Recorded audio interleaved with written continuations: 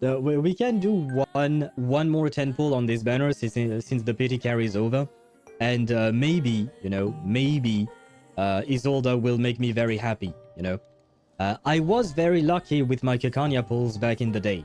So could we get really lucky with Isolde as well? Come on, for the wife, a second time. Can we? Do we dare believe? Do we dare believe? We need to see spirit, guys. Come on, show me spirit. Show me spirit. Please show me spirit. Yes, spirit. Yes. Thank you for your generosity, miss. I think I'll stay here for a few days. For the wife. You prepared a room for me? And boom. So you did. We have our P5 Isolda. Dainty it is. I'm Holy grateful. shit. This guy is probably going to kick my ass a bunch of times. And I'm not entirely sure how I'm supposed to play. How do I... Okay, that's... Okay, I guess I can't really attack directly. Also, there is a door nearby. I will look for it once we lose. This and precision. Ready to evade. Too early. Yep. Yeah. Yeah, I don't think we, yeah. No. No. No, no, I'm good. I'm good, thanks. Yeah. Yeah, we're gonna go that way, okay? There is no need to go talk to this person. Can you imagine if in real life, like, if whenever you have a problem, all you have to do is say some random shit and and you get the result you want, you know?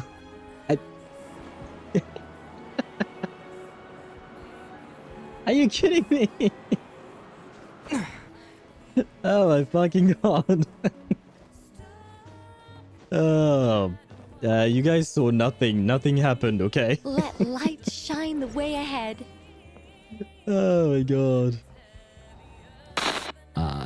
But at the same time, it does feel more interesting when people are actually dying. Just watch out for the rocks. I am trying to watch out for the rocks. But what rocks are you talking about specifically? I don't see what I'm supposed to see. It would be easier if you aim your camera to the ground. Okay. I see 3 balls. 2 balls. Oh. Oh. Is it the one? Is this the one? I see. I see. Well. My wife would not be proud of you.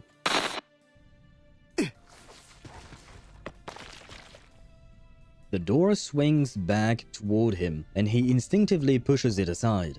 Ink droplets fly across his face. I have a joke to make about what just happened. I will not make said joke. I will remain a pure and innocent child who does not have his mind in the gutter. Yes, grunt like that, Chung. Wait, grunt like what? Wait. Is this what you wanted to hear, Aisha?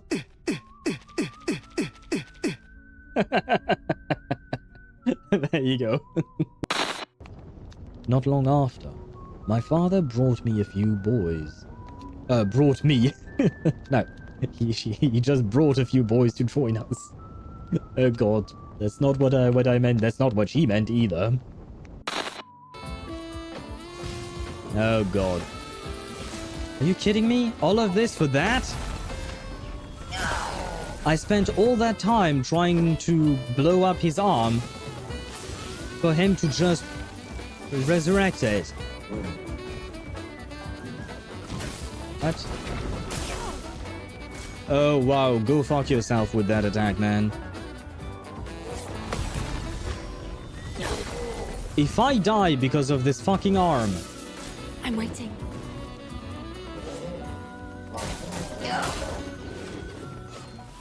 Go fuck yourself. No, like seriously, just go die in a ditch, jump off a bridge, yeet yourself off a building.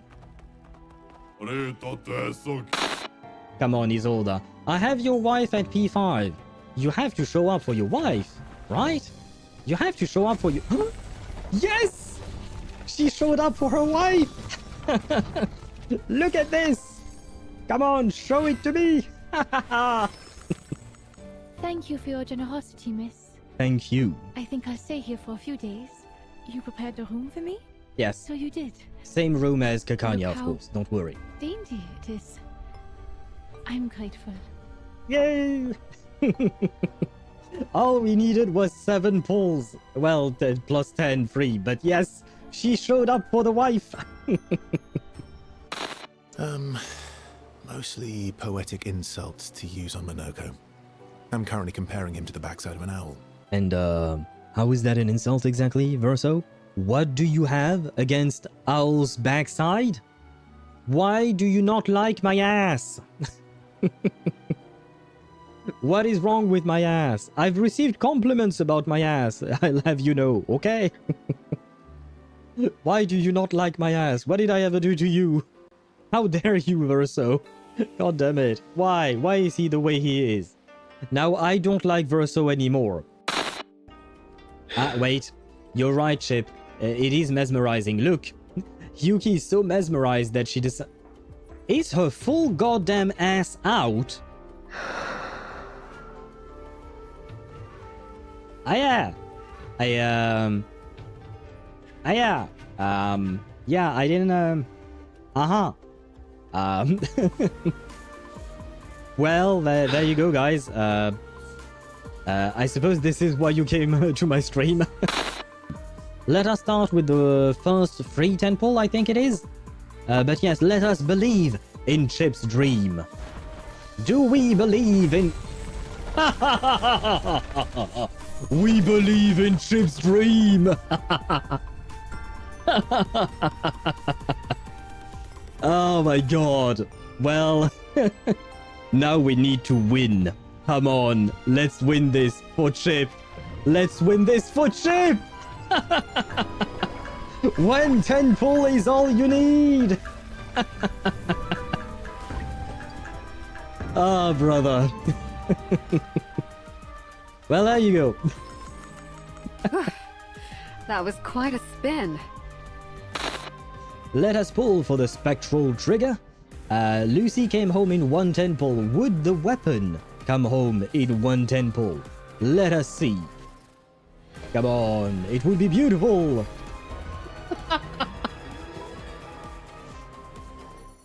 You gotta be kidding me. This is the absolutely fucking best collaboration. Oh my god, 110 pull is all you need indeed. Oh god, thank you, Kuro Games. I do not work for Kuro Games, just so you guys know. But goddamn. Goddamn. Well, there you go. Once again, a very quick pulling session.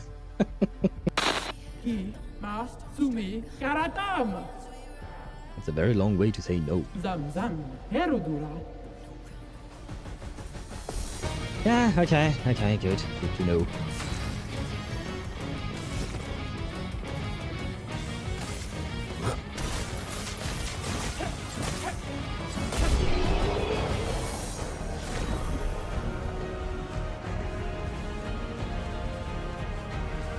That's not what I expected. Not gonna lie. I mean, we established that the enemies did not level up alongside you, but I thought she was a super boss or something, you know? Okay. Well, I am not going to complain.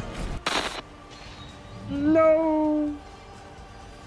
No Grandmaster for us. Yet. But, fuck, that means I won't get his weapon. I mean, it depends. Maybe he can come out in the next 10 pull, right? Maybe he can come out right then. Right there, right? 110 pull is all you need. Come on. Yes! Yes! 110 pull is all you need! She did bring him home! There he Allow me is. to introduce myself again, though you're probably bored of hearing it by now. I am Varka. Please only 10. Yes. Please only 110 pull, Liang Yue. This has been the catchphrase on this stream, on this channel. 110 pull is all you need. That is what happened with Paper Heron. Please show us that we are not wrong. Please show us that it will happen with you as well. 110 pull is all you need. 110 pull is all you need. Okay, wait. Now we need to win the 50-50, right? Come on. 110 pull is all you need. No! In Triniaya, we have something called Ah. a suitcase trick. Oh, do I need a certificate for my mule too? The mule is a Taoist? Is a mule a Taoist?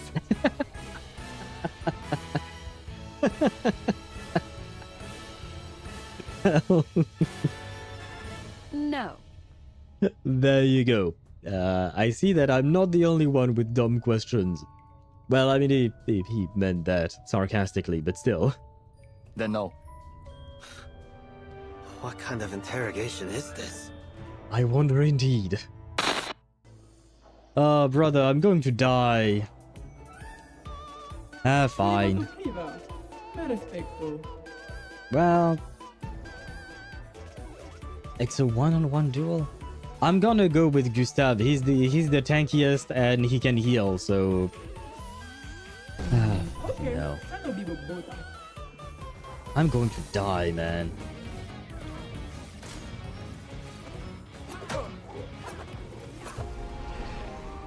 Okay. Yeah. Yeah, we're not winning that. Director, I'm from the Department of Void Matters. Sir, I can dance. The fuck? One sings, one dances. Wait, he's actually dancing? Out of nowhere without music?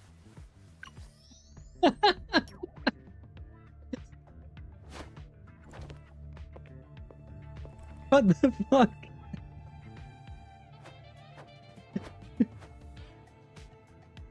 What the actual fuck is going on? And I can do some custom mods on your bike.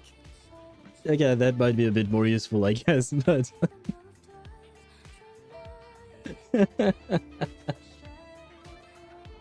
Oh my god. Mr. Alto? Alto cringing in the back. Yeah, I think we're all feeling the secondhand embarrassment. It is you. Enter the canvas. Yes?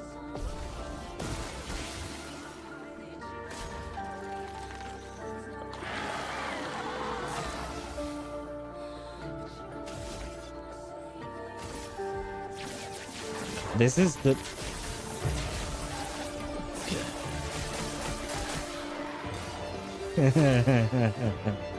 Do you see the amount of HP he lost? And I did 800,000 damage. Not only is it a chromatic enemy, it's a chromatic lamp master.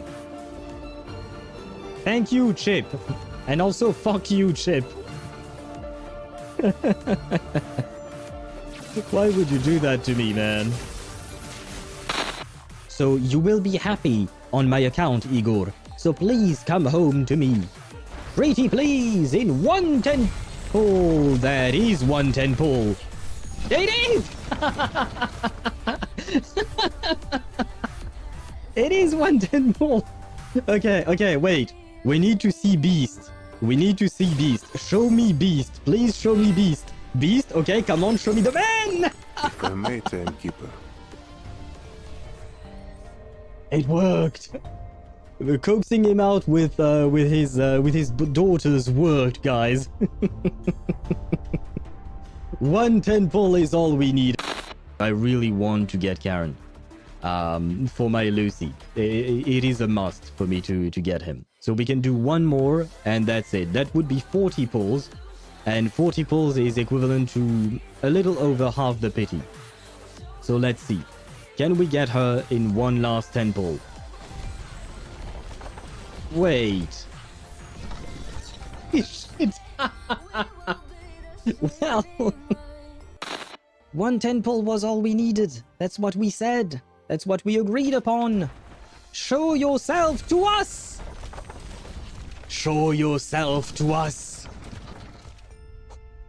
We might have lost the 50-50, but it didn't cost you much to get your very own Liang Yue.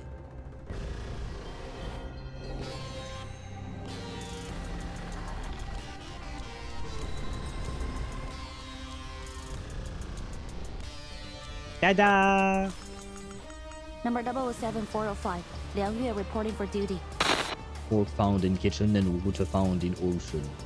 Midari found in your bedroom. You wish. You wish, Aisha. Understandably so. Oh!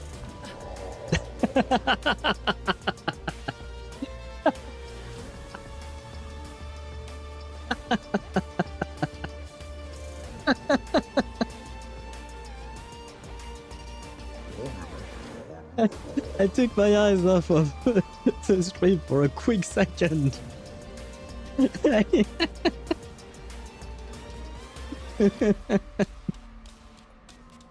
You know, sometimes shit do be happening, you know. Exactly, sometimes shit do be happening, but I am here a bit late, I do apologize. Why is my DaVinci Resolve open? Right, I think I misclicked earlier today. Oh, damn it. Today has been a day of all days. Yesterday had been a day of all days. Every day is a day of all days. Okay, wait. What do I need? What do I need? First and foremost, hello. Can I hear myself on Twitch? I can. Can I hear myself on YouTube? I can as well, which means that everything is working, which means that I need to get flashbanged by my webcam.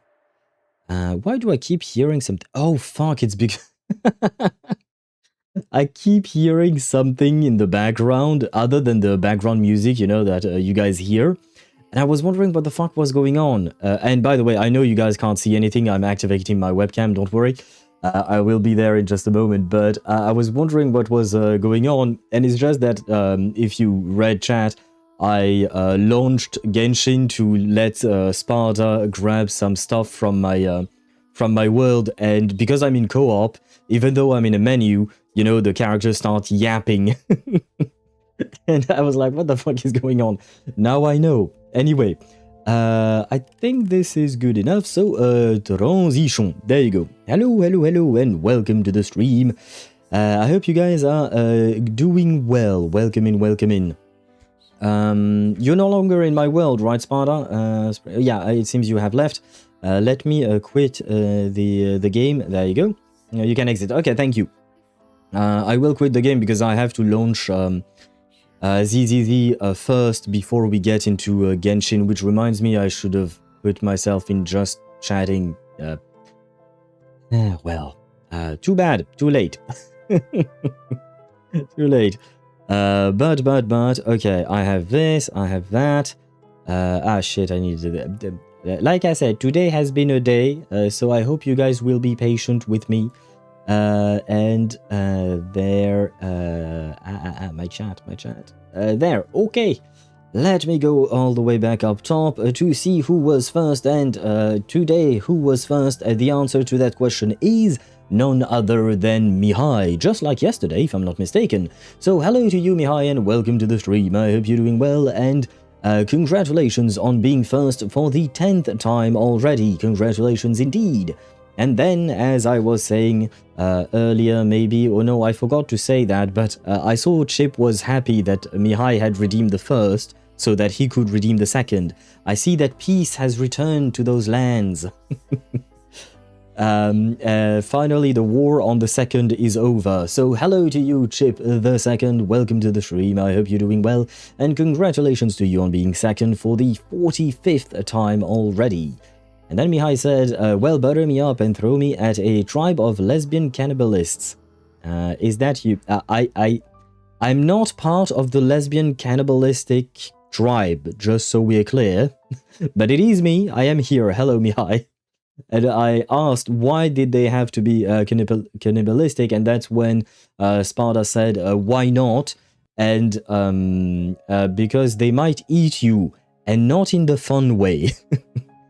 But hello to you, Sparta, and welcome to the stream. I hope you're doing well. Welcome in, welcome in. And Chip, you have a skin to buy, it seems. I'm assuming it's the pink Nautica skin, right? Good luck to that. Or good luck to your wallet about that. And because I was buttered up for that. Fair point. I didn't think about that. So that means you're ready to be eaten, Mihai. Hopefully they don't cook you or do that. I don't know which one is worse to go out. Like, is dying by being eaten alive worse than being burned to death in, like, you know, an oven? Because I keep thinking, like, it doesn't have to be lesbian cannibalistics, but, you know, in zombie movies, technically speaking, the zombies eat you alive and stuff like that. I don't know which is worse. Dying in a fire while being cooked for a meal, or being eaten alive. I have to admit, it's a bit of a... It's a question. Which one, you know what, I will ask you guys, which one would you prefer? Being eaten alive, or slowly cooking up and burning to death, maybe? You guys choose. And by the way, hello to you, B. Welcome to the stream. I hope you're doing well. Welcome in. And I saw the funny number, the 69,720. Almost just the 420. It would have been perfect, but still, I saw the funny number. And hello to you, B. Welcome to the stream. I hope you're doing well. Welcome in. Welcome in. And just realized that Death's weapon is actually not that important for her. It's only a 7% damage increase from an R5 Harbinger of Dawn. Oh, that's kind of nice. I have to admit, I didn't look at the numbers, so I didn't know. So thank you for the information. But also, what do you call that? That means that Odette is quite free-to-play friendly, I would say, because usually, you know, if a character needs their weapon, especially in Genshin Impact,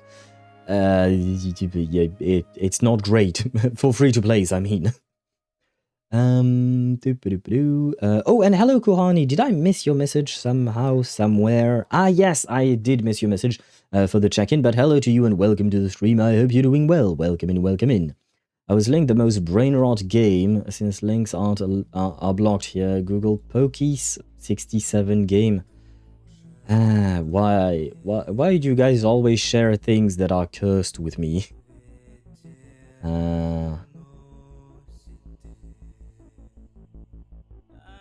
Okay, I just went into Google Images and High on Twitch says, I'm afraid. if I die by burning, I'd be in terrible pain. But if I die eaten by a cannibalistic lesbian tribe, I'll be in terrible pain. But I'd at least be surrounded by baddies in my final moments. Well, that's the thing, Mihai. You don't know that they are baddies. They could just all be old women, not so great looking, because I'm guessing you're imagining good-looking women, relatively young, either your age or, you know, between, I don't know, 20 and 30 years old or something like that. But imagine if it's a group of cannibalistic lesbian tribe, but they're all old as fuck. And if they're old, they don't have teeth anymore, so they can't eat me. Believe me, when there is a will, there is a way. They will find a way. And, you know, it might be kind of like, you know, the whole idea of getting stabbed by a spoon or something like that. Like, it will hurt like hell, but if the person tries hard enough, they can kill you with even a spoon, right? So, unsure. I see what you mean. I understand the idea, but we don't know all the details about the situation. And hello to Dan, welcome to the stream with this weird-ass conversation, but hello to you and welcome to the stream. I hope you're doing well. No, you're not. Sorry, I was reading your message while yapping. Doing so rough night, gonna return to PTN or the R99. Wait, no, sorry, message moved. Character story and roguelike. I am sorry to hear that doing so and rough night. If you want to share what happened to make it a rough night, you are free to do so. I've always said my streams are we are a community, and you know, if we can help each other, support each other, whether in game, like I just did with Sparta wanting some materials from my world, or just by talking, I think I want my stream to be a place where anyone can talk about anything as they wish. So if you want to share, you can. If you don't want, do not feel pressured, as always. It is an offer that you can reject or accept, depending on what you want to do. Sorry, the hair was tickling me. My own hair was tickling me for some reason. And by the way, what the fuck is this game? You know what? Never mind. I don't want to know. I clicked on it by Kuhani and... oh wait, there is music. No, go away, music. I saw just, you know, the images. Is it made with AI images as well? The drawing feels somewhat AI-ish. I don't know why. I wouldn't know how to explain it. Did you at least try to play the game, Kohani, before sending it to me? That was fast, right? Oh yeah, no worries. Don't worry about it, Sparta, at all. Twitch says. And also, in the last person you should ask about grannies. Remember Citlali is my wife? Fair point. You know what? I had forgotten. Or rather, I knew, but you know, it wasn't in the... I didn't make the connection, because I never saw Kuhani. Sorry, not Kuhani, because I saw he sent a message. I never saw Citlali as a cannibalistic... a part of a cannibalistic tribe, you know? So I never made the connection, but you know what? Good point. I suppose for you specifically, Mihai, we can make the exception, and Citlali can be the one eating you. I think it's still gonna be somewhat painful, but maybe you will still find some form of happiness in that. Wait, I missed a few messages before that. That I read. Bonjour Dan, indeed. That one's on me. Stripped you bare of flocking weed almost. Bro, I don't even know what the fuck flocking weed are. So, have at it, man. I don't want that. Like I said, like I told you directly in game, take whatever you need. I did start building 2 characters, because why not? Because right now I don't really need to do anything particular. Because I feel like my Varka is built really well, in my opinion. My Nicole has 4,000 attack, even without the double pyro bonus. So I'm kind of proud of that. And I also rebuilt my Durin for the... what do you call that? I put him on the Noblesse Oblige set, etc. So I was kind of done building anyone and everyone. And I wanted to make a proper lore-accurate team. You know, kind of what we have in... what do you call that? In Honkai Star Rail, where I have the Trailblazer with Sunday. Well, no longer Sunday. Sunday. New Himeko, Himenova, and Dunhung Pemenso Tare. You know, the crew, I called it, if I recall correctly. And I wanted to have something similar in Genshin. The problem is I can't play Paimon, you know, it doesn't really make sense. And Cryo Traveler, you can actually play as a main DPS, right? So I figured, okay, I'm gonna try and make some kind of a team for him. And so I started building him. He was already level 90, but I started leveling up his talents and, you know, farming his artifact domain. And I started building my Chi-Chi. Because, you know, nowadays Chi-Chi is actually really good for Stellar Conduct teams. And even maybe Stellar Swirl. That I don't know. But the point is, Chi-Chi is actually good. And I have her at C5. So I might as well build her, you know. So I started building her. So as long as you didn't take anything that was related to Chi-Chi's leveling up, Sparta, I'm okay. I should have specified, but I have to admit I was in a bit of a rush because I needed to finish preparing tea, getting dressed, because I was napping before stream. And you know what's great is that I went in for a nap because I felt tired, because I didn't sleep well. I don't sleep. You guys are used to my shenanigans at night. Well, it's not my shenanigans. It's not like I choose to do that. But I went in for a nap because I was tired. I woke up, not so tired anymore, but with a headache. Like, sometimes life just tells you to go fuck yourself and you don't have a choice but to accept. And it's not the pleasant kind of fucking yourself either. So you're just like, oh, okay. Very well. Oh, and hello, Ktosh. Welcome to the stream. I hope you're doing well. Welcome in, welcome in. Watch out, you have both knees. I do have both of my knees. Yes, I have not been amputated yet. I hope it won't have to happen, but for now I do have two knees. Tosh. Currently cooking a late night meal because I missed dinner and on my period standing and walking is currently a pain, but a girl gotta eat. Yes, you do gotta eat. I'm sorry to hear that your period are painful and to the point where standing and walking is maybe difficult. I obviously have never been through what you're going through, but I have friends who have shared their experience with me, and it certainly does not seem to be quite pleasant. I hope that your cycle will finish fast. Depending on people, it can be faster. It can take a few days, or for some, it can even take up to a week or so. So I hope for you it will be fast and that you will feel better. And bon appetit to you, B. I hope you will enjoy your midnight meal snack. And by the way, what are you cooking, if you don't mind me asking? Where was I at? Am I the last person you should ask? Oh no, I read that about that. It does look extra slop. I tried, it's terrible. Can you tell me what kind of gameplay it is, Kohani? Because I have to admit, I didn't want to even try, but it definitely looked extra slop. Absolutely. I can 100% agree with that. Also speaking of character stories in Path to Nowhere, one particular recent poll caught my eye.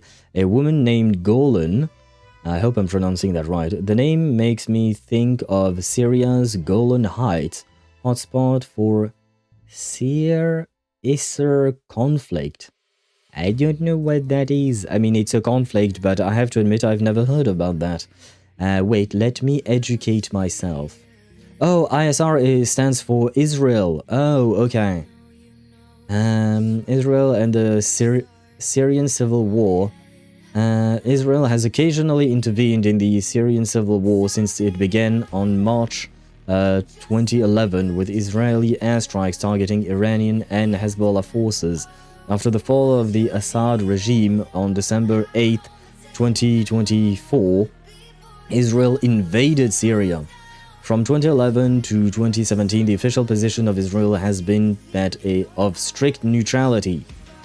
However, due to the Iranian intervention in the conflict, which began in 2013, it has become involved both politically and militarily in attempts to prevent the growing influence and entrenchment of Iranian troops. Right, Iran, I should call it that way. Anyway, troops and proxies throughout Syria.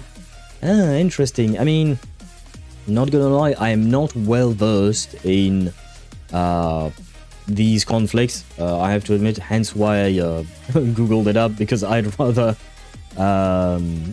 not have to guess and just, find some kind of information. That being said, I want to say that I just read this article on Wikipedia. So, unknown how good the information is. Usually Wikipedia is pretty decent with information, but I'm always afraid because, Wikipedia is a collaborative effort, and sometimes people do change Wikipedia pages with wrong information. Sometimes it's just a mistake, sometimes it's done on purpose. When it touches a political subject like a war, and specifically a war that may have involved Israel, I'd rather try and double check all the information I find online, because you can't find proper information nowadays, easily at least. You can't find it easily. You can find a lot of information, but which is good. Or maybe it's just because I'm used to double checking everything I find. I don't know. Anyway, not the point. So I'm not the only one who doesn't trust Israel. Yeah, no, I've said it before. I'm really not a fan of the Israeli government. I've had some Israeli friends, and they were lovely, and I'm sure that a lot of the Israeli people are lovely people as well. Their government, on the other hand, let's just say that their decisions are very clearly, in my opinion, very clearly not the best. And I'm really trying to be nice in the way I'm saying it. Questionable at best. War crimes may be involved at worst. And I mean, it's not like it's just me saying it, you know. If I recall correctly, there is an arrest warrant against the, I believe, Benjamin Netanyahu is the prime minister, right? That's his position in the government. I believe there is an arrest warrant from the Hague for him. So, you know, and multiple international and what do you call that? Multiple organizations have called for his arrest for the decisions he has made specifically against Palestine. So, you know, when you have that over the years and you hear that again and again and again, you're like, maybe there is something wrong with the way he chose to do things. Just, you know, maybe, anyway, I don't want to dive too deeply into that part, just because it is a very complicated subject, and I have to admit, I do not know all the facts. It's not because it's a story that spans at the very least like 80 years or something like that, you know, and it's very complicated.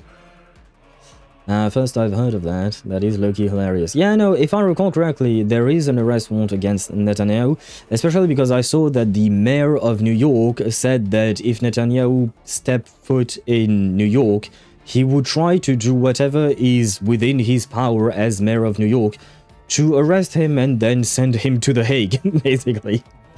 The mayor of New York, the new one, I believe his name is Mamdani, if I recall correctly. He has expressed his support for the Palestinian people and is very clearly not a fan of the way the Israeli government is handling things. So, you know, he has been quite vocal about it. One funny thing is that I saw even Mark Ruffalo, you know, the actor who plays the Hulk, even him, he is extremely vocal about it. And I do believe it is important to talk about these kinds of subjects, so I appreciate people who have reach, you know, who would do something like that, who would actually talk about it, because usually, you know, when you start talking politics, it's kind of a way, it's the best way to nuke a career, because you might upset powerful people when you do that, and I do appreciate when people speak up about these kinds of things. An Israeli against his own. I don't think the mayor of Israel of New York is from Israel originally. I don't remember his first name. You know what? Mayor of New York. Zoran Mamdani. I don't know if I'm pronouncing that right. And I have no idea what his origins may be. He is the first... oh, wow! He is New York's first Muslim and Asian American mayor. He was born in Kampala, Uganda, to parents of Indian descent. Bro is from everywhere. That's amazing. When I say he's from everywhere, he was born in one country to parents that are originally from another country and somehow became mayor in another country. For 3 minutes, how the hell did the talk go from Genshin to Israel? Good question. Oh, right, because Dan had mentioned something about characters in Path to Nowhere. That's where it came from. But yeah, you've been on my streams long enough, Mihai. You know that we go on tangents all the time, right?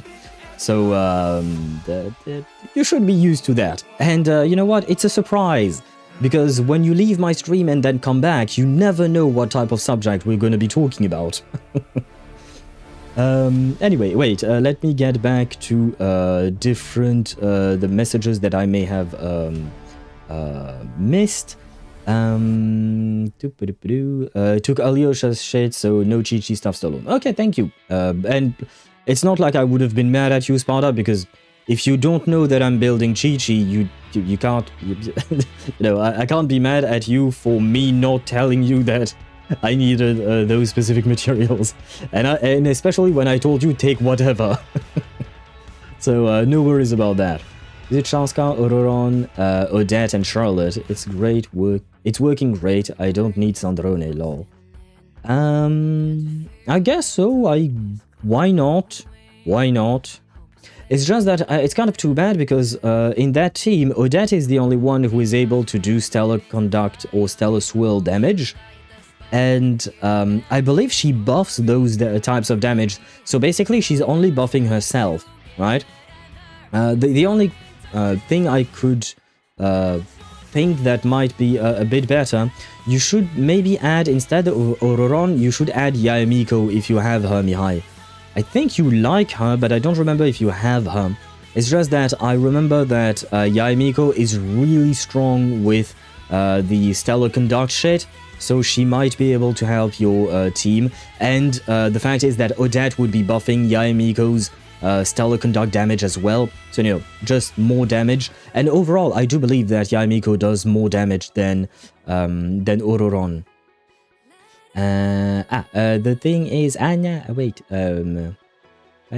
thing is, I don't spot any particular Arab or Levantine inspirations in her, so I wonder what her lore is. I have to admit, I have no idea. I don't know, because I don't know the character, I don't know Path to Nowhere either. But I would find it interesting if they did actually have something to do with the Golan Heights. Because wait, let me actually look that up. Because you mentioned it was a hotspot during a conflict, but I didn't actually... I looked up the conflict, but I didn't look up the actual place. Okay. Okay, I see. It looks pretty, at least on Google Images. It looks pretty.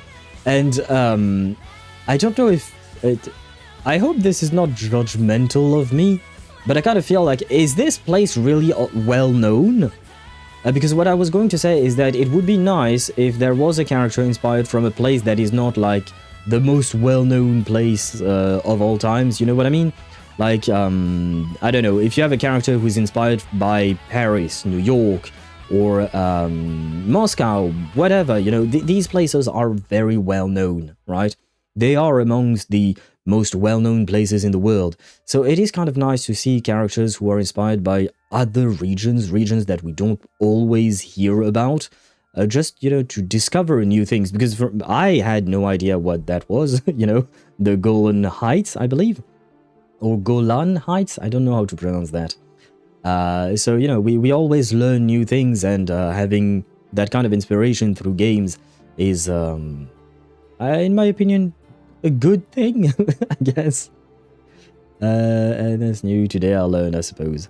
And we're in Snezhnaya, so politics is a given. Yeah. I've always said, I mean, I just said it, yeah, like 10 minutes ago or something.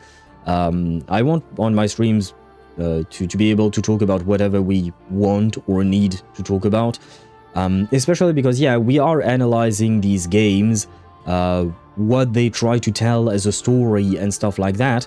So I want the ability to talk about anything and everything, and yeah, politics will be involved at some point, and it's politics, it's family, it's sensitive topics. Like, I know that, you know, a lot of people, when they talk about suicide or stuff like that on YouTube, etc., they censor the word because the algorithm might not like the word or whatnot. Number one, I can't censor myself on live stream, I suppose, or rather, that means I would just have to find other words to talk about these things, but I don't like it. I do it sometimes just because of reasons of how I want to frame things and how I want to talk about things, but I do want to use the proper words as well, just because they are important topics. They are topics that concerns all of us, and topics that can affect all of us, you know? And to add, you won't censor yourself either. Yeah, exactly, yeah. Words have meaning, and we should use them, would you call that, for expressing what they need to express. Like, for instance, I wouldn't, see, you know the thing when people try to use other words in order to express something just because they want to censor the word, they don't want the YouTube algorithm or whatnot, or the social media algorithm to censor them. Like, for instance, you know, the whole story about Ciel in Expedition 33. It's something that I find that not using the word suicide to talk about her attempt, because it was an attempted suicide for her, it minimizes the experience she's gone through. It is very clearly, you know, an extreme experience, and I think it deserves to be talked about exactly the way it is. You know, we should not be afraid of words. We should be careful with what words we use, but we should not be afraid of using the right words to express these kinds of things and talk about them in a proper way. And wait, I missed a couple messages from B, I think. Ah, yes. Currently made curry noodles, Maggie brand. Okay. 2 eggs and hot dogs. Girl, you are hungry, it seems. Bon appetit to you. You're kind of making me hungry with all that. Sounds delicious. And well, it mostly attacks my scoliosis, my bent spine, yeah. So yeah, me dying from this pain. Oh man, I'm sorry. I'm sorry you're living through that. I know it doesn't mean much because me saying I'm sorry doesn't change your situation at all. But it's a way to express sympathy. Because, well, I do not wish pain upon you, B. Except for that one time when you cursed me, but I don't wish a physical pain on you either way. That's mostly just a joke, you know. But I really hope that you will feel better soon. Is there like any kind of medication that can help, maybe, to alleviate the pain a bit? Sorry if I derailed the stream a little. I just meant that as a Syrian German noticed Golan's name in the game immediately, and I finally pulled her recently, so I would read her interrogations. Don't worry, do not apologize for that, Diane. I derail my own stream all the time. Other people derail my own stream all the time. And to be fair, you know what? I don't actually consider it derailing. I do call it that as a joke mostly, but I don't consider it derailing because you are sharing something about a game that you're playing and something about your origins as well, you know? And just like I said, I am very curious. I like to learn shit, basically. And talking with people like all of you, not just you, Dan, but all of you guys are from different regions of the world, different backgrounds, different everything, right? And it teaches me things. So I'm always happy when people bring me new topics, especially topics that I don't know about, because it allows me to learn, basically. To learn what is going on in the, I don't know, Southeast Asian parts of the world with B, for instance, or in Central Europe with Mihai and Sparta, or in Germany with you. I mean, I guess I do talk to my brother. But yeah, you know what I mean? Like, I do enjoy these conversations because they allow me to learn, and I believe that by learning, whatever the topic may be, that is an opportunity for you to better yourself. So any opportunity for learning, in my opinion, is a good opportunity that I wish to seize. So do not worry about a derailing stream with various topics. I appreciate it. Don't have her. I failed twice at getting her. Ah, sorry, Mihai. Hopefully third time's the charm, you know, as they say. Odette right now is the Stellar Conduct DPS. Really? What about Sandrone then? Wouldn't it be Sandrone in conjunction with Odette, but like they complement each other? Like you could have Odette off stream and Sandrone on stream? I don't know everything because I haven't pulled for these characters, and I have to admit I was too lazy to read their kits. But wouldn't it be like that? Yesn't? Okay, it's more complicated than that, I would assume. Oh, is it some kind of situation like Flynn's and NFR that actually makes, like, you know, NFI is actually the one that is really strong, because when you pair her with Columbina, she's one of the most broken wheelchair of the game. And same thing with Lauma and Nefer. technically, as long as you have Columbina and you put her with Lauma, Lauma becomes the must pull instead of Nefer, even though Nefer is supposedly the main DPS. Is it a situation like that? That was a long-winded way of phrasing all of that. Originally, I tried Chaska, Raiden, Odette, and Rosaria, but I noticed I didn't have any heals, so I switched Rosaria with Charlotte, and I also noticed that the Electro application is very slow, and found out how quick Ororon applies Electro, and this is how I got this team. Okay. Oh, wait. Since I'm talking about... I was talking about it earlier, Mihai. Build your Chi-Chi. If you want heals in a Stellar Conduct team, build your Chi-Chi. She's really good. And I believe she offers a buff of 50% more Stellar Conduct damage, and I don't remember, there is a slightly different number for Stellar Swirl, but like she's definitely worth building nowadays. So if you want heals and buffs for Stellar Conduct or Stellar Glimmer, generally speaking, to build your Chi-Chi. As for Electro application, well, yeah, Ororon is tough to beat. So I guess you can keep Ororon, but in that case, maybe replace Charlotte so that with Chi-Chi. If you want a very short summary of the situation, after Syria's and Israel's 6 days war, I believe I remember that war, I've heard about that before. Israel occupied the Golan Heights, but internationally they are still recognized as Syrian territory. I mean, I'm laughing because, you know, it's Dan, I do remember you and I talked about it a tiny bit, but whenever talking about the Israeli government, it's a sensitive topic, it's a complicated topic, right? But they do have a habit of occupying territory that is not theirs, and kind of not really caring what international law says or not. I mean, we have a prime example right now. So, you know, when I read what you said, you know, it doesn't exactly surprise me. And yes, we can side-eye Russia as well, because, I mean, right now they are occupying a territory of Ukraine, but technically speaking, they have already been occupying Crimea, which was a territory of Ukraine, back like in 2013, if I recall correctly, or something like that, right? So, like, yeah, it's again, I have nothing against Russian people. I will always make the distinction. There is a difference between the people of a country and their government. And my issue lies with the government. Because I have no issue with Zhuk, for instance, who is there. And I'm sure, and you've seen me, I'm very interested in the Russian culture with Snezhnaya and stuff like that. But yeah, governments are, how to phrase it? Frustrating is how well I'll say it. Frustrating to say the least. And people are losing their lives because of them.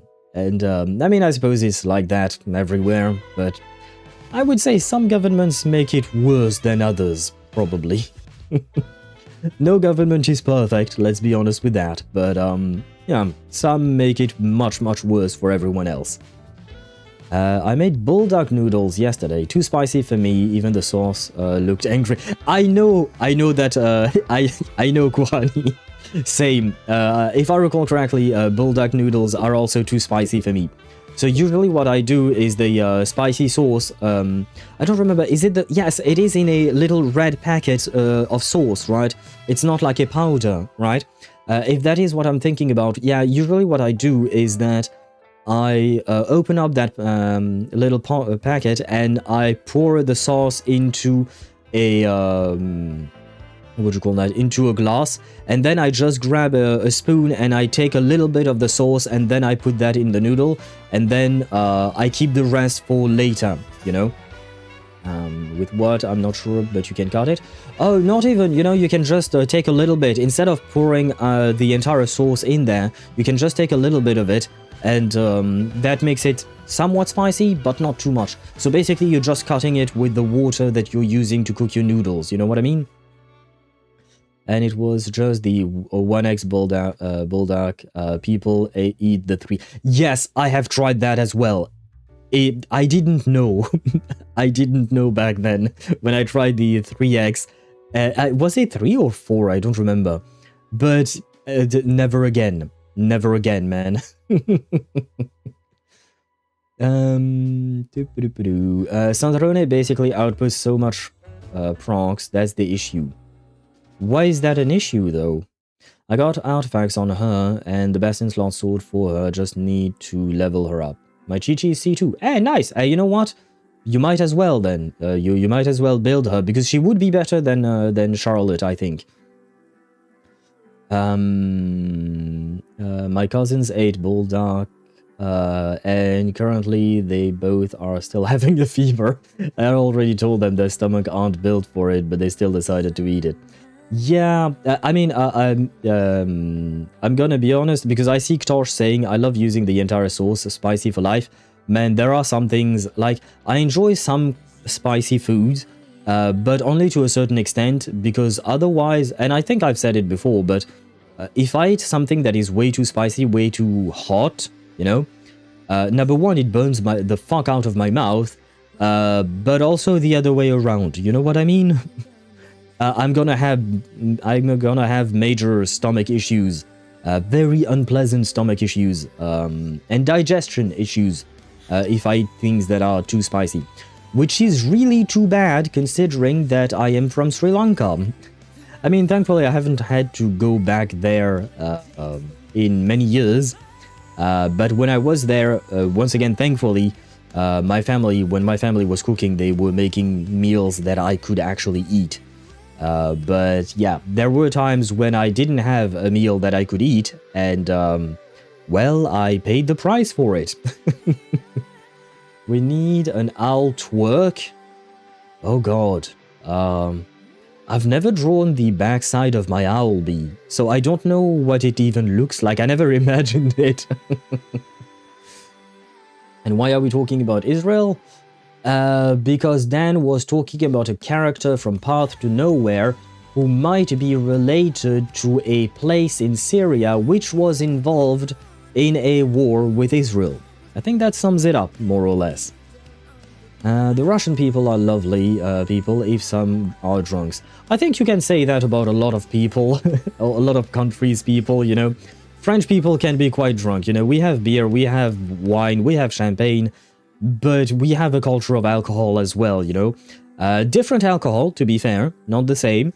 Different culture as well, but same with the Belgian people as well, the UK people. We've seen the hooligans after football matches in the UK, and, well, we see them less because now there are laws, but, you know, I kind of feel like, yes, some people are always drunk in every single country in this world, probably.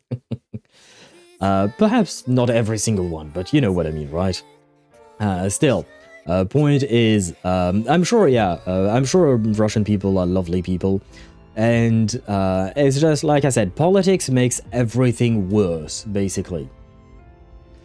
It's fine, I had some yogurt at home to ease the pain. Ah, that is a good point, and I believe milk also helps, if I recall correctly. My sister and her boyfriend ate that spicy ramen, and I saw them make the ramen with milk to slightly nullify the spice. Why not? I know people can drink milk indeed to try and calm the pain. I don't know if I would put milk directly in the ramen noodles. Why not? Why not? I've never tried it myself, but I understand why they would want to try, definitely. And hello Kumo, welcome to the stream. I hope you're doing well. Welcome in, welcome in. And yes, the Irish, the Scottish, they are known drunks as well. Now praying for your booty, cause you know why. Yeah, praying for Kuhani. I hope Kuhani you'll be okay. I'm offering to make it for you, Al, about the Owl Twerk emote. I have the base already on my phone. I mean, sure, why not? Wait, do we have slots? I have to check if we have slots to add the owl, but I mean, if you want to do it, I'm not gonna stop you. I know you said you're okay with it, but I do feel bad not paying you for work that you're doing. It's still a thing that pops into my mind. I know, but listen, We all have our issues, okay? There are things that your mind will refuse to give up on, okay? And it is what it is, alright? It is what it is. So, I won't stop you if you want to make it, but I have said what I have to say, and I don't want to be insistent, you know? I have shared my opinion on the subject, but at the end of the day, you are a free woman. You can do whatever you want. I am not going to stop you or anything. On the contrary, in truth, I would appreciate it, even though I have my reservation about, you know, paying for artworks and whatnot. I mean, I don't have reservation about paying for artworks. I have reservation about the fact that I wouldn't be paying for artworks. But I would still appreciate it because, you know, I enjoy art as well as anyone, right? And on top of that, if it is art of my little owl, it would make me all the happier. But yeah, complicated subject, for me at least. Maybe I'm just being too stubborn, I don't know. Like I said, I have issues too, okay? I am trying my best. Okay, but you don't have the stereotype of bubbles of spirits surrounding the Frenchman. I suppose not, but that's just because baguettes have taken over. And cheese have taken over. Did you pull for Sigrid yet? No, not yet. I believe that some ads are running right now, and after the ads are gone, I am going to pull. Because we've been yapping for way too long, actually. I should have started way earlier, but I found that the conversations we were having were quite interesting, and we were talking about some important stuff, important topics, so I didn't want to interrupt those, yeah, we're gonna pull now, and we're gonna finish Genshin no matter what today. If I have to end late, I don't like it, but I will, because number one, I want to finish the story, and more importantly, what is going on? I want to be able to start Reverse 1999 next week, because Reverse is also going to take us some time, and on top of that, I do want to pull for my own Rhiannon as well, you know? But on top of that, I need... there is again Wuthering Waves update today with Sing Xiao. I'm not going to pull for her just because I don't have the funds, but the fact is that, you know, we might be doing too many things at once. I don't know if starting NT was a good idea. I have to admit, I don't know if it was a good idea. Not because of the game itself. I genuinely like the game really a lot. And I do plan on continuing to play the game. But I decided very stupidly to start playing NTE at one of the busiest moment we've had in our gacha games. And it's complicated, I guess. It's gonna be a long time. I need 135 Chi-Chi flowers and I got 46. She's level 57. Oh shit, her flowers are a pain in the ass to grab. Oh, but no, nowadays we have characters like Nahida. Okay, yeah, no. At least there is that. At least there is that. Things are much easier now, nowadays to build for her. Milton Rhyme, you pay me through HSR if you still want to pay. However amount you think it will fit, but I don't mind either way because I'm happy to make emotes for friends for free. Yeah, I know. Technically speaking, you and I know each other for a few months, right? But like technically, my best friend, whom I've known for the last 22 years, even she wanted to make art for me for free. And I said I don't feel comfortable because I don't want to exploit my friends, you know? And I know that on your end, it's like it starts with a positive idea. It's you want to make your friend happy, right? But I also want my friends to be happy, you know what I mean? So it's kind of a weird thing. But why not? Why not? We could go for something, but the problem is I have no idea what the rates what the rates are for drawings and whatnot. So I don't even know what would be normal, I guess. Yeah, you know what I mean. And yes, it is Simon, but we like Simon ever since we did 47 million damage to his face, pardon. 4.5k jades for Her Majesty. She might not be happy when she hears that you have the wrong currency, Sparta. You need Primo Gems for Her Majesty. Lamau, I wish you said putain de poulet. There you go. I have said putain de poulet. I don't know why you like that phrase so much. Once again, just in case you guys don't know, putain de poulet just means fucking chicken, freaking chicken, I guess. Or fucking cop. As in like fucking pig, I guess. More like that. Like a derogatory term for a police officer. Choose whichever one you want. The seal one is good too. Oh, do you mean, yeah, the oh, I don't actually remember what it was, but it was about the fuck, which is written Phouque in French, and yes, it is a seal. Poulet in Romanian means dicks. Well, I had a sentence in mind, but I absolutely do not want that online. But it is just that technically I like eating chicken, okay? But if I just say I like eating chicken, but the French version of chicken, which apparently sounds different or means something else in Romanian, you know, I think you guys understood the joke. Sparta definitely did. But I'm not willing to put that online. I don't want that to be online, you know.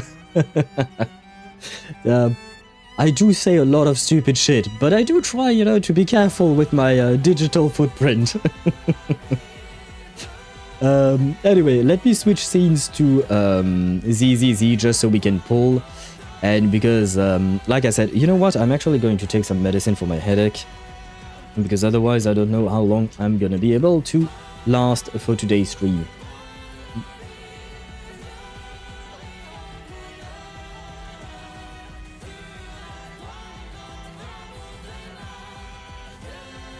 Yeah, I do have to admit, I love this song. I love pretty much like 99% of the songs in Expedition 33. And I'm just saying 99% and leaving 1% off just because I don't like dealing in absolutes, because only Siths deal in absolute and whatnot. But yeah, Expedition 33 musics are something else entirely. Transition. Abrupt transition as usual. So I got the joke, yeah. But Siths are cool. They're cool to look at as fictional characters. I wouldn't want to sit next to a Sith. And I didn't really make that a pun. I didn't really mean to make it a pun. Where the fuck am I, by the way? Oh, right, because I was talking to Belle earlier here for a specific... what do you call that? Specific thingy. Where should I go to pull for her, by the way? Do you have do you guys have an idea on where to go pull for Sigrid? Because I don't want to go here, because I believe this is where we pulled for Ramiel, and it all went to shit. And I would really like not for that not to happen again, you know? So do you guys have any ideas on where we can pull the Uma? Maybe the beach. Maybe we should go to the beach because it seems like she enjoyed the beach event, more or less. From where does Sigrid operate out of? Go there. Well, she operates from the Department of Airspace Patrol, but I don't know if it's not really a thing exactly, right? No, it's not really a place we can go to, I think. Or a place that we truly have access to. No, it's not really. Yeah. Oh, I know where to go. I have found my idea. Now you gotta play make debut from Uma Musume when pulling for the best of luck. Wait, what? Kumo, are you trying to say that I should play Uma Musume? Bro, I can't start an 8th gacha. I ain't got that kind of time, man. I ain't got that kind of time. It's gonna be too many games. Too many games at some point. The best part about Summon's version is that the lyrics are the same thing across the game and the music changes the meaning. Yeah. That's the beauty, is that they managed to mix and match lyrics and melody. Similar lyrics, similar melodies. Oh, different lyrics, different melodies, similar lyrics, similar melodies. But every single song gives you a different emotion and a different beat of the story. You know what I mean? I'm in 68 pity for Remiel's sake, and if I can't get it soon, I'm gonna pull Uma as well. Well, you should be able to get it soon. You are very close to hard pity, sadly, but also kind of yay, I think, you know? Oh shit, by the way, since we are in ZZZ, let me switch, I have to switch categories. I promise I am a professional streamer. What is professional about what I'm doing? I have no idea, but there. Well, I had consulted my online brand there. Wait. This one, according to him, costs $25 US, but since your owl is simple, I don't mind it being below. I'll make it first and we'll talk. Yeah, okay, we can talk about it in DMs, B.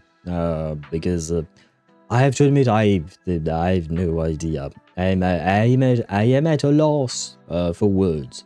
Well, it's not that I'm at a loss for words, but I have too many things in my brain at the moment, and my brain is not working properly.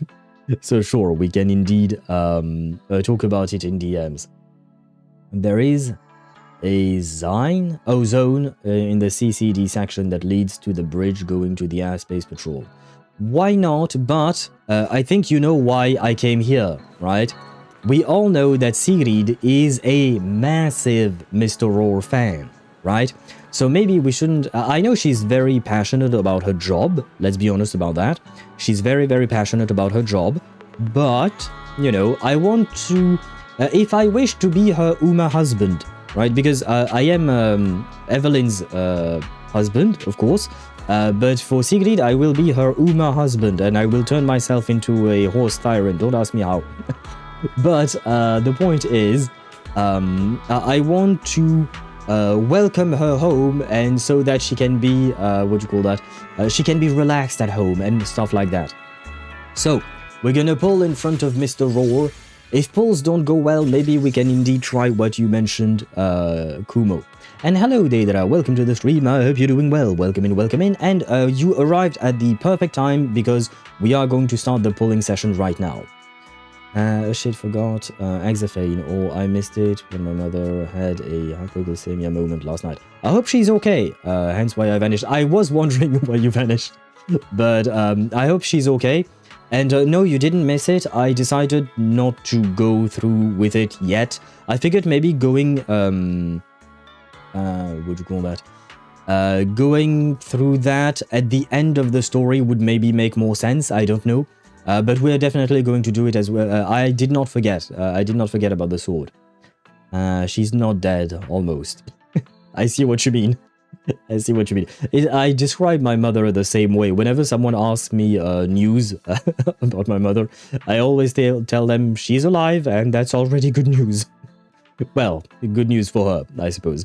But let us not dive too deeply into that one. Wish you luck. Thank you, Deidra. I wish myself luck. Please, Sigrid, you are the character that I've truly been waiting for. I have not pulled in 7 months other than Remiel, because I I started to need to pull for new characters. But you are the one I wanted. I was going to skip Remiel just for you. Thank you, Ktosh, and thank you, Paimon, for believing in me. We are at a 7 pity after pulling for Remiel last time. I do have more than enough to guarantee her and her W engine, but pretty please come home to us early. Could 110 pull be all we need? Please? No. No. Okay. Okay. Very well. _me high on Twitch says bribe Sigrid to come home with apples, carrots, and hay. Does she actually like that, or are you just saying that because she's a horse Thyran? Because there is a big difference between the two. Come home totally not true. She does look a lot like Durandal. I mean, Durandal was indeed one of my favorite characters in Honkai Pack 3rd as well, so I played her a lot. I wouldn't exactly consider myself a Durandal main, but she was one of the first characters I built in that game. And by the way, I have pre-farmed for you, and I should have everything you need. So, you know, all you gotta do, Sigrid, is come home to me, and I shall give you everything.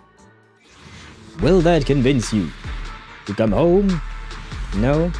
Okay. Oh, AAA rank. Dang. I'll take those, you know, I'll take those. Buy her a Mr. Roar costume. You know what? I'll do you one even better. Sigrid, and thank you Kumo for the suggestion, but Sigrid, if you want to, we can roleplay and cosplay as Mr. Roar together. And then, you know, you get to decide what we do after that. But I am willing to put aside my dislike of Mr. Roar. And yes, I will dress up as Mr. Roar just for you, Sigrid. Will that convince you to come home to us? Pretty please. After this 37th pull, I think we are? No, it's still a no. The cosplay roleplay is not convincing her, I'm afraid. But we did get a bunny's ass. Not entirely sure that's a good... yeah, not sure that's good or bad. Okay. If you don't want to see me in a Mr. Roar cosplay, do you want me to buy you another one? Because there are never enough Mr. Roars. Maybe. That's not a good sign. Please don't say that, Sparta. But we are crossing we are crossing the halfway point. We are about the midway point in terms of pity, and I am starting to worry.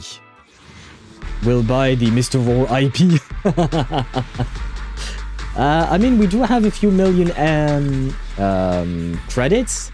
What are they called in what do you call that? In ZZZ, the credits, the money, the currency, because I have so many currencies between Mora, credits in HSR, funds is NTE, Sharpodontes and Dust in R99, you know, too many. Denny's!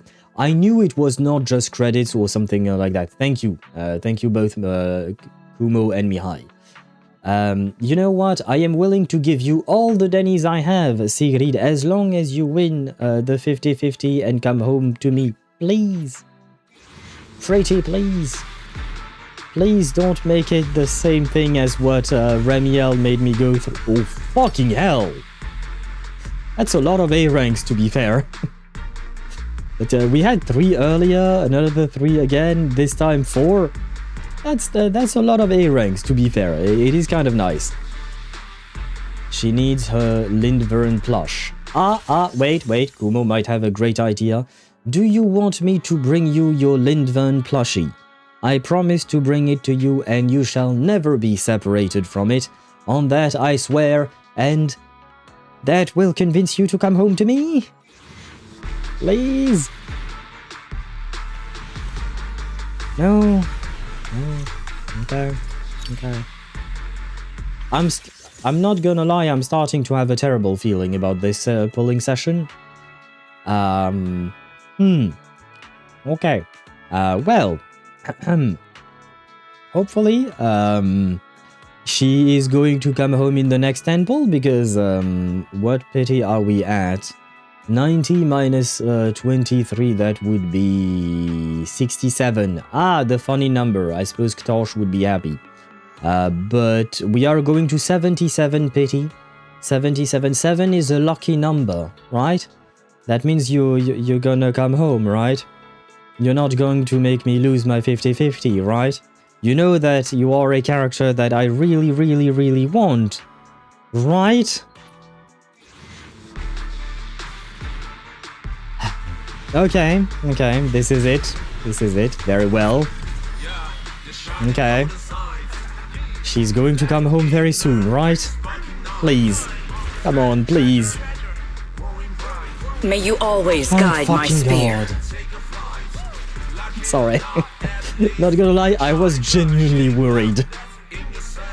I was genuinely worried that we would lose the 50-50 at this point. Okay, thank you. You showed up a bit late, but you know what? That is something that I can forgive. It's okay. Thank you, Sigrid de l'Azur. I suppose I should pronounce her name full French mode, because this sounds French to me at least. Hello, Sigrid de l'Azur, and welcome to my account. I promise to treat you well. She's hot, yes, absolutely, Kohani. She's very hot. She's very hot. There is a reason why I'm pulling for her. And it's not just about her hotness. I genuinely find her type of character really interesting. And she reminds me a lot of Evelyn in terms of, like, personality-wise, I would say. Even though they have very different backgrounds, I really do enjoy these types of characters. I mean, you could see that I have a type. And it's also because she's wearing a tie. That is very true. But I have a type. I think my type of women, I guess, in video games is the strong women who are types of guardians, I guess. Because, like, Sigrid is part of the airspace patrol, right? Evelyn is a bodyguard who used to be an assassin, but she's a bodyguard now. Zani is a bodyguard and a security operative at a bank in Wuthering Waves. I suppose Nicole, in a way, she is a guardian of humanity by guiding humans as an angel. You could say that in a way. Titania, I guess she is a guardian and a protector of mental health. Or at least she tried. Kind of failed, but she tried. You know what I mean? So, you know, there is a type, there is a pattern that you can discern by looking at which are my favorite characters in these video games. She's a bit silly too, guiding people to treasures. Yeah, and she's a bit silly as well, in the sense that you know, she's a funny character. I didn't use my curse on you yet. Ow. Oh, please don't. Not today. I'm tired, man. Please, not today. That is some juicy, luxurious pair of... God damn it. That is one hell of a way to put it, but you're not wrong. I can't deny that. Just defeated the Necromancer. I guess we both won. Yay! Congratulations to you as well then, Tosh. But now we have to pull for the W engine. Right. There you go. We got our Sigrid. It did cost us a bit, but... now all we need is a W engine. It is a 7525. I've already lost the previous 7525 and I am on the wrong fucking banner. There you go. I almost pulled on the wrong banner. There you go.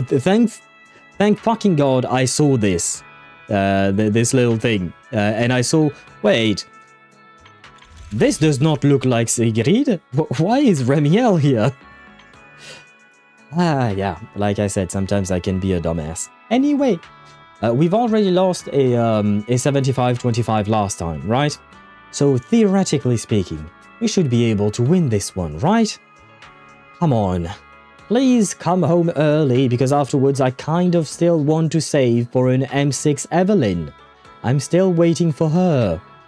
Pretty please? Does it even matter? No? Very well. Very well. But I'm just trying, you know, to get all of my blonde waifus, I suppose. Will you get Sigrid's skin? No. I don't... she looks nice, don't get me wrong. She's hot as fuck. But for me, it doesn't really make sense. I've always said I'm not a fan of swimsuit outfits for characters. Especially when they go into battle. For me, it doesn't really make any sense. But there was that one exception with Linné in Wuthering Waves. In my opinion, it made sense for the character because of her personality and who she is, etc. But most of the time, in my opinion, it doesn't really make sense to have a character fighting in a bikini or something like that. Skin preview, please. Oh, sure, yeah. Let me see. View. Whether it is vacation or combat, neither can be taken lightly. Please admire the lady.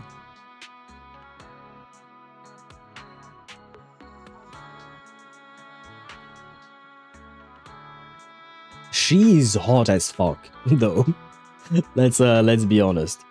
Default Awaiting is your better. orders. Yeah, I do prefer the default one, and I mean she's still very exposed in some areas, but I still prefer the default one. Just like, you know, I really like Zani's second outfit. You know, the paid for skin that I purchased for her, but I prefer her default outfit.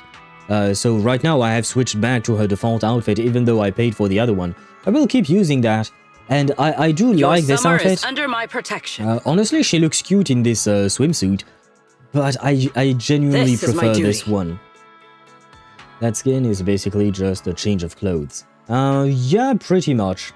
Swimsuits for fighting doesn't make sense. Lene is different. Yes, absolutely. And that is why she's the one exception where I actually purchased her summer outfit, you know. You can get it anytime. Yeah, Whether but it is vacation to or be combat, fair, neither can be taken lightly. the discount only lasts for the next 19 days. And honestly, you take discounts whenever or wherever you can get them. You know what I mean? Not bad. Good shapes. Very good shapes. I mean, let's be honest, Kuhani. Have you seen a single character, and I'm talking about adult characters, I'm not talking about the children or teenage characters. Have you seen a single character in ZZZ that does not have good shapes? But she looks ready for combat in that skin, like cut side of that pants. You have the same skin exposure in both skins. Yeah, but one looks more professional than the other, in my opinion. I bet bro would buy Evelyn's skin even if it was a swimsuit. Depends on what it looks like, but there is a high chance, yes. Because Evelyn does remain #1 waifu after all. What do you mean Ben has the best shapes? What is wrong with Ben? Do you have a problem with Ben, Kumo? He has the largest... We talked about this last time we streamed ZZZ. Ben has the largest chest in the game. We were talking about boobs at first, but then we expanded to chests in general. He has the best of shape. He is in the best of shape as well.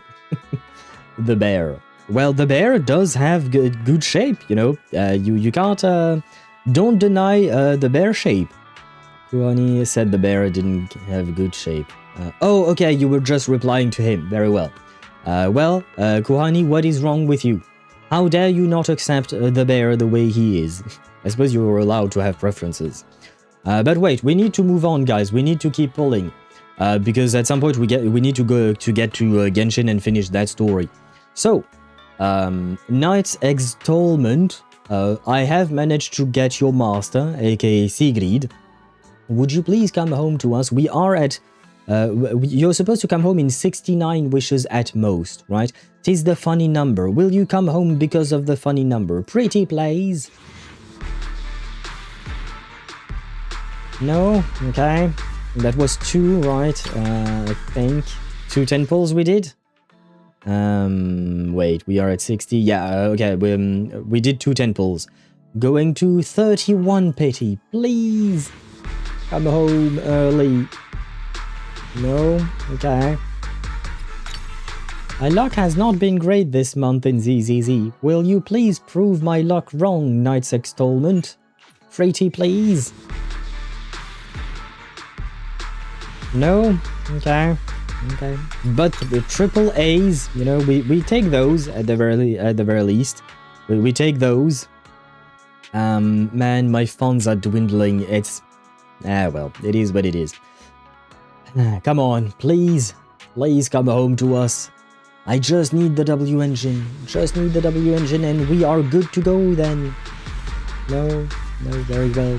And hello Ethan, welcome to the stream. I hope you're doing well. Welcome in. And I am playing ZZZ. We're just doing a short pulling session in ZZZ because I wouldn't have had the opportunity to do that before the next patch. After that, we are going to jump on to Genshin Impact to finish the story. You better not lose this. I really hope I'm not gonna lose this. it would be somewhat very painful. 29 to go, so could it be this one? At least we don't go all the way up to hard pity, please. Come on. Oh, fuck me. Okay. Okay. As long as I don't lose the 75-25. It should be this next pull, right? It should be the next pull. We are at 19 searches away, so we what? 61 pity, if I can count right. Going to 71. Come on, please. Please let it be this one, and please let it be a win. Okay, it is this one. Good. Good, we appreciate that. Okay, we got 2 A's and 1 S. Come on, Knight's Extolment, please. It's going to show up a bit late, though. Come on, okay. Sokaku's W engine, we appreciate, why not? That was Lucy's, I think. That was Kaboom the Cannon, right? Those are good, good... Yes, thank fucking God. The Uma was nice to me. The Uma was really nice to me, thank you. You came home late, but we are just happy that you are here. I have to admit that these past few days, in real life, like, let's talk for real, these past few days have been days of all times, and not the good kind. So I'm just relieved, you know, I'm just relieved. Thank you for coming home to us. And now I can die in peace, I guess. Cheaper than Remiel, absolutely. I am still mad at Remiel for that. I'm still very mad at Remiel for that. But you know, it is what it is. Let me check how much pull I have. Let me check that. I want to check what are my chances of getting M6 Evelyn now. Let me check.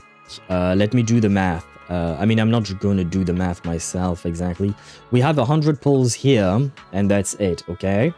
Where is my calculator?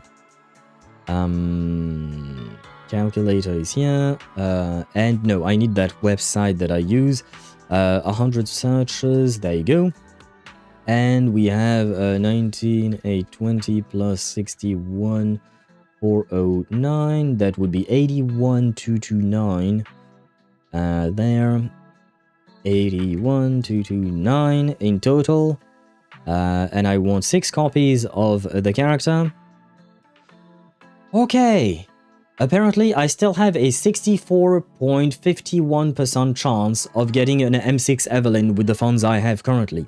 Knowing that I'm probably not going to pull a next patch, because I believe it is a Claret's patch, and fake sucrose. So that means I will be able to save the entirety of next patch. So, well, it depends, unless there is an Evelyn rerun. But still, 64%, you know, it's 2/3% to be able to get her. Did you calculate the dupe material too? I took into account what I've already had, what I already have, and I am not doing the math myself. There is a website, and if you want, actually, I can share the link with all of you guys. There you go. It's a website that allows you to calculate what are your chances of getting X characters, X copies, etc. I don't know if it takes into account the fact that you will get... Yeah, no, it can't take into account the fact that you will get refunded pulls afterwards, you know what I mean? Claret, who is Claret? I only had eyes for the big axe. If you want the big axe, you need Claret, Deidra. She's just a bonus, basically. She's a bonus with the axe. The axe comes with a girl, basically. And Ethan, you're asking what is this game about? To give you a very quick summary, ZZZ is a post-apocalyptic world that kind of resembles Earth, more or less, but is not. Well, as far as we know, sorry. But basically, there is something called hollows, which I can actually show you. Not here. Oh, you know what? I know the perfect area. Scout Outpost. Sure, yeah. Hollows are giant areas where space and time are completely fucked up, and monsters called ethereals show up from that. And this thing, this dome-looking thing, is a hollow. And basically, it is a monster spawning machine. And you're trying to fight against these monsters, you're trying to fight against these hollows, but you're also trying to figure out the truth about this, Sparta_4 on Twitch says, what is happening. if you do Genshin exploration, the house place from World Quest 1 you did for chests and stuff, I can basically sum it up as incoherent screaming. If you do exploration, the house place from World Quest 1 you did for chests and stuff. You can basically sum it up as incoherent. I'm not sure what do you call that? What incoherent? No, I understood what he meant, Sparta. No worries. I know what he meant. House of. Wait, wasn't the House of Herpetides the one with the wedding? That was the place of the wedding. Well, just one for Gary. Okay. But why incoherent screaming? I thought it was an interesting quest. Plus, it was not voiced, so I am confused. Not gonna lie. Let me give you your thingy. Like I said, I should have farmed everything. Oh shit. I had farmed everything.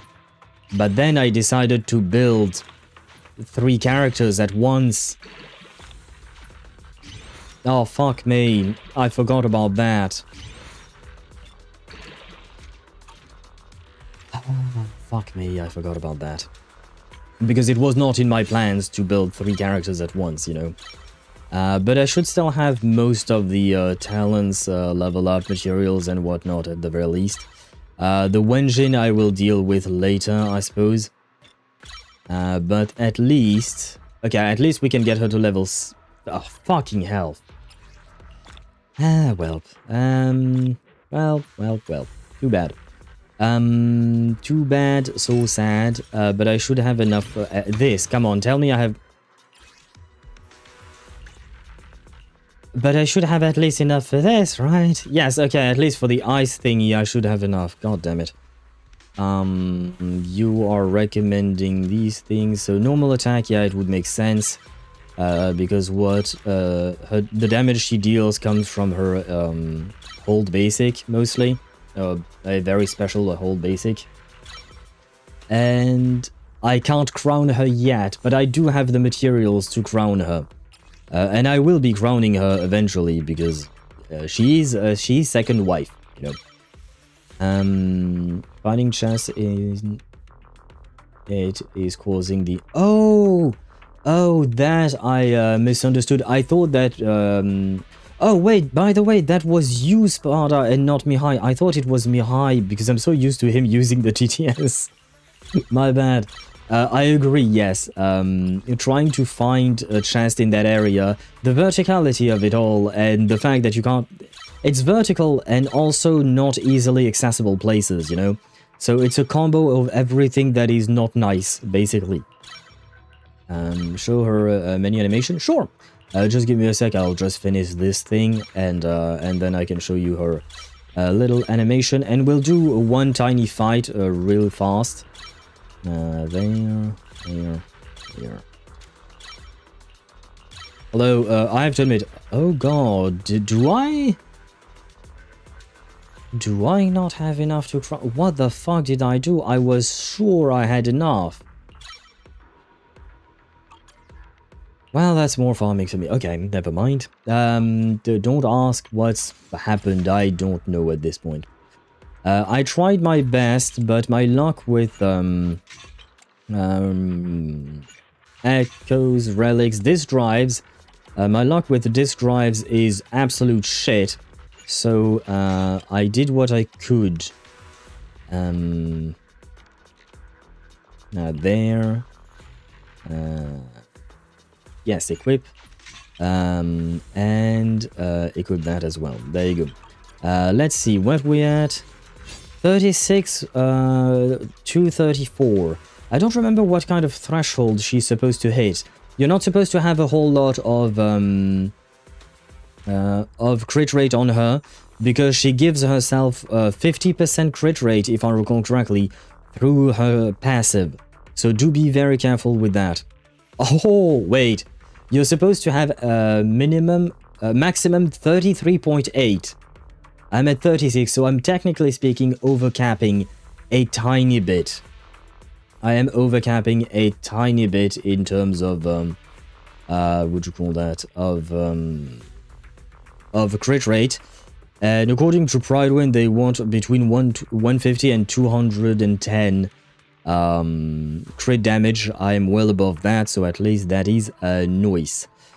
And yeah, fun fact, pen ratio is actually quite a bit better than ice damage. I see that as well on Pridewind's website. I don't know if I have penetration on this specific set. I mean, I have the one on Evelyn, but I'm not stealing from Evelyn. But I have the ones that I've been trying to build for Evelyn, I suppose. I want the one with the most amount of crit damage, because I don't really need the crit rate. I guess we'll go with that one. We could go with that. 41 to 29, we are overcapping on crit. I will keep building her. This is not done yet, of course. Because I've had to build Remiel, Vivian, and Jane all at the same time. And I wasn't even ready to build any of them, because I didn't think I was going to get any of them. So this is a work in progress, as always. 2-piece Puffer Electro is also the 2-piece that's recommended by every guide I see, besides Burden. The problem is, I don't think I have pieces of Puffer Electro, I think. Because that's a set that I haven't really farmed at all. Yeah, no. That's the reason why I went with Branch and Blade, is because that is one of the sets that I farmed the most. So I had a lot of pieces to get that. So yeah, point is, what do you call that? I don't know if I'll farm the 2-piece Puffer Electro. Maybe there could be eventually. Right now, I just wanted, you know, to be able to get to focus somewhat. And wait, you know what? Let me there you go. Enjoy in the meantime. Enjoy these animations. But yeah, this is just to have her ready for now, you know. But eventually I will try to perfect her build over time. But I do thank you, Kumo, for sharing the information. But there you go. Deidara, you wanted to see the animations she has. Can I show my horse build? Not today, no offense. It's just that we are already very, very late. Oh my god. And I just saw what you sent me, and oh my god is all I have to say. It is really cute, but oh my god indeed. Why, by the way, why do you want to have why do you want to make a This is my duty. What's the word for it? A twerking owl. Why is there a need for a twerking owl in the first place, you know? I have to ask. Oh, there. Let me show how she works, I suppose. But yeah, we need to get going because it's already been 1 hour and 44 minutes. And we need to start Genshin because we still have a lot to do in Genshin. So yeah, let us start the fight. Hold the line. Blitz. Even the frost trembles. Yeah. Anya, I would just wanted to find. Indomitable. Victory. Watch. Don't blink now. My spear knows no hesitation. Move. Gallop. Final strike! Well then, the experiment. The battle is ours. What? Oh. I guess, wait, is the sound really loud or is it okay for you guys, by the way? Because I didn't check for ZZ's sound. Research-worthy target! By the way, are you... okay.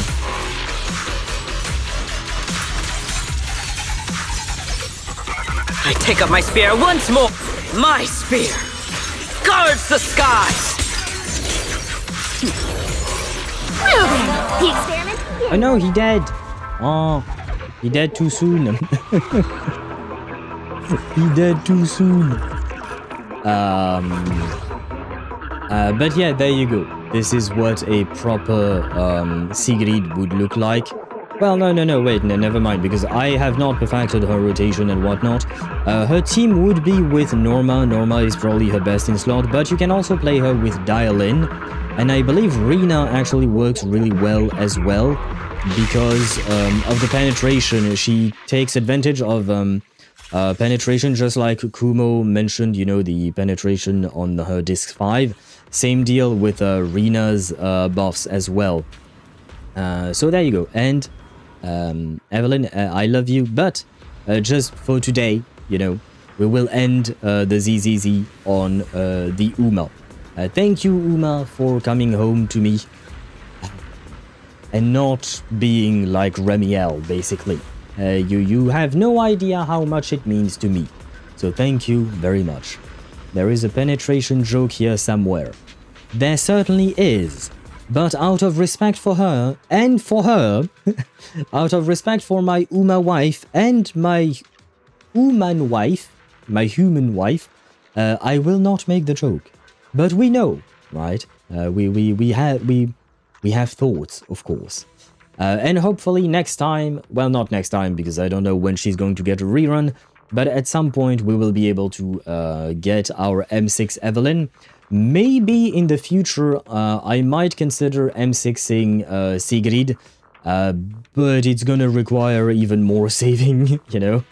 So we'll see about that. One M6 at a time, you know? But eventually, it would definitely be quite nice if I could. Now then, switching scenes back to just yapping while I quit the game.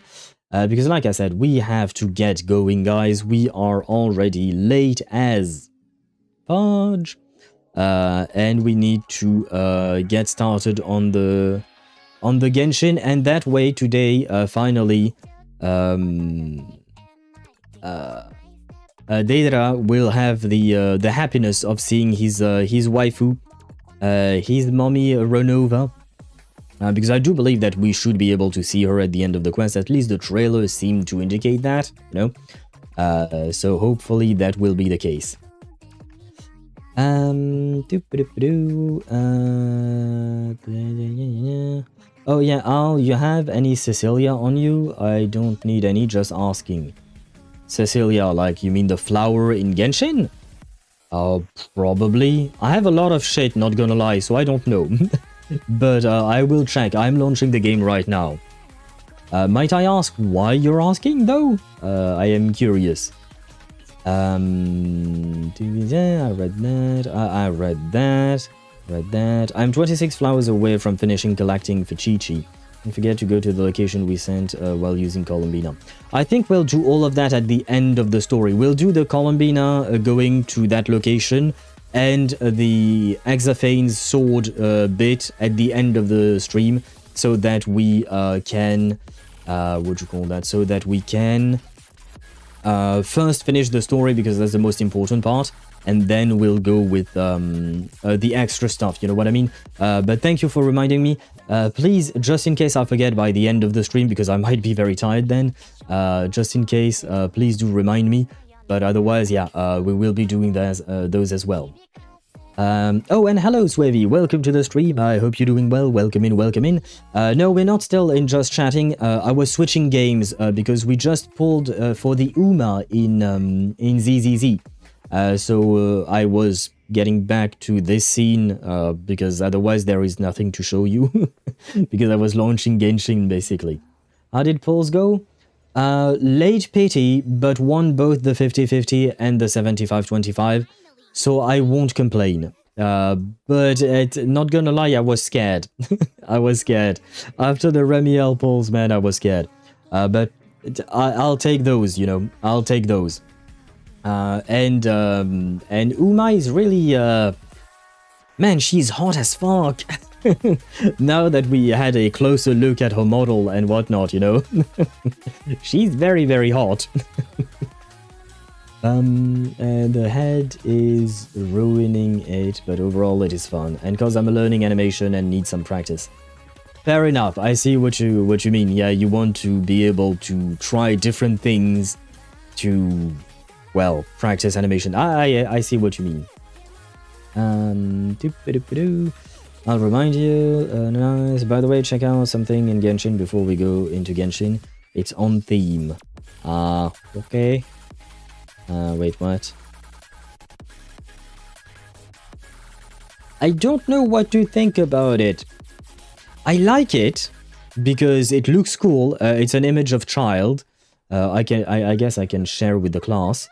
Let me do that in just a second. No, I don't want to capture Firefox. I want to capture Discord. There. Transition. Yeah, there you go.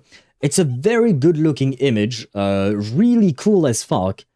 But I don't know why, but Child or Tartaglia has always been kind of a goofy character in my eyes. I know he can be very serious and super badass, don't get me wrong. But I don't know, there is this goofiness to him that doesn't mix well with this depiction. There is a disconnect between what is happening in my brain and this, but it looks awesome. Let me be clear, it looks absolutely amazing. And thank you for sharing it with the rest of the class. Let me go back to the game. There you go. Abrupt transition as well. And let me switch the... what do you call that? Now we're back to Genshin. There and there. Phew. Okay. Oh, and by the way, you can expect some polls tomorrow as well. Because tomorrow we are playing NTE, you know. And you can expect some polls because it's not just that Zonko is hot, but on top of that, apparently Zonko has her best team with Daffodil. And Daffodil is my favorite character in the in NTE. So if I can make a proper team directly for my Daffodil, which I don't have yet, but tomorrow we can actually go for the selector. We are getting the 50 pulls in selector, so we can go for the selector, select Daffodil, and then also pull for Zonko. The only problem is I only have like 50 pulls saved because, well, you know, I barely started the game, and technically I've played quite a bit. I've done a lot of the side quests and did a bunch of exploration as well, but I'm locked. There are several things that I can't do because I need to do them on stream. I want to discover them on stream. Like, for instance, there is the witch's house, I guess, and it's basically to her place that you give the oculi that you find. But the problem is, I want to meet her on stream and see her on stream because it's linked to a character, to GUU1, if I recall correctly. So it's not just like talking to a random statue like it is in Genshin or what's it? Or Wuthering Waves. There is a dude you can talk to, but he's not a playable character or anything like that. So yeah, there are many things, rewards and stuff like that, experience points that I'm missing out on because I'm stuck and I'm waiting for the next stream. So point is, I tried to get as much as I could, but it ain't easy. And I am closing in on 1.5 million funds. I am kind of proud of that as well. Anyway, NTE is not for today. That is for tomorrow. I just wanted to give you a little teaser so that you would be excited for tomorrow. I don't know. I am excited for tomorrow, to be fair. I really want to continue NTE. Really enjoy my time in there. I wish Child was actually hot. Oh, come on. He's a good-looking man. He might not be your type, I suppose, but in my opinion, he's still a good-looking dude. He can aura farm, and he's still growing, so he can pull it off eventually in character. Yeah, no. It's just, you know, we are used to seeing him being somewhat goofy, easygoing. Let's be honest, a child is a very easygoing character. But when he locks in, he locks the fuck in. You know what I mean? Well, you can lose the 50-50 to Caesar. Yes, you can lose the 50-50 to Caesar now. You can choose in ZZZ. You can lose your 50-50 to Caesar, Juyuan, or Yanagi. You can add those three to the list. And Lemao Nekomata is so good that the game suggests you to replace from the 50-50 list. Nekomata is not too bad now that she's got a rework, isn't it? And I've heard an M6 Neko is as good as an M2 Chungus on specific bosses. The buff to her was pretty substantial. Oh, damn! Yeah, I mean, it is very substantial. I mean, it's still a comparison between M2 and M6, but it is a 1.0 character versus a Void Hunter. The most recent Void Hunter. Well, I guess not. We had Ramiel Dispatch, I guess. But you know what I mean. That is huge for the cat. Good for her. Wait, Swevi, do you have an M6 Neko? Because I think you have all of your standard characters at M6, don't you? Or am I misremembering? Like M20 plus, okay. I see, yeah. Okay, it is as I thought then. Have you tried her out then? Have you tried her yourself, maybe? Thrain gave Tartaglia his army, so... And he literally was assigned an entire army by the captain. Yeah, and that does show how much promise Capitano thought Child has, right? And Zanpakuto... Yes, we are going to pull for Zanpakuto tomorrow. I am also very curious to pull to meet her in-game, not gonna lie, because... Usually, I don't pull characters that I don't know yet, you know? Usually, we've seen them before. The problem is, I'm starting the game late in NTE, so it's kind of a weird thing, you know? But we do what we can. Oh, and by the way, meet my team. Nicole, because she's wife, and I do not wish to abandon her. And as you can see, she does have 4,000 attack, even without the double, the double pyro buff. It took me a while to get there. But, and of course, triple crowned, you know. And then we have the Traveler. I might be lacking a bit in terms of attack, but I think I make up for it in terms of crit ratio. Weapon is still at 80 because I haven't gone to level it up, sorry.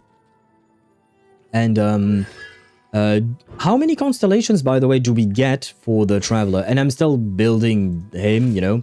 Same deal here, I'm still building her slowly. She's still level 70, I don't have more stuff. I put her on Favonius, but I might change that in the future. She's on Tenacity of the Millilith. You know, she is C5. I'm crying, triple crown Nicole. Ah, yes, absolutely. Do not triple crown your Nicole. If you're strapped for cash or strapped for, strapped for resources, do not triple crown your Nicole. That is utterly useless. I did it because she's my absolute favorite character in the game, but this is not a resource-friendly thing to do. But damn. The tutorial for that thing just removes Nekomata. I don't know what you're talking about, Daedra. I'm sorry, I got a bit confused. Lost my 50-50s this time to her and Grace. No, I think her W-engine skills and discs aren't farmed out yet. I have leveled and core ability leveled, but not those things. Do you mean for a Sigrid or for someone else? Wait. Too many conversations, Neko. Oh, is she getting a new disc? Then, I guess. No, I do not play her. I have never built or played. Oh, do you play her? Okay, yeah. Oh, okay. You didn't. Okay. You don't really play her because you didn't completely finish building her. Basically, is what you're trying to say, right? Okay, my bad. Like I said, I'm following like 3 different conversations. One with Sparta, one with Data, one with Mihai, one with Ktosh, and one with you. So never mind, that's 5. Completely separate conversations. Yeah. Yeah. Please forgive me. Also, I don't need to play her. I suppose not. I suppose, wait, your Chongus is M6 probably, right? I think you liked her well enough to M6 her and not just to stop at M2. I think. Yes, okay, yeah. If you have M6 Chongus, you don't need... whether Nekomata is M6 or not, you don't really need to go back, right? I'm finally done with the flowers. Congratulations, Mihai. Right, I didn't even do that for Kinish. His attack is at level 6. Really? Why not? Isn't he your main? Isn't he your main? Oh man, why not? Poor Kinish. But yeah, team with Traveler, Yai Miko, because we love the Yai. Did I switch her weapon? Oh no. Oh right, I forgot I put her on that set. I might change sets depending on what I look at in terms of calculations for Stellar Conduct now. And now the little Chi-Chi. It really makes me feel bad, you know, Chi-Chi's life situation and all that. So we're gonna play this on stream. Off stream, I will keep playing my wife and husband team because I genuinely enjoy it. But on stream, we can play this because it's a bit more lore accurate, I suppose. Does she get crit rate? Yay? I don't believe so. No. Not as far as I can remember.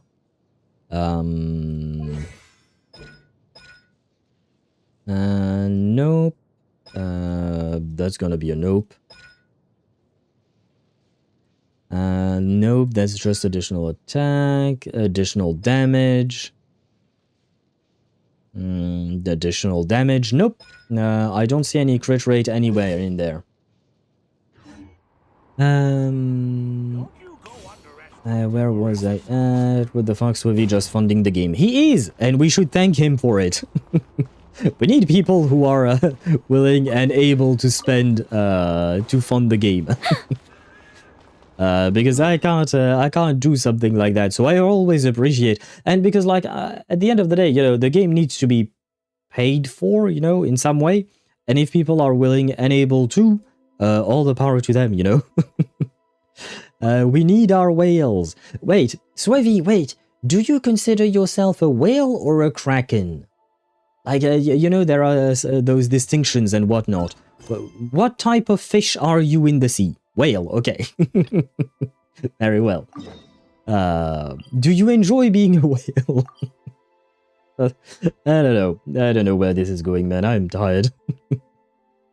And one of these days I'll have to redeem the all my feathers for all character account review. Why not? But that would take a lot of time because you have a lot of characters. Kraken would be everything M6 and all W engines W5. Right, usually you don't W5 your W engines, right? If I recall correctly. You have done it once or twice, no? I think, maybe? But yeah, and on top of that, I've seen some accounts, it was on Genshin, but they had multiple 5-star weapons R5'd, like 5 R5 Staff of Homas and stuff like that. These guys are, they're in the league of their own, you know. Maybe 10 W5 W engines. Okay, still, that's a pretty decent number of W5 W engines, you know. But yeah, there are some who have multiple copies of those, you know. It's kind of insane. Megalodon. Oh wait, no, because then it will make a movie called The Meg with Jason Statham. Did you guys watch that movie? There were 2 of them actually. Just noticed my Chaska doing Stellar Swirl and Stellar Conduct, even though I didn't even touch Ororon or Odette. Only using Chaska's skill. Yes, I believe that would be because she's making the cryo and what do you call that? The cryo, and she's mixing and matching, you know, the elements herself. And Odette being in the team is enough to make the reaction happen because of the Polestar field. I believe that's how it works. Probably a similar mindset to me, just more available funds. Wonder what is going on those people's minds. Well, I mean, they enjoy the game and they just want to see how strong the characters can be, I guess, probably. Maybe collection's sake as well, is my guess. There are probably multiple reasons to go that far in M16 characters and whatnot. And, you know, different people have different ways of enjoying the game, right? What do you call that? I see your question, for instance, Deidara. Do you feel any challenge in endgames? I think the thing is that the challenge is different. Only new DA, adversary mode, and annihilation simulacrum. Right, but isn't also the objective that you have different than other people? Me, for instance, my objective is just to get 25k or 20k, depending on whether it's shield defense or, what do you call that, or deadly assault, right? But usually your objective is to get 65,000 points, right? So, even though the fight might not be as difficult, like you know you can clear the fight for sure, the actual objective you're setting up for yourself is still beyond what others would do usually, you know what I mean? Like there is a bit of a difference between what you expect out of your own team, which makes sense because your teams are M6 characters, you know? If they didn't pull something like that, it wouldn't make sense. But you know, what I'm trying to say is just that with that level of investment, there is a shift in what you're expecting from your team and what challenges you put yourself through, I would assume, once again.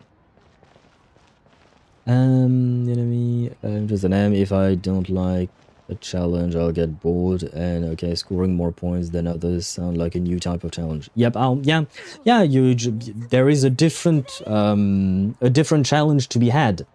Because I don't think I will ever get 65,000 points or anything like that. Because number one, I don't want to try. And number two, maybe with my M6 Evelyn one day I could. But even then, by the time I get her to M6, she'll probably gotten power cracked or something.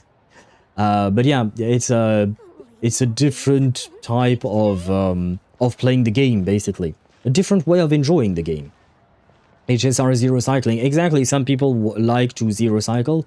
I enjoy zero cycling from time to time, but it's not something that I strive for, you know what I mean? Like, if it happens, that's great. If it doesn't, as long as I get my rewards, I'm okay with it. So yeah, I suppose, you know, different people have different ways of finding their joy in the world. Finally got Chi-Chi to level 70. Let's finally get her new buff. Yeah, there is a little bit of a quest, and it is kind of cute. I kind of really enjoyed spending a bit of time with Chi-Chi, just because I like her as a character. She's a sweet kid, basically, with a very sad backstory. If your character can't zero cycle down to tier 2, some people be like that.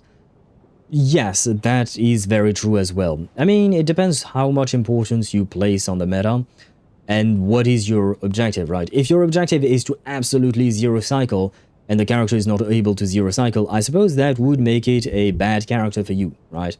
But if your objective is just to clear and your character does one cycle, then the character might be a tier 0 in that person's book. You know what I mean? So different people have different ways of judging as well the strength of characters. Some people's joy is them suffering, looking at you masochists. Well, yeah, you're looking at Deidara, basically. And others. And, you know, like I have always said, to each their own. Have your fun. And happy lurking to you, Sylvie. Come take a look at this. You too, traveler. And just, if you're still hearing it, thank you for sharing your perspective and... Well, I mean, I guess I put words in your mouth, but you kind of confirmed them. But it is interesting to see different ways of how people enjoy the game. So thank you very much for sharing that. Some sort of notebook. What is it for? It's the on-duty logbook for the theater. Kulish was the main person to use it. Right. Oh, right. Yeah, sorry, because too many conversations in Brain, and people have died. I forgot about that. People have died. And the Meg is so goddamn, is so good, man. It is a very funny movie, I'll say, Ktosh. It is funny. You can't take the Meg as a serious movie, I think. It's just a stupid action flick, I guess. You know what I mean? I'm putting myself through suffering with spicy noodles right now, so I'm a masochist too. But are you enjoying the spicy noodles at least? Yeah, they are now cute dead bodies. Yes, I remember that from yesterday. Bon appetit to you, Sparta. He mostly used it to record any unusual incidents during a show, audience numbers, exit times, and so on. It kind of sounded weird because I just talked about cute dead bodies because we talked about it yesterday, you know, in regards to the characters, and I was replying to Deidara, and right after I read Sparta saying yes to my question about eating noodles and enjoying the noodles, but I didn't mention the context, you know, and I just said bon appetit to you right after talking about corpses. As far as I know, Sparta does not eat corpses. I just wanted to point it out. My apologies if there was any kind of misunderstanding. I saw Coolish at the entrance before coming in. I think he was holding this book at the time. Yes, he'd always have this logbook with him when he checked tickets at the entrance. This should confirm a lot of key details about the recent show. So, you find anything unusual? Yes. The number of people. I've checked and double-checked, but the numbers just don't match what's recorded in the logbook. Okay, so some people did manage to sneak in somehow, I guess. Wonder if this is Lady Renova's doing, but why Her Highness will bother with those games? I have to admit, I kind of doubt she would bother with any kind of games. I kind of feel like, you know, when we talk to her at the end of Natlan, and everything else we've seen about her, or what little we've seen about her, I think she would be pretty direct. Like, if she needs to do something, she gonna do it, and that's it, and you gonna suffer. You're gonna enjoy the suffering, but you're gonna suffer. You know what I mean? So I kind of doubt she's doing that on purpose, or doing it at all, as some kind of a game. Last time I checked, I'm not a zombie, but I'll let you know if that changes. Okay. I hope it doesn't, for your sake. My hypothesis is that it may be an automatic system. That is not a bad point. That is not a bad idea at all. Yeah, could work. She can kill me slow. Okay. You've been a bit horny today. I let it slide for Sigrid because Sigrid is wife. But I suppose Renova is your wife. But before you get to Renova, just so that you get used to suffering... wait. There. There you go. Get used to the suffering first, and then, you know, that way you can then enjoy the suffering from her. Apparently, we have an extra person among us.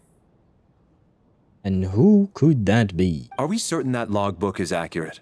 Could someone have sneaked in without buying a ticket or something? Unlikely. Coolish took his duties very seriously. I've rarely seen any errors in his work. Not to mention that this was a dress rehearsal, meaning smaller audience numbers and tighter ticket restrictions than usual. Everything would have been well within his control. We no longer have our tickets with us, do we? They got collected on entry. I assume there's no way we can check them again. Wait, really? Huh? I mean, usually with ticketing systems, like, for instance, when you go to the movies or something like that, you know, you have the ticket, and there is a detachable part to the ticket. So they grab the detachable part, and they leave you with the rest of the ticket, so you still have a proof that you paid to be there. You know what I mean? So, like, did they not invent detachable pieces of paper? Maybe the old ticket system. Yeah, I guess so. I guess so. Ticket to Agartha. Why are you so obsessed with Agartha? You've also mentioned it yesterday, I believe, or something, Tosh. Did you just watch some conspiracy theories videos recently? And thank you for the stretch, by the way. Unfortunately not. The theater recycles tickets. Once people are in the door, they don't tend to leave until the show ends. So we collect the tickets at the point of entry. That's a terrible system, man. That's a terrible system. Too bad Kulish is dead. If he were still around, we could have asked him. Still, I'm inclined to believe that this discrepancy in the head count is significant somehow. Did an extra I person agree. just materialize out of thin air? What if they did? Not in the sense they just created themselves, but you know, just teleportation. Because technically speaking, teleportation is a thing in the game. I know it's a, wait, no, it's not just... Yeah, no, Xiao constantly teleports himself. We saw other Adepti manage to do it. I was going to mention the Traveler, but the Traveler's teleportation system, you know, when we use waypoints, it's a very special system that is only available to the Traveler, as far as I know, which uses the ley lines and whatnot. But, you know, plenty of characters can teleport, right? Xiao TPs, Adeptis in general TPs, yeah. We've seen that plenty of times, so it could happen. Technically, any abyss hole is a TP. Yeah, you know what? Our sister did teleport, right? They created the that portal. Although I don't remember if it was her creating the portal or the abyss mage next to her.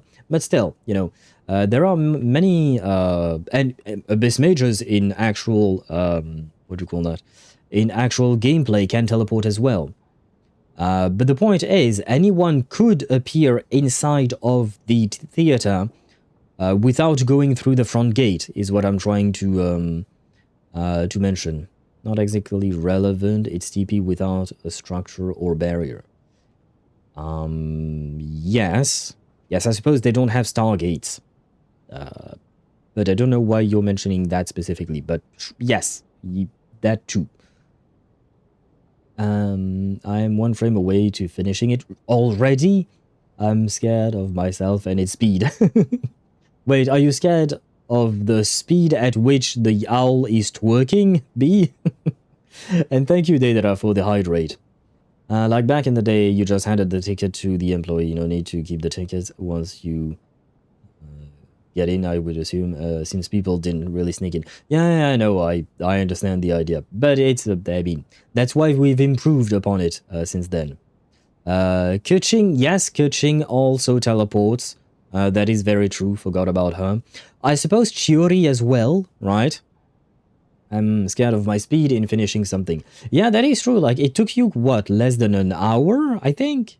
I have to admit, I didn't actually take a look at the watch or the time. Talking about our sister, geez Louise, it's been a long-ass time since the last time we saw her, not counting Notgrai, since that was Rear. It was all the way back with Care Bear. Yeah, pretty much. I wonder what the fuck she's been doing. Yes, it was. Yeah, yes, it was the second part of Care Bear. Yeah, okay. It's been a while. Shiori dashes? Really? Because it almost looks like teleportation to me, but okay. I have to admit, I'm not familiar enough with her animations. Who else? Rear rips open a hole. Yeah. I would assume Skirk can as well, right?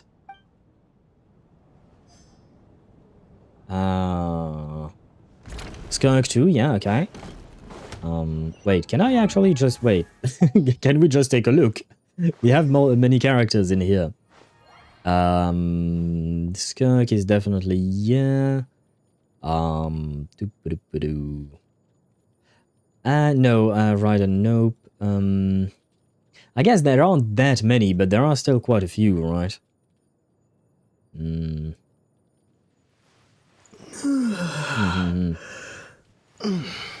Well, I guess we named most. I mean, I don't have all the characters to be fair, but, you know. Yeah, I guess we named most of them, probably. Oh my god, god damn it, Tosh, that was vile. You're gonna get the big bonk for that one. You're allowed to sim for Rear if you want to, but you have to suffer the consequences. So there's like dozens of ways to get into places. Yeah, especially because all of these characters that we've mentioned, I kind of feel like each of their teleportation is different, you know? They all do it in a very different way. So there are ways to get inside like this. Oh, Tonya, by the way, we need to take care of her. Did you find anything? Not yet. Still looking. So... Are we supposed to be looking for something paranormal? I think I'd prefer teaming up with you than looking around on my own. Very well, very well. And oh, by the way, I said thank you to Deidara about the, what you call it, the hydrate, but I didn't actually hydrate, so thank you once again. And Tartaglia can too in Foul Legacy if he marks the target with his lance. True, true, true, true. I forgot about him, yeah. And I guess Arlequino is just really, really fast, right? It's not that she teleports. I'm mostly thinking about the boss fight we had against her. She wasn't actually teleporting, she was just extremely fast to the point where it almost seemed like teleportation, I think. Yeah, Arle is wicked fast, okay, we agree on that. This looks like somebody's notebook. Shall we read it together? By the way, do we know how old Tonya is? Well, it and doesn't Tuser? look scary or anything. So I guess it should be fine. Because if Tuser, at the very least, he was a tiny kid, you know, 5 years old, 6 years old or something like that. But I guess early teens is what we said for Tonya, maybe? Alright, let's read it together. And her opening the portal is a ritual, so her portal is very slow and very specific. Yeah, very true, very true. You know, hearing Traveler talking more is kinda scary. Why scary? Zach's voice is beautiful. And by Zach, I mean Zach Aguilar, the voice actor. But, why do you find it scary, V? Tonya looks like 16 or 17. Really? I would have given her, at most, I would say 15. But I would say 13 or 14, personally. I love it. We have the continuity. I am at the lowest in terms of age. Then there is Sparta, and then there is Deidara. I will not elaborate further. Why? Do you have actual information to know how old she is? Because I have no idea.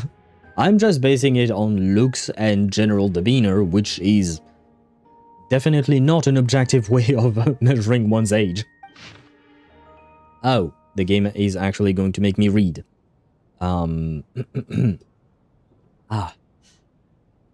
Okay, I can do this. Everything's gonna be fine. Just for the quick explanation, I believe I've mentioned it yesterday, but the day before, on Tuesday night, well, technically speaking, I went outside of my home at 2 PM on Tuesday, and I came back home at 6 AM on Wednesday. And I went to 3 different bars, which were increasingly louder, which meant that I had to use my vocal cords more and more and more as the night went on. And, in real life I yap as well, you know. And, yeah, my vocal cords are dying, so... Now that I see reading, I am scared. Because I still remember, you know, that one time where we spent an hour reading shit that... it was in Notcry, right, that it happened, if I recall correctly? But yeah, the game just threw an hour of reading into my face. And I can't do that today, man. Not today, please. A letter in a diary. You once told me I would understand someday. But even now, I still don't. I don't believe anyone should be forced to abandon their homeland because of a change in power. She never considered the feelings of us water imp nobles. Every inch of this land reflects memories of my childhood. If I close my eyes, I can still hear everyone's songs echoing everywhere. I will not forgive those who drove us away. And I miss you very much, Mother. I often find myself missing that dress with the tassels, the heavy bed curtains, and the first rays of sunlight that would stream into the manor each morning. But it's all right now. If I narrow my eyes just a little, the light seeping through a crack backstage feels just like the one in our manor. I know that life is gone forever, and I can miss it all I want, but I also feel that what I have here now is no less than what I've lost. The fantastical sets designed by the prop master, the many fans who come all this way just to see me, and the quiet dancing girl who doesn't talk much. These are all mine. I won't lose any of it again. Never. Absolutely never. I joined a rather remarkable organization, though I can't tell you its name. Whatever that great figure intends to do this time, there should always be someone looking out for the misfortune of ordinary people. That's what our organization exists for. Even now, I still don't understand her. Why is it that those in power always seem this way? They clearly have the ability to bring greater happiness. Some say she has her own difficulties, but what could possibly trouble someone so seemingly omnipotent? Never mind. I should just focus on what I can do. I suppose you'll hear about our organization sooner or later. Its name is... never mind. I'll leave it a mystery for now. I wonder who that is. Kind of, maybe... No, it should be Vodinitsa, right? Vodinitsa. It's not a Vodia, it's Vodinitsa. Anyway, it's singing lady, basically, I think. Oh, is it Odette? It's not, because she says us water imps. Yeah, she never considered the feelings of us water imps, nobles. And, well, you know, Odette is not a water imp, is she? As far as I know. I mean, if Tortilla is the oldest, he's at high end of 20. Yeah, I wouldn't go past 20, high end 20 as well. Info that I found on Ether Mains. Oh god, please tell me they're not just trying to ship Tonya and Ether. Is that why they found some information? Then Tonya is a few years younger. Yeah. Tuesday mentioned, but not the same. Not the same Tuesday. Yeah, I'll check DMs again. It's done already? Oh my god. Oh my god. Why my owl has a fat ass? Can I share with the class, by the way, B? May I share with everyone else? Wait, why is it? Why does the... yes, okay. Just a quick second, because it is a beautiful artwork. Also kind of cursed, but still beautiful, you know? Be prepared to see my ass. Let me flash my ass to you guys. Well, my ass according to B. There you go. I hope you're enjoying that. Yeah, the better to twerk with. The what? The better to twerk with? What do you mean, Kuani? Do you enjoy the ass twerking? I really do. It's really cute. But might I ask, why did you choose, like, I know you said, B, that you wanted to learn and practice animation. Why twerking specifically? Why twerking with fat asses? Specifically. The bigger the butt, the better the twerk with. Oh, maybe that's what Kuhani meant as well. And Ktosh, you know damn well what the X is for. Damn, owl is thicker than a bowl of oatmeal. Yeah. I don't think I've ever shown my ass on stream, but I see what image B has of me. Because it's easiest to do first. Twerking is easy, you mean? I will take your word for it. Because it's a pain in the ass to do. I would assume if twerking was a pain in the ass, you probably wouldn't want to suffer that, most likely. And a highlight message. Oh, and hello, Nika. Welcome to the stream. I hope you're doing well. Welcome in. I am depressed. I spent 55 pulls on Dial-In and I've 35 pulls left to get her guaranteed. I wasted all my 45 saved pulls to get her guaranteed. Okay. I mean, wait, you spent 55 pulls? Okay, so... Okay, so basically you spent it all. You spent everything you had. But wait, did her banner end? No, it just started, right? So you still have some time to get her, right? Plus I already did 4 frames. This is my 3rd time doing a 5 frames one. And I do notice the tail flapping as well. But it is very cute and very pretty. I do thank you for taking the time to make me twerk. I don't know if that's a good thing or not, but thank you indeed. Oh god. Anyway, let me get back to Genshin because we have a lot to do, guys. You guys keep distracting me. You guys keep distracting me. I will blame all of you.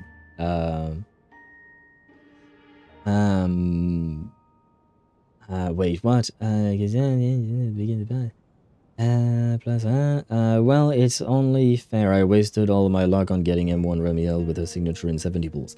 Yeah, I suppose, you know, it is to bring a balance. It has to be balanced out somehow, I suppose.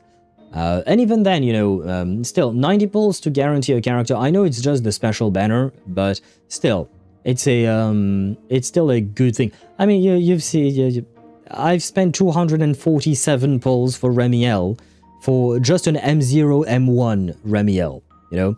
So, you know, could be worse, you know, could be worse. So bird, so Chloe, that is true. Birds do have a special name for their butthole, after all. What now? That is the proper term, because the birds are not a one-to-one copy of well, other animals or like what's the word? Mammals, I guess. Yes, mammals or even other types of animals. Really. Birds have a term for their booty. Yes, yeah, because it is a dual purpose asshole, and it does not function exactly the same way as humans do. They don't just poop out of there. There are other things. Well, I mean, the what do you call that? The egg you eat. It has to come out of somewhere. You know? Well, it's bad for my account economy because I want to get Nongong 3.2 rerun banner. Wait, just... wait, 3.2... yeah, okay, yeah, just so you know, it is in the rules, but we do not talk about leaks on my stream. Because I believe, yeah, there has not been a stream announcement for the banners of 3.2. Whether the... I guess we at least know the upcoming new characters, but I don't think we know the actual characters, the rerun banners at all. But yes, please do not mention leaks anymore. It's okay. I can understand we all make mistakes, and hence why I'm just telling you. We shall not speak of the subject anymore. But I understand that at the end of the day, regardless of what banner might come next patch or not, I suppose you have to make choices. But it's not like Nongong is not going to come back later as well, right? Because wouldn't it be like her first rerun? So she should at least have a second rerun and probably a third one as well. It might take a bit of time, but at least eventually, or even if you're very lucky, you might be able to get both. I wish it was quicker for us, not for birds. Why though, Ktosh? Why? And why the Kurukuru as well be? Not me struggling not to try and grab father. Oh, Yes, that too. Yidari when? Unknown. Maybe when there is a next character that is somewhat relevant to Rupture, maybe she could have a rerun at the same time. Because music is so depressing. It is. I am listening to it as well. It is eerie. I think that's the best way to describe it. Eerie and sad, and it makes you feel uneasy, I want to say. Because you feel like there is something wrong, right? Huh. This has to be Vodianitsa's writing, okay. surely. Tis the singing lady's journal. Maybe it's a little rude for us to peek at this. I feel like I just read someone's secret diary by accident. Well, since it's an accident, it should be fine. It sounds like she's writing this for her parents, right? I don't understand. Why put this stuff in a notebook instead of mailing it in a letter? Well, I mean, I do have one, what would you call that? One idea. Her parents are dead, and the only way to talk to them is to just write. Yeah, Sparta had the same idea, I see. Yep, basically. I'm guessing, I don't know for a fact, but, you know, I feel like that's probably the most obvious answer out there. And the Operation Bagel is so boring in action, but interesting in story and exciting in getting polychromes. Wait, what is Operation Bagel? Oh, is that the one where we lost Eos and, well, Eos got kidnapped and, you know, the extraction type thingy? Because I have to admit, I have done very little about it, so I don't know. I simply don't know. Also finished my late meal, but didn't do the dishes because my entire body gonna shut down from pain of standing. The dishes can wait. I'm gonna be honest with you, I do the dishes, but I do them the next morning or the next time I cook, basically. Usually. Like, I will leave the dishes in the, what do you call that?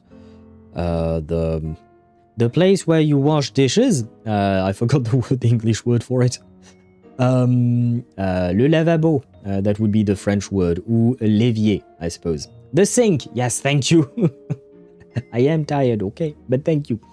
Yes, the sink. I leave them in the sink, and usually I will do them the next morning while I'm waiting for my coffee's water to boil. I will do the dishes, or the next after, like if I'm cooking at noon or at night. When I'm cooking and I'm waiting for whatever is cooking, you know, to, well, you know, cook, then I'll do the dishes at the same time. So it can wait. Well, you shouldn't let them rot for 2 weeks or something like that, obviously.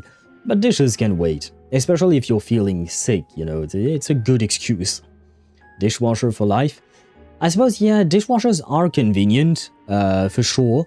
But I have to admit, there is something relaxing for me when I wash dishes. It's not like I will actively try to go out of my way to wash dishes if I don't have to. But there is something relaxing for me. I kind of turn my brain off, and I guess maybe I just like the water or something. And it just relaxes me for a bit. But I somewhat enjoy it, even. Tonya, sweetie, you are your brother's sibling after all. Not sure what you meant, would you call that? What you meant by that. And I understood the French word for sink, because we stole that word for a different item. Really? What item? And what do you call that? The words I used in French are lavabo or l'évier. But l'évier would be 2 words, basically, and I can write it there. Lavabo or l'évier. L'évier, the L apostrophe is the évier, if you want to use it like that. Just so we're clear. Whereas lavabo is just 1 word. Yeah, we stole it for like tubs. Oh, okay. I mean, it still makes some sense, but it's still related, you know. There is still a relationship between the 2 words, I suppose. I just only realized that I've not logged into Arknight's Enfield for a month. Oh no, what about your factories, Nika? Your factories! And no worries, I was going to get to your message. I saw that, you know what, I can... how do I do that again? Reward requests. Oh god, I don't know how this thing works. Can I try to find the refund thingy? Wait. Oh no. No, never mind. No, I don't know. I don't know where that one thingy is. Nika, the sun god? I don't know what you're talking about. I have 1k, 8, I don't mind. Okay. Yeah, because I have to admit I can't find it in the list, the thingy that, Sienna. And I don't know why it's, how it's sorted out, not gonna lie, it's a very weird system. Yeah, I give up, my apologies, but yeah, don't worry, it can happen, sometimes I will miss messages, but oftentimes I miss them on purpose just so that I continue the conversation that I was having about a specific subject, and then I go back to the previous message. Just the same way I saw Ktasha's message and I was going to to get to it. Can you make a poll on how many times you pooped in a day at best? And my answer will be no, even if all of that for that, but I do want to address the elephant in the room, Tosh, and that elephant says no. Yeah, I was exploring Imeth Mains with care of not getting spoiled, and I saw someone doing... You stole my sister to Tartaglia, so I will steal yours. Oh, Ether Mains! Oh my god, I misread. I read as Imeth and not Ether. Oh. And you know what? I think that is something that Tartaglia could do just because it would be very funny. Levier is like the wash or something? No, not as far as I know. No, it's just the thing. It's the sink. I don't think there is I don't know the exact etymology of the word, but as far as I know, no, and I wouldn't know what else it would be. Oh, Al, do you know what is scarier? That work I made of you, I made it through my phone with fingers and not those fancy phone pens. Yeah, you've mentioned that you've been drawing quite a lot, at least, these couple of days, weeks, something, with your phone. Might I ask why? And is it not more difficult? I'm thinking about top up in ZZZ because I want to get Jane. I'm just surprised why everyone connects my username to Sun God Nika from One Piece. Oh, it's from One Piece. Oh, yeah, I don't really know anything about One Piece. May I ask then, if it is not, if your username is not connected to One Piece, what is it connected to? Just my brain trying to find it. Yeah, no worries, understandable. I got slightly spoiled, but it's my fault for being horny. You know what? You admit your horniness, so you can get binabonked, right? It's a light tap to remind you that it's okay to be horny, but there are always consequences. Does me use phone more, and I've been using it for 5 years now. I only got my tablet last year. Yeah, but since you're trying to practice drawing and animation and stuff, wouldn't you want to also practice on your tablet, even though you're because you're already used to phone or something like that? I know a One Piece is a type of swimsuit. That too, yes. But I don't think that was the One Piece that they were talking... Wait, what if the One Piece in the anime One Piece, it all boils down to actually, you know, a swimsuit? That would be a disappointing ending, I would say. Because her water imp parents belong to the aristocracy, who were driven out of Snezhnaya by the Tsaritsa long ago. And now they live somewhere new, where the postman can't get to. Oh, wait, Sparta, we were wrong. Apparently her parents are alive. Probably.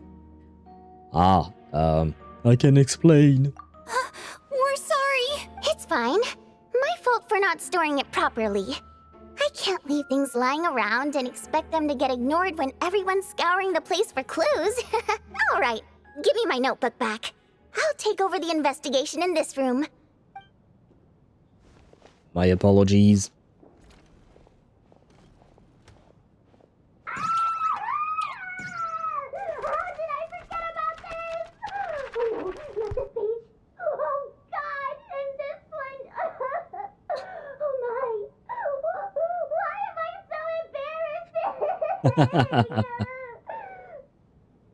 I don't know who the voice actress is for Vodyanica, but thank you. That was a beautiful way of reading that line. Oh god. As I think we need to call Alyosha. Yeah, he might be able to help her a bit calm down, you know. Hopefully. And I mean, you know, it's not like we read everything, right? Just read a couple of pages. I think it could have been worse. Nami in a swimsuit, a better swimsuit, perfect ending. Yeah, wait, isn't Nami already in a swimsuit, in a bikini swimsuit, I think? Well, it is short version of my name. I'm Georgian, so it's a country, and I have a very long name. Oh yeah, no, I know Georgia is a country. It's also a state in the US, I suppose, but okay, yeah, you're talking specifically about the country, and you have a very long name. Okay, very well. Is your name related to... Is your real life name that is very long connected to the One Piece? You don't have to say your real name, by the way, I'm just joking around. I don't want you to dox yourself and give us too much information about yourself, but it would be funny. Do your parents like One Piece by any chance? Don't worry, Nika. I also got confused by my username. I used to call myself Datilzayoi,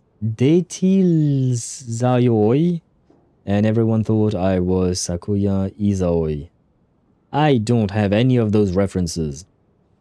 Can you read? No, I can't read this at all. I can't read this at all. I can Google Translate it, but I can't read it at all. Wait. There. The only languages that I can read are oh, okay, yeah. I mean, no. Oh, that's well. I mean, I know how to pronounce the name. It's a well-known name. But there is no pronunciation on Google Translate for Georgian words. Well, that's kind of disappointing. Gregory? You read this. I can't even type. Gregory? What is wrong with the name Gregory? Why not? I mean, it exists. But yeah, I was going to say the only languages that I can read are English, French, because I am French. English, Spanish to a certain extent. I won't understand everything, but I can somewhat read it. If I really try, I can try and decipher a bit of Sinhalese, but it's really going to be hard. And that's about it. Looks a bit like Tangwar. What is Tangwar, Kuhani? I have to admit I do not know that. Regarding Nami, always has been. Okay, so she's always been in a swimsuit. Okay. The Georgian language is the second hardest in the world. I will take your word for it because I have to admit I know very little about your country. I know it exists. I know where it is, and that's about it. That's about it.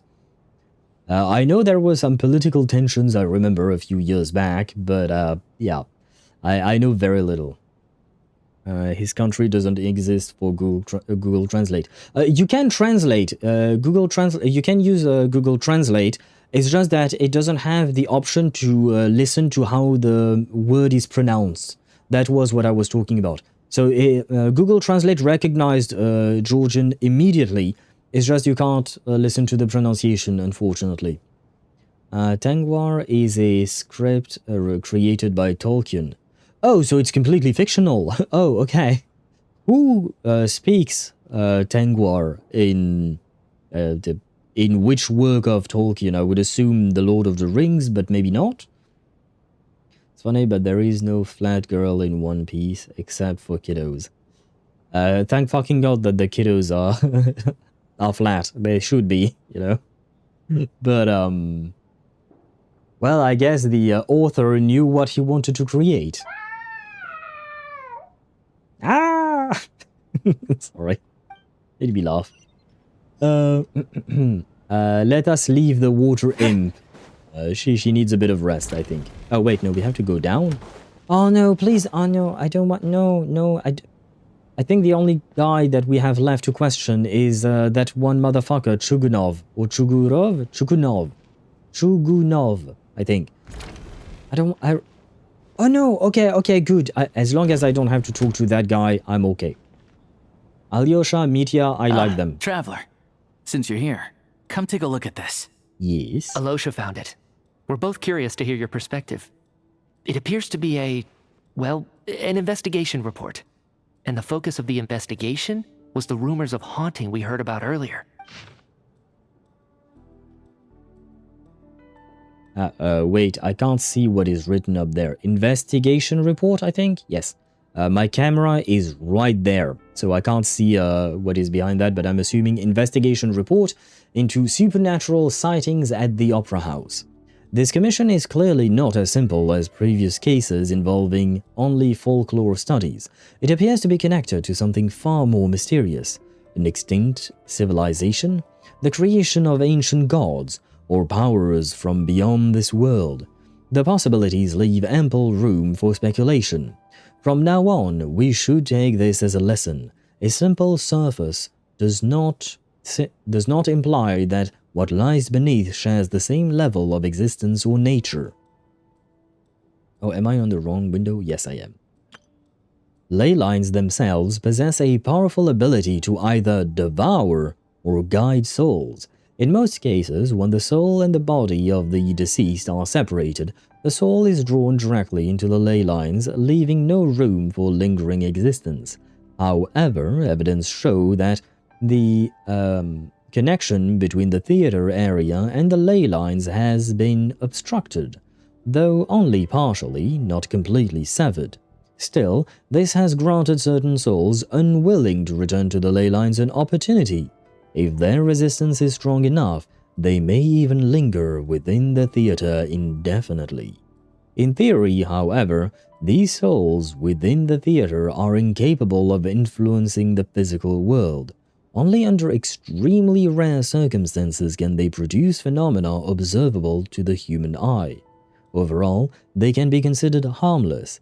This assessment may be convened in advance to the theater's management to reassure them.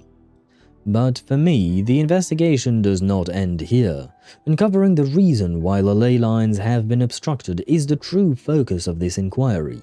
After consulting multiple sources, the most reliable hypothesis at present appears to be the existence of an angel civilization and its preliminary attempts at ley line renovation. There is too little information available here. I must return home as soon as possible.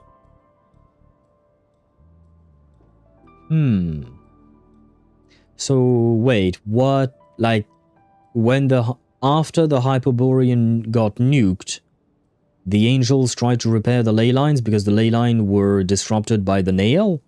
I would assume. If, we were, Hyperborea, yeah. Yeah, but I'm just trying to figure out the timeline. I'm assuming this is after they got nuked. Because if I recall correctly, the nail did have a profound impact on the ley lines. No, Hyperborea was the angel nation. I would not say that. No, Hyperboreans were humans, but they were guided by plenty of angels. But they were humans, because I do remember, like, even when you look at the trailer with Nicole was an angel for sure, but the rest of the people that she guided were Hyperboreans, and they were humans. So I do, I guess the angels were very prominent in the area for sure, but the people itself of Hyperborea were humans as far as I can remember. We need justice for Lady's Diary? Well, I mean, she should have, she said it herself, and she should have taken better care of storing her diary, to be fair. Especially when we're in the middle of an investigation for murders, you know? You can't exactly blame the Traveler or Tonya for finding out a book and trying to find clues.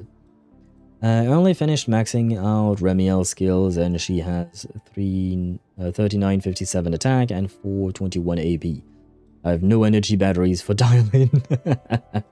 The struggle of having to build multiple characters. Oh, I guess you arrived afterwards, but earlier today, before we got to Genshin, we pulled Sigrid for my account, and I thought I had farmed everything I needed to for Sigrid, but turns out I didn't, and some of the things I planned on using for Sigrid, I used by building Remiel, Jane, and Vivian. So these three completely sucked me dry of resources. I'm talking specifically about level up material resources. Do not misunderstand my words. But yeah, they took everything from me. So I thought I had things and then I didn't.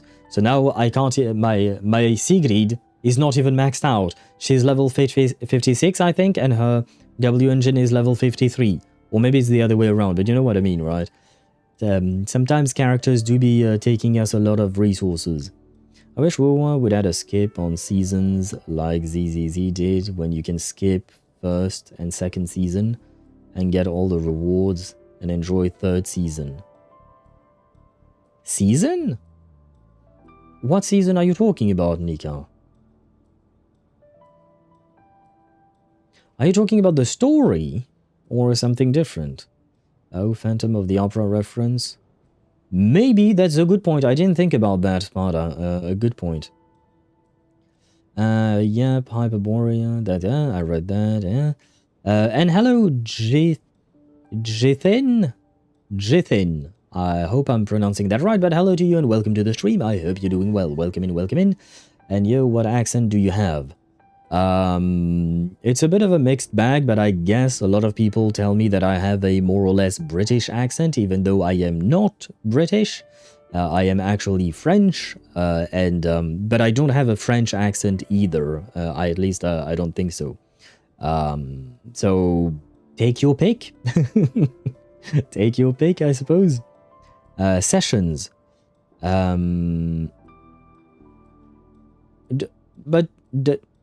It does, doesn't it? The first time you click on the skip button, if you're talking about dialogue, Nika, if I recall correctly, when you click on dialogue, when you're in a dialogue and you click on skip, it will ask you the first time, do you want to skip? And there is a little box you can tick to, what do you call that? To make it so you don't need to confirm for the rest of the day. I wish Rovona would have... Oh, I read that. Oh no, I wanted to go back to Ktosh. Not gonna lie, ever since I met this one girl IRL and I haven't even had time to play Genshin and explore. Like, damn, she's cool, but let me enjoy my employed life. I mean, it's your... at the end of the day, you have to set up boundaries, Ktosh. You are the one to have to set up boundaries. I understand wanting to spend time with a person you really enjoy the company of, but you have to find time for yourself. How much time do you need for yourself is entirely up to you to determine, but it is up to you also to enforce your boundaries and say, hey girl, love to spend time with you, but I need maybe some time for myself. It has nothing to do with you, it's just, you know, a bit of time for myself. It is up to you to just communicate with her. Just tell her you would love to see her, but, you know, sometimes you need to do things for yourself. Koitar and the Voyager created Hyperborea. Yeah, maybe, yeah. I mean, they didn't create all the humans, did they? Because I don't think they did.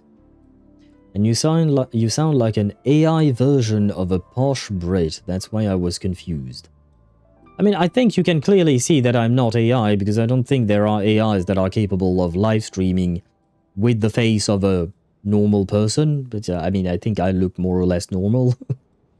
Yeah, the point is that, yeah, the AI part is... And I'm not taking offense, it's just weird to think about AI when you're looking straight at the face of a human being, you know?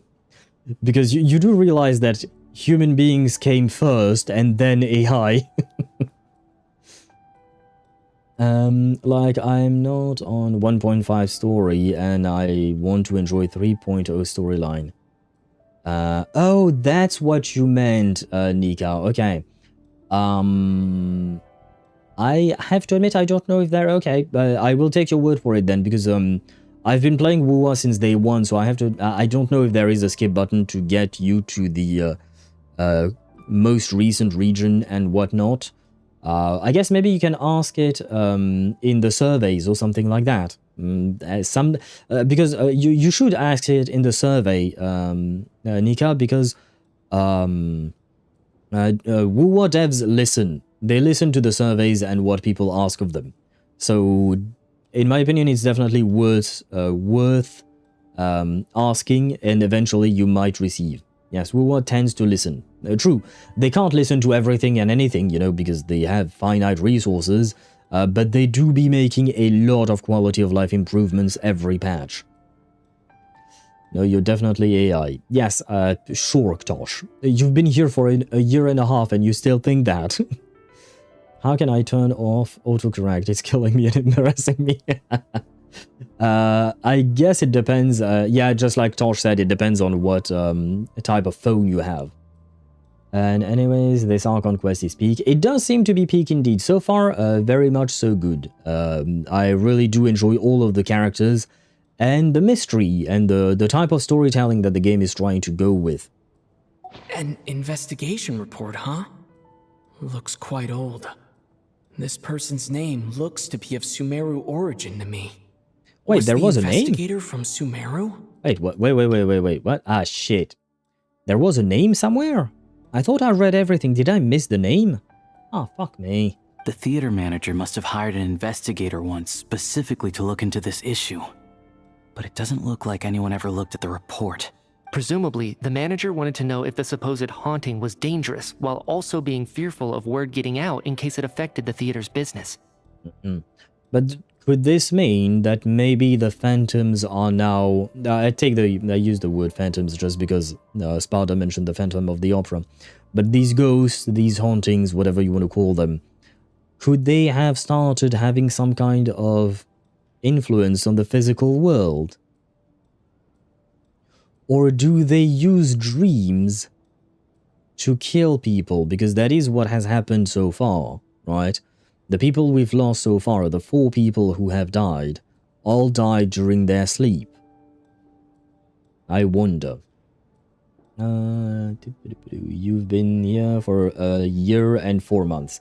Technically, you've been here for longer than that. You've been here for even longer than that, Tosh. If I recall correctly, a tiny bit longer than that, but yes, about a year and a half, I would say. The owl pulled up the history. Yes, the owl, the bot has a lot of functions. You can type !commands, plural, or !CMDS to see all the commands that exist and that you can use with the bot. There are a lot. Fair warning, the bot will be spamming. Well, it won't be spamming, but it is going to send a big-ass message. I think if you found my first account, we would know how long I was here. Yeah, but you changed names so many times, and you have different accounts on Twitch, different accounts on YouTube. It's gonna... I don't know. Maybe on YouTube I have longer. There is no follow edge command on YouTube, because I don't think I can pull up that kind of information. Because YouTube subscriptions work in a different way than Twitch's. So it's kind of a weird little thing here. Anyway, the bottom line is, the haunting is actually real after all. It's caused by an obstruction in the ley lines. Is there any chance this is the key to finally making some progress with the murder cases? Maybe. Leyline problems are pretty unexceptional to me by this point. He's not wrong. While it certainly offers an explanation for the ghosts. Oh, and by the way, I read your message earlier, Sparta. I just didn't reply because too many messages. But yes, a human joined the angels. But does that mean that the Hyperborean society was... I mean, I suppose it was led by angels, but were there no human leaders in there at all? As a descender, he's kind of used to it. I mean, I don't think it's specifically about being a descender, but just the adventurer that he is and how embroiled in every nation's major issues, you know, he always is at the center of it all. I don't know if it's specifically because he's a descender. I guess maybe because in a way, most people wouldn't probably not end up in the positions, or rather they would stop at some point because of a lack of abilities, for one. Because there are things that are definitely unique to the fact that he's a descender, such as his ability to absorb abyss power, right? But I don't know how much of it is influenced by it, but yeah, he's used to it just because he's always dealing with problems. The design artists for Miyabi, Rupture Billy, Jane Doe, Ellen Joe, Ju Yuan, and Yuzuha quit their job at ZZZ and is planning on making their own game. Yes, I've heard about that. I forgot their name, I'm afraid, or at least their handle. But I've heard about that, and I wish them good luck with their game. I thank them for giving us Handlebar, aka Ju Yuan, and even Mibibi, Billy, Jane Doe. They are good-looking characters and all that, so I hope they do well, and I hope their game is just as successful. Hyperborea was a mix. Koitar and Voyager were the head. Okay, most people would need abyssal power to dodge even 20% of the laws we, by our existence, dodge. What laws are you talking about exactly? Are you talking about actual laws, or are you talking about physical laws, the laws of the world? It's hard to imagine what connection it could have to these two murder cases. Some of the language that appears at the very end of the report caught my eye. Angel civilization, leyline renovation? My area of research doesn't touch on any of that, so it's completely outside of my wheelhouse. By the way, can I contact my wife, Nicole? She's an angel. Literally and figuratively, at least in my heart, for sure. She might have more information. Maybe. Huh? A piece of paper just fell out from the report. It landed right by your feet. Let's see. Death is near. Well, ain't that great? It's pretty ominous, no matter how you look at it. How unnerving. It was tucked inside the report, so it must be a note left by the author. Death is near. Is that supposed to be what's going on here? With us, in the theater? Hard not to try and connect the two, given the fact that people have been dying. But if so, how did the author foresee it? Could he predict the future somehow? Maybe things are more complicated than we thought. No, wait a second. If we take the report and the note at face value, they completely contradict one another.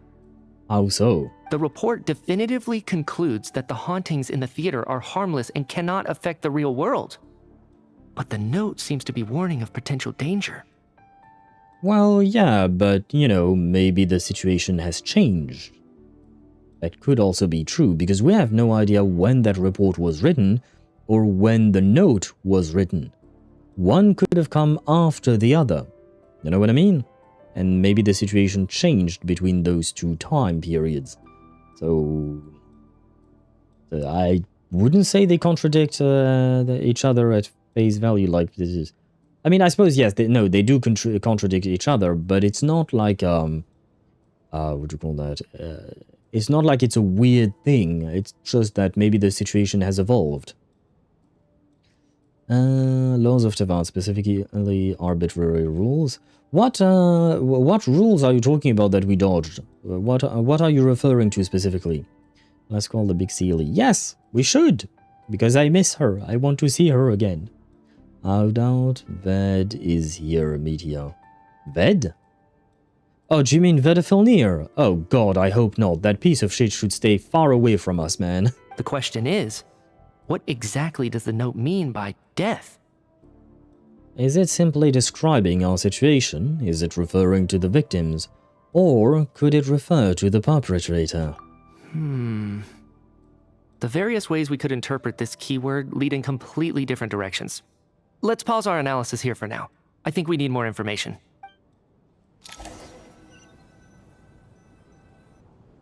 If we take all this together, it's not impossible, is it?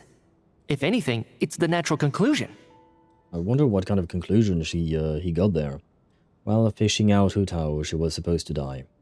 Oh, right, so you mean maybe like defying fate? If you want to put it under an umbrella term, he can defy fate because he has the will to rival that of an entire world and whatnot, right? I see what you mean now, okay. And check Discord. Oh god, what did you send me? Oh, okay, so you can see it, okay. I don't know how long ago that was, but I do remember you joining up around December indeed.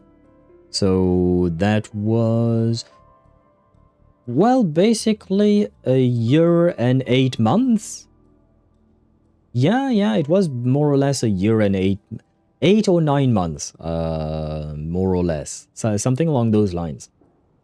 And thank you, by the way, for being here for that long and sticking around. Oh, I beg to differ. This sounds to me like a product of a researcher's vivid imagination. And perhaps it's because I'm still viewing this through the lens of a typical murder investigation. But still, I'm struggling to be persuaded by your theory. If I may, a good researcher should have a vivid imagination, but he should not be writing what is in his imagination on his reports. A researcher should stick to the facts. Unless this is just some kind of a personal diary. But if it is an actual official report that you're writing, you can have some hypotheses and conjectures, sure, but number one, you should specify that they are, and more importantly, you just don't write about anything and everything that comes to mind. Just a little... yeah. Well, I guess it depends on the researcher, but still. That's why I specified a good researcher. Does it really sound that far-fetched? Alright, well, let's treat that as speculation for now. I do agree with what you've said, so let's go with your idea for now. Good. Okay, now that we finally have some meaningful leads, I think it's time to reconvene. Let's get the others. Hopefully no one has died since then. Ah shit, I forgot about Truganov. So, that's about everything we've discovered so far. I'll share my theory first. Based on what we've learned from the logbook, I believe the extra person among us is most likely the killer. If the killer had simply bought a ticket, it would have greatly increased the risk of their identity being exposed. I expect he or she either hid in the theater ahead of time, or found a way to slip past the ticket inspection. They then blended in with the group and waited for an opportunity to strike. What about the note found in the investigation report? Any thoughts on how that fits in? The killer may have simply planted it there as some sort of sick joke. I've seen my fair share of psychopathic killers. They love playing cryptic mind games. I mean, I kind of feel like Valery is mostly just creating a story around the evidence that we found. But the story he's spinning is not the only possible story. You know? So... I don't like the way he's thinking. Like, he seems too convinced of what he has thought of. Even though, in my opinion, we still lack a lot of information to be able to draw any kind of conclusion. What if death is near? Change one letter. Which letter? What are you talking about? And by the way, when talking about death, I think we forgot about one. Wait, what? Death is near. Yes, you wrote the exact same thing. That does not help. Death is near. Which letter did you change? Oh, do you mean... Oh, no, the capitalization of the letter. Because yes, that was what I was actually going to suggest, maybe. You will tell me if you were thinking about the same thing. But speaking of death, there is a lady that we have not seen just yet, you know? A certain lady that is very much related to death, and her name starts with Ro and ends with Nova. And hopefully she has nothing to do with Himeko Nova. But that's... Okay, that was your point as well, okay. But yeah, I was thinking about it as well. However, that would imply that this researcher knew about the existence of the Shades. Because, again, 99% of the population does not know about death, right? She's not death as an abstraction. What do you mean by that? She is death. Yes, she is the ruler of death indeed. I forgot to be alright back, but I'm back. Welcome back, Data. Welcome back indeed. Death is near versus death is near. Yeah, you forgot the capitalization of the D, Ktosh. As like an entity or person / title. Yes. She is the I mean, the woman we see as Renova is the physical representation of the authority of death in the world of Teyvat. As far as I understand it, that is what she represents. It's something that we don't see in the real world, right? We don't have a... I guess she would be kind of like the Grim Reaper, if we would want to take some kind of other analogy compared to our real world. So, it has nothing to do with the haunting of the theater after all. An avatar, yes. A way to... I suppose it's that the concept of death has a way to express itself through Renova. This theory makes sense to me. If we have an audience member unaccounted for, chances are they didn't come here to watch the show. Although it's not exactly that, because it's not like just death is possessing some random human. It is part of her. They are one and the same, you know what I mean? And I think you and I are agreeing on the thingy. It's just I kind of didn't quite phrase it quite well. So I wanted to add the specifications. Could it really be that simple? Wait, I was focused on Renova for a second there, so I kind of missed. Yeah, no, I don't think it's that simple. So, in other words, all we have to do is find out who got in here without a ticket, and all our problems will be solved? Then let me make one thing clear. All the theater staff should be well aware that I came here for the rehearsal legitimately, yes? There's no way I'm the one who didn't have a ticket. Oh god, yeah. Now shut the fuck up and let others speak. It's true. I hear you used every trick in the book to get a hold of that ticket, too. Everything short of throwing a temper tantrum and rolling around on the floor at the entrance. I most certainly did not degrade myself in such a way. I like Vodinitsa. The specific are the problem? The specific of what? The situation or our conversation about Renova? If you had to choose black hair girl or red hair girl. I don't really care one way or another. I've mentioned before, I've dated blondes, brunettes, and redheads, so I think it shows how little I care about the hair color. Well, for both Renova and the situation. I suppose, yes, why not both in this case? Because we don't really know and understand the specifics, because it's not really a concept that exists in real life, you know? I mean, it is an idea that exists in real life, but it is not a... we don't have an actual Grim Reaper that we've seen, just like we see Renova in the game, right? So that part is complicated indeed for the specifics. And same thing here, and honestly, I'm not really entirely convinced by this whole theory. I think they are pushing this theory too fast. Lil_me_high on Twitch says, fun fact, the voice line of When Thunder Strikes for Alyosha, Chevreuse, and Chlorinde correlate with each other. Listen to them when you can. When Thunder Strikes? Oh, okay. Oh, right, okay, you mean, okay, I see what you mean, like, kind of like the Ito line about thunder, etc. Okay, I see what you mean. Sure, let's finish the main quest first, because we are dragging this quite a bit. The full Matrix combo, blonde, brunette, redhead. Yes, I did not date them all at the same time, just so you know. So it wasn't exactly a full Matrix combo, but my experience, I suppose, is a combo indeed. But I didn't choose to date these women because of their hair color.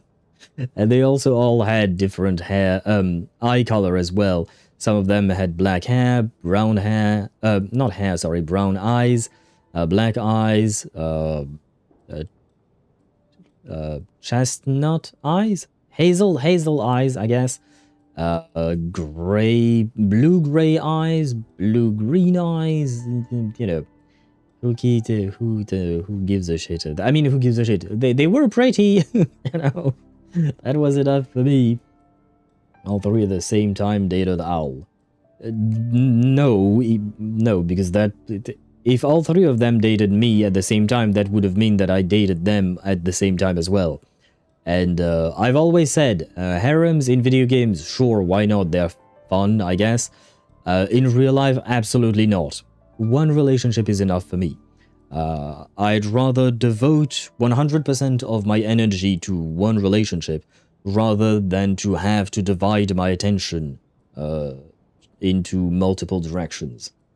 I used to have a harem confirmed. Okay, why are you guys inventing a whole last life for me? Do not project your lives onto me. Does that mean that you, Mihai, actually had a harem in your life? Probably a stupid question, but I might as well ask. Did anyone here get in without having their ticket checked? Guess it was naive of me to expect them to just admit to it. Especially after the unprompted Lelik reveal. Once was already a miracle. Twice would be unfathomable. I mean, to be fair, we had a ticket checked, but it wasn't our ticket, right? He didn't say no. Interesting. Ktosh, you just had to wait a couple seconds later, but he did say no. Never had a single girlfriend to begin with. That's what you say in public, Mihai. That's what you say in public. Or maybe you just don't know it yet, but you will have a harem in the future. Is that what you're... Oh, no, I don't want to confirm anything. The most likely extra person who entered without a ticket is... Oh god, I have to choose, right. We've already read those, but I will just go through them real quick to see if anything has changed. For me, this guy is the most likely, I would say. Because he's kind of unassuming and comes out of nowhere. You know what I mean? Shugunov, I think, yeah, we've already known him. He was kind of a known quantity already. And honestly, given his personality, I doubt he would do any of the things he did. Oh god, I hope it's not Tonya. I'm placing too much trust in her because I believe her to be Tartaglia's sister. But technically speaking, I don't even have a proof that she's Tartaglia's sister. I think. Do I? Maybe it's me. Maybe it's been me all along.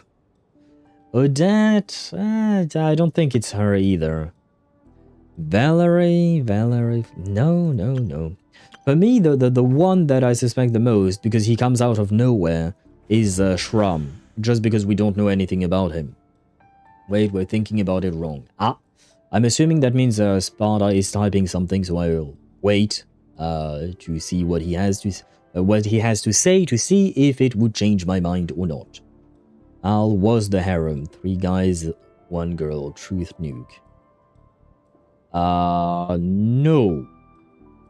Especially because if I recall correctly, we celebrate... Well, we didn't exactly celebrate, but if I recall correctly, Mihai joined my streams before he turned 18. And then he turned 18, and now he's 18, right? So, yeah, now, I'm good, Tosh, thanks. Plus, I've said it before, I'm not exactly interested in men, you know? It ain't my cup of tea. So, I'm afraid not. And, I'm not exactly, 1 girl or 3 guys. Why 3 guys, by the way? What the fuck are you talking about? What are you... What? Who didn't need a ticket to come in? Like, period. Well, that would be Odette and Vodinitsa because they work here. That would be staff, right? Yeah. And I was also thinking, what if one of the dead is also part of this thing? Who else works here? You mean Alyosha? I mean, I guess, yeah, but I don't think he's ever given us any suspicion to, and he's a hunter. Sure. But he hasn't really given us any reason to suspect him. Did he ever do anything suspicious that, that would lead us to that conclusion? Plus, one of the... technically speaking, I don't want to select anyone, because there is one big mystery that we haven't solved at all, which is the motive. We have zero clue as to why any of this is happening, right? And in my opinion, motive would inform us a lot on who the person may be. And the problem is, we have no clue. We have no hard evidence. It might not be him per se. Ghost latched onto the most solitary one. Oh, so you're thinking that someone may be possessed?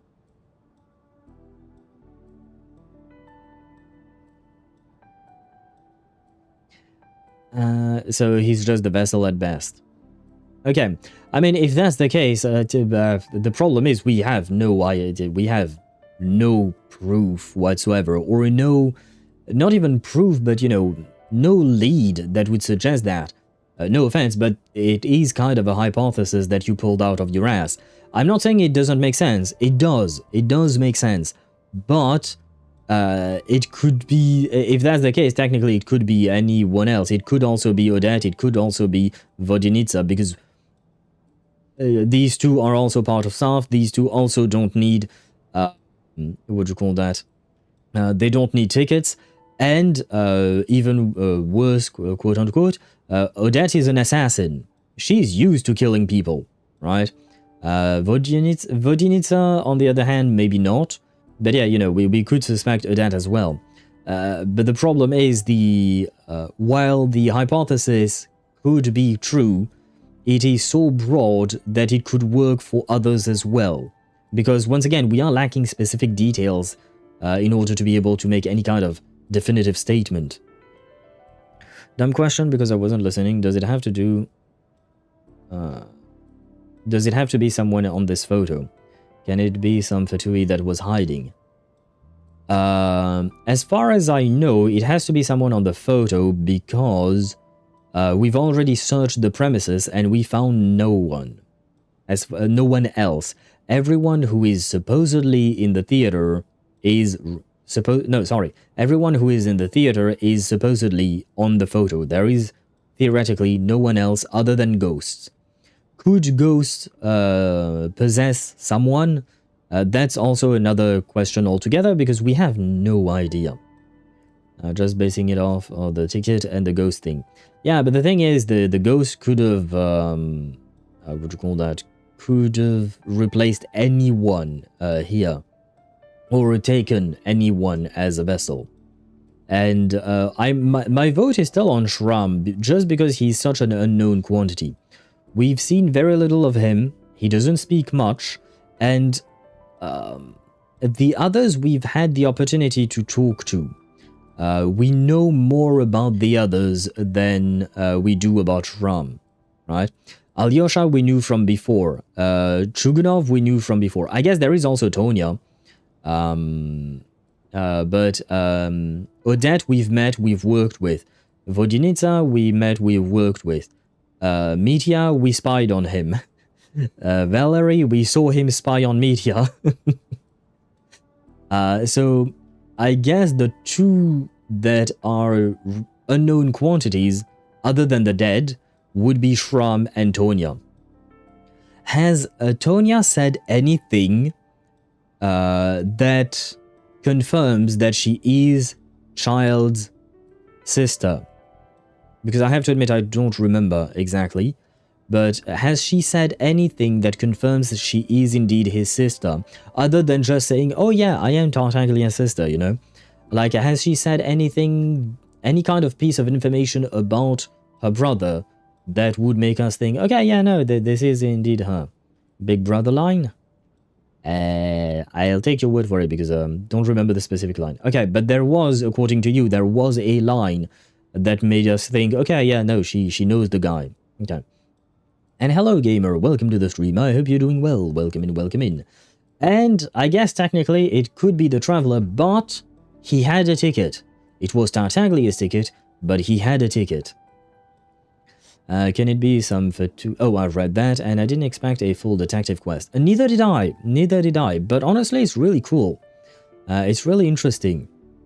And I mean, just pull Tortilla's face under her hair. True that. She does look a lot like him. They have the same hair color, more or less. Same eyes, etc. Was it Odette? Oh, should we ask the bot? Was it Alyosha? Oh, the bot seems to be voting in favor of what Sparta was saying. Wait, was it Shram? Wait, was it Shram? There. Shram is apparently unknown. The other girl is a no. I'm assuming that was about Vodyanitsa that you were asking, Ktosh. But was the correct ticket? Don't mind me, just BS. As far as I know, yes. It was the correct ticket. The fish. Yeah, Vodyanitsa. The green-haired girl, right? Wait, what if? Was it Mitya? I think it's written like that. Oh god, no. Oh no, I made it disappear. Wait. No. Is it Aura farming in the black? Oh, wait, Mitya. Thank you, Sparta, by the way, for the thingy. Wait, it could be Mitya. So it could be Mitya, according to the bot, it could be Mitya, Valerie, or which one? Alyosha. Well, that doesn't help us. That doesn't help us one bit. Wait, you know what? Was it me? No, okay, I'm in the clear. I'm in the clear according to the bot. So there is that. At least there is that. My money's on Alyosha. I'm really not convinced for Alyosha. Not gonna lie. For me, the most unknown quantity is Shram. The rest we know, and I can't go based off the potential ghost possession, because the ghost could possess anyone and everyone, especially because these things seems to be happening during the night when people are sleeping. So it could literally be anyone. I mean, we're a descender, we got resistance to a lot of bullshit. That is a good point. Then that is a very good point. So it is not us.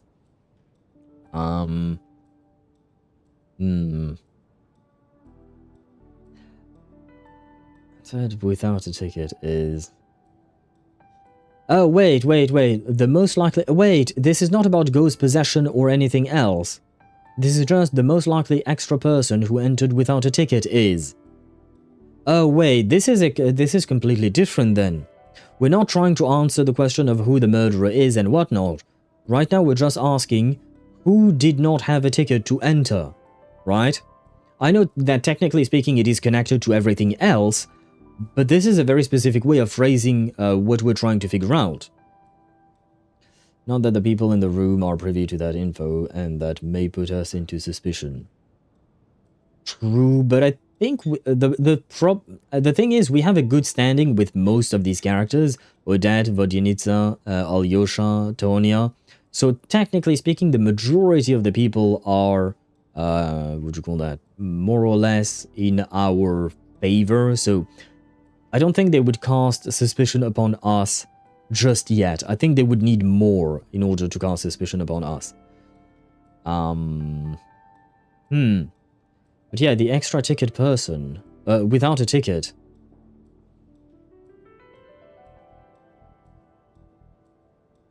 Yeah, but it wouldn't make sense if it were someone from the staff, would it? Because the person from the staff would not be registered as a person with a ticket, no matter what. They would never have a ticket. Because, well, because they work for the place.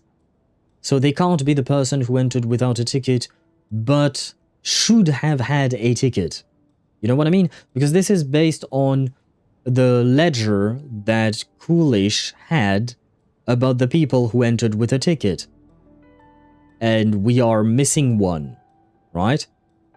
But the people from the staff should not be on that ledger at all in the first place. So I think we should eliminate Alyosha, Odette, and Vodinitsa, because they don't need to be on that ledger to begin with.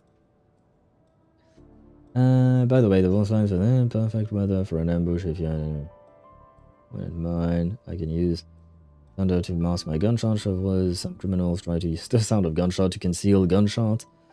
Sound of thunder, sorry, to conceal gunshots. But the trick does not fool me, and hopefully that was the sound of one more villain being removed from the world.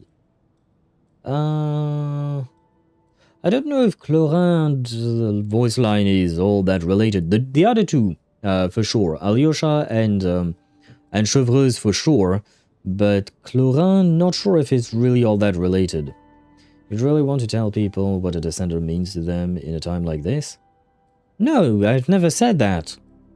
I don't. Why are you putting words in my mouth? I never said that. Well, the staff can degrade themselves to people with tickets. What? What? I don't even know what that means. I guess I'll go with my instinct. I'll go Shram. Independent mercenary, outgoing and humorous, endless supplies of mercenary joke.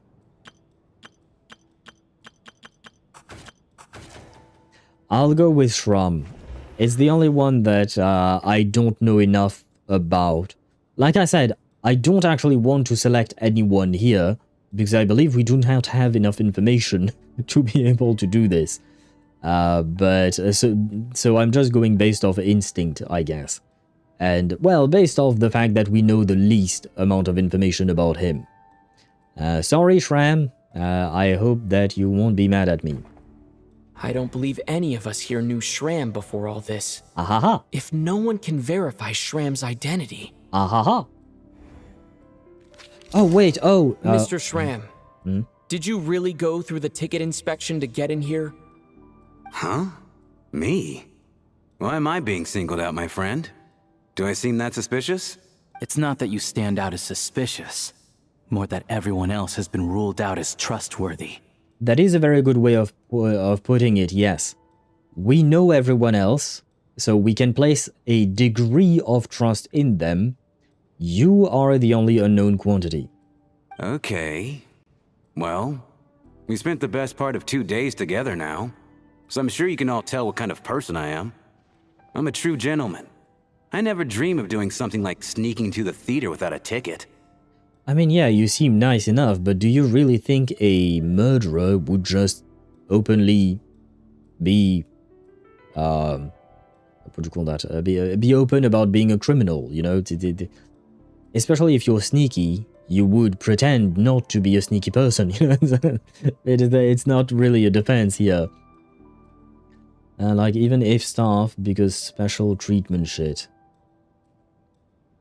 Special treatment for what? Staff does not need a ticket no matter what, because they're staff and they're working there. You're not going to give a ticket to Odette when she's the one dancing up there, and you're not going to give a ticket to Vodinitsa because she's the one singing up there. It doesn't really make sense. And you wouldn't mark it as on the ledger. Like, I guess you could give her a ticket as a souvenir, but you don't need to mark it on the ledger because she's not actually part of the audience. Same thing with Alyosha. I don't remember exactly what he does for the theater, but, you know, people can be Can be what? Stupid? How people can be... Yeah, but okay, but again, you're too many assumptions and too many unknowns that could be something or could not be anything at all.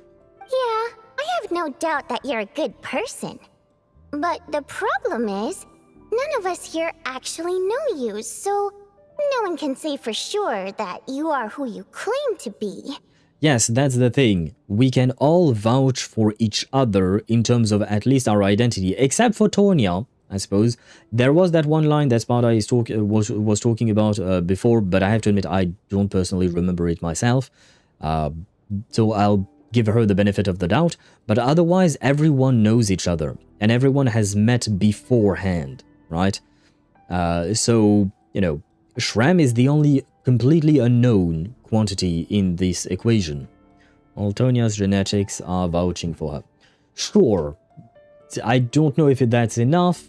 I still want to keep an open mind about the possibility that Tonya might not be who she claims she is, but the most unknown quantity and the one with zero defense, quote-unquote, like he has no genetics, he has no nothing to defend him, is still Shram. Although, actually, what was it you said last night? Yeah, you're friends with that water imp, which is why you understand our primary mode of expression. Last time I checked, there were barely any of us remaining in Snezhnaya, since most of the water imps left. Could you tell me a little bit more about your friend? Yes. There's a good chance I actually know her. Yes, you know her. I'm friends with your mother. Sorry. I mean, it could be true. Can you imagine? Can you imagine? Yes, I'm trying to date your mother. And I suppose it's also kind of a way for everyone else to get to know you a little better.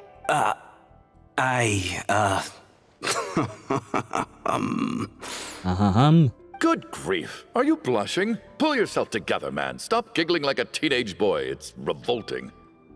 Alright, calm down, man. Oh. Hey, revolting is a little strong. Yeah, I agree. All right, fine. I'll admit it. That water imp friend of mine, the truth is, we're dating. Are you dating Vodyanitsa's mother? I was just the bodyguard hired by our family. But the stars must have aligned, because sparks began to fly between me and their daughter. Never in my wildest dreams did I think I'd get so lucky. We don't need details. Just get to the point. Okay. I'm just a little hesitant to reveal her name, that's all. You know how it is. These are delicate times. Yeah, but we are in a delicate situation. Even with me to protect her. If word gets out that she's dating a human, both the Fae and human factions will give her a hard time. Really? Wait, no. That can't be. Huh? Shram, what the devil are you talking about? Why is everyone looking at me like that? Surely you can understand where I'm coming from. Delicate times? Factions? Yes. You know, the Civil War. Last time I checked, the Fae and the humans were still at each other's throats. But they are not. So Shram is our ghost. He comes from a time where there was a civil war, perhaps, but not anymore. For goofs, I used Odette plus Ororon with Pyro. On the Pyro Warper Flower boss fight, it put the power boss in a coma in a single second. Yeah, the Warper Flowers or the Flower boss is no longer a good metric. A lot of characters can completely one-shot, what do you call that? Can completely one-shot the flower. Usually you can test things out on a Simon, or even you can test things on the Mountain King, I think is his name. You know, the big bird, the fat-ass bird, green bird in Natlan. He has like 2-3 million HP, I don't remember. Yeah, to test things out, the flower is no longer helpful. Mountain King, yes, okay. I was right about our ghost. What do you mean? What do you mean you were right about our ghost? You kept mentioning Alyosha since yesterday. Well, not really. You've been mentioning Alyosha. What do you mean you were right about our ghost? I usually about the ghost part. Well, yeah, we knew there were ghosts. That's literally what the report said. But I'm slightly confused. I usually test my damage on the triangle boss in the Sumeru Desert. That is a Simon. A Simon is ASIMON is the asymmetrical something. It's just the what's the word for it? You know, when you group a bunch of things into letters to make it shorter. But yeah, I think you get my point. Simon was the Dorito boss that I was talking about as well. Wrong Simon, yes. This one is just a Simon in Genshin, whereas in Expedition 33 he was the Simon, and you test things on a Simon. But the Simon tests things on you and one-shots you. If I'm not mistaken, the last significant civil war in Snezhnaya history was over 400 years ago, when Her Majesty the Tsaritsa had just taken the throne and was consolidating her reign. What do you mean, 400 years ago? What's going on here? Is Shram from the past? Mm-hmm. All right, Mr. Mitya, you win this round. As far-fetched as it is, it appears that your theory may be correct. Oh, right, I guess these guys... yeah, because Valerie was not believing in the ghost thing, but like I said, I wasn't a fan of what Valerie was saying because he was too focused on his own way of thinking without admitting the possibility for other things to exist. Like he was omitting a lot of possibilities and working on the many assumptions. I did not like his theory. It was plausible, but it was completely dismissing part of the evidence that we had found. Honestly, I love testing on the Dorito, but I fucking hate when he disappears for no reason before I do my rotation, because he usually shoots laser first, so you have time to do the rotation. Yeah, same. It kind of depends on the characters you're using to try and murder the thing, but sometimes it can indeed have the time to disappear if you're not fast enough to kill him. Why is everyone bullied that boss? If you're talking about Simon, the triangle boss in Sumeru, it's just because he's very convenient to fight because he doesn't move. The boss really stays in place, so it's easy to just do your rotation. You can... Because at first, like, there is like 10 seconds or 15 seconds during which he's just doing some laser shit, but you know exactly where the lasers are going to hit, and you can just move behind the guy, avoid the lasers completely, and you can do your rotation and then test out your damage. Whereas, you know, some enemies move a lot more, which may completely change how you do your rotation. For instance, the enemy could move out of Bennett's circle because of circle impact and stuff like that. So Simon is very friendly for tests like that. I'm just as amazed as you are. I didn't even believe it myself, to be honest. Is someone going to explain what's going on here? From the look on your face, you figured it out too, haven't you, Traveler? Option 1. According to the theater's duty log, there seems to be to have been an extra person at the scene. Option 2. A letter Vodyanitsa wrote to her family but never sent. I don't think that's relevant. Option 4. And on top of that, I don't want to expose her. Investigation report into the alleged theater haunting. A clue that has yet to surface? Did I miss something? But no, I think the most relevant thing is this thing. The theater's ley lines have been modified to block souls within its grounds from returning to them. Some souls can even wander this place forever. Mr. Shram's statement proves he is from hundreds of years ago. And according to the investigation report on the theater hauntings, Mr. Shram is very likely a lost soul wandering the theater.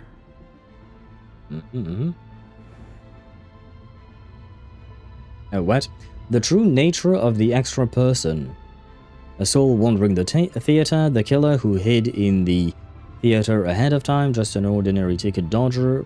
I personally... The fuck? I personally what? Is this bugged? Is there something missing here? I personally what? I don't know what this means. But no, the option is option 1, a soul wandering the theater. We literally just said that. For some unknown reason, the soul that has been wandering the theater due to the ley line issues has joined our group and blended in. Yeah, that must be the immediate reason why the ticket count doesn't match the number of people present. Death is near. In this case, death most likely refers to one of the recent victims, someone who died long ago, murder, Lelek. That I have to admit I don't know.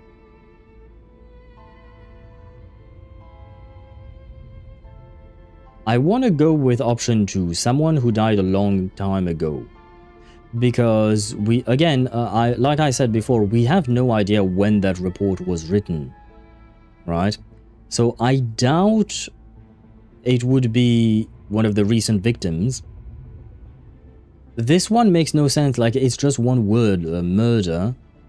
And as far as I know, Lelek hasn't murdered anyone. Odette might have as a, what do you call that? As a, as an operative of the Fatui, but her other persona as Lelek, as far as I know, all she's done is threaten, coerce, blackmail perhaps, stuff like that. I don't believe she's actually murdered anyone or killed anyone, so I don't think it would be Lelek. So I think it would be someone who died long ago.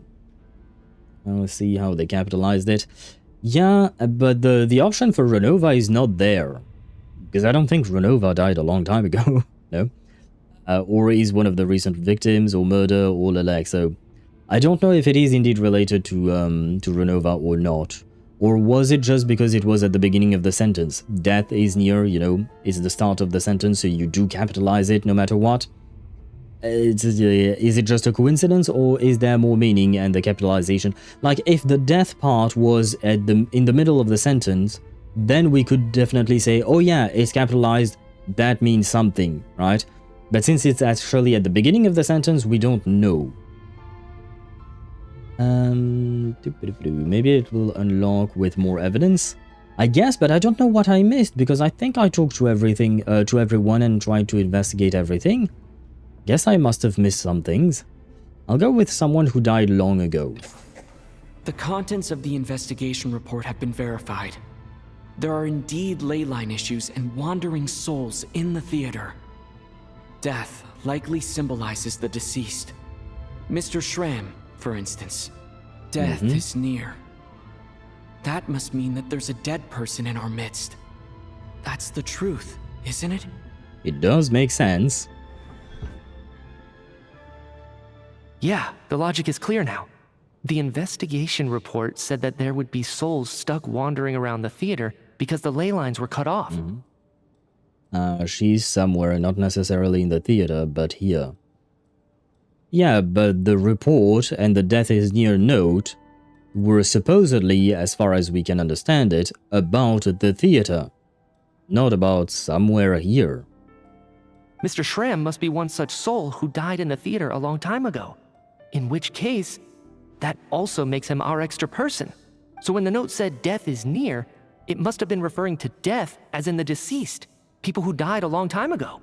Someone who died a long time ago. In short, there's a dead person among us. The extra person we've been searching for is a ghost from the past. You mean I'm a ghost? No. Don't make jokes like that, my man. There must be some mistake. But even if I was dead, I know for a fact I didn't kill anyone these past 2 nights.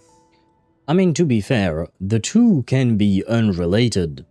Or rather, just because you are the extra person and happen to be a ghost does not mean that you are actively consciously trying to murder other people. It could be something that you're unaware of, or something that is connected to your situation, while also not being you yourself doing the deed, You know what I mean?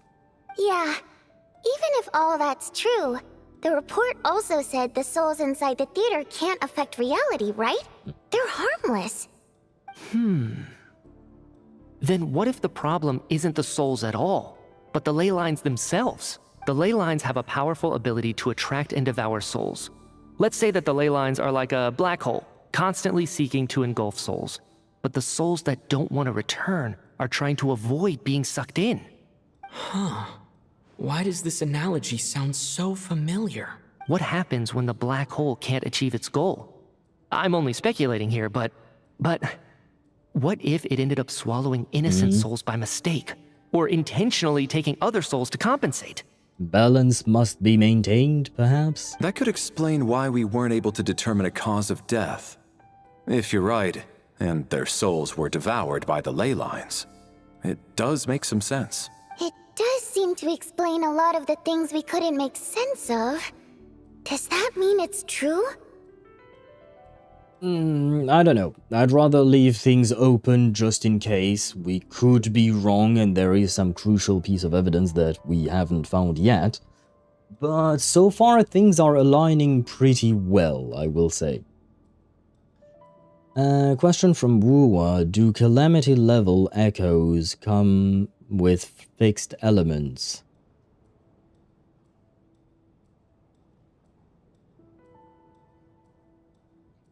What?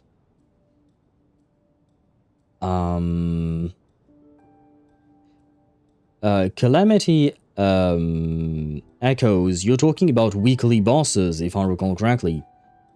Those have specifically assigned Sonata stats, but their main stats and substats are randomized. Some of these bosses have a singular set that they can drop as, and others have, what do you call that? Oh, wait, you were just talking about, wait, no, but you're talking about echoes. Are we talking about echoes, or are we talking about the actual bosses themselves? Because I see Sparta replying with, they have fixed damage types and fixed resistances. But that would be about the bosses themselves. Yeah, that. Wait, which one? I took too much, so I don't know which one. You can type 1 for the echoes and 2 for the damage type and resistances. If you're talking about resistances, yes. When you click on the map, when you're on the map and you click on the little icon of the boss, you can see what resistance they have. Yeah, the element. Okay, if you're talking about the element, you can just click on the map and look at the description of the boss. It will tell you this boss is resistant, has higher resistance to this or that element. Sometimes it can be multiple elements. I believe that most of the time it is a singular element. And the boss itself will usually do damage of one specific element as well, yes. Element bosses. Okay, so we're not talking about echoes. Well, in that case, just like Sparta said, fixed damage types and fixed resistances. You can't check the damage type, but you can check the resistances. You can check the damage type by fighting them and taking a hit. But you can check the resistances on the map. Except there's no concrete evidence. Mitya is relying on a lot of logical leaps. Still, it seems like the best explanation we have under the circumstances. Alright, so how could Shram not know that he's dead? Seems a little unlikely that he hasn't noticed anything unusual even after several days interacting with us. On the contrary, it's perfectly normal for a soul to wander the theater for centuries without questioning their existence or reason for being there. It's simply what's natural for them. You know what, Mr. Brainiac? I think you might actually be right after all. I'm trying to remember and... even though my head feels like it's going to explode, I think... it's all coming back to me.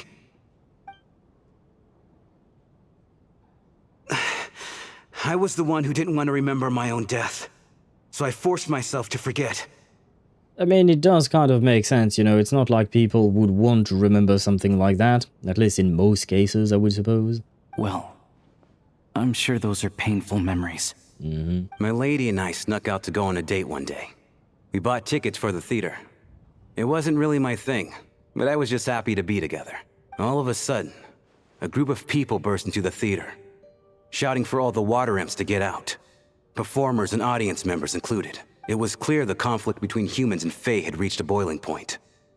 This time, the extremists were even coming after the water imps who had nothing to do with the war. I thought I could pull one over on them. So I took off my jacket, draped it over my lady, and tried to sneak out amid the chaos. But I got caught. They started shouting, calling me a traitor to humanity. And that's actually sad for Shram. But I was going to do whatever it took to buy our chance to escape.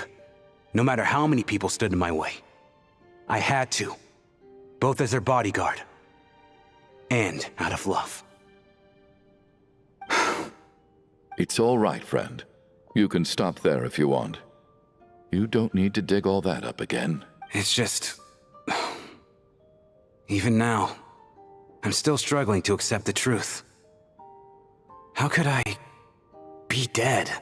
Yeah, I mean, it's probably, you know, very, very difficult to realize that you're dead when you're talking, experiencing things. You're not supposed to once you're dead, right? So, poor bro, man. This guy is really sad for him. For example, the Infernal Rider will always be fusion element. Okay, wait. Because afterwards you wrote Echo Drop. I need a Thunder Echo, boss. My poor Yuanwu is hitting like an old grandpa with back problems. Okay, yeah, for example, the Infernal Rider, the only set he drops, because right now we are talking about Echo Drops, not about the actual elements that they are using when fighting. If you're talking about echoes that are dropped from bosses, they will always be of a specific set. Sometimes it can be 2 different sets, so you can get 2. For instance, yeah, for instance, which boss? One of the Cartathea bosses and one of the most recent bosses in Mangzhou drop 2 different sets. But it will always be those 2 different sets. Most bosses only drop 1 type of set. And then it will be... because you use words like elements, but it's not... if you're talking about echoes, it's not about the element. It's about what the echo set does. Because for sure, the OG 1.0 sets were very much focused towards specific elements, but even then, there was, for instance, the Moonlit Cloud set, which is energy regen for the 2-piece, but it doesn't have any kind of specific element to it, if you're talking about the set itself. And Moonlit Cloud for the Forecast Echo is only dropped by... there are actually 2 bosses that drop the Moonlit Cloud. Wait, no. There is the Heron, and... No, yeah, no, the turtle drops the Rejuvenating Glow. Yeah. Yeah, but Rejuvenating Glow, you can also have the Fallacy of No Returns. He will also drop that. Or she, I guess. So, okay. So you are talking about actual echo sets, basically. Right, Deidara? Another man dead because of HP's rules. This time... the period was Her Majesty was putting down the Fae Rebellion. What do you mean HP's rules? What does Fanes have anything to do with Shram? Shram died because of racism between humans and Fae. Why are you talking about Fanes? The Heron is so easy to kill. It is, and its attack pattern is really easy to predict. I will say that. I'm sorry, everyone. You don't have to be sorry. I am sorry that you had to live in a time period where you could not love. Well, I mean, you could, but you could not publicly show your pride in the love that you shared with that water imp, unfortunately, because people were racist fucks, basically. If I'd known I was a dead man walking, I wouldn't have dragged you down with me. If I'm the cause of all this death, then punish me however you see fit. It's not a question of punishing, but we might need to find a way to return you to the ley lines, otherwise more of us are going to die in your stead. And, well, we still have lives to live, you know? Whereas, no offense, but he no longer has a life to live. Also, one word of comfort that I would like to bring him is just tell him that even though he suffered through that, you know, nowadays there is no more racism between Fays and imps. I mean, I'm sure there are some, but they do seem to live in somewhat harmony within Snezhnaya, you know? We see humans and Fays everywhere together, right? So at least there is that. There has been progress. I don't know if we can say that it has completely subsided, the racism and the discrimination, but it has definitely subsided compared to when he was alive, right? There is less racism because it's enforced Gestapo style. Are you talking about the Fatui, I would assume? And yeah, well, it's not really an ideal situation, but I would still say that the situation is better than it used to, right? Nowadays, a guy like Shrimp would probably not be living in some kind of a situation like that, right? He would probably not die because of something like that. It could happen, don't get me wrong, it could always happen. You can always find one motherfucker out there who's crazy enough to try and reignite the flames of war and the flames of discrimination, but the situation has definitely calmed down because of basically the iron-fisted rule of the Tsaritsa, which is, again, not an ideal solution, but it does work. One cannot deny that it does have its effect. I mean, lack of racism enforced by force is a powder keg situation. Yes, hence why since the beginning I've been saying it's not an ideal situation at all. But I suppose maybe she didn't have the time, because the only long-term solution, in my opinion, would be education. Educating the people to try and learn to accept one another. But that takes years, that takes generations. And the problem was, I would assume, this is a big assumption on my part, but I would assume the Tsaritsa came to power right after the Cataclysm.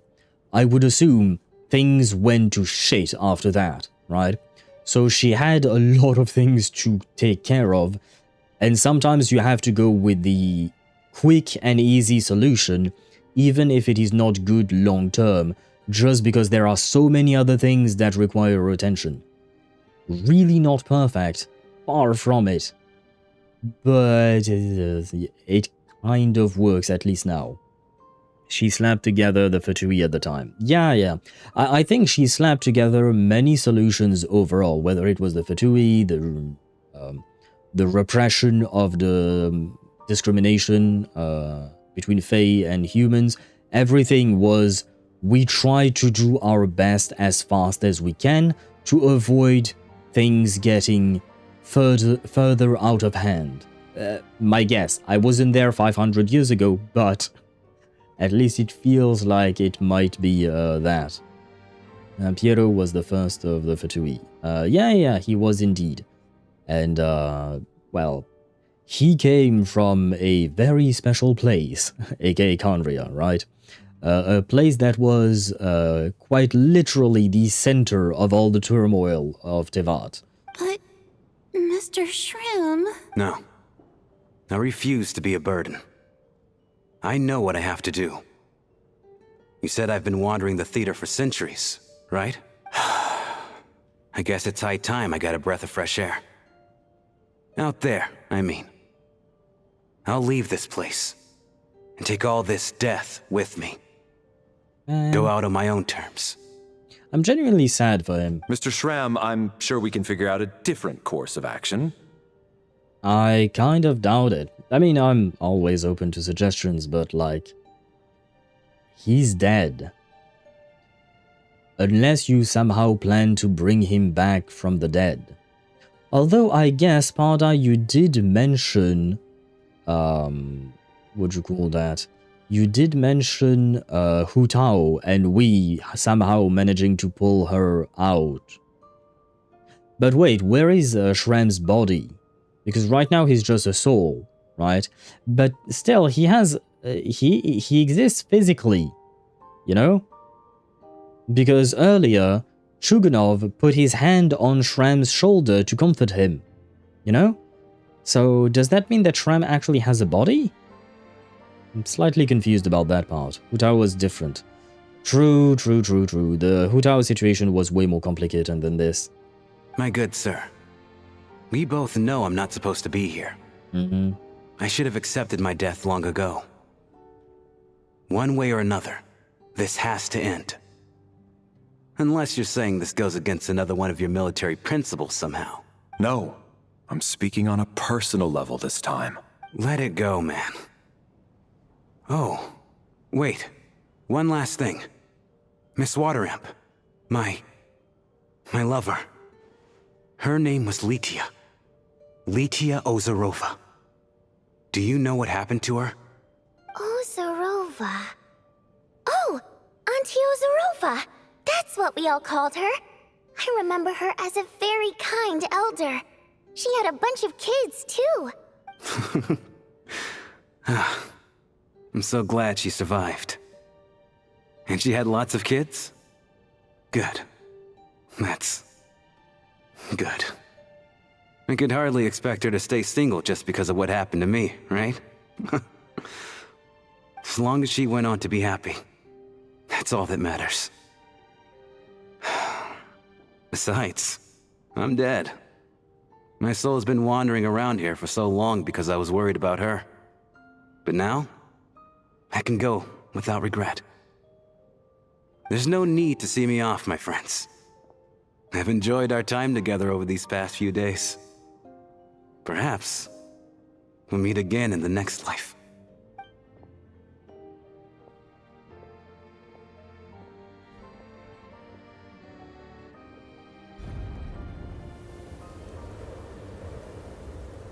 Take care, my man.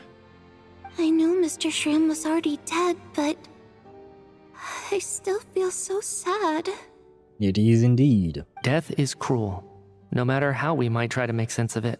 So, was the conflict between Fae and humans really that bad back then? I was only little, so I don't remember much. It's terrible to think that so many innocent people had their lives turned upside down. Wait, what do you mean? What do you mean, I was only little? Does that mean Vodinitsa is actually 400 years old? Oh. Oh, okay. Not what I was expecting. Okay. I shall say no more.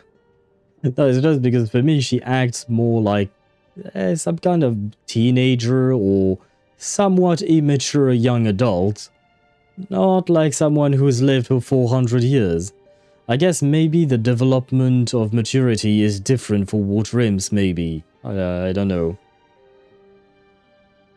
I like a woman with experience. Well, she certainly doesn't seem to have much experience, I mean. Or, I don't know.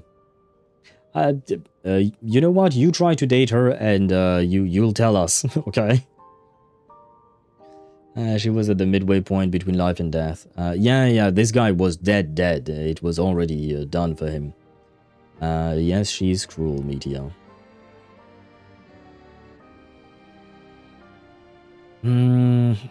If you're talking about Renova, I don't know if I would qualify her as cruel.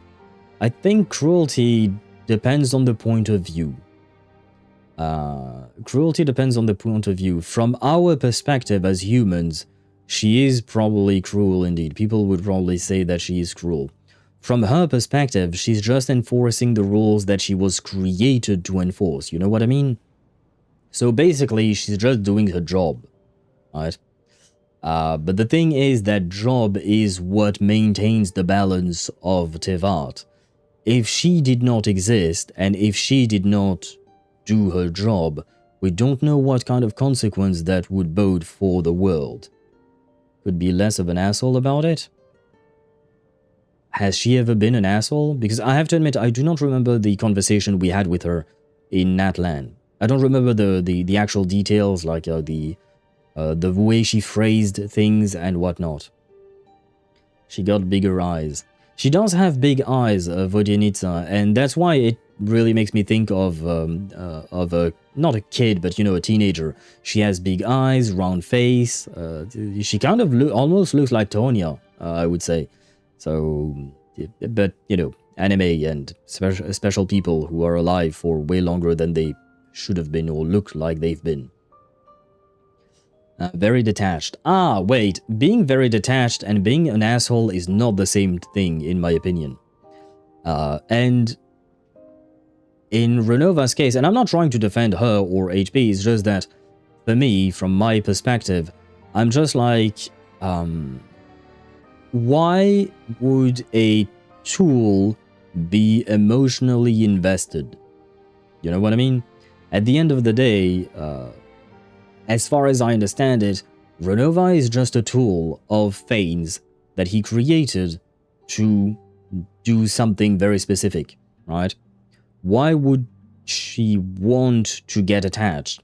Especially when she deals with death all the time. Because, number one, we have no idea if she has the capacity for emotions. Because, like, my computer has no capacity for emotions whatsoever. It's just a computer, right? She may have some kind of capacity for emotion, but she could also very well choose not to exercise that capacity for emotion because of her job. If her job entails the idea of killing people left, right, and center, can you imagine the pain you would feel if you were to try and have some kind of empathy towards these people?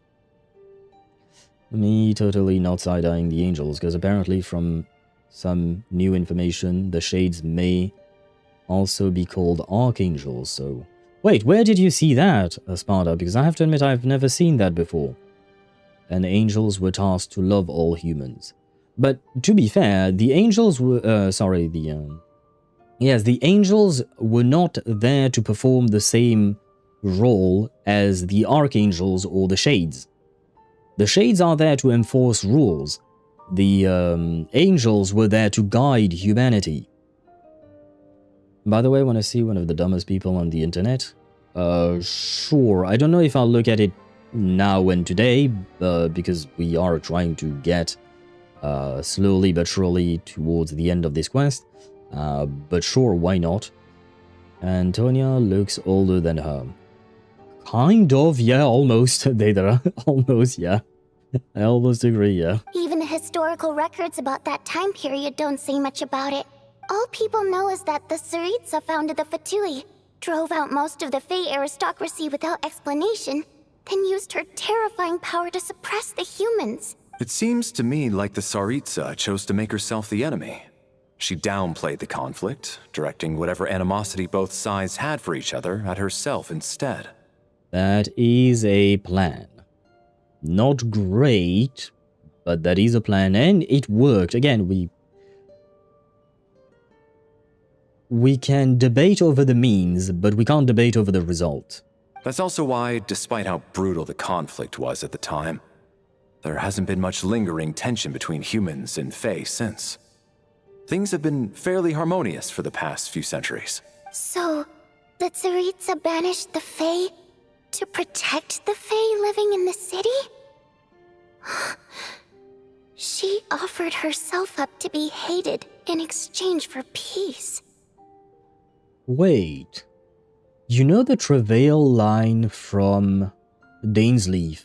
If I recall correctly, Dainsleif says something along the lines of the Tsaritsa being someone who has no more love for her people, right?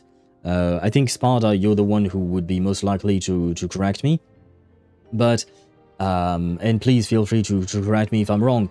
But if I recall correctly, Dainsleif says that the Tsaritsa has no more love for her people. What if we thought about it all wrong, and it's not that she doesn't have any more love for her people, is that she has given all her love to her people. You know what I mean? Like, it's not like she hates her people or anything like that, but on the contrary, she loved them so much that she gave everything to them, you know? Because it's really not the same thing at all as compared to what we thought, or at least what I thought beforehand. Check Discord then, it's absolutely horrible. Okay, maybe I'll check that after stream then. And still, if it applies to angels, it kind of applies to archangels because the arch part is just a title.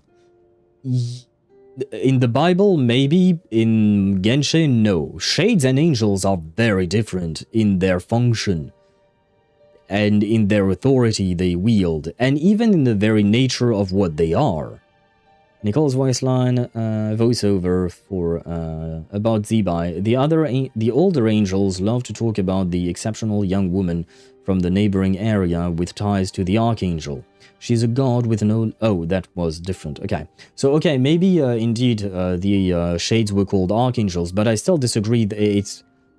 At least from what we are seeing at the moment and with the information I have at hand, I disagree with the idea that they are the same. And it's just a title. As for the line from, what you call that? From the trailer, it was, she's a god with no love left for her people, nor do they have any left for her. Her followers hope only to be on her side when the day of her rebellion against the divine comes at last. Okay, yeah, no, I think that still applies.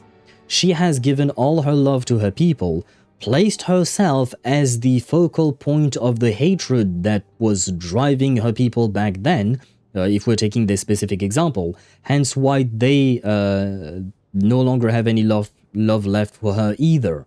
You know what I mean? It does make some sense. I'm not saying this is the truth because I have no idea. Could also apply to the Conrians too. True, now that we know that they are her babies, that could be true as well.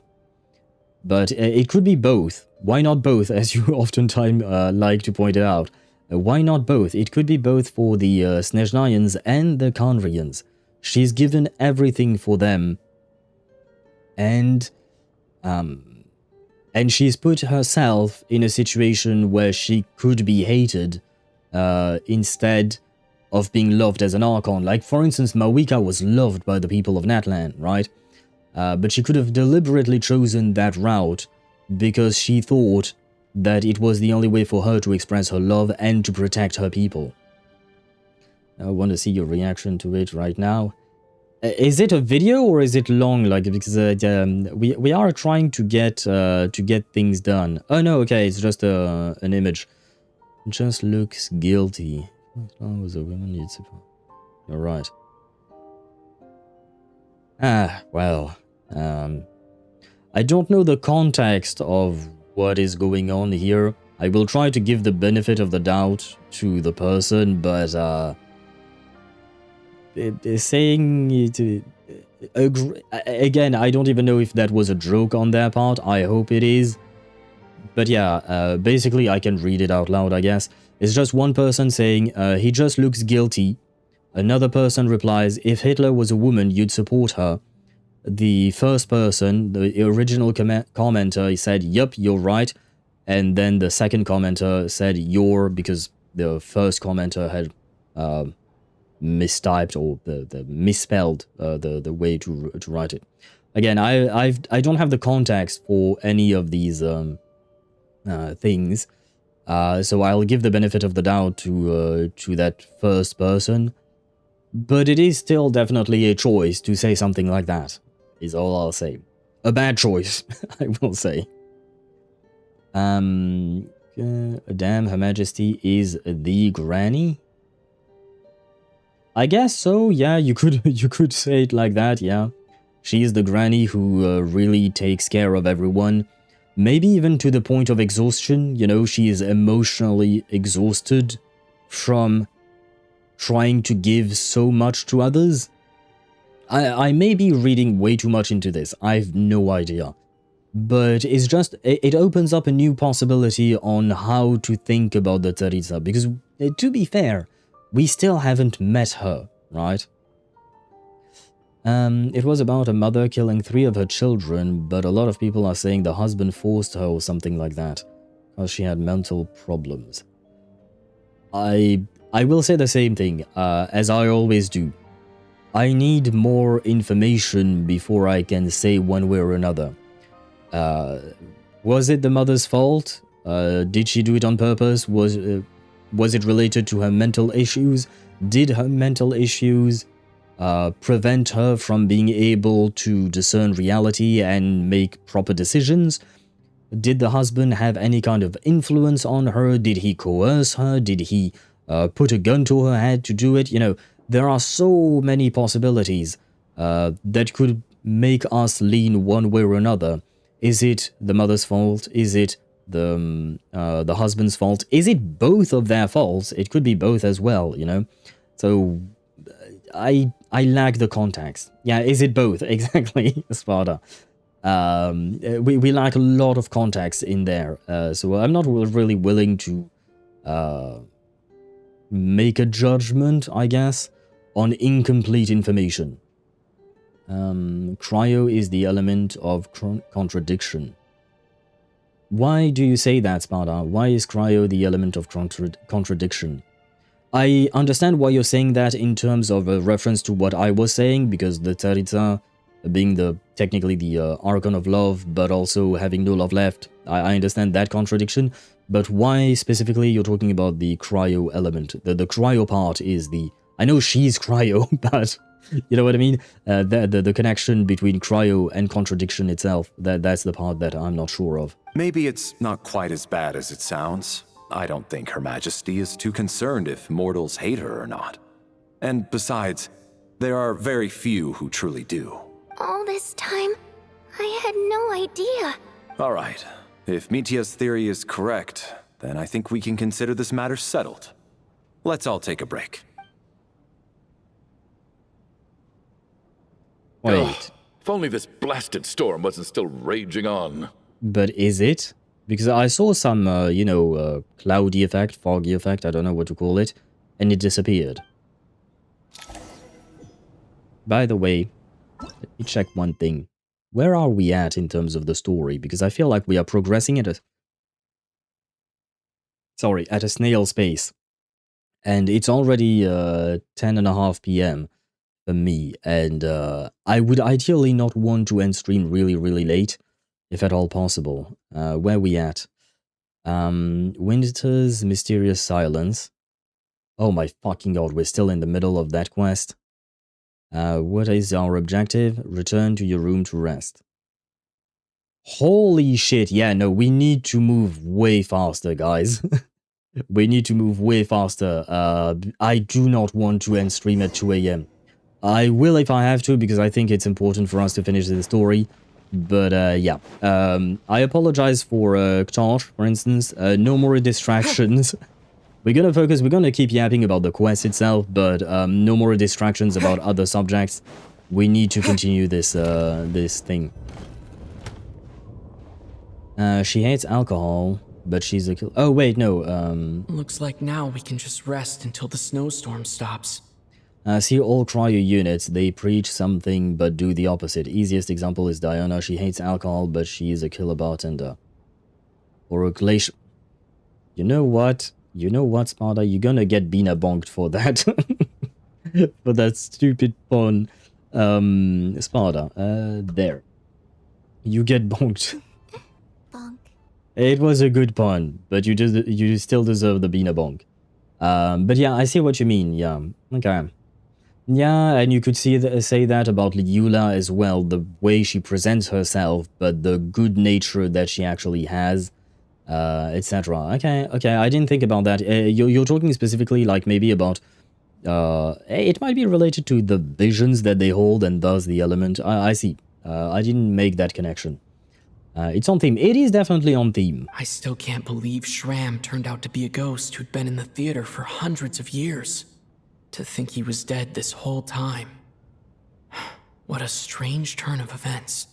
I want to point out, congrats, I guess, to HoYoVerse, because they made me really care about Shram's story. even though he's just a random NPC who showed up out of nowhere, you know, I felt genuinely sad about what had happened to him, and the fact that basically we had kind of like no solution to save him, help him in any way. We just had to accept the death and that there was nothing we could do for him. And it genuinely made me feel sad, so good writing and good voice acting as well. Knock knock. Hello? Huh? Who's there? Are you going to make a joke? Knock knock. Oh yeah, she is. Wait, what? You know the door isn't closed, right? You don't have to knock. Traveler, have you never heard of a knock-knock joke? Think of it as a signal then. When I'm entering someone else's room and I knock, I'm here as Odette. If I don't knock, it's Lelik. Oh, never mind. That was not a knock-knock joke. It was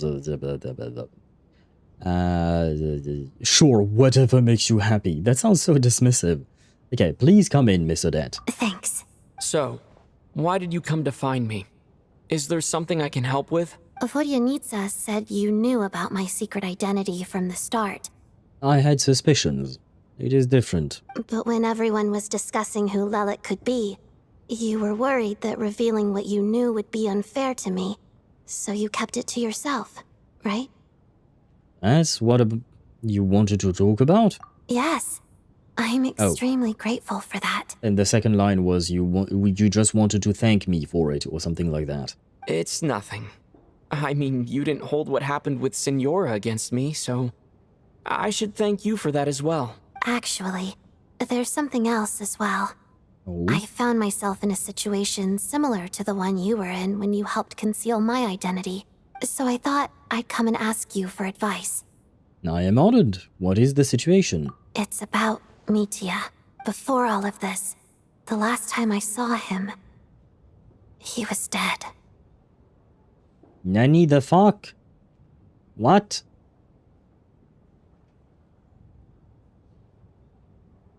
Well, I think Deidara is going to be very sad. I don't know if Deidara is still here, but your son is dead, it seems. Well. That is quite surprising. Huh. As I'm sure you know, my goal as Lelik was to stop Project Stuja. Well, when I found out the tech lead for the experiment behind Project Stuja was Mitya, I immediately started planning to track him down and threaten him to back out. I often saw him around the theater, but I soon concluded that making my move there would risk exposing my identity, so I decided to infiltrate the Armory Palace and go directly to his lab. That way, the threat would be much more effective. That must be basically the most classified place in Snezhnaya. If you manage to infiltrate it, you really do have what it takes to be a harbinger. Well, I suppose there was a bit of luck involved. But I am a Fatus, so I already had some familiarity with the building's layout.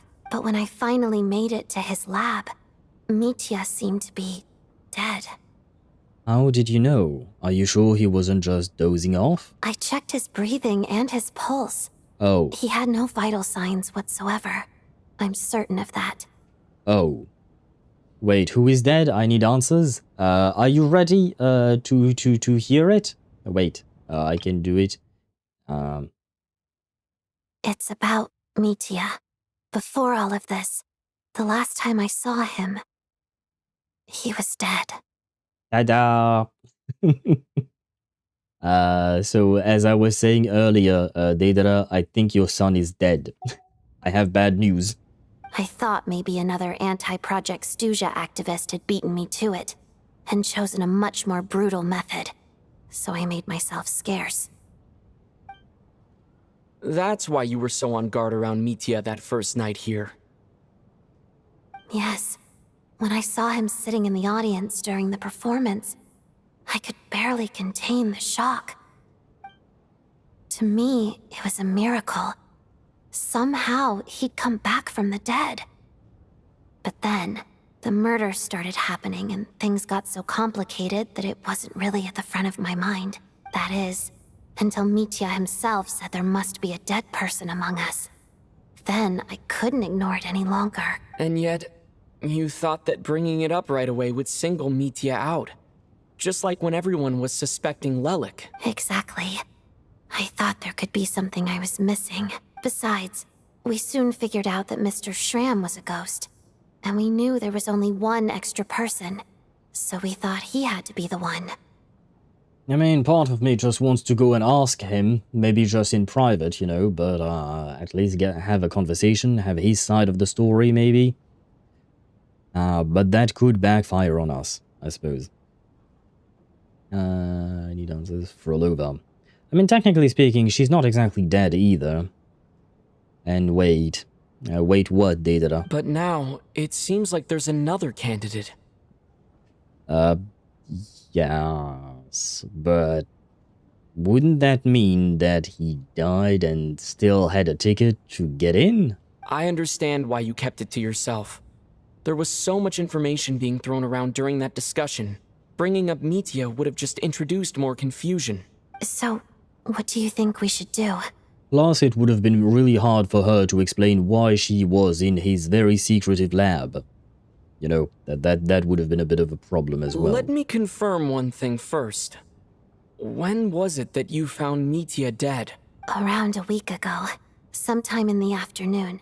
A week ago? That's earlier than I thought. I saw him just a few days ago at a restaurant. That definitely would have been after you found him dead. So, how can he just return from the dead? I don't know. That is a good question. And I don't really have any kind of an explanation. He seemed completely normal to me. Chatting with Vodyanitsa, trying to avoid Valeri. The only thing that comes to mind is what if segments, like Dottore.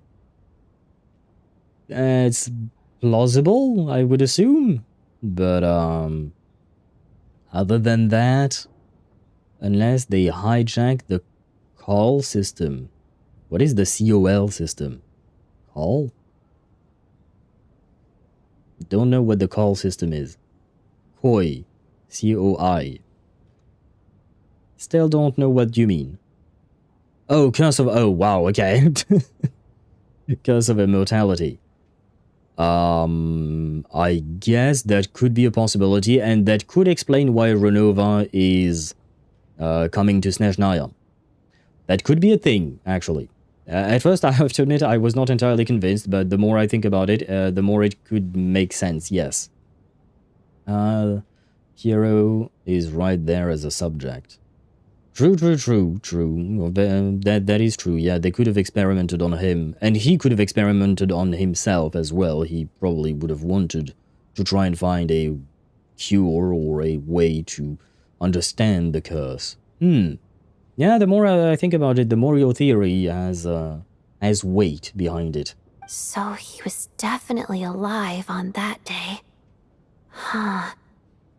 Well, all I can say is I know what I saw. Here's a thought. The reason we even suspected a dead person could be among us was because of the problem with the theater's ley lines, but Mitya's death happened inside the Armory Palace.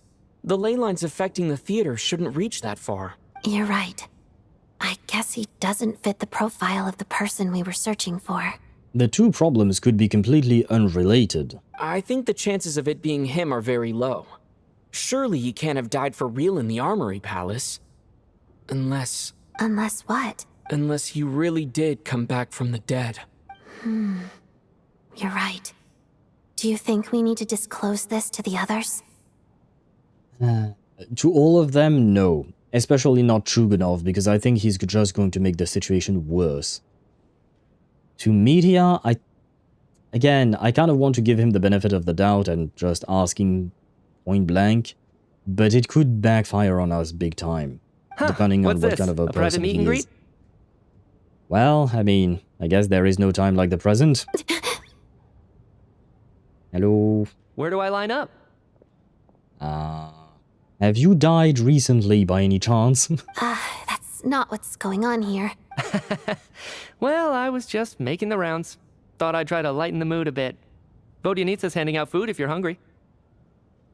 Let's tell Truganov about shit like HP. Poor fucker is going to have a heart attack. Sure, why not? Oh wait, what if we manipulate him into doing something that would piss off Renova? Because then we're sure she's gonna kill him. And then our hands will be clean. Kind of. Wait, what? Are we not going to discuss things any further? Assemble. Oh, okay. Oh, so I guess we are going to tell everyone. Okay, very well. Well, not a fan, but, well. Outside, the snowstorm continues to rage, and before you know it, what is going on something with this is happening. storm? Could it be connected to that monster that just arrived in Snezhnaya? I almost hope it is. Her Majesty the Tsaritsa left to vanquish that beast herself. We just need to wait for her triumphant return. But I have to admit, I am very, very confused about... Not confused, but... curious about this so-called beast. They keep calling it a beast, they keep saying that it can summon some kind of blizzard, but they don't really say anything more than that. And yet, from the sound of it, this beast is quite extraordinary to have the ability to affect an entire nation to the point where an Archon needs to go there herself. There is a distinct lack of information about this monster. Do you think people still feel the cold after they die? I'm wondering about Shram. Oh, maybe we should have given him a coat before he went out there. That is surprisingly thoughtful of you. I have to point it out. I've been used to him being an asshole, but that was surprisingly cute or touching, I suppose. Death itself is cold, isn't it? I'm sure the storm will embrace him. Well, I hope he has a safe journey. I'm going to miss him, I think.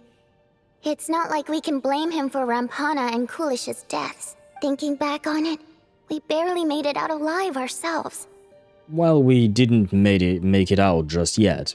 We're alive, but we're not out of the woods. Or out of the theater, I guess. Once we get out of here, how are we going to explain what happened to their families?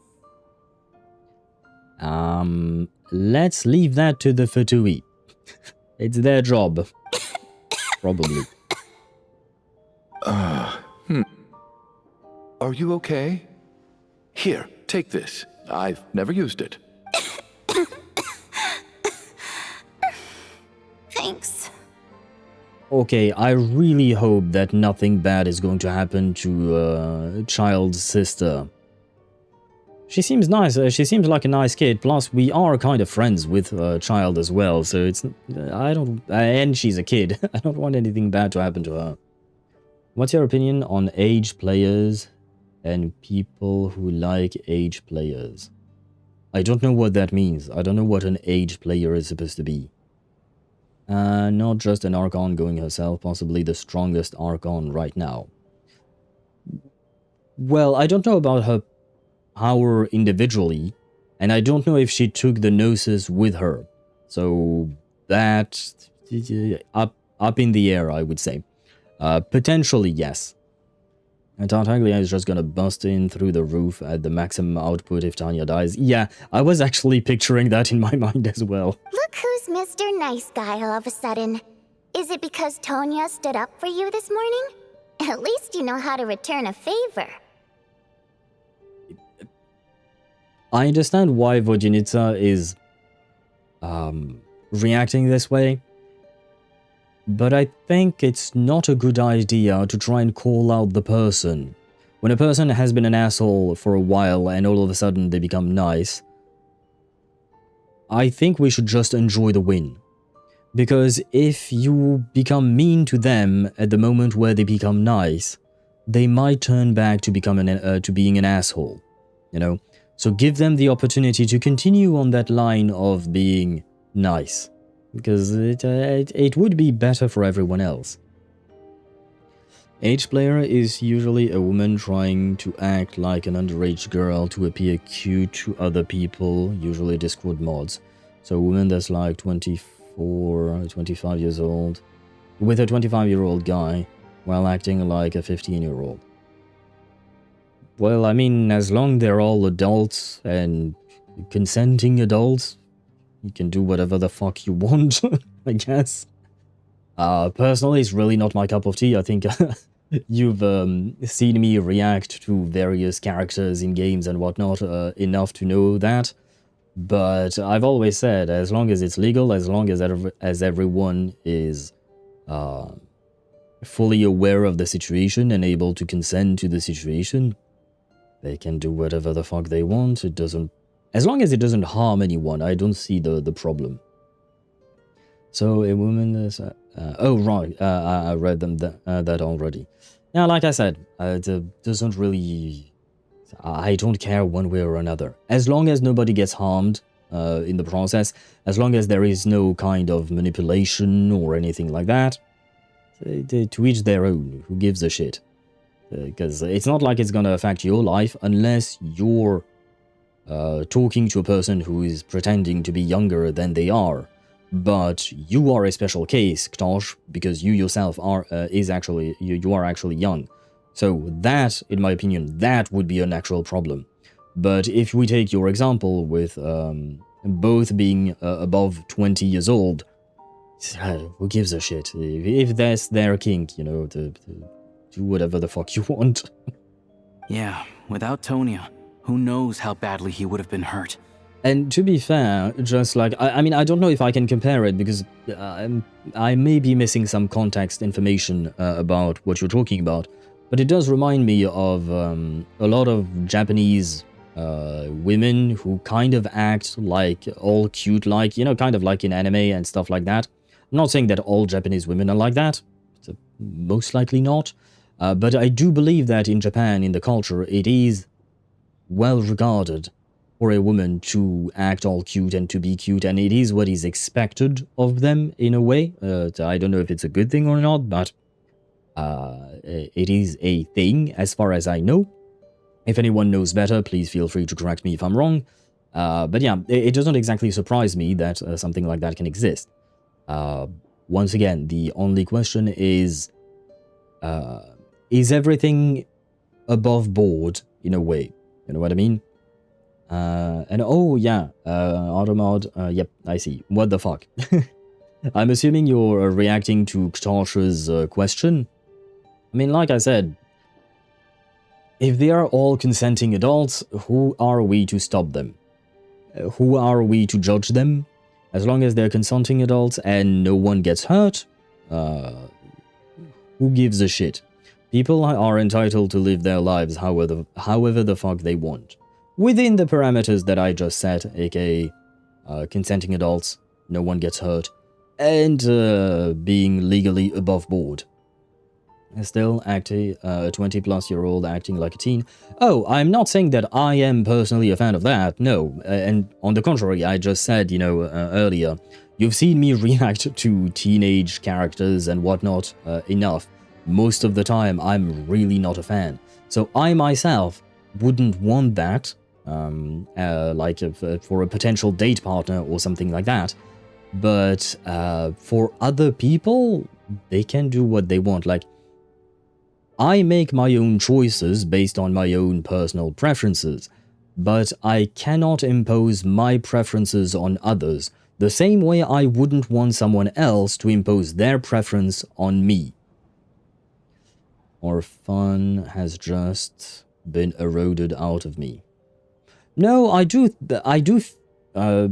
think it's weird. I won't pretend it's not. I have an opinion, I guess, which I do find it strange. But again, is it really my problem? Is it really my place to judge? Again, I insist on the parameter that consenting adults, everyone is a consenting adult, everyone is fully aware of the situation, there is no malice behind the situation, and there is no illegality or anything like that, right? As long as these parameters are set, I don't give a shit, because it's not my life, it's not my place to decide for someone else. If one of those parameters is broken, well, it's not like I can do much, but, you know, if there was something that I could do, I would try to prevent the situation from happening, because then people could get hurt or something could go terribly wrong. But yeah, my answer is very specific to a set of conditions. That is certainly a question. Yeah, Ktosh has a tendency to ask questions of all times. I feel like I should care about them, but also a guy liking a girl that acts like an underage girl is kinda I think it goes ways, but to be honest, haven't seen a guy act like this yet. I mean, like I said, it depends. Is it happening to you in your life? Is it happening to someone else you know? And how exactly does it affect everyone? What are the consequences exactly? Ktosh was a philosopher in a previous life and still am. Half an hour ago you said you will focus on the story. Brother, I am trying. It's not my fault chat is trying to derail things, okay? And you know me well enough to know that I always try to answer most things as I can. And now, wrong window? Ah, yes, because I clicked on that one for Sparta's thingy. There you go. I told you already, I never intended to resort to violence. Bunch of rascals. Little girl? I was rather surprised when you spoke up for me this morning. I didn't think I had many admirers here, so, thank you. I wonder if this experience with Shram has somewhat changed Chugunov. Maybe in a small way, but you know, maybe it hit him emotionally in some way, and that is why he's being nice right now. It can happen. What if I redeem Show Me an Owl right now? I would try to refund the thing, because, yeah, no, at some point, bro, I am trying my best to be nice and to answer your questions when you ask them, but I have said, just like Data mentioned, I have said that I would like to try and focus on the story. You are distracting us from the story with these questions, but please don't overdo it. I'm willing to give you some leeway, but please keep it to a minimum, because we do need to finish this story. You can do it tomorrow, sure. Tomorrow we can do it, because tomorrow we'll be streaming NTE, and we have less time constraints about that, because we have a specific day for NTE on every Friday, you know? That would be okay. Changed? No. Shaken? Him a smidge? Also no. Well, how do you know that? Do you live inside of his head, Sparta? You don't know what the man is feeling. You can't just answer these questions as if they were facts, because you have no idea what's going on in his mind. For all we know, maybe it struck a chord in him because he lived through something similar, or maybe he knew someone who lived through something that not similar, because ghosts are not exactly common. Dude's capitalism, the person. That is how he's been presented to us now. But there is most likely a lot that we do not know about him. So I need more. Yeah, no, absolutely. And also, what I said was a maybe it changed him in some very small way. It's not a fact either. One last question. Would you let your 15-year-old kid with a big-ass dog go out at 3 a.m. with his dog? I typed dog 2. Piss me off.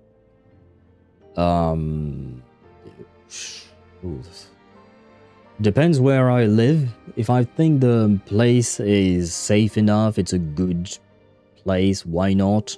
15-year-old, yeah, there were times when I came back from parties at like 4 a.m., 5 a.m. at 15. My mom was kind of pissed off, not gonna lie, but depends on the level of maturity of your kid. I guess having a big-ass dog can help, because at the very least, even if something bad were to happen, your dog would most likely, hopefully help, you know? So it depends on the circumstances, I would say. Oh, no need to thank me. I said some bad stuff about you too. I've been too embarrassed to admit it, but you remind me a lot of my daughter. So kind to everyone, but never lets her old man off the hook. Unless my wife and I are having a fight, then she's always on my side. Really? Poor wife. Especially when she was little. every time I took her out. I think the space anime cancer does not care about your story. I actually do. I genuinely wanted to keep listening to what he had to say. All right, easy now. How long have you had that cough, Tonya? Hey, maybe, on top of being capitalism the person, he could truly be a loving father. We doubted it, but he could be a loving father despite everything else. He could be one of those people who place family above all else, or rather, everything else can die, and he will act like a piece of shit to everything else, but still really want to take care of his family, or something like that. I say that because recently I've stumbled upon a series of clips about Cersei Lannister, you know, from Game of Thrones. And that woman was a monster, don't get me wrong, she was an absolute monster. But she did everything she could for her family. She did way too much about family, if you know what I mean. But the point is, that woman went to extreme length to protect her family. So if you only see what she does to people, you would say, oh my god, she's horrible. If you see what she does to people and how she is trying to protect her family, she's still a piece of shit, but at least there is some kind of an explanation and there is something behind it, you know? So people can be more complex than what they appear to be. He appears like an asshole, and I've been calling him an asshole all this time, and I still think he is one. But there might be more to him than just that. I don't know. It's probably been a while. I'm fine. Vin Diesel, family. Maybe this hair is actually fake. We've never seen him without a hat. Maybe that hair is actually attached to the hat, and once he removes the hat, he's actually bald, and he is indeed Vin Diesel. He is Dominic Toretto, I think. Are you taking anything for it? Yeah. I'll be fine once I see my brother. He's gonna pick some frost fairy flower leaves and brew a tonic for me. I'll feel much better once I drink that. I like hearing more about child Tartaglia's side of, you know, taking care of his family. I see. That's good to hear then. Because it's kind of the same thing with Child, you know. We always talk about him as this battle-crazed maniac, which he is.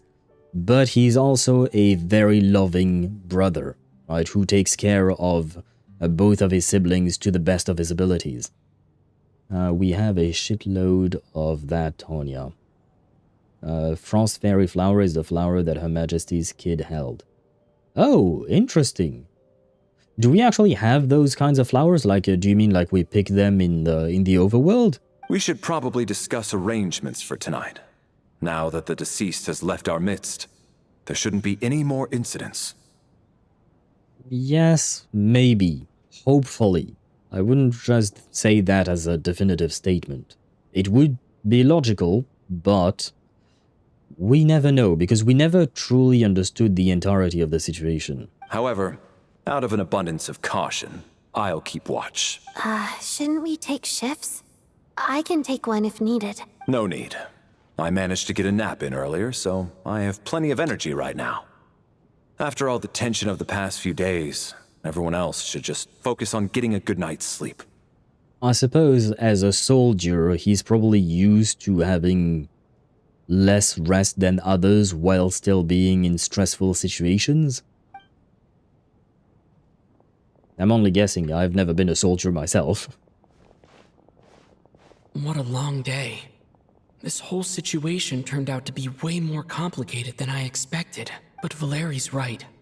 I should just try to calm down and get some rest. The last thing I want is to give myself nightmares. Which means we're gonna have nightmares. Yay. You know, Traveler just jinxed himself, you know? He's awake! He's awake! Get over here, you big lug, and take a look! What? Oh, we back to the nightmare place. He is a battle-hardened maniac with a capacity to care for his family. Yeah, that's pretty much what I said. I agree with that. It sucks. Wait, what sucks? If you must call me something, call me Mr. Door. The Black Mist is coming. You need to go. Black Mist? Haven't I heard that before? Are you all right? Can you walk? We just got attacked by monsters on our way up. That Mr. Door fellow protected us. Why is Valerie, called Mr. Door? He just seemed to come out of nowhere. Not much of a talker, but when it comes to taking down monsters, that man doesn't hold back.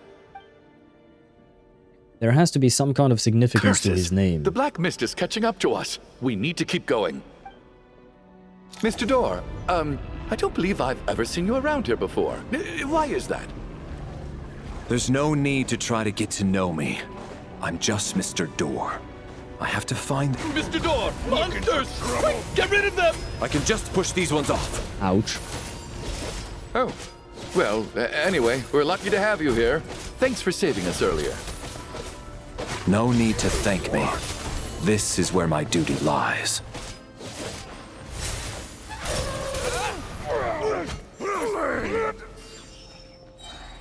Too bad we don't get to play as him, but we can summon him, I guess, to just apply some electro.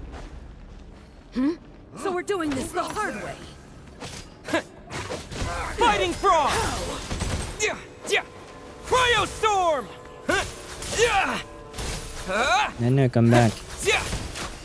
But I wonder why I'm not triggering any kind of, Oh, I'm out of stamina. Ouch. Oh, remarkable work, Mr. Door. If I had your muscles, I'd do the same. Well, I mean, he wasn't born with that kind of muscle, you know. I mean, genetics is a factor for sure, but bro probably trained like crazy. Are none of these doors the one you're looking for? No. Would you mind describing the door that you're looking for? That would be helpful, you know.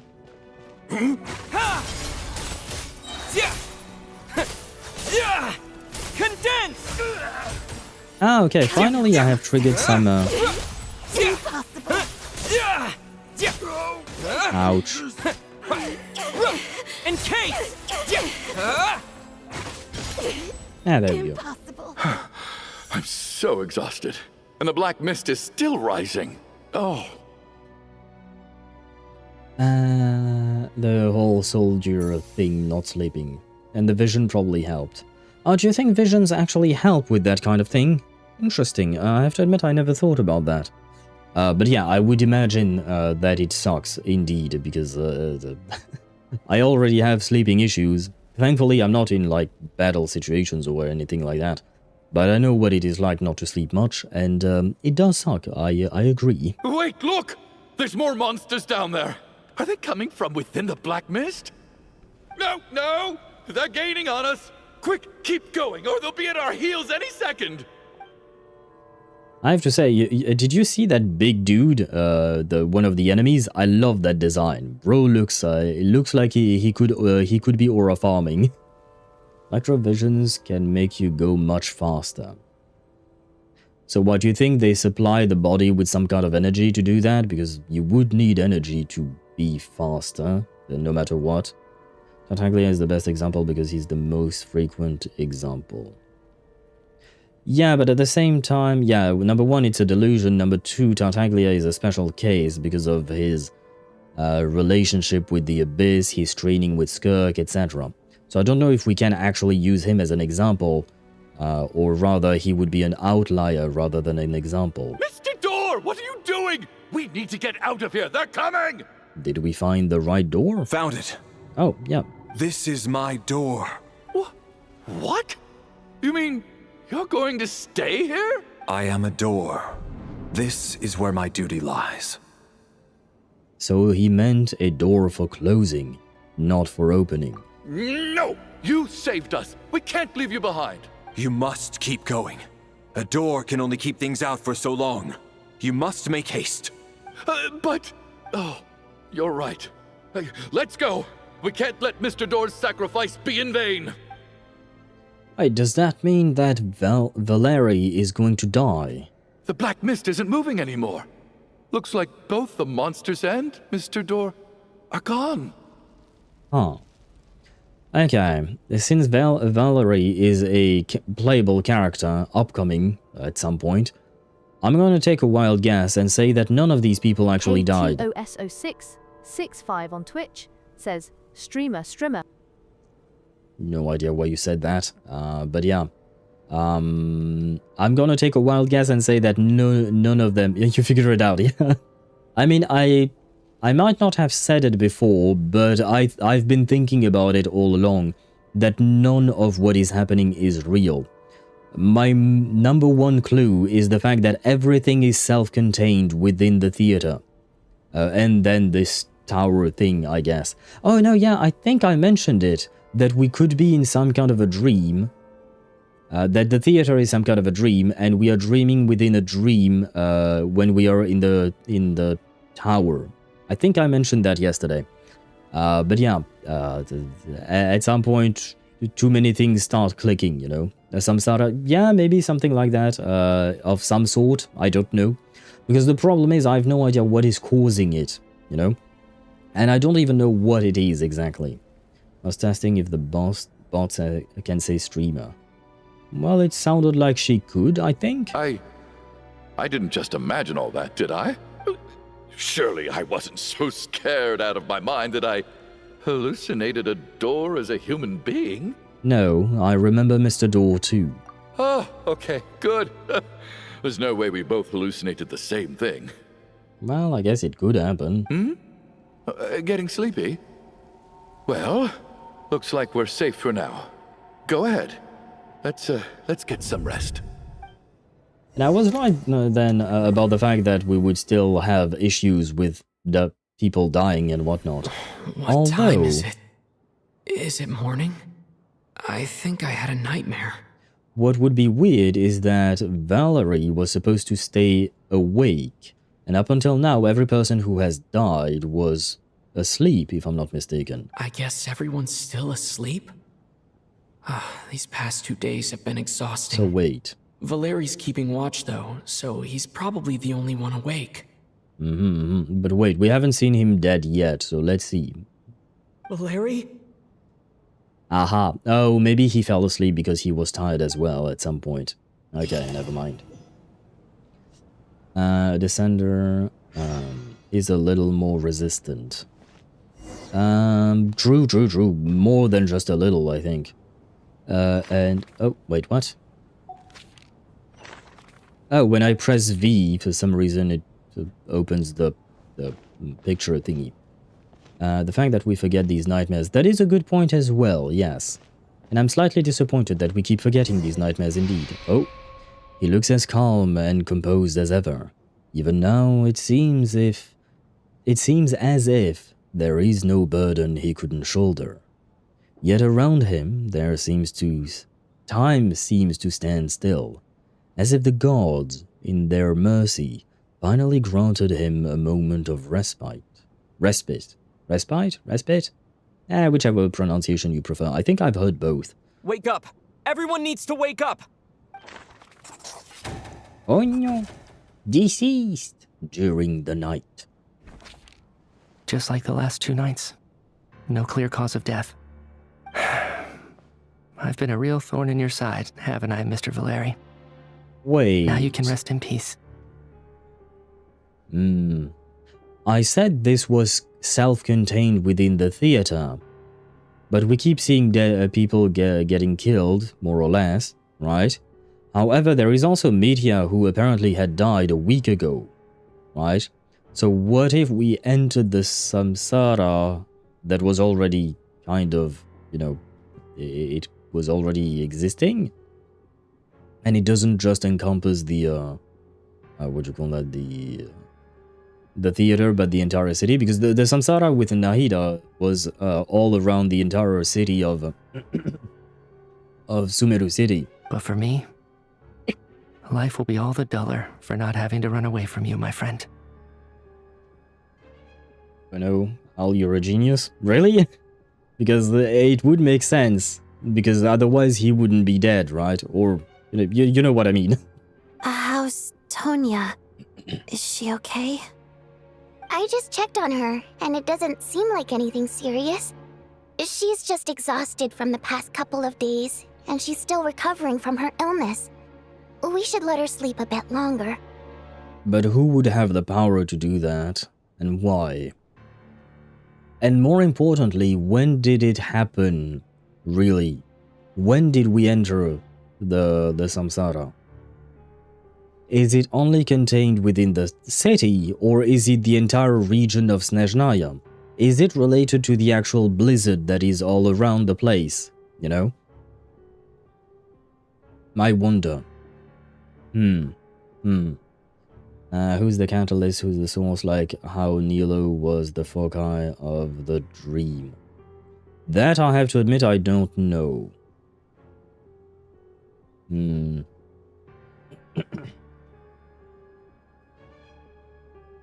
So for some reason I thought of Paimon. Could it be Paimon? And maybe, you know, her having to be the foci of the dream is what is exhausting her and making her feel somewhat sick, maybe.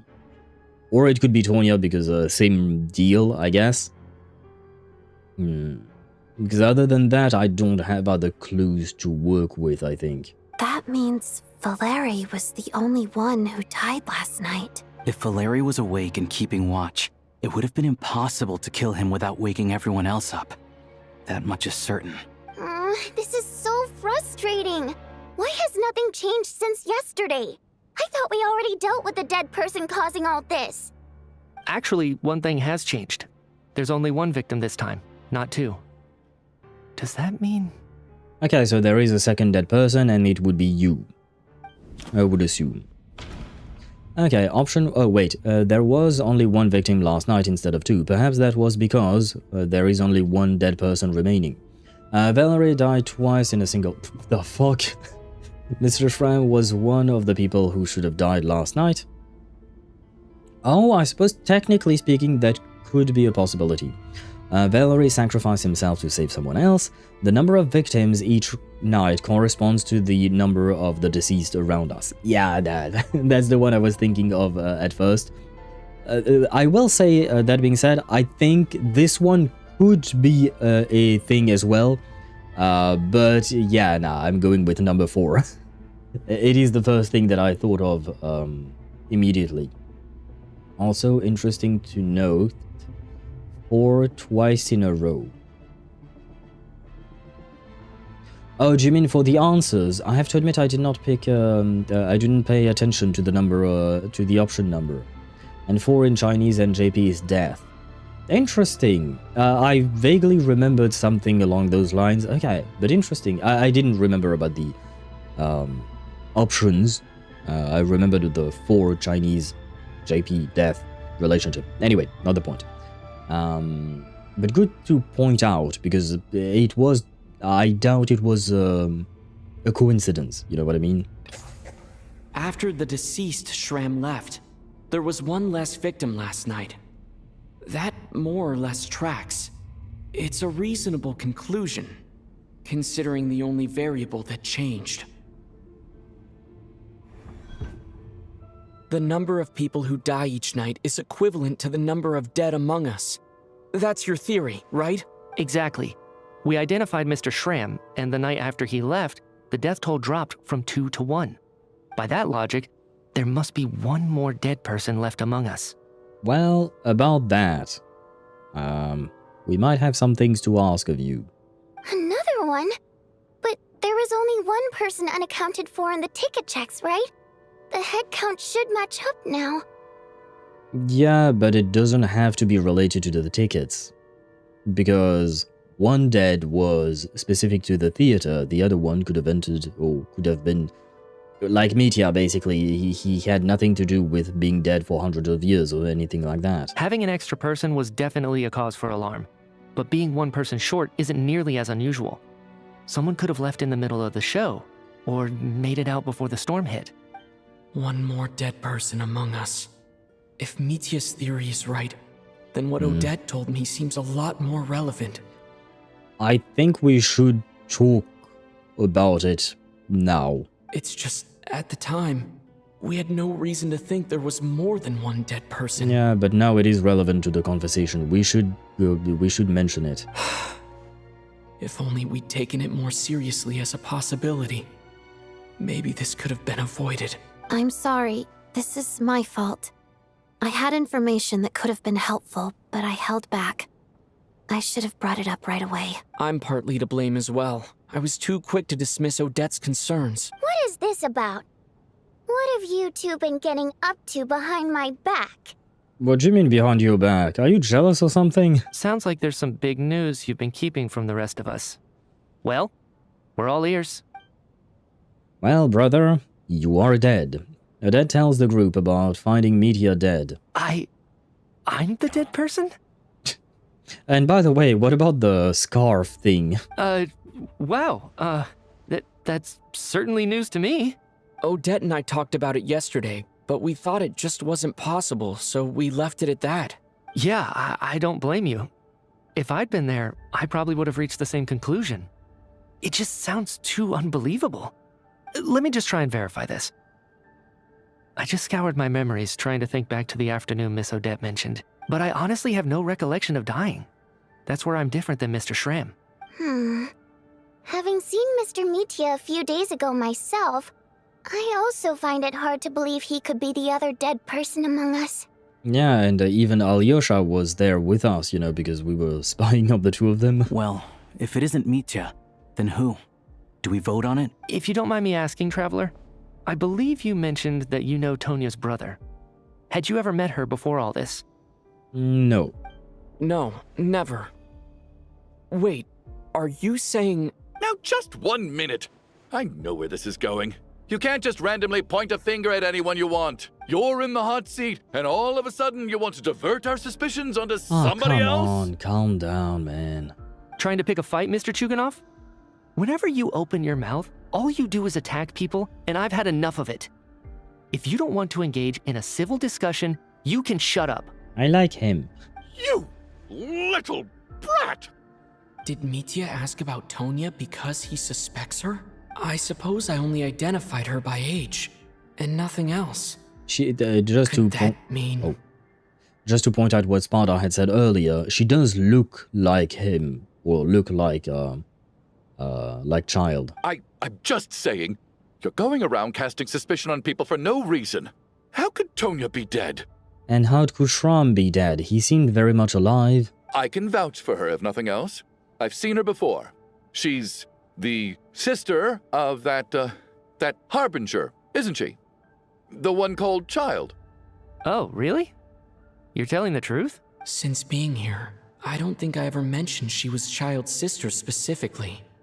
Does Chuganov actually know her? Well, I mean, we're not actually in a... what do you call that? In a case of a person that we don't know. I was suspecting it about Tonya as well, or rather I was still entertaining the possibility that she could be a usurper of some kind.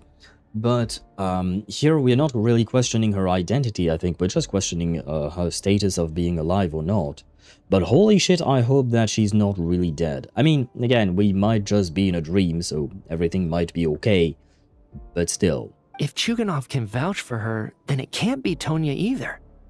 In which case, it seems unlikely that there's another dead person among us at all. Miss Odette, could you go over that afternoon with me one more time, when you found me dead? No problem.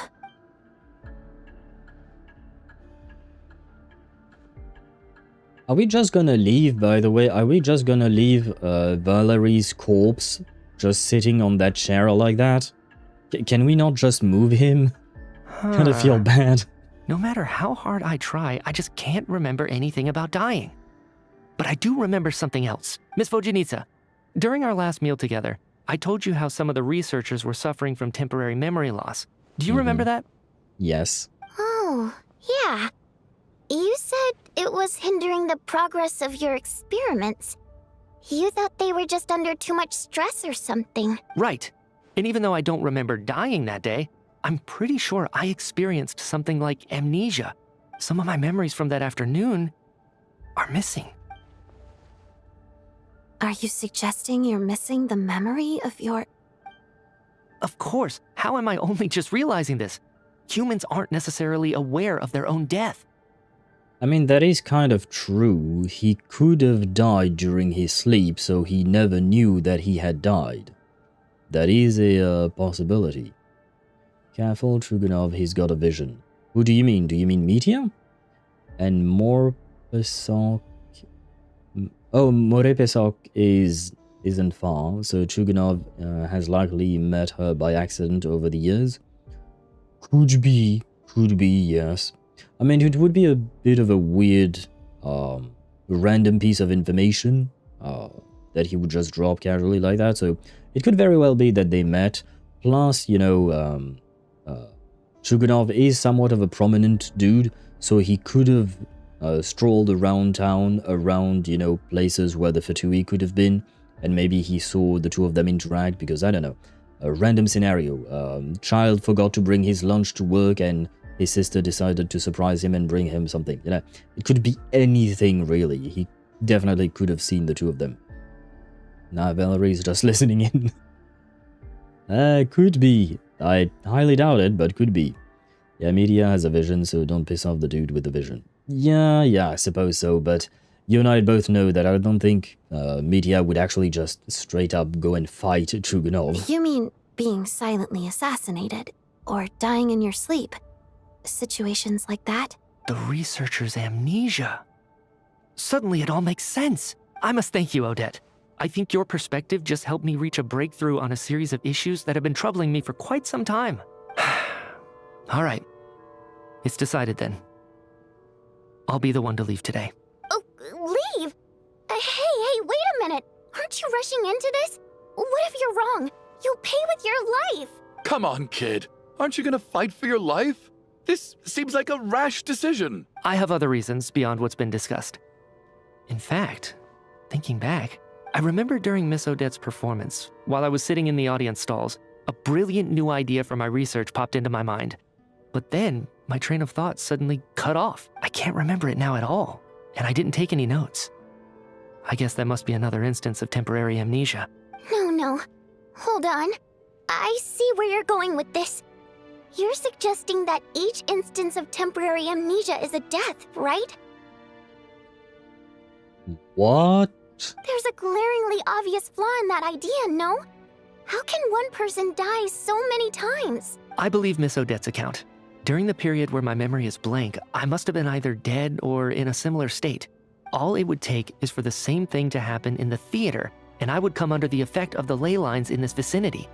This increases the likelihood of me being the deceased, does it not? But... There's no evidence to suggest that anyone other than me is a candidate for the deceased. So allow me, as a scientist, to treat this as an experiment. Stupid theory. What if all of these deaths that he's been experiencing with the memory loss is actually Renova intervening to prevent him from completing his research?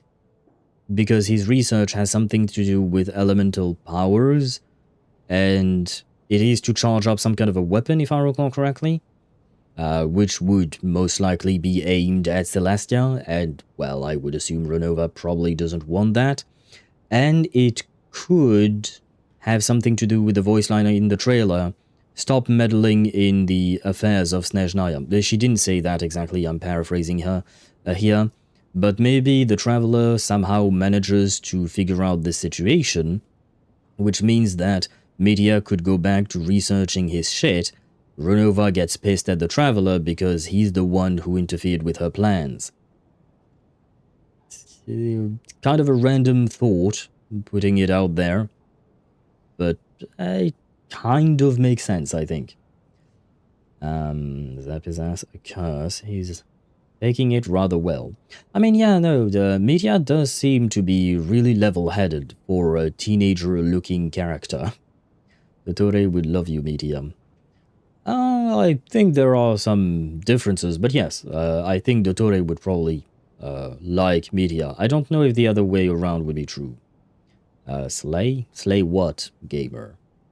And I know you're using that as not just kill someone or something, but I don't know what you're using that term in why you're using that term in relation to what exactly.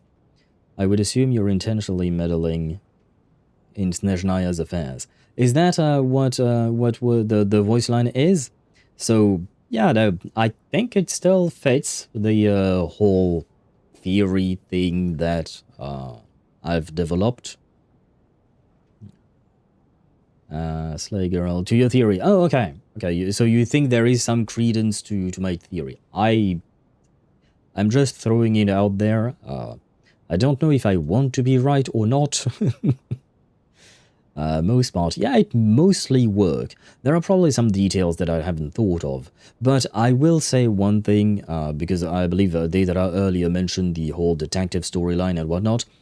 I'm really enjoying this whole mystery solving aspect of this story, where I can try to rack my brain, yap with chat, and try to really think about different possibilities and taking whatever information we have in order to try and piece together what the truth is. It is really, really enjoyable. You just sounded confident, so go off, King. I am confident that what I'm saying is logical, but I do not have all the information, and I do need to take that into account. Please relax, everyone. I don't think things are as bad as they may seem. If I really am the deceased, then to leave the theater will be a relief for me. If, on the other hand, I'm still alive right now, well, apparently you've all witnessed my resurrection recently anyway. Who's to say I won't return from the dead again this time? Mitya's right. This is the only thing we can try right now. I think he's deliberately downplaying the gravity of the situation, though. Yeah. He probably doesn't want to burden everyone. What is a scientist if not someone who gambles on experiment after experiment in an attempt to obtain the truth? Well, it's not just about gambling, it's about making... minimizing the risk before making the gamble. With this snowstorm, the leyline phenomenon, ghosts of the dead, and my amnesia, we've been paralyzed by not knowing and powerless to do anything about it. It's a terrible feeling. But if I do get resurrected, you can be sure that I'll come back with the truth of all this. Just you wait. Well, rip media, I guess. It was nice knowing you.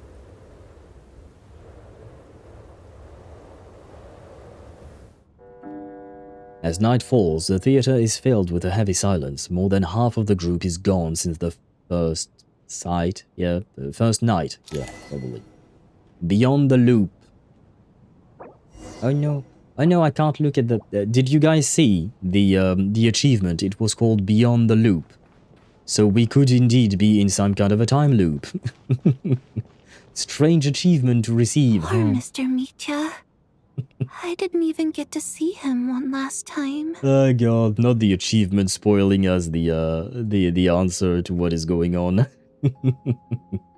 And wait, I just want to check where we are at in terms of the story. Okay, we are getting there.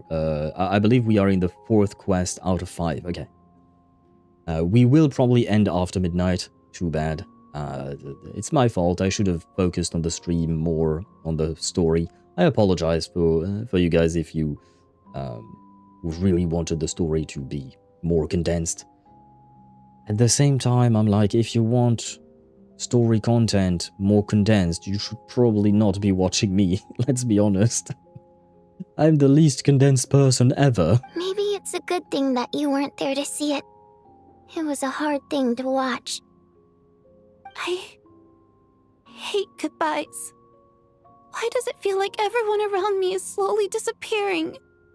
Not just in here, I mean. In the outside world, too. Maybe it's the realization that, at the end of life, everyone has to face it alone. Come to think of it, the main reason we're still alive right now is pure luck. Each morning here, for every one of us, there's the chance that we might not wake up. You could take it a step further and say that the same is true outside, too. Who can ever be 100% sure when they drift off to sleep that they'll open their eyes again in the morning? Wait, I'm a dumbass.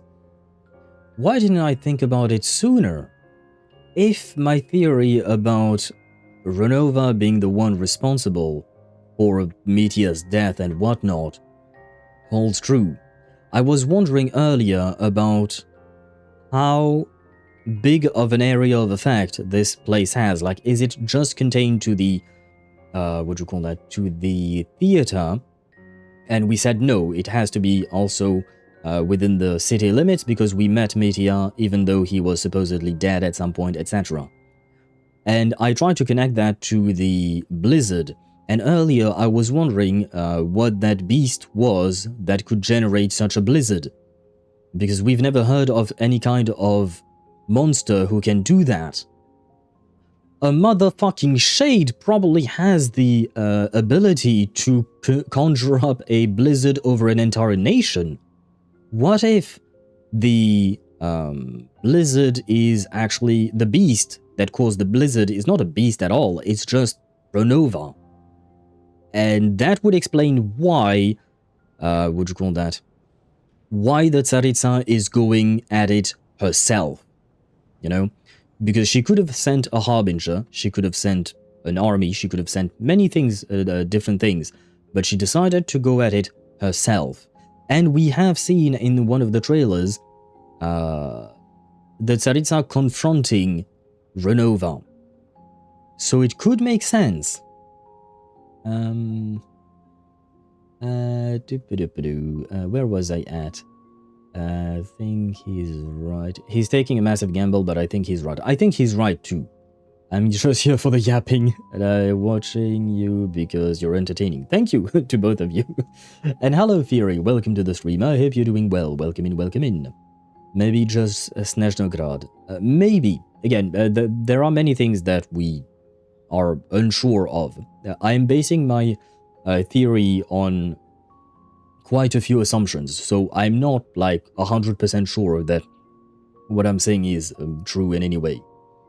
Or force the other shades, cause a blizzard may not be under her authority. Yeah, in sudden snow. I mean, blizzard kill people. She's the shade of death. Doesn't that count? I don't know. I genuinely don't know. It could or could not be under her authority. But her sisters, the other shades, could be helping out in some way, shape or form. That is also very true. Varka's fart. Laughing emoji. I mean, he does have strong winds, that's for sure. That's for sure indeed. And by the way, Fury, since you're just joining us up, we are in the fourth quest of the second act of Snezhnaya, so do be aware of spoilers, just in case. She's for some reason more associated to Pyro rather than Cryo. Really? What makes you say that? Sure, why not? Well, if that's the case, yeah, Blizzard is not exactly her thing. And wind plus water, ice. Well, all of Natlan? Well, I mean... I wouldn't say she herself is more associated with Pyro. I would just say that she had dealings with the Pyro Nation and Pyro Archon/rulers. That's not exactly the same thing. That doesn't mean that she herself is related to the element. Because if I recall correctly, it was mostly Xbalanque that came to her and not the other way around, right? If I make it out of here, I'm going to cherish every moment that I'm awake and live without any regrets. Without regrets. I feel like a strange sense of anxiety has been quietly growing inside me over the last 2 days. Are you okay? You look really glum. If something's bugging you, let's talk about it. There's only a few of us left here now. After everything we've been through, what's the point in keeping things bottled up? She's got a point. And the four shades are associated with an element: hydro, life, time, wind. Okay, yeah. And time and life are still helping. Okay, yeah, that could make sense. You know what? You got a good point. I retract my previous statement. You're right. It does make sense. I was eating lunch today and thought came to mind. How exactly do people in Belobog procure food? With the Stellaron having frozen the planet, all vegetation was completely destroyed and all animals been frozen as well. Not quite, because the city itself is still alive and kicking. And yes, exactly, greenhouses like Sparta mentioned, because they do have special heaters that are placed throughout the cities, inside the buildings, etc. So they could very well just farm inside of buildings as well. And underground areas for animals. Really, the underbelly of Belobog was for the animals? Because I have to admit, I don't remember, but it would make sense. I have a travel companion named Paimon. Alyosha and Odette have met her before. She's been feeling unwell recently. You're worried about her, aren't you? That makes sense. We've been trapped in here for days. To be honest, I used to feel like I was just a spectator in this world, watching everything that happens from the sidelines. Maybe it's because I'm a descender. The fuck? Did bro just drop a lore bomb on these two random girls? What the fuck? He just casually mentions it like that. I mean, I suppose it's not exactly a secret, but it's not like that many people knew about it. I didn't think he would just say that to Child's sister and a random mermaid lady. No offense to but you need some, but you know, we just know. Now you drop the low bomb, military personnel don't know. Yeah, no. It's a choice to mention that right now. Raise power active. Oh. So it's to impress them, gamer, is what you're trying to say, because he's in front of two cute girls, so he drops the title, you know? Maybe he's the one building his harem. Sure, but is that really enough for all the people? Depends how extensive it is, because Fiere, keep in mind that we don't see everything that exists within Belobog's limit, because of game engine and game map and stuff like that. The game does not show us the true extent of how big the city is. So I don't have a proper answer to your question, because I genuinely don't know, and I guess only the devs know. But the fact is that the cities, even in Genshin or everywhere else, any other game, they tend to be much smaller than what they are supposed to be, just because of game and engine-related reasons. Descender? But with Paimon by my side, over time, I slowly felt my connection to this world growing stronger. This is what we've been waiting for the past 6 years. Him stopping, not being an observer anymore, and maybe taking more of an active role in the world of Teyvat. She loves eating, sleeping, and having fun, but she's also a great guide. Well, kind of. It's her authenticity that makes this whole world feel more real for me. Over the last few days that we've been apart, I've often caught myself wondering, what would Paimon say if she were here right now? That's kind of adorable.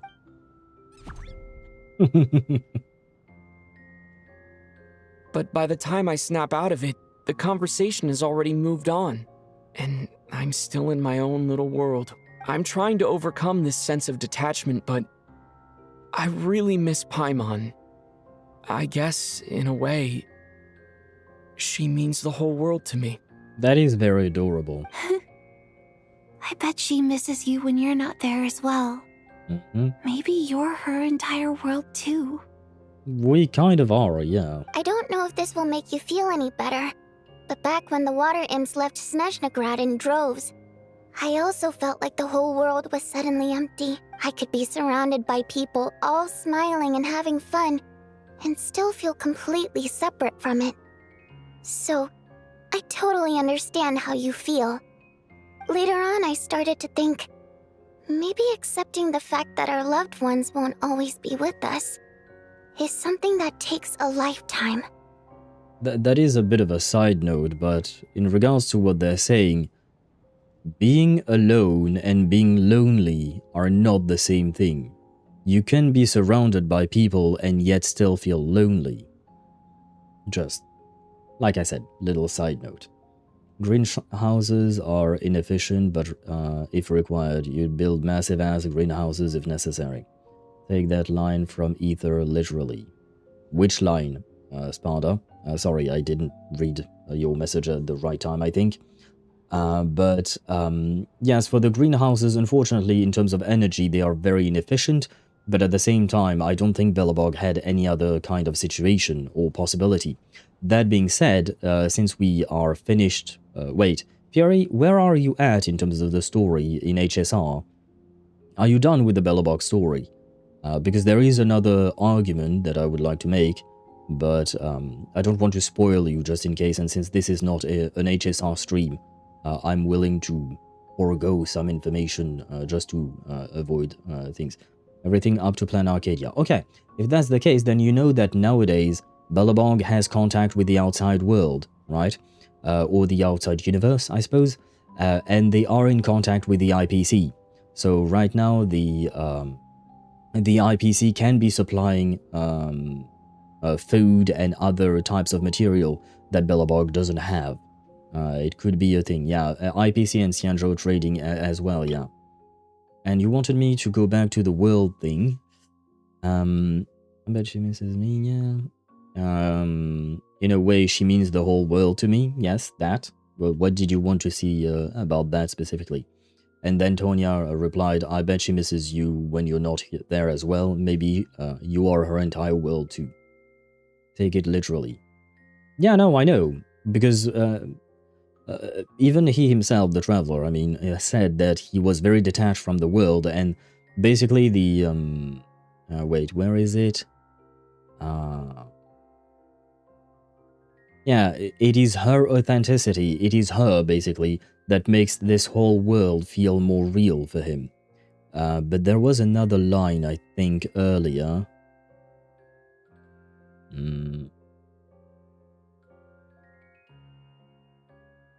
No, maybe it was this line. Maybe I'm getting tired. But basically, the point just being that Ether has had issues with connecting with the world, but the one thing in this world that he has actually managed to connect to is Paimon. You know what I'm implying, right? Right now, no. Unless you're talking about maybe like a potential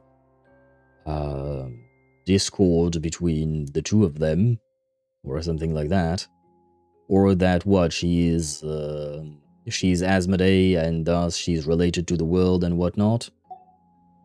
Paimon is the world, yeah, but I am not in your brain today. So I don't know exactly what you're thinking of. And Gamer, I saw the period, but I don't know why you wrote period. She's the world, she's reason. I don't see how you're connecting those two. Yeah, it isn't a problem now. The problem was that Belobog had been isolated for 700 years, so trading was not an option. Belobog was... the planet itself was isolated, but not the city. If I recall correctly, the city shrunk in size a lot, and there were other outposts, but basically over the past 700 years, slowly but surely, the city itself and the livable areas shrunk a lot, most likely because it was not enough, but they just had enough for that one specific population. And I think there might have been a quest mentioning that. From time to time they had to, what do you call that, shrink the city limits because they could not heat enough of the city anymore because they didn't have the power to do so. It's possible, an accidental fifth shade. Oh, do you mean like she's kind of Harry Potter's Horcrux situation, or rather, Voldemort's Horcrux situation, as in... Sorry, I thought I saw a mosquito. Oh well, fuck. But I see. Why not? Why not? I don't see the connection between the world and reason, but Paimon potentially being a Horcrux of Asmodee, for instance, why not? After Nibelung beat the brakes off Paimon. Wait, what the fuck? When did Nibelung enter chat? Ah yeah, no, there is a mosquito. Well, I'll try to murder its ass later. All we can do is cherish their companionship from moment to moment. So, once we get out of here, you better hurry back to our side as fast as you can. You can't let your story end in regret. That's the trope I hate the most. Thank you.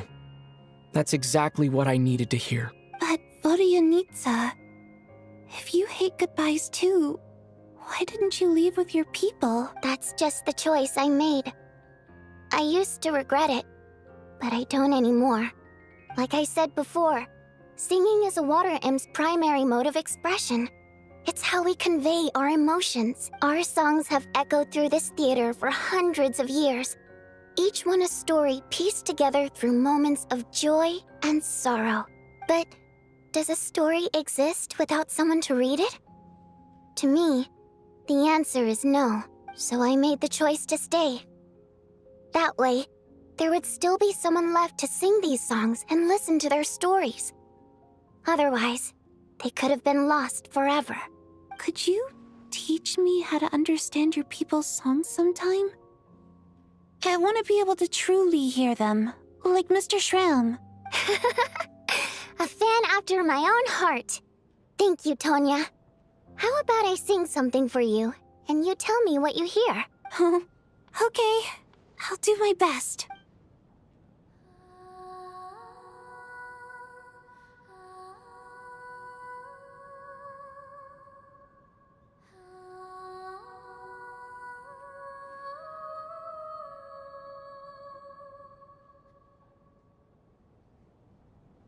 I've never heard that one before.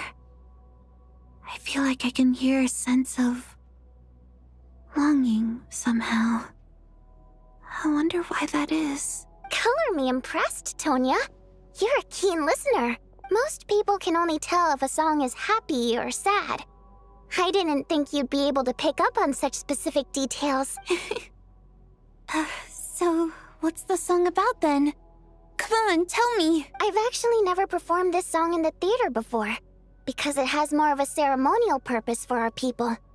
It's not meant for the stage. What kind of ceremony? It means something like, "May those we have lost watch over us, and follow this song back home in the night, so that we might be reunited once more." So it's kind of like a requiem, a call to be reunited with our loved ones in our dreams. No wonder I could hear that sense of longing. You sing it for loved ones who have passed away. I hope it reaches them. It's getting late, Tonya, and you're not well. We should all turn in early. I suppose there's no reason to keep watch tonight. Okay.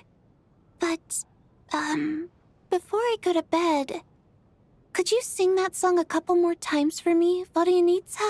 Of course. Anything for my #1 fan.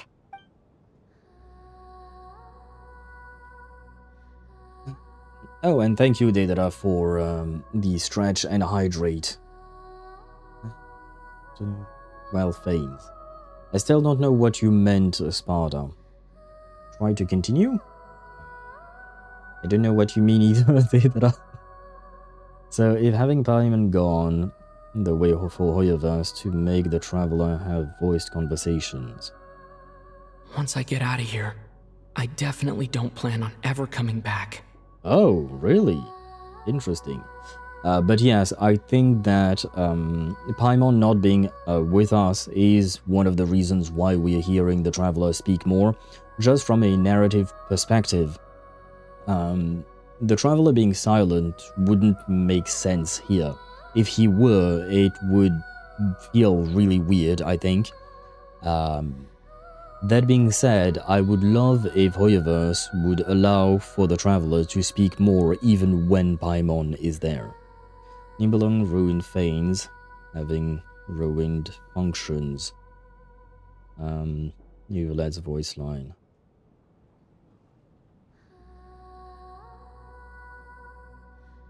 Oh, okay, so what you meant is that when Nibelung and Fanes fought, even though Fanes won, we know he was deeply injured, and maybe that injury was Paimon breaking off as the Horcrux that we've been talking about. Is that what you mean?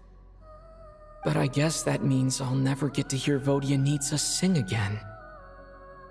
That's a sad thought. Before I fall asleep, I should cherish this moment of companionship while it lasts. Are we back at the tower?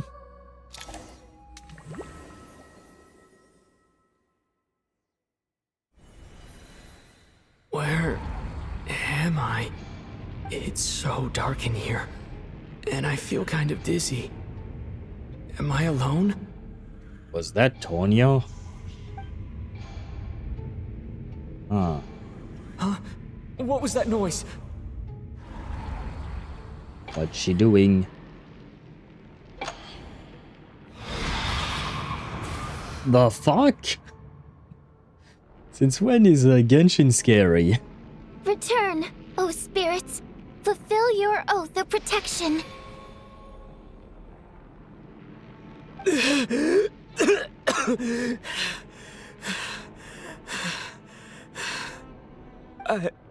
I'm alive?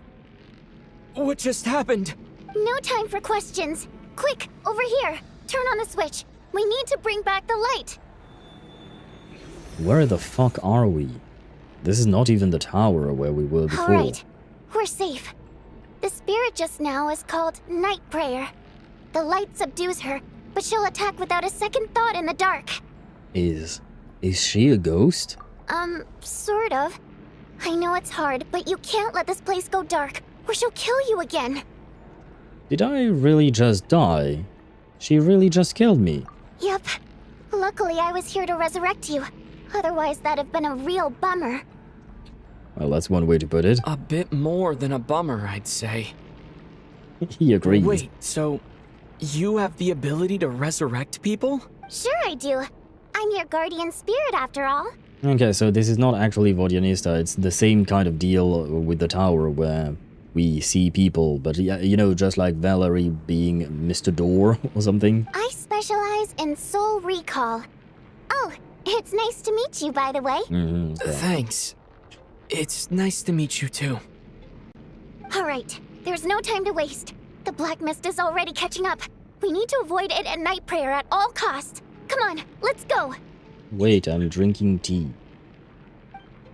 We need to reach the next switch before the place gets too dark. If we bring the light back, night prayer won't be able to get to us. Sweet, sweet light! It's back! Now, Oh no. it's night prayer. We need to move quick, but don't let her notice you. How am I supposed not to let her notice me? Look out! What? Oh, she did notice. Well, fuck. Time to run, boys. Ah. No. And I thought I was going to do horror shit tomorrow with NTE, you know.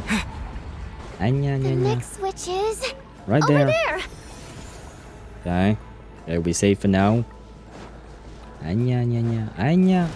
Oh, wait. Well, that's kind of cheating. We should get make the ground collapse.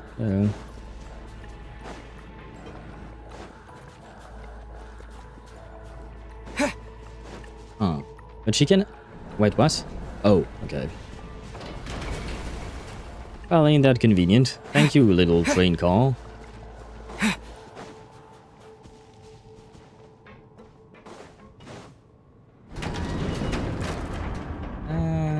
Okay, still good. I'm still grateful for the train cars. Please don't move too much. No! Night prayer is here too! This can't be the only path. Let's head up there and take a look. Well, I mean... Why not just... If I can't go inside... It's just up ahead! Hurry! I might as well go, above, I guess. It's too dark. We're not gonna make it! Come on, faster!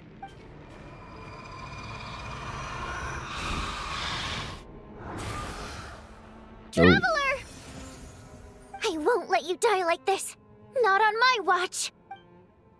Well, I mean, you kind of already did. I'm already dead.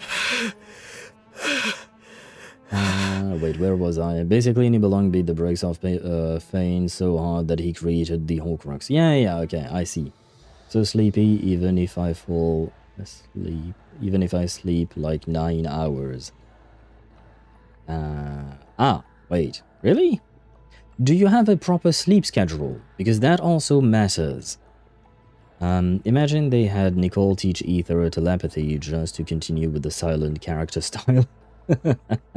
I don't mind Nicole teaching him telepathy, but I would prefer him to actually be voiced.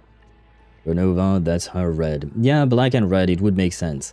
But for some reason it takes Tonya's form, right? Unless the game, everyone, Ether is dead. Roll credits. Wait, no, we have to roll credits again. We have to roll credits multiple times. Bro keeps dying. No, it's not permanent. Dying is definitely not a pleasant experience. Great. You're back. Yeah, thanks to you. Time for you to get out of here. Quick, before the light runs out. What about you? You're not coming with me? I can't. I've already been used up. Used up? What does that mean? A guardian spirit's skills are finite. I can only resurrect someone so many times. So basically I'm out of Scrolls of Resurrections if we were in Baldur's Gate 3. I had plenty of those. I might not look any different, but my essence has been exhausted. Now, I will slowly start to fade away. I can go no further. The black mist is where I belong. It's okay. Why didn't you tell me sooner? Because it wouldn't have changed anything. That knowledge would have just burdened you. And a guardian spirit's role is to protect. But... Go. Now, before it's too late. I already hear night prayer approaching. I love the fact that he just goes back, but walking. He's really not in any kind of urgency here. We have only one silly in people's head. And I think that is enough. Yep. How could this happen? Oh, my bad. Didn't mean to cut her off. Well, I guess there's no need to inspect the body. You're beginning to grow numb to the tragic deaths that await each morning. Before long, the lament of countless water imps seems to resound around the theater, full of deep affection and sorrow for Vodyanitsa. Your emotions begin to respond in kind, leaving a heavy feeling in your chest. Deceased during the night. This wasn't supposed to happen. You lied to us, didn't you, Chuganov? You've been lying from the start. Take a long, hard look at yourself before you go around accusing other people. I suspected you on day one, Lelik, and now look where we are. By some strange coincidence, you've never been targeted. You just happen to have survived this long? No, you should be the prime suspect. And you, little hunter, ever so content with staying on the sidelines. Yet you were the one who stopped us from leaving from the start. Why are you trying to keep us here? Because there's a blizzard outside. And Media was right about Chuganov always, whenever he opens his mouth, is to attack someone. And sowing discord right now is not going to help anything. Now you're just lashing out indiscriminately. That's either a sign of anxiety or a guilty conscience. Where was all this passion and bravado before? Decided to fight until the bitter end. Is that it? Is that a threat? Fine, bring it on. You think I'm afraid to die after all this? You want to kill me? Go ahead. I'd like to see you try. Well, brother, I did not see a vision on you. I have seen a vision on him, and Alyosha is also a hunter. So, he's gonna do more than try. After all the trauma of the past few days, everyone's been pushed to the breaking point. Valeria and Mitya aren't here anymore. Someone else needs to step up and take charge. But first, I need to think this through. Considering everyone left, who's the most likely candidate for the deceased? At this point, honestly, I don't know. I genuinely don't want to select Tonya because I feel really bad about sending her out in the blizzard.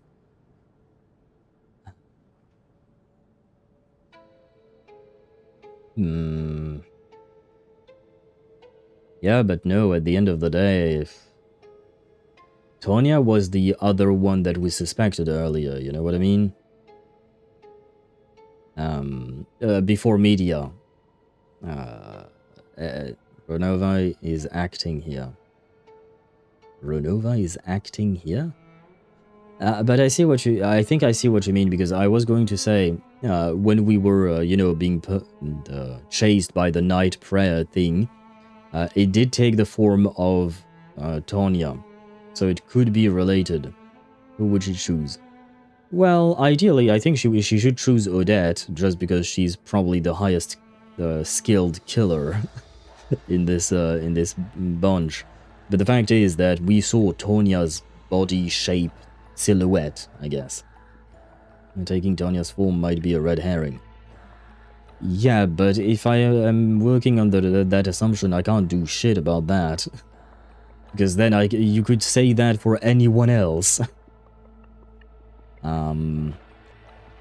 Although, wait. Me? I died. Renova is smart enough to mislead us. Yeah, but the problem with that line of thinking is that I could say anyone else, and you could say that it could be a red herring as well. But the one who we know for a fact has died is me. We just saw it happen multiple times. The others we haven't. Me, on the other hand, or Ether, the Traveler, we have died. And come back. And maybe it was something similar to what Media was experiencing, you know? So maybe I am the problem. Wait. I am waiting. Good call. Okay. I was thinking that maybe you had something else to say. By the way, stupid question, but do these choices matter? For those of you who have completed the story, when I say do the choices matter, is in the sense like, if I say, let's say the real answer is Ether, okay, but I select Chugunov for some reason, okay, will the game just allow that to happen and Chugunov will actually go out, even though I am wrong? Or is the game just going to tell me, oh, but no, Chugunov doesn't quite make sense, so I should pick someone else? It's Hoyo, of course none of the choices matter. Okay, never mind. Okay, if that's the case, I'm probably gonna go with the Traveler. He's the only one who's died so far, so I can only go with that. Me, the fourth Descender, a traveler from beyond the stars. My memories are perfectly coherent. Even after racking my brain, I can't recall any scenes of my own death. No. It wasn't him. Okay. Well, I guess I recall the deaths, but he doesn't, because he doesn't remember what happens in the tower or wherever that last place was. Okay. So if that's the case, so I guess technically speaking, I could go by a process of elimination until I get the right one. But the one we were suspecting otherwise was Tonya, so I have to go with that. It pains me, because if it is her, I really don't want to send her in the blizzard, but... Of those who remain, the only person we've never met before is Tonya. There is room to doubt her true identity. People are easily misled by first impressions. Now that I think about it, Child's sister was in fact a label I imposed on her due to my own assumptions. But Mr. Chugunov vouched for Tonya's identity yesterday. With basically no other possibilities left. Could it be? Oh, wait, what? Tonya, how's Tusser been lately? Tusser? Okay, well. Wait, no, maybe she's just surprised that we're talking about her brother all of a sudden. But let's see. Your brother Ajax must have mentioned me in his letters home, right? Did he say anything about a blonde traveler? No. And my brother's name is Razik, not Ajax. See, Sparta, you see red herrings everywhere. This was not a red herring. It was Tonya all along. And I have no idea who the fuck is Razik. Chuganov, looks like it's your turn to do some explaining. Yesterday, you said you could vouch for Tonya. Why did you give us a false testimony? I knew you were behind this, Chuganov. You've been lying through your teeth from the start. Everything about you is fake, down to the wife and daughter you're always talking about. Your entire family man persona is a charade, isn't it? But do you think that means that Chuganov is in on it? That night, when I infiltrated your place as Lelik, I noticed you were home alone. Didn't think much of it at the time. Just thought everyone else was out. Could it be that he's trying to resurrect his family because his family is dead? But thinking back on it now, that doesn't seem very likely. My guess is, you live alone, don't you? But what if his family is dead, he's trying to resurrect them, and Renova is not happy about it, and she's taking on the form of fake Tonya, but he did say that Tonya reminded him of his daughter, so it could be related. Even that was a lie? But why would he lie about having a family? Curses! Oh, why is there no end to this blasted snowstorm? If it would just stop! If it would just stop. That has nothing to do with anything. You're not answering any of our questions. I think I remember now. I know how I ended up here. It feels like a distant memory. But at the same time, it's just like it was yesterday. The reason I'm always coughing is because I got sick with frostbite. The locals usually call it the snow cough. It's not a very common illness. It's partly genetic and partly caused by the cold climate, but it can be fatal. They sent me to the hospital as soon as they found out I had it, and I spent so long lying there in that hospital bed. Okay, so you did die, I would assume. So asthma. Very, very severe asthma. I mean, I know technically speaking asthma can kill, depending on the severity and if you are not properly treated, but yes. After a while, I felt myself anime growing weaker asthma. and weaker. Nothing seemed to be working anymore. Neither the treatment that the doctors were giving me, nor the medicine my brother was brewing from frost fairy flower leaves. Although there is something that still doesn't line up and is weird, is when what's his face, Chuganov, vouched for Tonya. She was there, right? And he said in front of everyone, I know her, she's the sister, her brother is that harbinger child.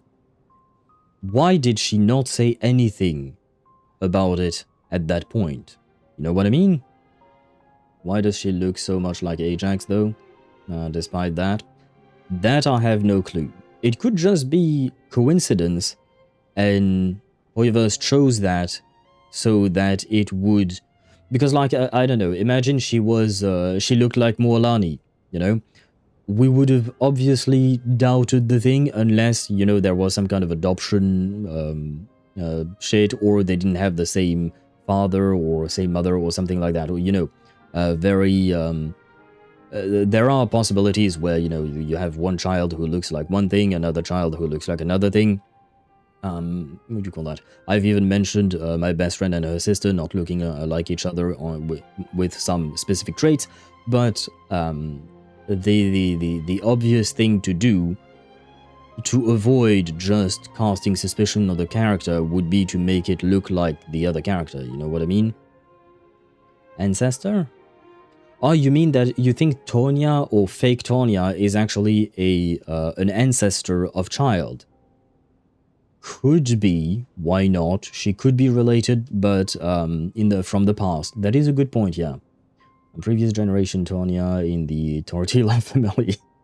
Yeah, that is a good point. I didn't consider that. That is a good point.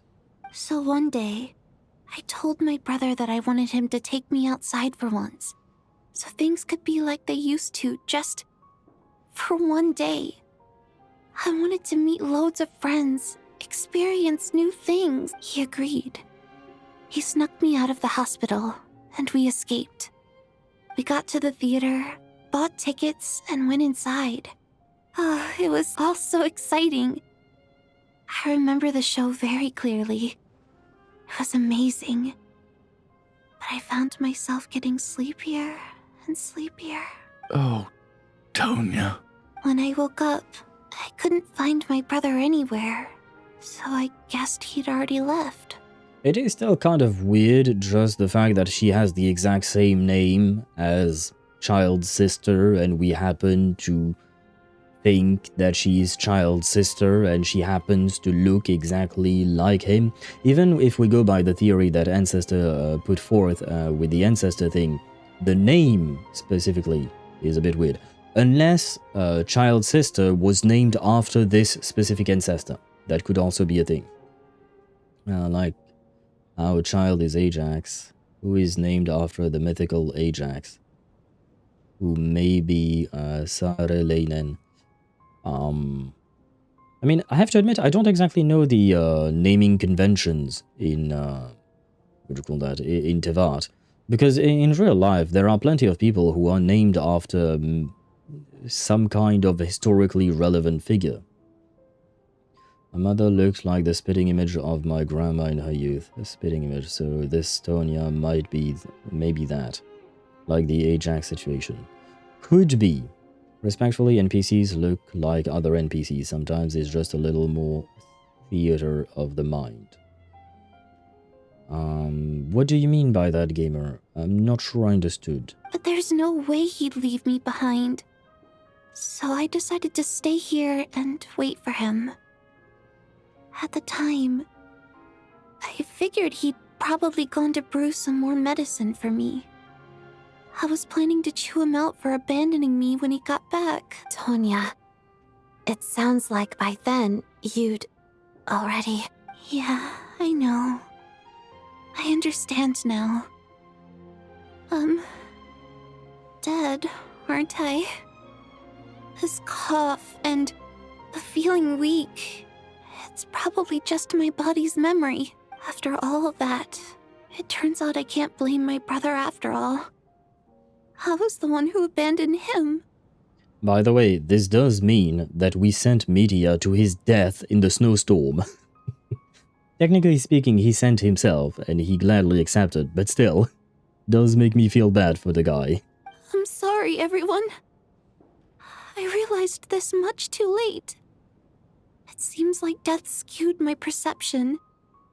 And now I've dragged you all into this mess. Well, yeah, but it's just with it's the same with the Shram situation. You didn't know and you couldn't have known until we pointed it out for you, basically. So it is partially on us as well. It is our responsibility, basically, to investigate and find the answer and help you make the realization. Your name probably isn't even Tonya, is it? Ah. Didn't that ever strike you as odd over the last few days? Well, when I was little, my brother and I read a storybook, and Tonya is the name of one of the characters. Ah, okay, so Tonya is not actually her name. Very well. When we escaped from the hospital, our family and the hospital security were looking everywhere for us. So when you first approached me and said my brother had sent you, and called me Tonya... Hey, you know what? That explanation kind of makes sense. I thought he must have chosen a fake name that only the two of us would know. Because he was afraid of getting caught. No. It seems like that was just wishful thinking.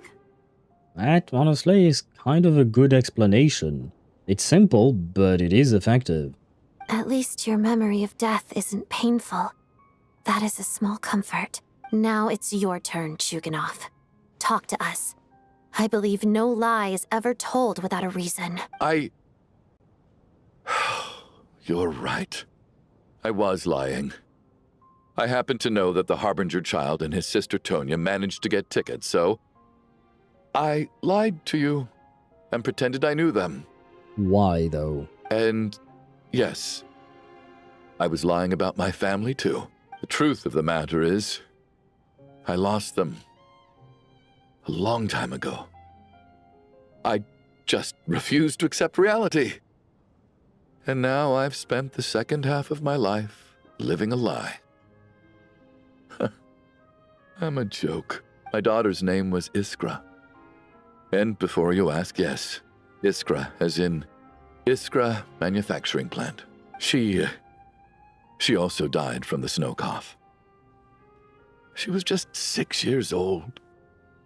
If she were still alive today, she'd be around the same age as little Tonya here. After Iskra passed, my wife couldn't bear to face those memories either. So she chose to start a new life. Yeah, that's without sad. me. But it can happen, yeah. One day when I came home from work and saw the empty room, I felt like I couldn't breathe. Subconsciously, I started to imagine that they were still there. I soon discovered that this was the only thing that made me feel any better, so I just embraced the delusion. Nothing more than a pathetic means of escapism, I know. But at least it's not a crime. You don't have to call it pathetic. You can feel some empathy towards what the guy went through. He may have been an asshole, and again, I always say, bad things may happen to you, doesn't justify you being an asshole. But it is understandable, and like you said, it's not like he did anything wrong, at least up until now. There might be more information coming. So explain your false testimony then. The night before last, when I was chatting with Tonya, she mentioned that her brother would brew medicine for her from frost fairy flower leaves.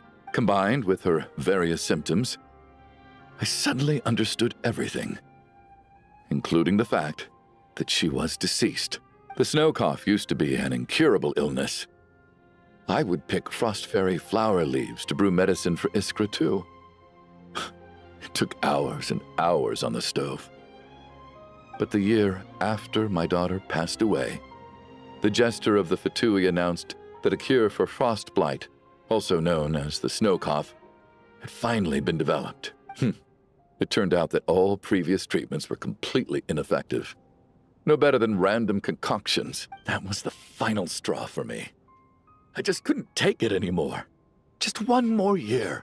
One more year, and everything would have been okay. So, more than anyone, I know full well that in this day and age, no one in their right mind would still be using frost flower leaves to brew medicine for the snow cough. Poor Miss Tonya, therefore, had to have been from an era when snow cough was still a terminal illness. So, you projected your daughter onto her?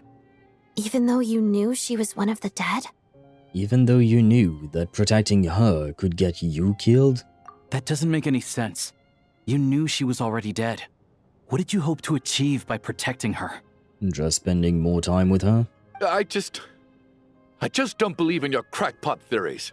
Nor do I approve of your actions. How can you just declare a living person dead and throw them out into that snowstorm? Nitya's gone. My good buddy Shram's gone. And now it's Tonya's turn, isn't it? The others I can make my peace with. But little Miss Tonya, here she is, standing right in front of us, alive and breathing, and fighting her own battles. Yet you're quite happy to say she's dead? No one is happy about that. I just want her to live. Once this snowstorm is over, the very moment it stops, I'm going to march out that door and find someone who can fetch the very best medicine for her snow cough.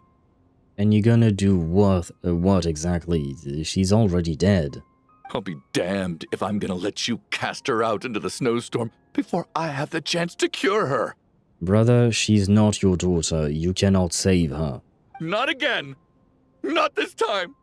Not when the cure is right within our grasp. I'd never be able to forgive myself. Mr. Chuganov, stop.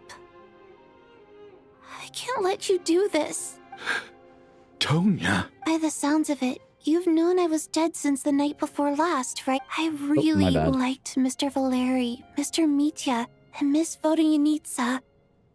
And now they're all dead because of me. I'm not happy about that. The reality is, you've been trying to fight your own demons through me. But all you've really done is trap me inside your delusion along with you. No! Listen to me. I want to save you.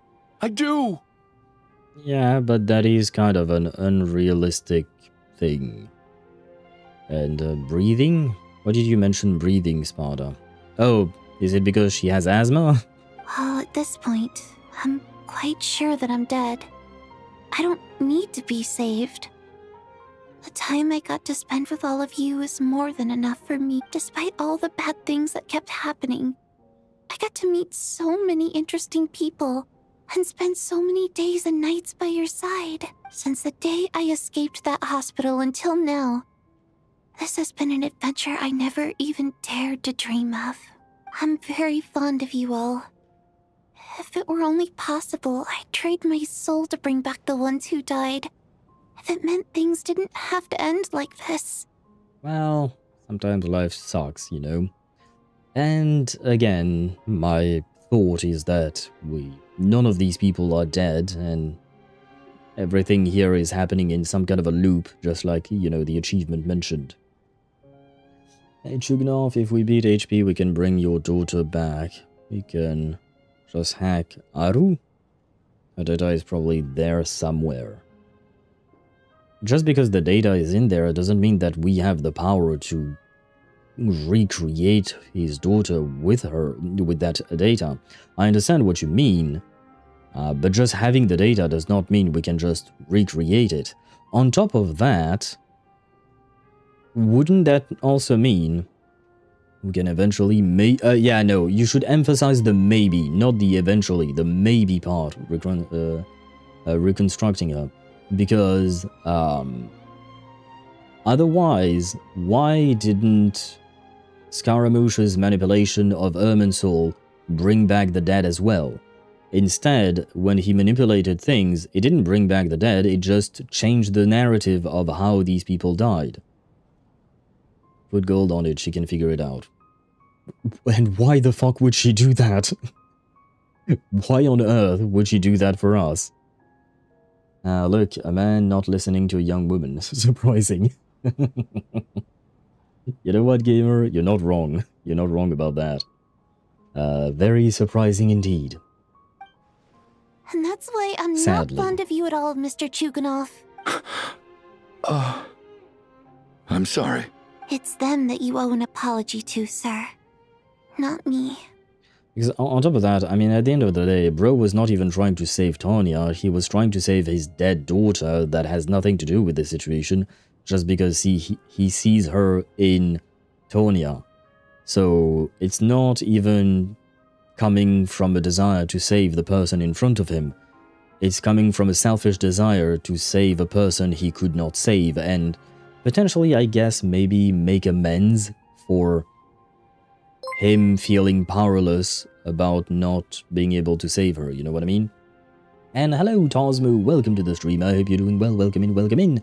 And thank you very much for the raid, how have you been? And what were you playing? You were playing Warface Clutch. I have to admit I've never heard that name before, that game. What kind of game was it? I hope you had a wonderful stream. Also, I always forget to say that, but if you have to raid and run, do not worry about that. I do understand. And I hope you had a wonderful time streaming. Yes, I think I managed to say about everything I wanted to say, but my brain is slowly dying, so I hope you'll forgive me if I forgot to say some things. Well then, I suppose this is it. It's time for my adventure to end. I've caused enough trouble. And sorry, I forgot to mention, we are nearing the end of Act 2 of Snezhnaya 7.0 Genshin Impact. The whole shebang, so spoiler warning. You're leaving already? It's still early. Don't you want to stay a little longer? No thank you. Oh, and by the way, my name is Patashka. It was nice meeting you all. It was nice meeting you as well.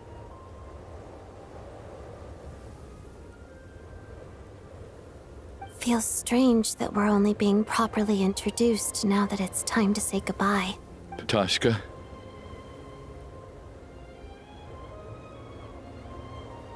What are you doing, Chuganov? Are you crazy? Let me leave. I can't keep lying to myself anymore. Well, instead of walking towards your death, you could, for instance, stop. And by that I mean just stop lying to yourself. Face reality, brother. I suppose technically speaking, dying is an option, but is it really the best option? In your dreams. Don't think you're getting off that easy when you had a hand in the deaths of so many people. The Fatui have honed quite an array of enhanced interrogation techniques since they were founded. Once we're out of here, Lelik will personally give you a taste of every last one. Arlequino would be proud.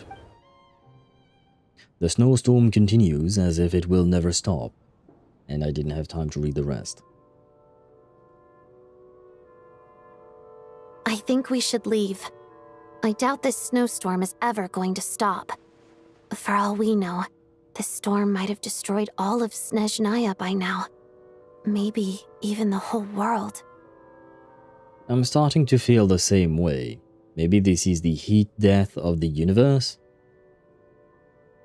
I mean, I guess that's not entirely wrong, but why would it only happen in Snezhnaya?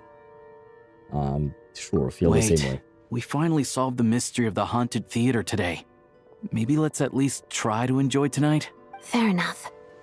I don't particularly feel like dying in Chuganov's company anyway. And yet you won't let me die first. Hey, Chuganov, on a serious note, if we do make it out of here, you should close down that factory of yours. A lot of people are freezing thanks to you. Yeah, by the way, why exactly are you using too much energy in that factory? Because that was a question we had before, but it was never answered. Hello, and Odette now do rock, paper, scissors for death. Well, hey, wait, it could still be the Traveler. Is this really the time to be discussing my factory?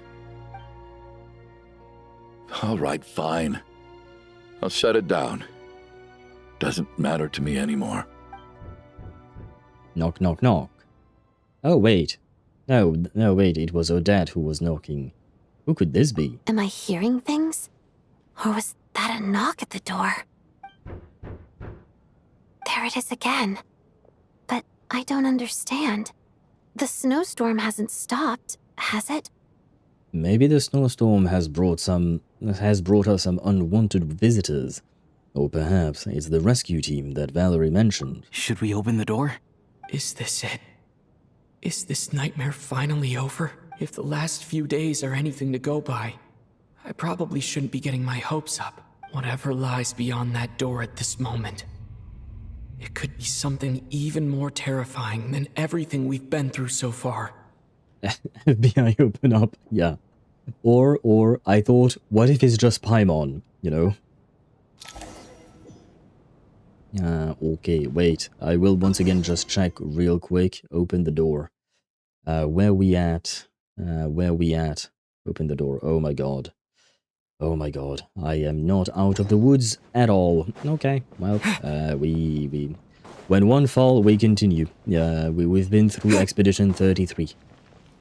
It's Paimon, lol. It could be. Oh, never mind. It was Media. You were right, Sparta. Hello.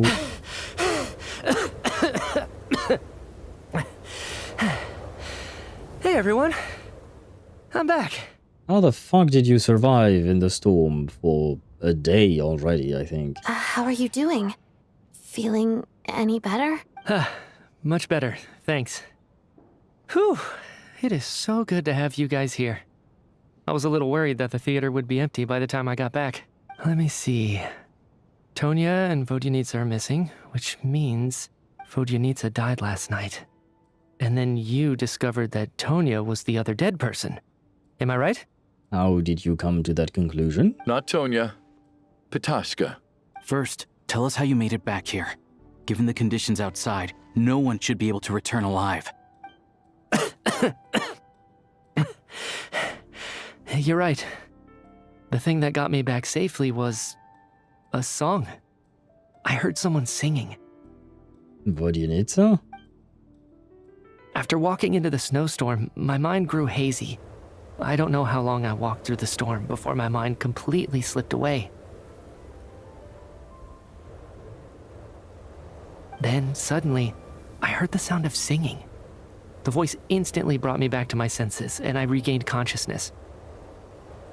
So I followed the voice, searching for the source of the singing.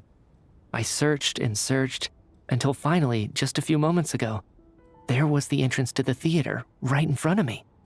It's Rovona. It would have been interesting, but also scary if it were her. The singing. I've actually never performed this song in the theater before, because it has more of a ceremonial purpose for our people. It's not meant for the stage. It means something like, "May those we have lost watch over us, and follow this song back home in the night, so that we might be reunited once more." That must have been Vodyanitsa's Requiem. Who knew it actually worked? That song is meant to guide the souls of the dead. Mitya, that must mean that you... Huh. No kidding. Huh, seemed like I guessed right then. This is what I've been so desperate to tell you about. When I first stepped out of the theater, I was still quite lucid. My memory of it is still pretty intact. I remember the outside world being completely different than what I'd expected. It was like this was a world where only the snowstorm existed. There wasn't a trace of any humans or buildings ever having been there. So this is not the actual real world. She roped in Istaroth. Yeah, for time manipulation it would make sense. I don't know how else to describe it, except to say that it just didn't seem like the real world. And as for the Requiem, if I was guided here by Vodyanitsa's song, it can only mean that I must already be dead. And this is my soul, not my body. But I wonder why they're doing it. I wonder if my previous theory was right, that maybe it's in an attempt to stop Media from continuing his research for that energy source that they want to use to power up their weapon thingy and whatnot. But I didn't experience a clear moment of death while I was out there. Nor do I feel any different now than before I walked into the snowstorm. To keep somebody contained. Oh, you mean us? Why not? But it's not like we've done anything in Snezhnaya yet. So the line from the trailer wouldn't make that much sense, I think. You don't seem any different to me either. In fact, this is something I've been wondering about for a while now. If souls aren't physical, shouldn't they lack tangible form? Yeah, I noticed that as well with Shram earlier. Us or somebody else. Yeah, but who else is of note for a shade in this presence? The only two people I can think of are Media and us. I guess maybe Odette, since she could become a harbinger, but I kind of doubt it. And Chuganov, I really don't think it's him. Ista and Ren. I'm assuming it's Istaroth and Ronova, right? Experiment with the Traveler, well... Rhindaughter probably plays chess with the Tsaritsa. Right, I forgot that technically speaking, yeah, the two of them were playing chess at some point, right? I forgot about that little scene. Both Shram and Patashka were clearly deceased, and yet their souls didn't look or feel like ghosts at all.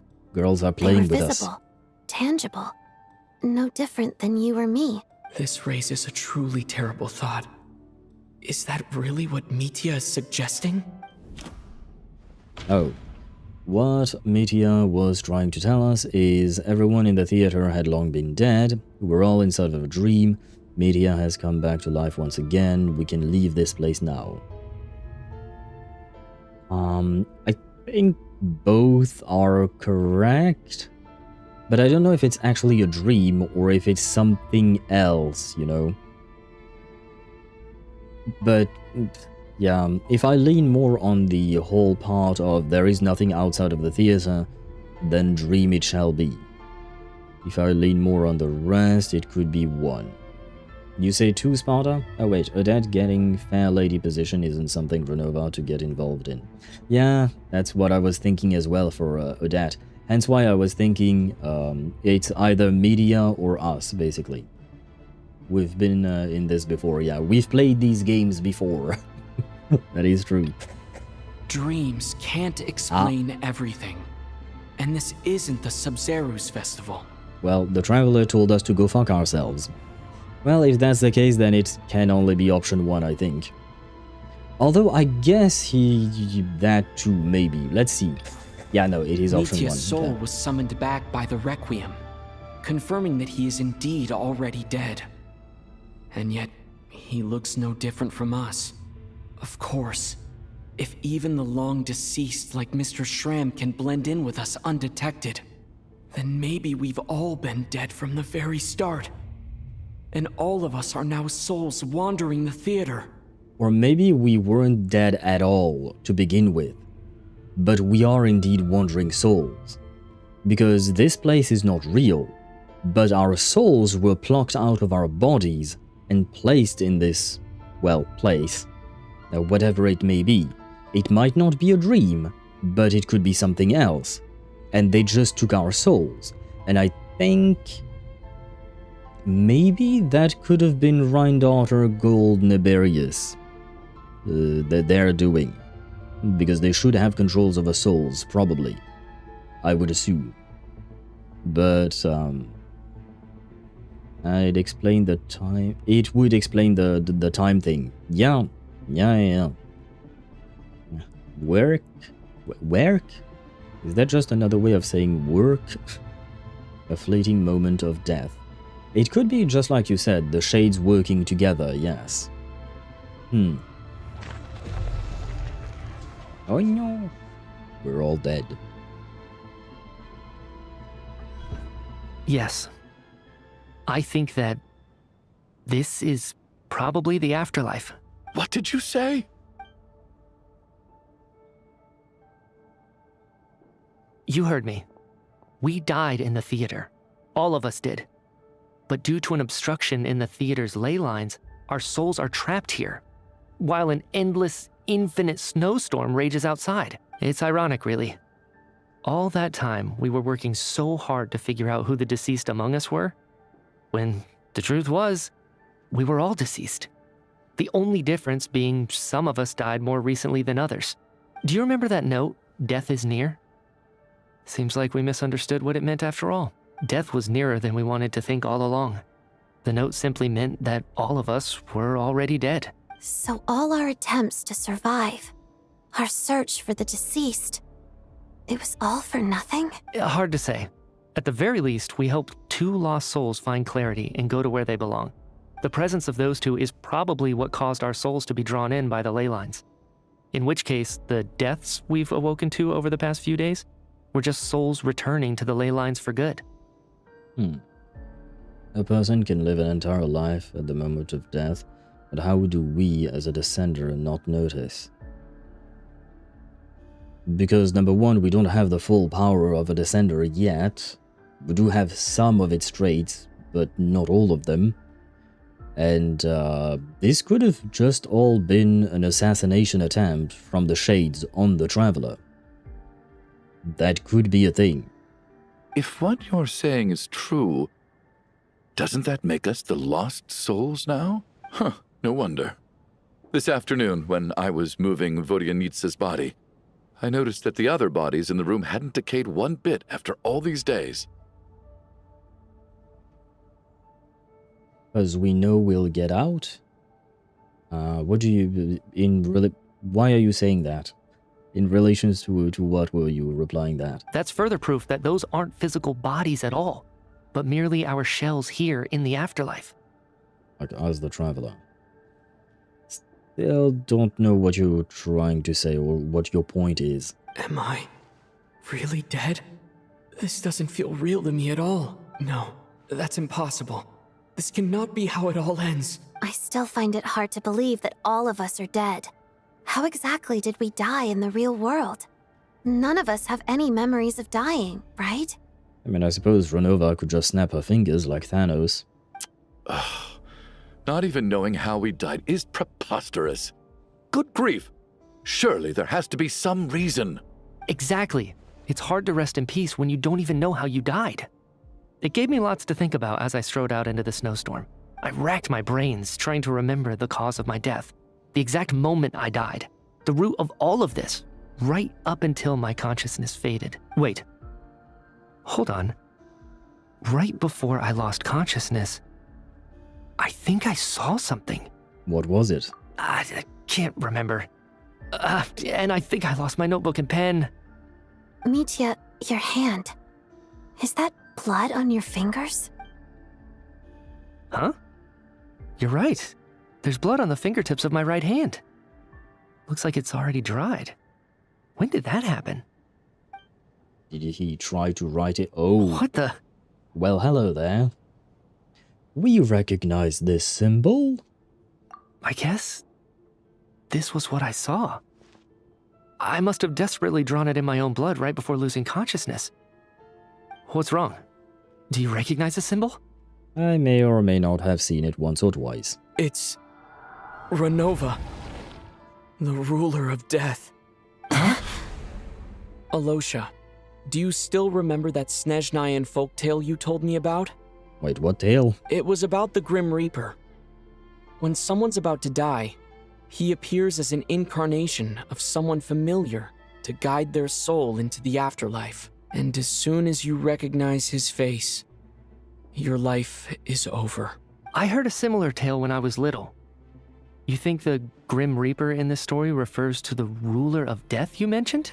That's right. In which case, death is near could also mean that the Grim Reaper is here disguised in a familiar form. Death, the deceased, and the Grim Reaper? So it's a triple entendre. When I first saw this note, I thought it contradicted the investigation report. But now it seems like that was the whole intention. So the Grim Reaper deliberately misled us. Then we started suspecting each other and searched for the deceased while they hid in plain sight. By that logic, the one person most likely to be the Grim Reaper incarnate is...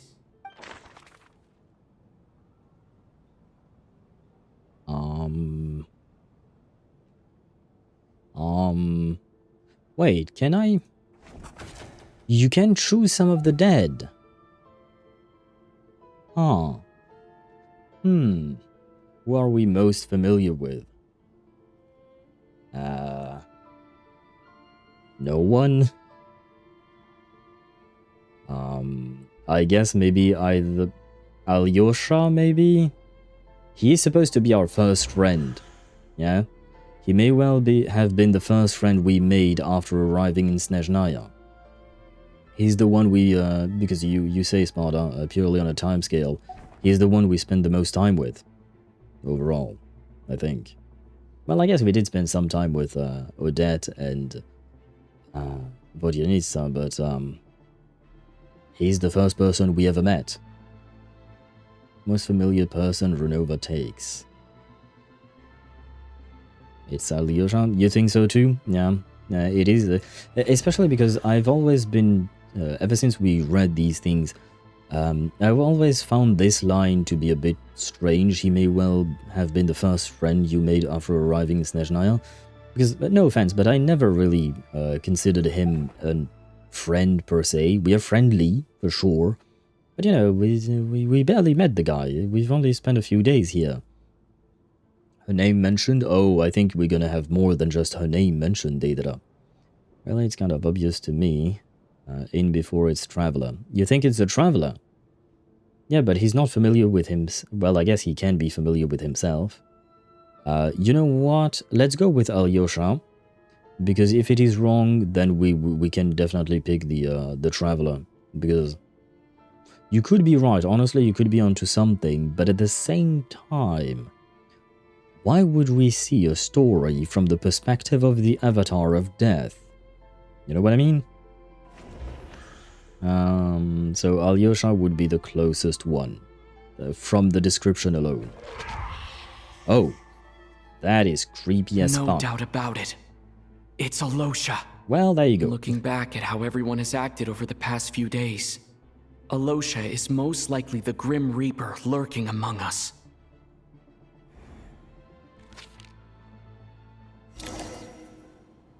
Is it you, Alyosha?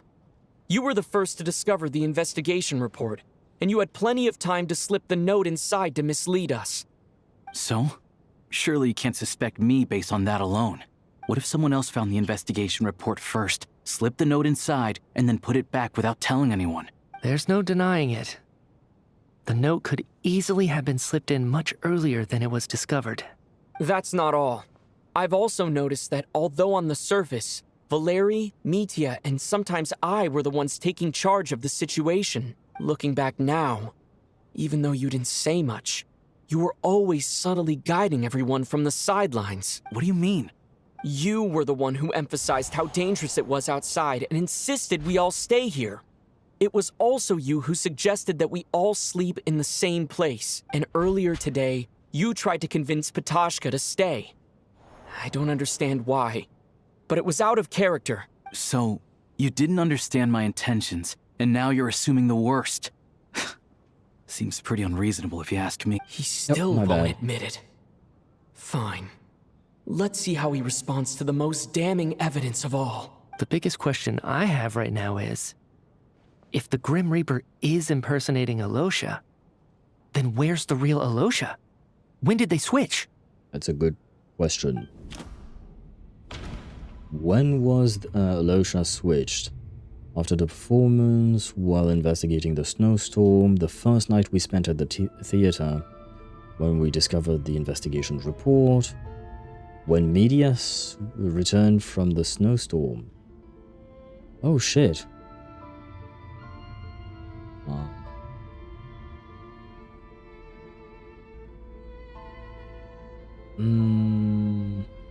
I guess it would be number one, yeah, same. Because I think it's the only one that makes sense. Because the first piece of evidence that the Traveler mentioned was Alyosha telling us not to go outside. So I guess it would be this one. Yeah, highest probability, I agree with you there. And welcome to a YouTube side, Deidara. You're now in the big screen. Ah, very well. I hope you will enjoy this. We saw him right after the performance. Yeah. And you were right. That's right. This was the moment. Right at the start. Before any victims had even emerged, Alyosha was switched with the Ruler of Death while everyone's guard was still down.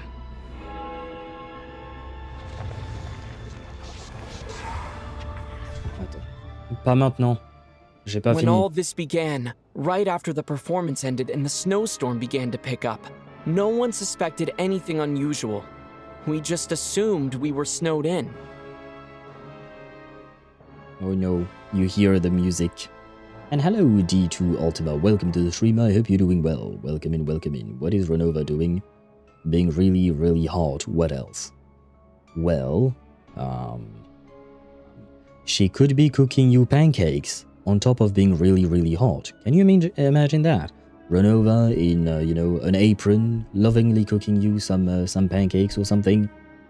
Do you say cooking a pancake? No, you just say preparing pancakes, I guess. Baking pancakes. Yeah, kind of. Yeah, well, anyway, you know what I mean. Killing people while being really, really hot. You're not wrong, after all, it is kind of her job. It wasn't until we discovered the bodies the morning after that we realized something out of the ordinary was going on. Lady Renova, show yourself and explain why you're playing those games, and I'll stop giving me ideas. Yes, but you enjoy my ideas, don't you? But it's clear now that the oddities actually started earlier than that, when Dimov walked into the snowstorm and never came back. Right. So Mr. Dimov was the first victim, not Sobolova and Torgov.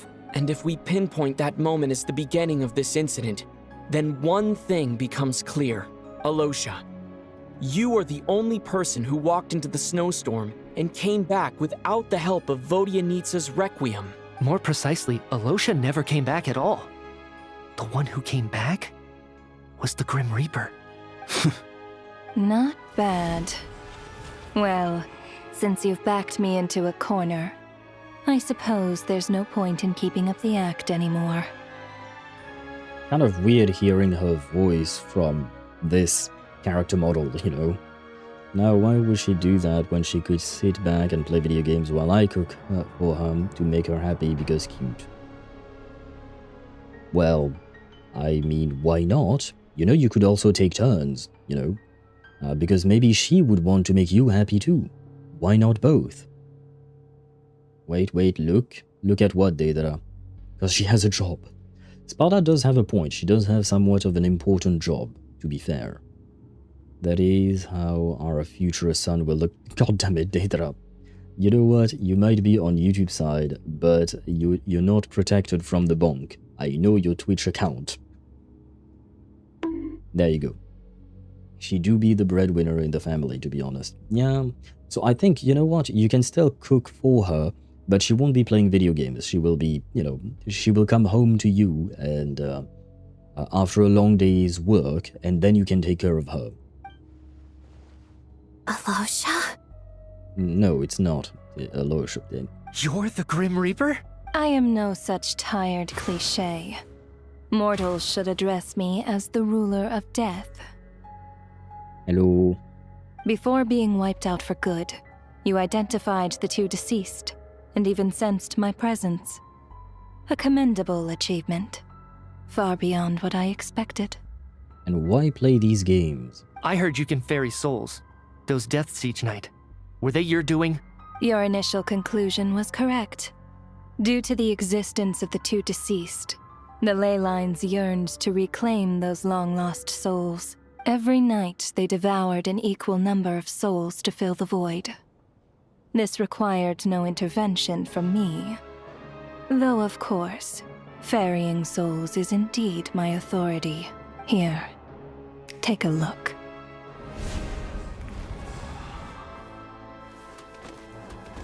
Oh. Odette? What are you doing? That takes care of today's two.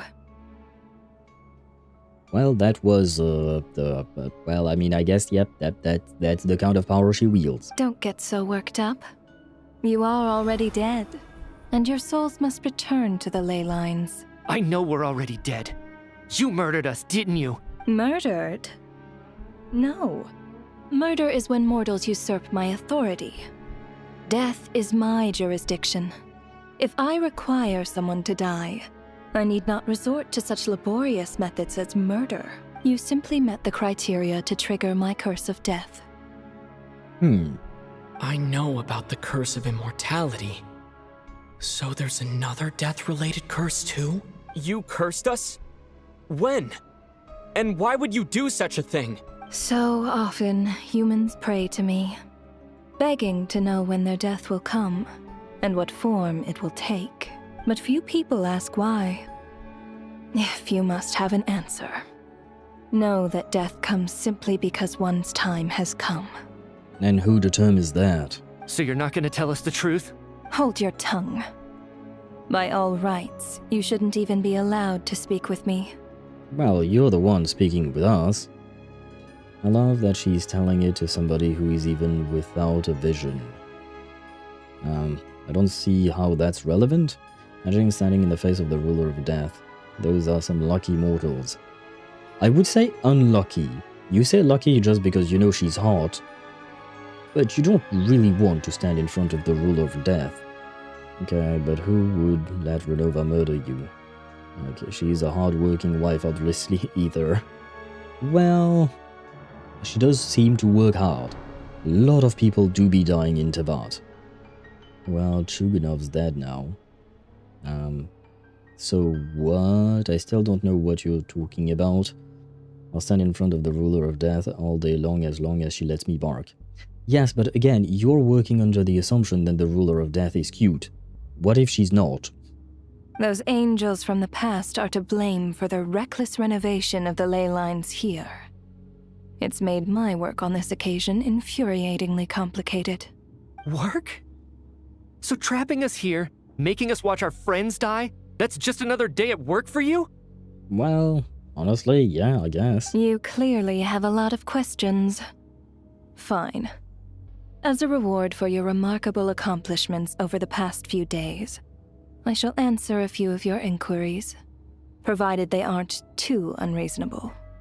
After the physical body dies, the soul must return to the ley lines for that person's death to be considered complete. My work encompasses the entire process of death, including, naturally, the guiding of souls into the ley lines, with which you are now so familiar.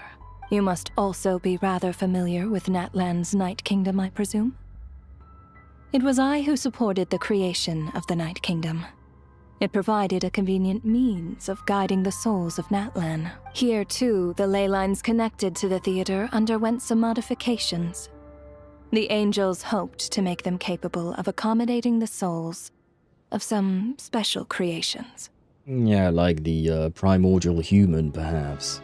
But this actually hindered their ability to accept ordinary souls to some degree. This effect manifested itself after you died from the curse in the theater, leaving you stranded in the afterlife, unable to achieve a complete death.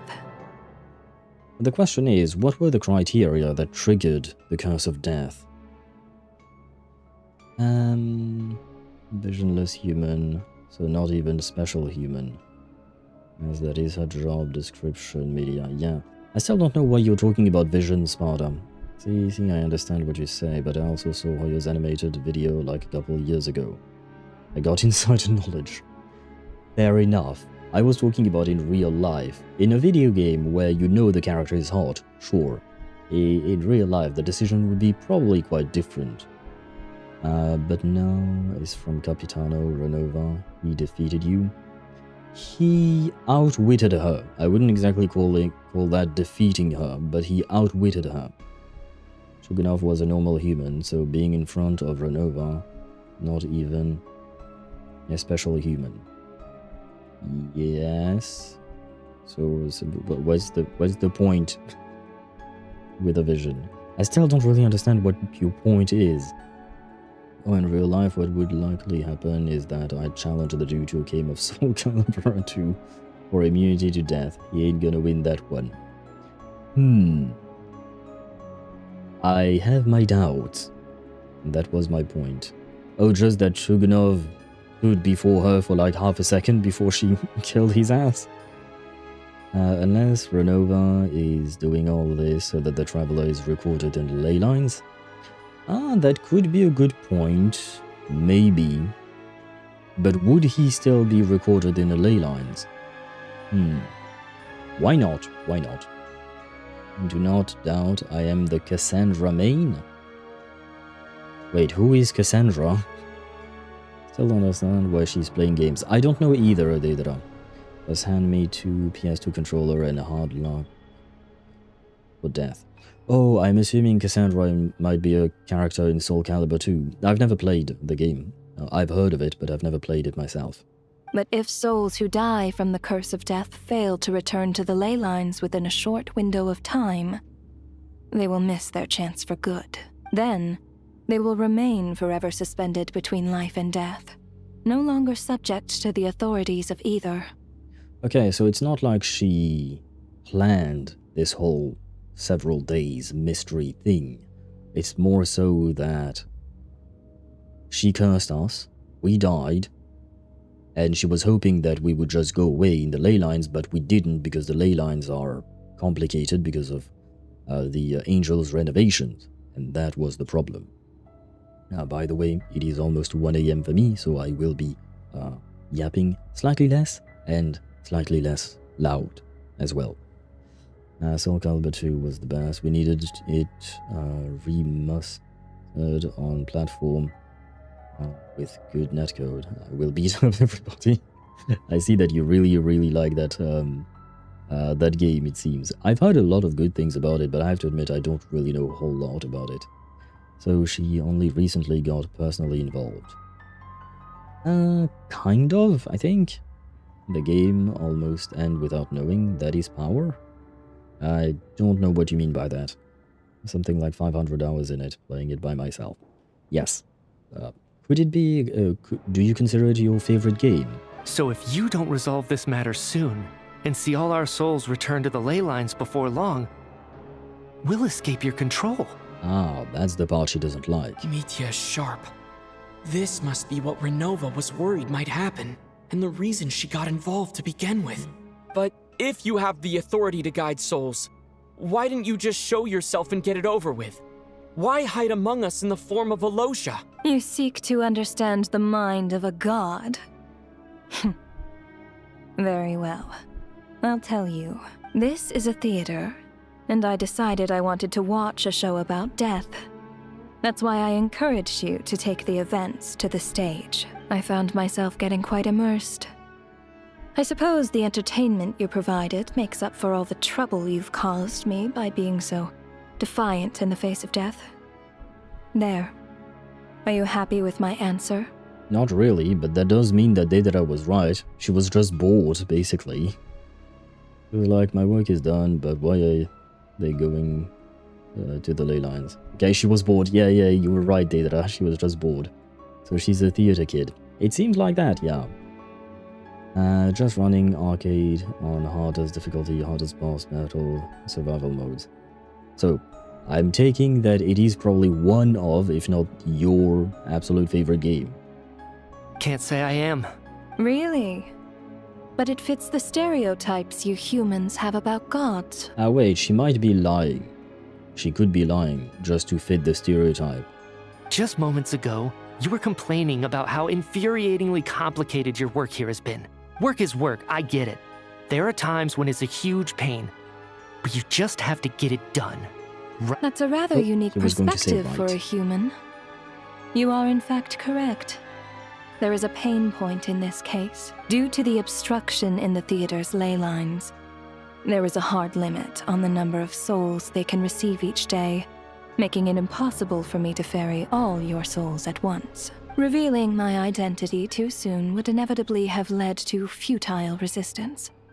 And there was a risk that any souls who chose to run would disappear. Then there was the issue of the 2 lost souls you called the deceased. The way you resolved that quandary was all part of my design. That's what I don't understand. If all of us were souls of the dead, what made their presence among us special? For centuries, they have refused to return to the ley lines, exploiting the issues created by the angel civilization to resist being drawn in. Centuries of obsession accumulated during this process. You may think of this obsession as the resentment of the dead, and in this quantity, it was a bomb that could have detonated at any moment. It reached the point where I could not afford to leave it unchecked. But the only way to fix it was to help them acknowledge their own deaths, make peace with their regrets, and willingly walk into the snowstorm. Only then, with my guidance, could they finally return to the ley lines. Otherwise, you would not like to know what the consequences would have been. So basically, she wanted us to do her job. Yay. So the god does have limits. It's a bit of a reduction on... there are too many things that are unknown. I suppose you could say that. I'm not saying that you're wrong. You're technically correct, but the technicality is doing the heavy lifting. Renova, if you're bored, come and visit Fontaine for a couple of movies. I suppose maybe that would indeed entertain her, you know. Definitely one of my favorite games, yes. Okay, why not? Why not? And the director is right. Which director? So we just gotta find the other limit. Oh right, your hate boner is showing. Calm down, Sparta. I vaguely remember seeing Batashka, but in the most terrifying form. Was that in a dream? Is that what would have become of her if she hadn't returned to the ley lines? So Sparta, you still want to kill the shades and whatnot, but keep in mind that right now we are the ones who are dead, so, you know. But now your plan is kind of dead in the water if you don't get out of this situation. Cursed with life, gotta work. Cursed with death, gotta work. But for free, yeah. No matter what, if you're dead or alive, you're always cursed, basically. I see your dreams brought you many revelations. So you see, death in fact grants wisdom to mortals. Souls connect to all things in the world, and see the chain of cause and effect between them. It's nothing unusual. Anyway, giving psychological counseling to lost souls is not my strong suit. Yeah, no shit. That is more of an angel's role.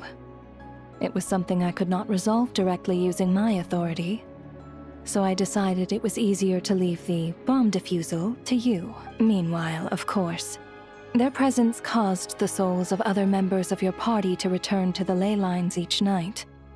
From where I stand, that was killing 2 birds with 1 stone. But please don't kill birds. I am a bird. Please don't murder me. As both issues slowly resolved one another without me having to lift a finger, all I had to do was stay close by and keep the situation under control. Then use my authority to wrap things up at the end. And, of course, while I was at it, I thoroughly enjoyed watching this drama, dealing with death from a mortal perspective, play out on the stage. Sounds like you had it all figured out, Grim Reaper. I just did the math. You said there's a hard limit to the number of souls the ley lines here can receive each day. It's 2, isn't it? That much is obvious, even to a fool. It's time to review this whole affair. If the ley lines can only take in 2 people per day, I need to go over the deaths from these past few days again. Oh god. Select each day's deceased... Wait, what?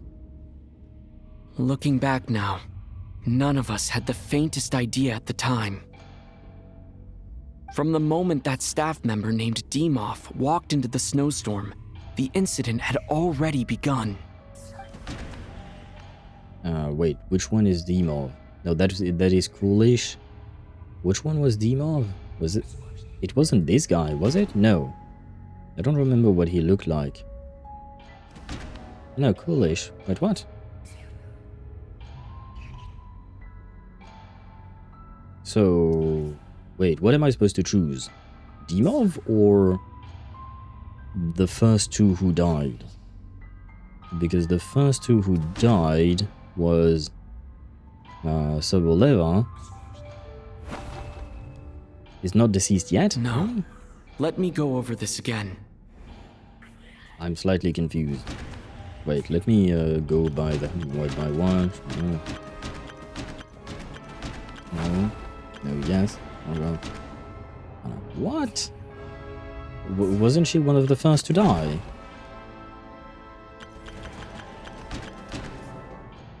I'm slightly confused here. Who died first? Wait. Definitely not you. Not you, apparently. I guess you? No. Okay. No. Let me go. Okay. You? No. No. Let me go. Eh.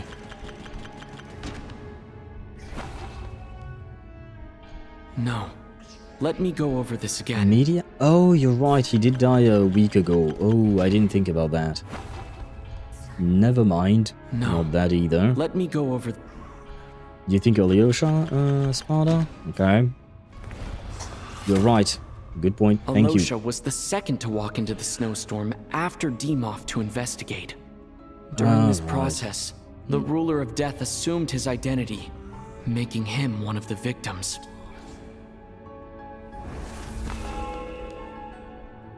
And during after our that... first night in the theater, everyone was caught up in the novelty of it all. No one could have expected there would be victims the very next morning. Despite all the confusion, and with the help of hindsight, we finally began to realize that something was amiss with the snowstorm. Who died next? It was these 2, right? Coolish and Soboleva, or... I have to admit, I don't remember when Torgov died. No, in Paz, yeah, but... man, it's 1 AM for me. I am tired. I don't remember which one died in which order. Especially not for the NPCs. I think, yeah, okay. And... you? Or is it... no, okay, is it... No. Yeah. So it's either him... yeah, it is him, okay. So the next ley will lines be... devoured Torgov and Sobolova on the first night. At the time, we thought this might be a murder case connected to Lelik. Okay, day 3 it would be Ranpana and Odette and I Polish. spoke a lot that night. 3 people were on watch, but in the morning, we discovered that someone had fallen victim all the same. You? Yeah, yeah, sure, Coolish. There you go. And you. The deaths of Kulish and Rampana caused everyone to stop suspecting Lelik. Unexplainable phenomena occurred one after another, leading Mitya to suspect that we were caught up in a supernatural event. Okay. Day 4. Later, we discovered that there seemed to be an extra person among us, and subsequently discovered the existence of the deceased.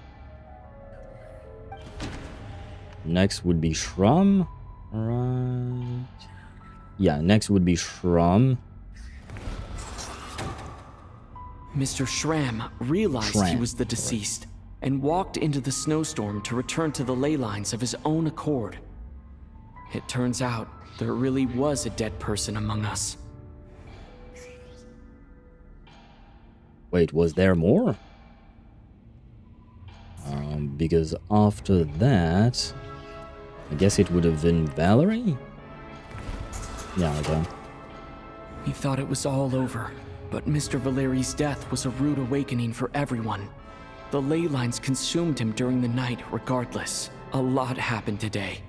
Mr. Valeri's death led us to discover the connection between the number of deceased and the number of victims during the night.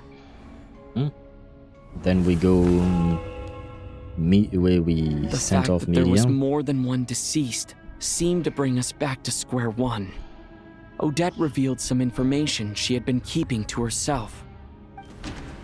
Yeah. Media is next. What? If not Although Media, then Mitya who? did indeed walk into the snowstorm that day. Oh yeah, but... He returned from the ley lines with the help of Vodyanitsa's Requiem. The Oh, okay. void in the ley lines hasn't been filled, so let...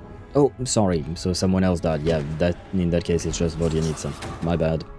Vodyanitsa was swallowed by the ley lines in her sleep, but the Requiem she sang before falling asleep was quite a game changer. Okay. Then it was Tonya, right? As it happened, Patashka filled the void left by Mitya's return from the ley lines by walking into the snowstorm this morning. The girl I thought was child sister Tonya turned out to be another of the theater's deceased. Come to think of it, Patashka was about to walk into the snowstorm at that time, and Renova, unaware that Mitya would return, was concerned that her soul would overflow from the ley lines. That's why she used Alyosha's voice to try and persuade her to stay behind. Looking back, I suppose that was an early slip-up on her part. Okay. No one could have expected anyone who walked into the snowstorm to return. But just after nightfall, Mitya returned, bringing crucial information with him. The traveler is gonna figure out how to bypass it. I think he will try, definitely, yeah. Yosha, are you okay out there? I don't think that's the case. I don't think he's okay, probably. Shram, then Valerie. Yeah, I got it. Various truths began to surface, including that all of us were already dead, and that the ruler of death was here among us. Then, after revealing her true form, Renova callously claimed 2 souls. Goodbye, Chugunov. And goodbye, Odette. In fact, everyone was already dead by the time we took the photo. And in the days since, thank you. We've experienced many more partings in the afterlife. Now, only Mitya and I remain. And the true culprit behind everything still stands before us. In Mitya's eyes, I see the same anger and frustration that I feel. That covers everything. It's all clear now. Your work isn't finished here yet, is it? The Traveler and I are still standing here, safe and sound. The Water Imp's song threw things off a little, but it is of no consequence. The ley lines have already anchored your soul, and the first ray of light tomorrow morning will take you back. I, meanwhile, need to review my attitude towards the Water Imp race. So the reunion in the night that Vodyanitsa mentioned, I suppose that was never meant to be a permanent reunion. That just leaves you, Traveler. My power only allows me to temporarily separate your soul from your body. The ley lines of Teyvat would not accept you. Ah, so I guess we have an answer to what Gamer was saying earlier. Because I think, Gamer, you mentioned potentially, you know, her wanting to record us in the ley lines, or was it someone else, maybe? I'm sorry if I'm misattributing things at this hour. But yeah, Descender status versus Shade status, yeah, basically. And your soul is firmly anchored to your body by your will. For a Descender like you, who is not bound by Teyvat's rules, your death can only be brought through the most violent of means, such as directly destroying either your body or soul. But you haven't done that yet, have you? Thanks for letting me know that at least I can still be saved. I have no interest in involving myself with Descenders. For now.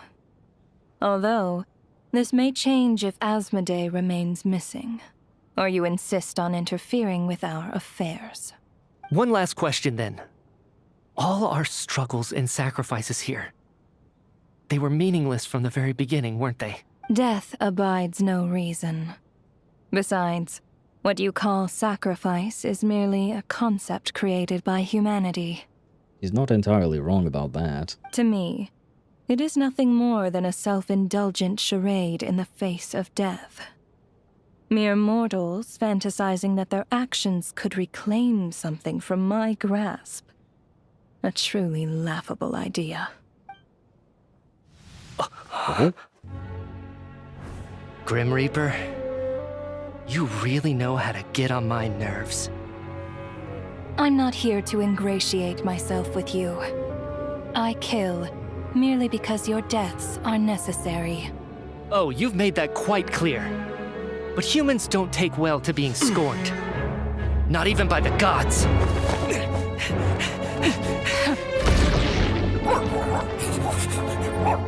Oh no, it's Alyosha's dogs. I think.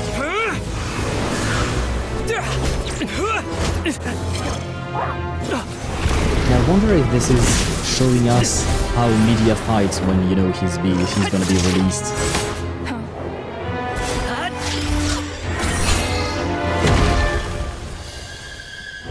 I think it's gonna take more than that to kill her.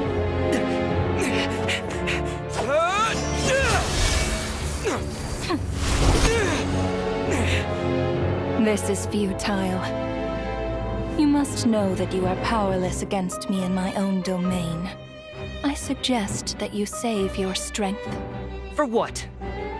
Maybe we can't change it. But if nothing else, we can at least teach you to have some respect for the dead. Audacious.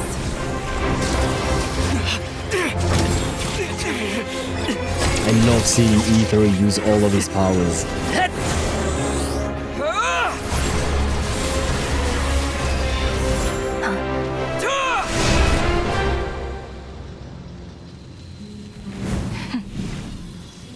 Did it do anything?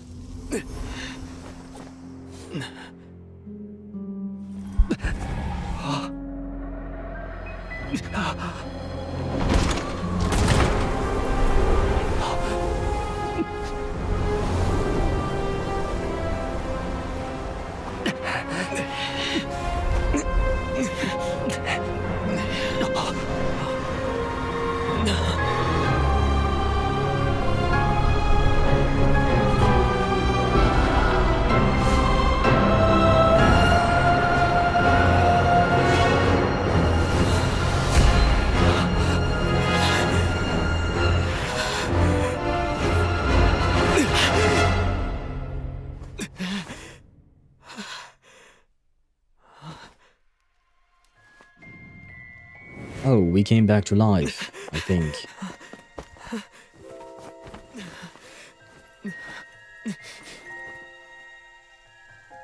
So did she?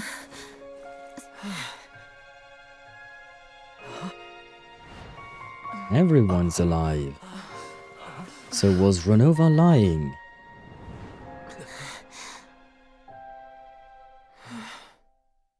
Weird. How is everyone else alive? You just kicked her out. Yeah, but I thought the souls of the other people were supposed to already have been consumed by the ley lines. How are you holding up, Odette? What happened to me? Trust me, you don't want to know. How much do you remember? What do you mean? Is the performance over? I can't seem to recall what happened. Okay, so basically we're the only ones who remember. One said that the Shade had to tell the whole truth. Well, yeah, but this sounds more like a lie than a truth. Because to me, she said, 2 people got their souls consumed by the ley lines every night, right? So to me, it kind of meant that they were dead and gone, even though evidently they are not. So we may have undone her work. How the fuck would we have done that? I don't think a single strike from a sword would just undo everything else. Like, it doesn't quite make sense to me. It may have taken much longer than she said. I guess maybe. She was so... what's the word for hurt her? Like the people for Emphorius. Presumed? She was so... for the people who hurt her like people before Emphorius. I don't know what you're trying to say. I saw the translation and I think it worked, but I'm not really sure what you're trying to say, Deidara. Leylines love to vomit stuff. That is true.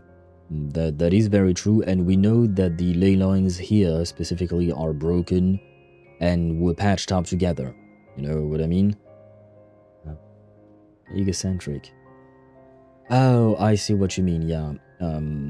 I think... wait, what's the word I'm looking for?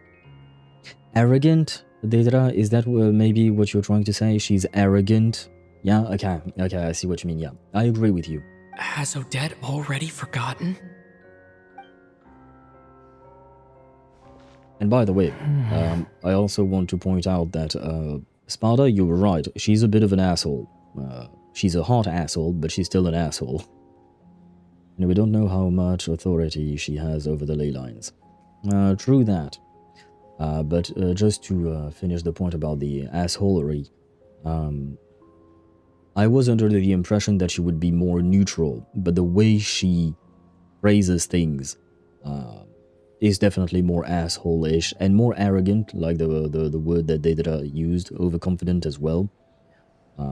So she's more asshole-y than I initially thought. Oh, yeah, I know, but like I said, I personally did not remember the way she spoke at the end of Natlan. She is her sister's sister. Are they all the same, though?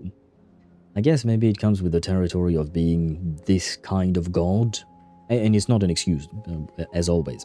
I'm trying to find an explanation to understand, but it is definitely not an excuse. Asmodeus said, the arrogation of mankind ends now. Oh, in that sense. Yeah, well, who is being arrogant now? But she got a lesson and she likes angels. Wink, wink. She does not like angels, Deidara, as far as I can tell. Quite the opposite, actually. Mitya? Oh, I'm sorry. I guess I spaced out there for a second. Remind me who you are? You don't remember me? Don't you remember anything? Oh. Yeah, I remember now, comrade. Looks like we guessed right. Oh, he remembers. Okay. Just like me when Odette found me at the Armory Palace. For some reason, everyone killed by the Ruler of Death eventually came back to life. Wait, you can't just wave it off by saying for some reason. Give me some kind of an explanation, brother. You can't just leave me hanging like this. Just with one catch. they forgot what happened while they were dead. Nah, man, maybe that's for the better for them, I guess. Odette and the others have already forgotten everything. Why were you able to remember this time? Could this be the reason? You said this is the ruler of death's symbol, right? I don't see anything there. You don't? Huh. All right. Okay, I guess that makes sense. I carved this into my hand in the afterlife, so it's not visible in the physical world. Does that mean I carved this symbol into my soul? What an unsettling thought. That is unsettling, but very Still, interesting. At least I get to remember what happened. I suppose it's a blessing in disguise. What about you, though? The ruler of death mentioned that you're a descender? Is that why you can remember? Yeah, it is. I figured it out. It's not death. But what kind of death is it then? That is why the wink, also media powers, was so much quantum-like attacks. True. I do believe he's supposed to be Electro, but I agree that it could have been quantum indeed. It's stasis. But for what? And why was what was the purpose of all of this? And more importantly, she never specified what were the criteria that triggered the death curse on us all. A full explanation would get complicated very quickly. But that's essentially it. Well, you could just say I'm an alien and I have the power to defy fate in the world of Teyvat. There you go. I summarized it for you in one sentence. Well then, now that it's all over, let's figure out what we've learned. The first thing I notice is that everything here is precisely as we left it, right before our deaths. This confirms that time passes differently in the afterlife than in the real world. They say that right before death, time slows down, and your whole life flashes before your eyes. Technically, I believe that the way we explain it in a real world is just a hyperactivation of your brain trying to find some kind of past experience that could help you in whatever situation you're in to try and avoid dying. Because at the end of the day, your brain is just a machine built for survival. We remember Greater Lord Rukkhadevata. Yes, we do. We don't really talk about her much, but we do. Crystal Electro attacks. For now, she's like, I'm bored, let's play a bit. I think there is more to it than just that. There's kind of more to the Descender status. Yeah, but like he said, it would get too complicated if we got into all the details. Oh, by the way, I can't enter ley lines. The world tree didn't record me, but by the way, I forgot to tell you, we burned the world tree because we created another one, etc., etc. So, I tried to condense it as much as possible to give him some kind of an explanation. Long live, yes, Gamer, long live Greater Lord Rukkhadevata, never forgotten.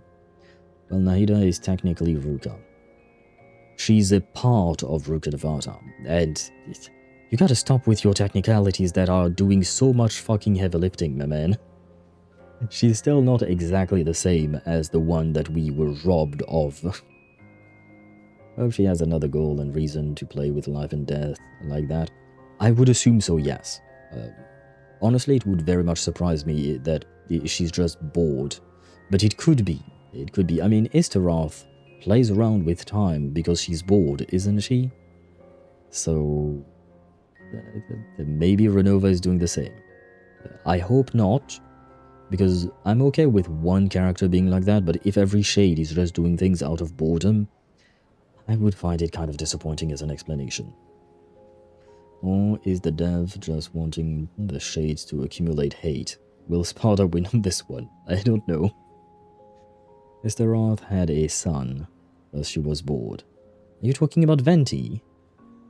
Well, I mean, you know, sex can be a good way to alleviate boredom, that's for sure. That must be how you know you have one foot in the afterlife by that point.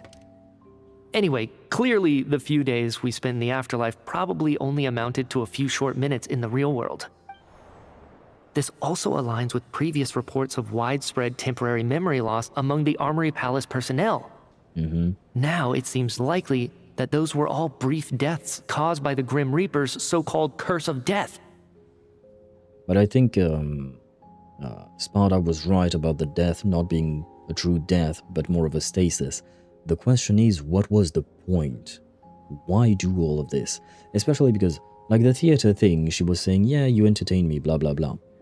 But it can't just be about entertainment if it is not just about the theater. If it is also about all the researchers and whatnot, there has to be some kind of other reason.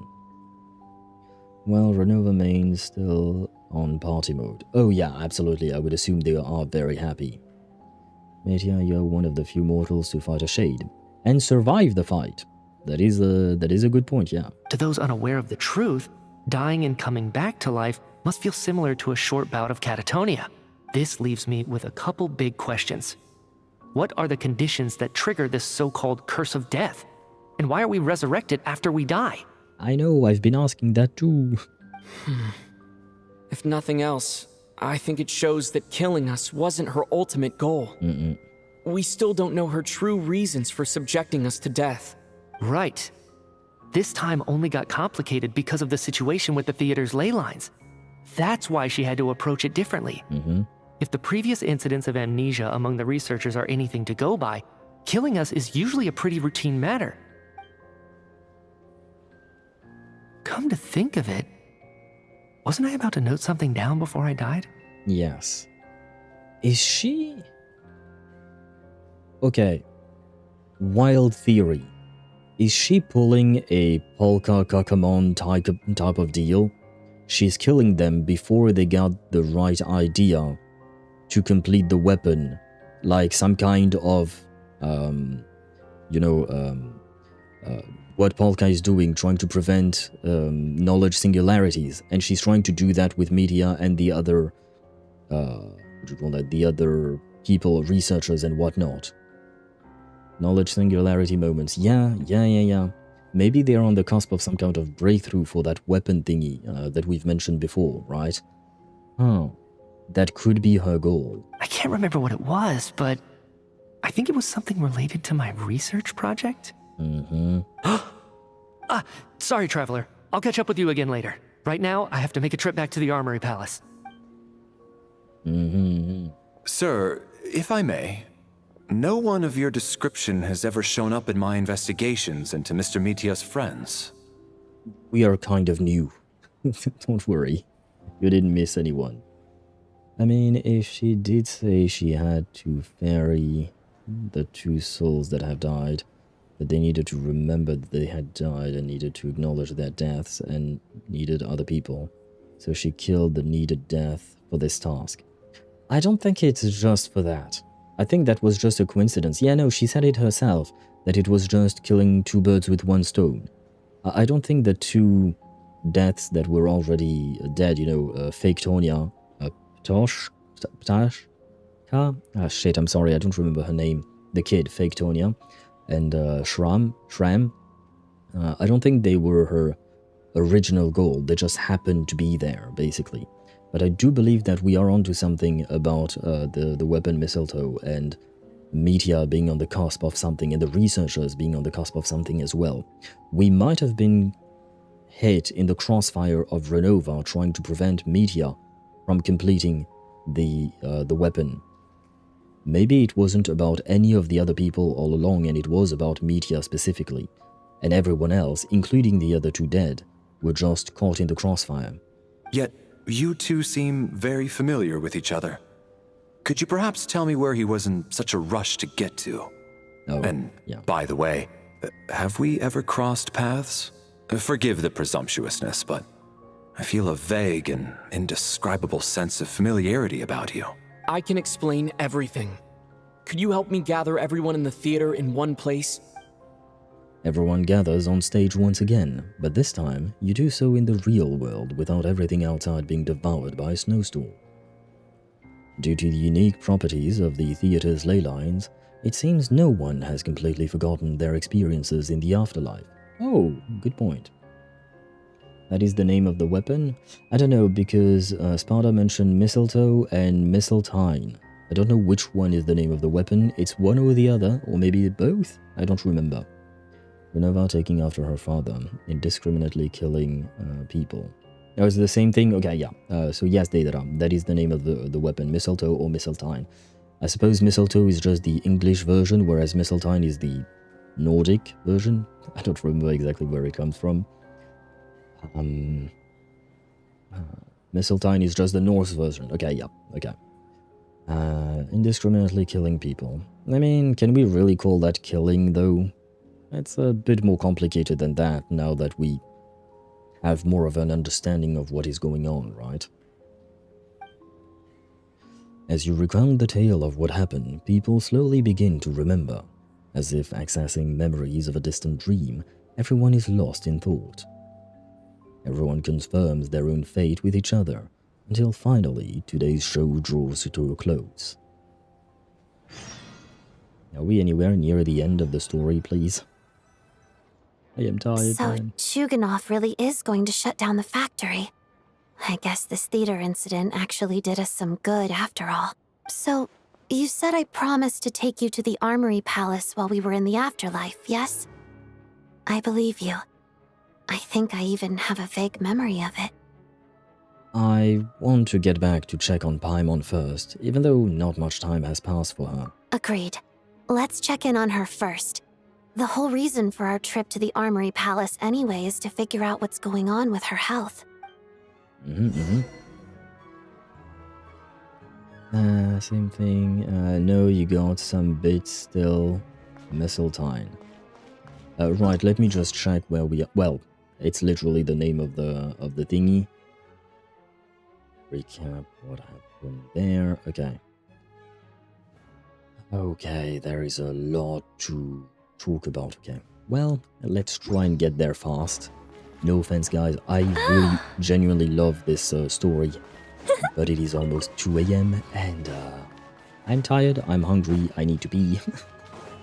As always. Oh wait, I can run around with you. Wait. I can even teleport with you. Let me make things a bit easier for me. There you go, 50 meters away. Much better. Whether or not your world has a day-night cycle. Good morning, good afternoon, and good evening. Too bad we don't have the good night part in this voice line. But why don't you let it for another day? Because there isn't much left and it wouldn't be an entire stream. I'm finally back, even though a long time has passed from my perspective. As far as Paimon's concerned, I probably just went out to watch a very short show. Because it wouldn't be an entire stream for... it wouldn't be enough for an entire stream. And also, I don't want to delay Reverse 1999 further than the delay that already exists. I should keep my emotions in check when I see Paimon again, or it'll seem weird. Wait. The atmosphere here feels off. What do you mean? Is there danger? Shh. Stay quiet. Let's go inside and take a look. Have we still not been able to notify Child yet? We need new orders. What if that person comes back again? What happened? What were you talking about? I'm so sorry. Under the circumstances, there was really nothing we could do. Rovona was keeping us busy, maybe, while she was doing something to Paimon. Tell me, what happened to Paimon? It was the Jester. He came here in person and escorted Miss Paimon away. Okay, never mind. That is somewhat less of a problem. He's the director of the Fatui. His authority supersedes all others and cannot be questioned. Okay. There was nothing we could do. Yeah, no, I don't blame you guys. The fuck is Piero doing? That's not concerning. It is still concerning, but somewhat less, I would say. Grandpa? Hey, wait, what if you're right, Daedra, and Piero is actually is Daddy Paimon? How long ago did he leave? And what was Paimon's status? It was about an hour ago. Miss Paimon was fast asleep at the time. The Jester simply walked off with her as if it was only natural. I assure you, he absolutely did not use any force. It was relatively, yeah, he did keep her safe. Yeah, just because he kept her safe doesn't mean I fully trust him, but I'd rather she went with him rather than going with Ronova, for instance. Her, I don't trust whatsoever. Do you know where they went? The Armory Palace, most likely. Lord Piero, the Jester, has been overseeing the experiments there lately. keeping a close eye on their progress. Everyone in the Fatui has heard about it by now. I'm surprised he came in person. Whatever his reason for taking Paimon, he'll most likely return to the Armory Palace first, which is exactly where we were headed anyway. Then lead the way, Odette. Sorry. Anyway, he's in a rush. That's why he interrupted her. Okay, let's go. It wasn't just me messing up. I'd sooner trust the director. Yeah, no, same. I absolutely trust more It's Piero just up than her. ahead. Quick, let's get inside. No, I'll go alone. You know I'm planning to force my way in. You're with the Fatui, so you should stay outside. I was hardly planning on taking you through the official channels anyway. I'm here to force my way in, just like you. I may be a Fatus, but I'm also Lelik, enemy of Project Stuja. Paimon's safety is paramount right now. With me around, you'll have an extra pair of hands. There might be devices inside that are easier for an insider to deal with. If you say so. Let's go. There's no time to hesitate.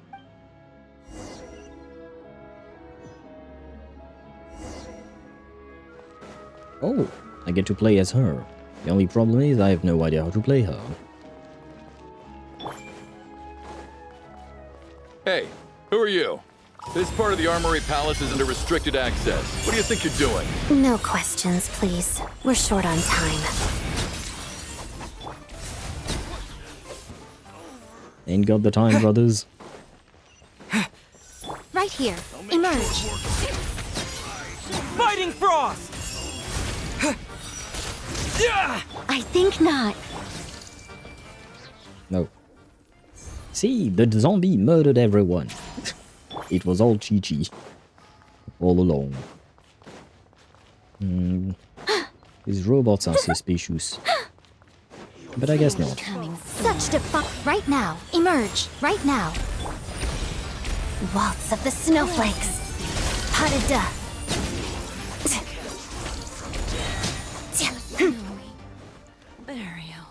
Well, that worked out quite well. Ooh, press E and switch off. Yeah, I was doing that as well, yeah. But first, I press E with my You wand. have a pass? Where are you coming from? So, you're intruders, huh? Then don't blame me for what happens next! You were saying, brother?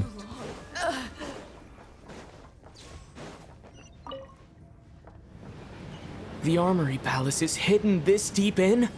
This place is much bigger than I imagined. They're conducting top-secret research, after all. The deeper it's hidden, the better, is standard Fatui logic. Well, I mean, they're not wrong. The style doesn't really look like the Fatui's handiwork, though. They must have requisitioned some structures from a past civilization. Yeah, the It also- Hyperboreans. Intruders! Oh, my bad. Stay alert! I didn't think this would interrupt her yapping. Opening box of Adeptitrix. Together, witness the snow swan's grace. Yay, they're dead. Yum, yum, yum, yum, yum. Thank you. Oh, that's some big dude. Intruders? Jump! Oh. Just what are you guys trying to do here? I'm sure Oh. work of your skull! Okay. Emerge, right now. Emerge. Let's begin. No, cool. Go. Condense! Cryostorm! Are you the guy I'm trying to murder? No one interferes with a jester's work. Holy shit. Oh wow. Traveler just popping at 273,000, I think. Okay. I didn't think we would murder the guy that fast. God damn. To be fair, Traveler right now is in a rush, right? He wants to find Paimon, so it makes sense. That was the Odette buff. I mean, to be fair, we do have the perfect team for him, with Yaemiko plus Chi-Chi and, of course, Odette as well. Because I tried out this team beforehand, and it is still quite strong. It is obviously stronger even, thanks to Odette. Piero, where are you? Looks like no one's guarding this place. There's something off about that decoration over there. Look out! Let's deal with these before we move on. What? Oh. Ah. Am I supposed to, Right here. and stuff? Emerge. Shadow me. Oh, well, okay. Well, that was easy. Why would I dodge Right here. when I can, just... In case! do that? There you go. There you go. Why dodge? Venturi invented laser minigun? I don't think so, no. I think these were Hyperborean weapons co-opted by the Venturi. Where the Pew Pew Traveler, also holy 8-hour stream. Yeah, the quest is quite lengthy. But no Pew Pew Traveler, we have a strong Traveler today. And Cryo Traveler is really strong. He's probably the strongest Traveler version we've ever had. Hey, we got a radish. The researchers here probably don't know that we're uninvited guests. Let's try not to hurt them. What's the big star from the theater doing here? That's Miss Odette. She's a member of the Fatui. Don't tell me you didn't know that. Hey, everything went well. Yay. Pyro is the crit traveler, but Pyro is still stronger. Gosh. Was the whole As a main reason for DPS, Project unsure. Stusha to support the research here at the Armory Palace? Just what are the Fatui and the Tsaritsa planning? As a sub DPS support slash buffer, I would say Pyro is indeed stronger. As a main DPS on field, I would still say the stellar conduct damage is too tough to beat. Is this their weapon? Whoa! Who are you? Never seen you around here before. Never matter, doesn't matter. Leave us alone. I'm leaving you alone. Looks like there's no way through here. Maybe using the power of this prism could help? How'd you figure that one out? What? Oh.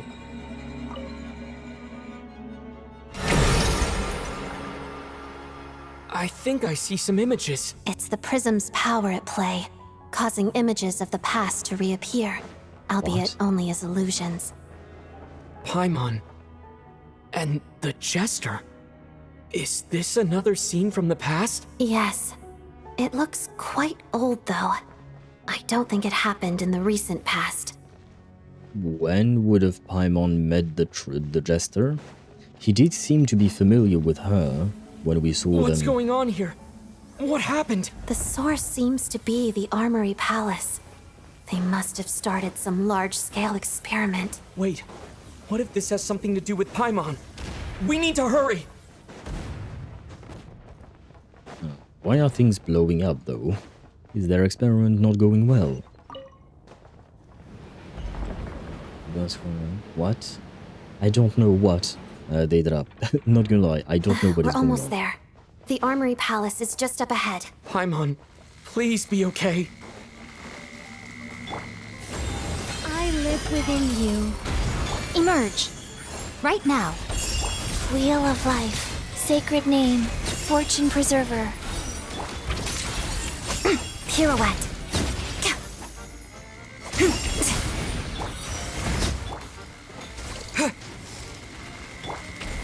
No, oh no. Right here. GG, I'm Emerge. sorry. Right now. Oh, they're dead? Okay, well, good.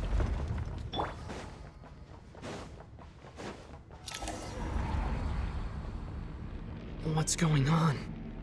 Wait, I remember this feeling. It's the curse of death. No, not now. Why is the curse of death striking again already? Odette.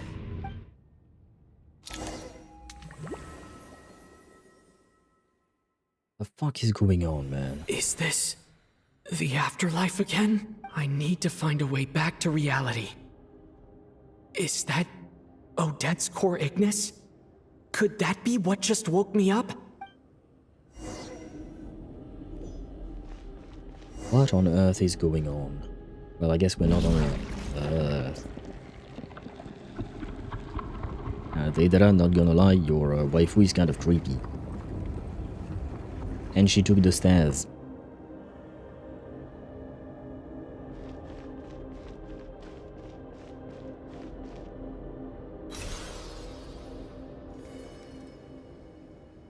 Is La Signora trying to guide us in some way and help us?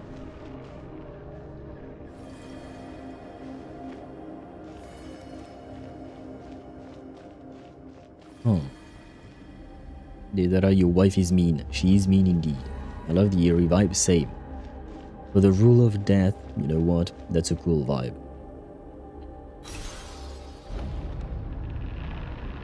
Although, I mean, she's kind of annoying, but, you know.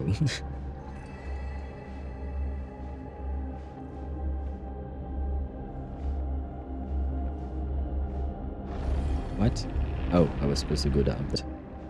Oh well, my brain is no longer working.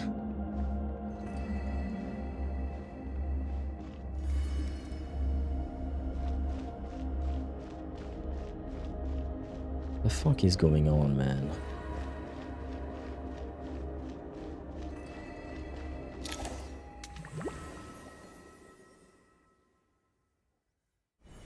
Odette? Odette! Screenshot. No signs of life. But past experience says that she should be resurrected before too long. Right? Hopefully. Did Odette intentionally use her core Ignis to guide my soul? I feel like something similar happened in a dream I had before. Thank you, Odette. If not for you, my soul wouldn't have found its way back to my body so quickly. And I might not have woken up so soon, but I'm sorry. I don't have time to protect you. I have to use the time you bought me to get Paimon back. And I think that's what she wanted, you know. MC Escher Stairs? What? What did you say, Kuhani? Oh, and by the way, wait. There was this message. If that Senora helping from beyond the grave talk about a fuck you to the rules. You know what? That would be a very Senora thing to do, though. Oh, Automat hungry. That's what you mentioned afterwards, okay. Are we in a rune temple? What do you mean, rune temple? Sure enough. Everyone here has been affected by the curse of death. Paimon! Paimon! Paimon? No, wait. Paimon probably didn't escape Renova's curse either. She won't be able to respond to me right now. I'll have to find her myself. This is a cool elevator, but also very weird.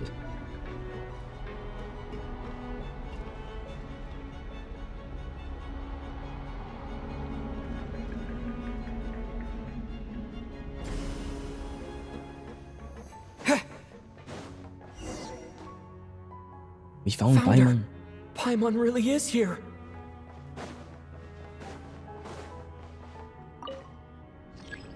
There's no response. No. Mitya! Is this the laboratory he works in? What happened here to trigger the curse of death again so soon? I'll have to ask him when he wakes up. Finding Paimon has to take priority now.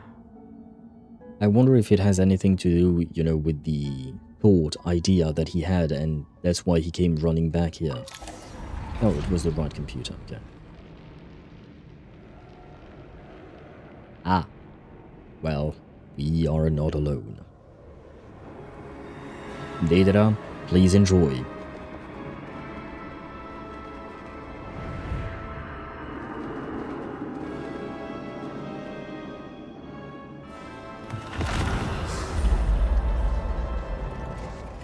She got them legs. I will give her that.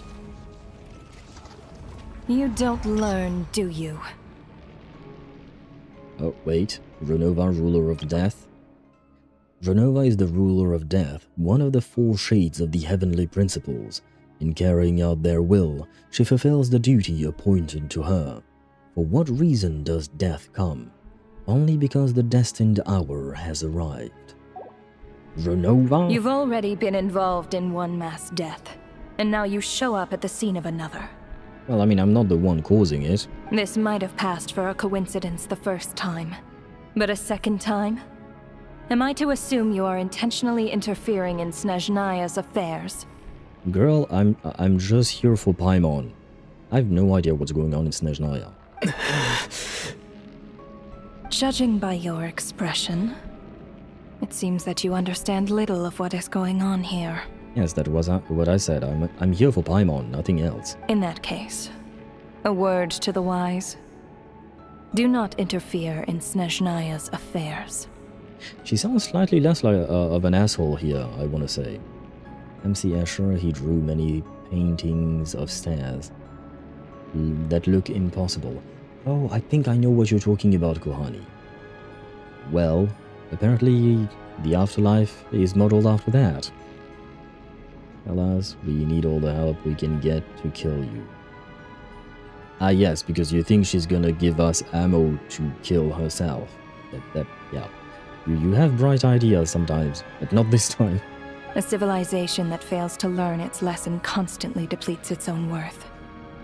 It will one day lose any reason for its existence, and as a descender, you are perfectly suited to be the lifeline to which a dying civilization might desperately cling. Consider your position carefully. No advice needed. I'll make my own judgments. Suit yourself.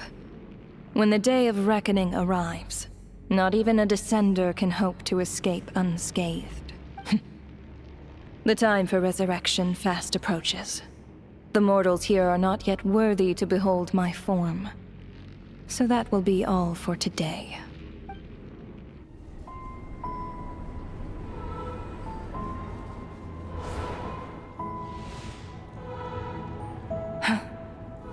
That thing is coming with me.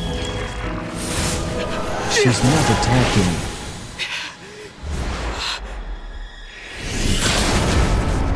Well, she's attacking maybe the prison, but she's trying to capture Paimon.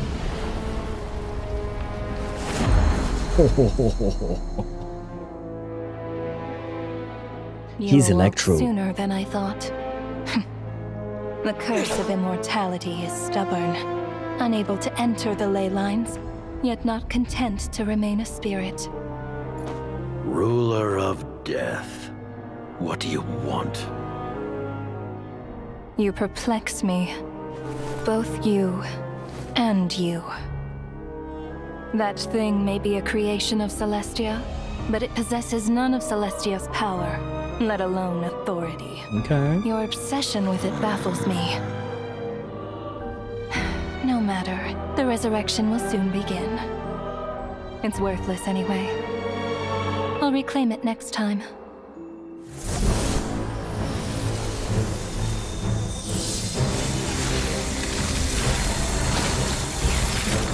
Hey, who says there will be a next time?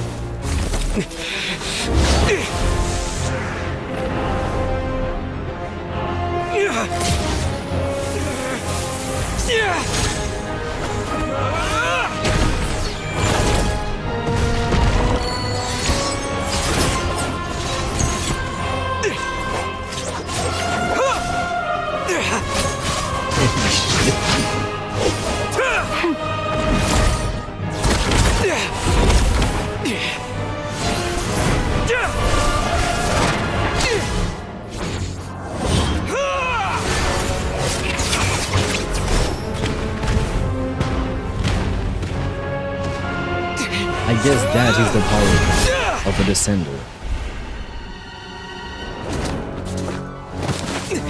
He managed to rip her dress.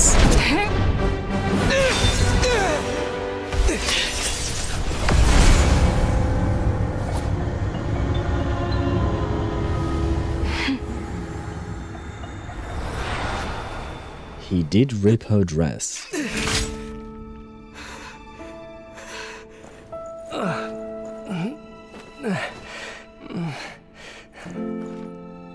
Huh?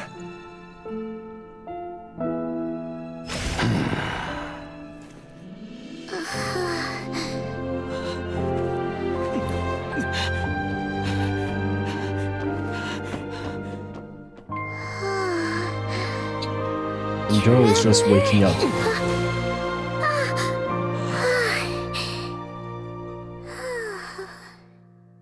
We have to thank Daddy for for the save here. I missed you, Paimon. What are you talking about? We haven't even been apart for that long, have we? Well, girl, you want to hear about an adventure I went on? I have a lot to tell.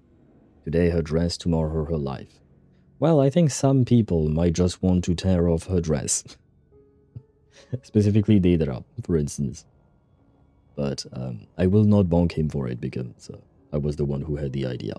But yeah, hot but crazy. Kind of, yes. And I have to admit, seeing Aether use all this power, and more importantly, seeing Aether actually get angry is kind of really, really rare, right? We have seen him display some emotions, but never to this extent. And certainly not to take on the ruler of death, you know. It's not enough. Yeah, no, I know, but you're living in a future that has yet to come, and we're not even sure it will come. Yeah, soon in like 2 years, brother. Snezhnaya just started, we still have Khaenri'ah to go through next year. Calm down, brother. That was very high show of power on both sides. Absolutely, yes. A very impressive, lovely cutscene. It was different this time. You seem to be in pretty good shape. You feeling better? Yeah, Paimon's back in tip-top condition. It's the weirdest thing. Paimon fell asleep earlier, and when she woke up, she found herself here. The jester and that guy talking to him used some kind of energy on Paimon, and she could kind of feel it canceling out that other thing that was making her feel unwell. Interesting. So my assumption was wrong. The energy is not what was causing her to feel sick. It's actually what helped her feel better. Since she is a creation of Celestia, could it be that the power that they are creating is somewhat akin to what the power that Celestia uses? Because she has none of Celestia's power of authority, and maybe that's why she was feeling ill up until now. I'm kinda in love with Aether's fighting style now. He's his in-game skill, but empowered. Yeah. You can clearly see that he is using the same attacks that he has in-game as gameplay, but, you know, way more developed, and more importantly, he can use all of his forms at once, which is something that we can't do in gameplay, unfortunately. No, some unknown techniques, some of them are just in-game skills. Yeah. Absolutely, you're absolutely right. You can see me salivating through the screen.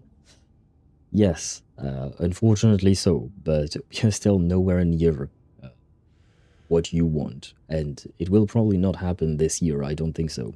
At least maybe Renova we could defeat, especially if we do ally ourselves with the Tsaritsa and Piero, and she's definitely given ammo to the Traveler for being angry at her, you know what I mean?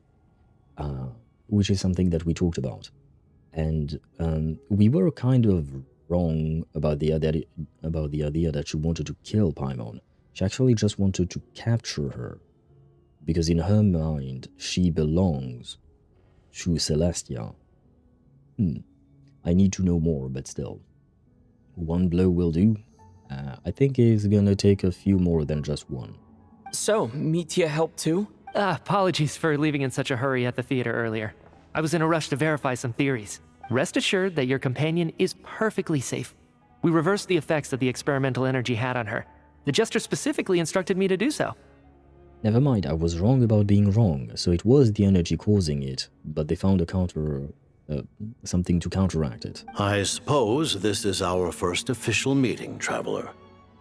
I could not let Paimon suffer in her condition for a moment longer, and so I simply took her without explanation. I hope you do not mind.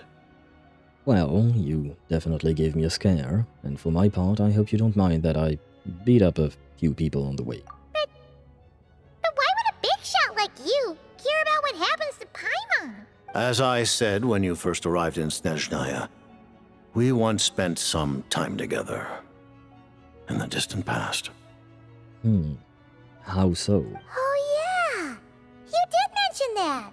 And Paimon did think you seemed strangely familiar the first time we met. I'm afraid the reminiscing will have to wait. Mitya, let us continue with the report. What conclusions, if any, did you reach from conducting the final experiment of our energy research ahead of schedule? The good news is, my hypothesis regarding the Ruler of Death has been verified. Which is? As for the bad news... Oh, shit. I recommend we suspend the experiments and Project Mistelton until further notice. Mistelton? Currently, we have no means with which to make a breakthrough. I say this purely as a scientist, guided by reason alone. I will trust your judgment. We shall put the project on hold until the Ruler of Death has been eliminated.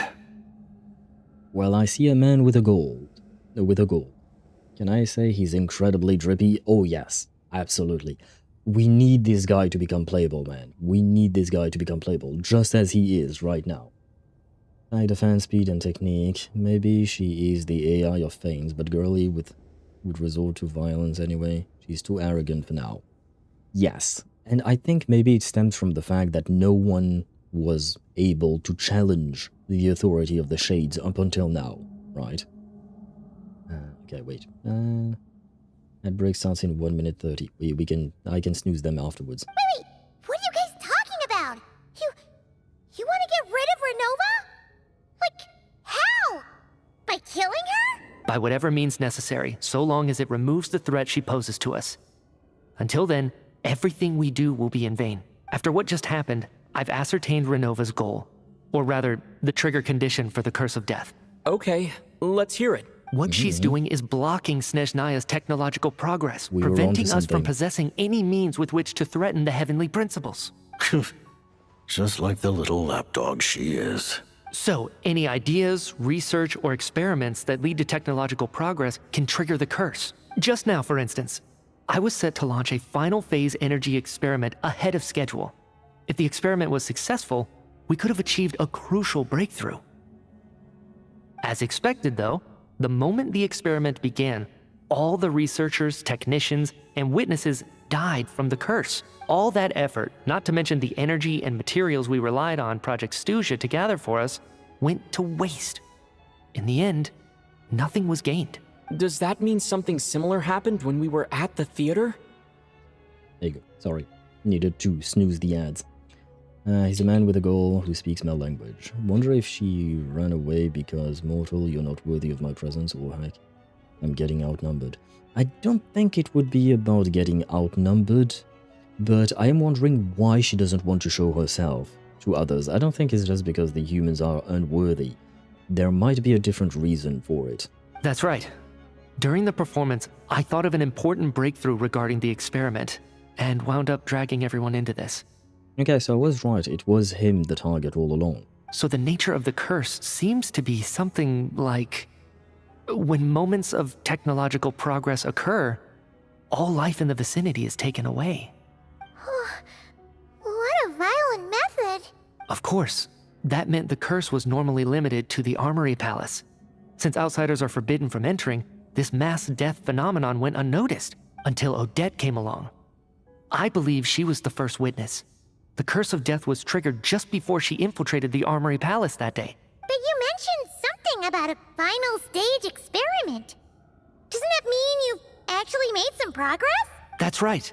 Even with the gods locking certain key components out of reach, humanity can still advance technology in incremental steps accumulated over time. But, as I'm sure Renova anticipated, even incremental progress has its limits.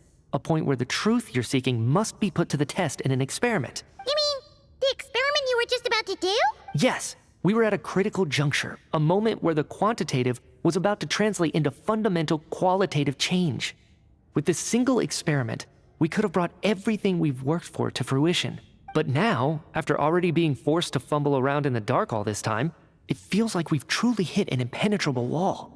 So we need to defeat her in order for you to progress. As long as Renova's Curse of Death persists, we won't be able to advance the experiment or obtain any results. And with Project Stusia having been in effect all this time, At our nation's current strength, repeated trial and error is simply unsustainable. Man, bro is so drip, you're right, Sparta, about that. I love his design. Only by eliminating Renova first will it be possible to continue advancing our plans. But she's the ruler of death! She can just kill whoever she wants, right? That's gotta be the scariest power ever! Is it even possible to beat her? Probably. But more importantly, what happens if she dies? Faith in death being shaken may make her weaker. Oh, you think that maybe the power of the Shades is coming from the belief of humans? Media is not a weakling. Piero has level with the Descender. Yeah, I can feel some outnumbered. I mean, Media was waking up, sure. Piero, on the other hand, he didn't seem to participate in the fight. He was just shielding for some reason. That is also some kind of a question I would ask. Ether was right there, Paimon. Maybe believe. Well, I mean, we've never gone up against a Shade, to be fair to Paimon. Well, Traveler already did a scratch. True that, but I don't think she saw that. We'll see. But one thing's for sure. She definitely can't just do whatever she wants. The best proof of that is me, standing here, very much alive. And even all the other researchers, it's not like she kills them permanently. No one died permanently. So there has to be some kind of rule that prevents her from acting in specific ways. You're saying... Wouldn't it be easier to just kill all of us researchers for good? Why resurrect us over and over again? Why let us advance our technology to this point? So, you're saying even the ruler of death has limitations we don't know about? Exactly. And I think that's where the key to our breakthrough lies.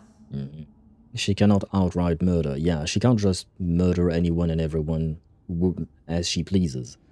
She probably has a set conditions for that. No. I'm calling it now. Paimon was Piero's traveling companion before the Traveler. I was thinking about that, gamer. I was thinking about that as well. That is a good idea. That may feigns... Wait? Feigns authority. Oh, you mean she might need Fane's authority to be able to kill everyone? Yeah, I was thinking about that too. I think that's a potential explanation, yes. What if Renova is just the guiding system? Yeah, I see what you mean. I see what you mean. She's just the guiding system, but he's the one who has to push the button for the bombs to be sent, right? She's Charon. Yeah, she's just ferrying the dead and whatnot. The temporary killing someone is just powerful. It is definitely powerful, but it is not as powerful as we thought she could be. You know what I mean? And the ads. I do apologize for going through with the story during the ads, but it's already past 2 AM, so at some point I need to progress and I need to end stream. I do apologize for that. Regardless, the ruler of death has always been an obstacle we must overcome. Indeed, we must face life, death, time, and space.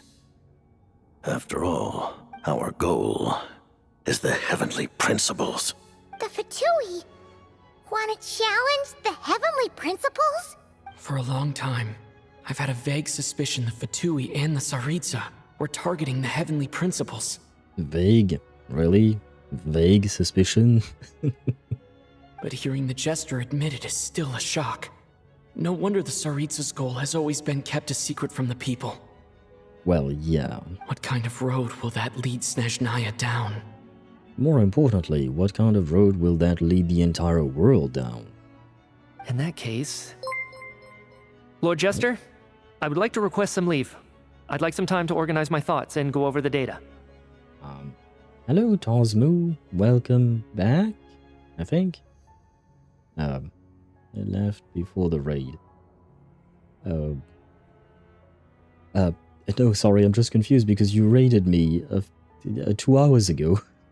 And you came back with another raid. But hello to you and welcome to the stream. I hope you're doing well. Thank you very much for the raid. And just like I said earlier, I received a notification, yes, 2 hours ago. It was moved rated you. Well, I don't know what happened. I don't know how Twitch saw into the future, but welcome in. We are at the very tail end of the Snezhnaya storyline, and I have to try and end stream relatively soon, just because it is already 2 AM for me, and I need sleep and I need food. Well, the alternative either is extinction. No, the alternative is not extinction, because you are always exaggerating things because you have a hate boner with Celestia. That is absolutely not true. It is not extinction. Granted. Get some rest, put the experiment out of your mind, and take care that the curse of death doesn't affect any civilians. No, Sparta, you've been right about select things. That's not the same thing about being right about everything. Of course, if you throw enough things at the wall, some things will stick. And I do give you the fact that you were right about a lot of things. I do point it out myself. But at some point you also have to recognize that you still don't know everything, and more importantly, we still don't have all the pieces of the puzzles just yet. And also, you talk about extinction. It might be the extinction of Snezhnaya, but not the entirety of the world. Baines and the Heavenly Principles have never acted in that kind of a manner, up until now at the very least. They have extinguished nations, for sure, but specific nations that were either threatening their power or threatening the entirety of the world, for sure. Would they actually destroy the entire world? I doubt that, because I do feel like their ultimate goal is still to protect the rest of the planet. So they would rather excise the problematic civilization rather than kill the entire world, because then what would be the purpose? Well, they have a descendant now. Probably. We'll have to see. Yeah, only time will tell, and I've never said that you were going to be absolutely wrong about every prediction you've made. It's just that you have little basis upon which to stand, because you do make a lot of assumptions. I'm not saying that these assumptions are wrong, I'm just saying that, you know, they are assumptions, and we can't just state things as facts until we have facts to stand on. Until then, they are just hypotheses. But the way you speak is oftentimes as if you know for a fact exactly what is going on, which is not the case. Narrative speaking, it was too broken to leave her straight up instant kill everyone. That too, yes. I'm surprised with how they developed her power. I am curious to see more. Yeah, the problem is they go nuclear, and that creates other cancers. They again nuke. I don't really see what you're referring to. It only happened like twice. Hyperborea and what do you call that? And Conria, you could somewhat connect them, yes, in the sense that they go nuclear and then something else happens and they have to go nuclear again. But the other times they went nuclear, they were not connected. My guess was that nobody died since they were still wearing shoes. Is that a hard rule according to you, Kohani? You can't die as long as you have shoes? Well, shit, I'm not wearing shoes right now.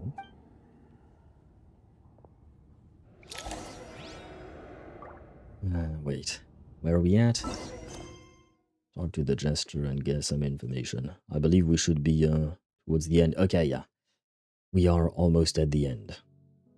Good. While there is yet time, allow me to offer you my hospitality, honored guest of Snezhnaya. Is there anything you wish to know? We have 2 more places to go. We have to go to La Signora's tomb thingy, and we have to go to the last statue of the 7, you know, for the sword. I didn't forget about the sword. And this nation has an insane start. Yes, absolutely. Is there Mrs. Piero? Oh, come on, brother. This guy has he has a harem. Men, women, anything in between. Have you seen him, brother? He has everyone. But Project Misteltein. That's how they pronounced it. I remember hearing the term Mistleton from Columbina. Yeah, Paimon wanted to ask about that when the name came up just now. What is it? Paimon's heard of Project Stuja, but not this one. As you know, Project Stuja is a series of measures enacted to consolidate our nation's resources, the greater purpose of which is to serve Project Mistleton. Many of the things you have encountered thus far are essentially for the advancement of that project. This includes the Kuvaki Experimental Design Bureau in Notdry. Researching Kuvaki was merely a facade. Its core objective was to use local resources and research findings to build Mistleton itself. And that's a weapon built for the final battle against the Heavenly Principles, is... Oh, sorry, isn't it? How did you know that? I was given some intel, and I made some deductions. Wait.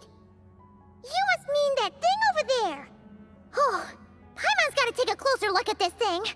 Especially after you guys sent so many people to Nagrai to work on it. Kuvaki alone will not break through Celestia's defenses, let alone challenge the Heavenly Principles. Holy shit. You can feel the hatred in his voice just at the mere idea of mentioning the Heavenly Principle's name. It's very subtle, but also quite impressive from the voice actor, man. The Heavenly Principles are no doubt accustomed to combating the power of the Light Realm, and elemental energy is simply the power of the human realm, converted to that form by the Heavenly Principles themselves. Any attempt to use this power against its creator would be a futile endeavor. For now, therefore, we have set our sights on the form of energy associated with the Third Descender and the Stellar Linchpins. This may hold the potential to allow Mistleton to contend with the Heavenly Principles. You could say that by reverse engineering the Stellar Linchpins to extract the energy within, we have obtained a source of anti-Celestia energy. So this is the energy research that Mitya was in charge of. Never imagined it was such a major project. The Kuvaki Experimental Design Bureau, Project Stuja, and the new energy experiments. Huh. So, Project Mistleton is what ties it all together. Where do I sign up? I'm a sucker for gentlemen. I understand, man. I understand. And, well, you can start by joining the Fatui. Have you ever considered joining the Fatui? You know, a child asked that of us. Maybe you should say yes. Ironova doesn't just destroy things, is she stupid? I think, like we said earlier, there is something that prevents her from doing so. Mistletoe is the only thing that Freya couldn't make.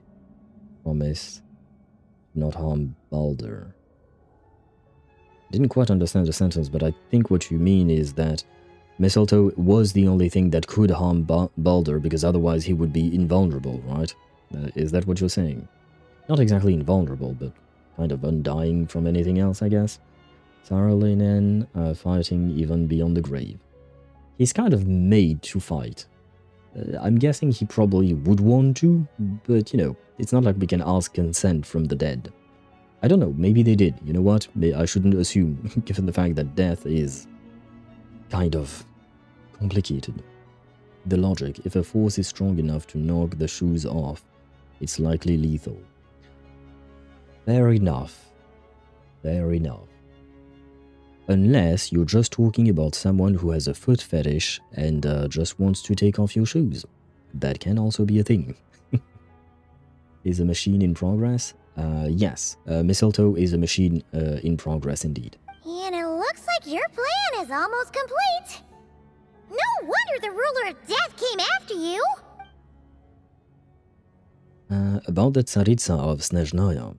Her Majesty the Tsaritsa has embarked upon an expedition to vanquish a monster.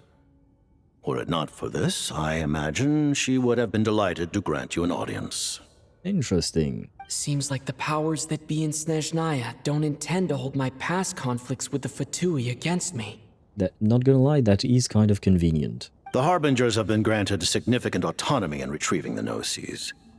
But by the same token, they do not completely represent Snezhnaya's official stance. That makes sense. You read my mind. Speaking of the Gnosis, Paimon's been dying to ask this question since forever. Why exactly does the Tsaritsa want to collect them? Is it something to do with the fight against the heavenly principles?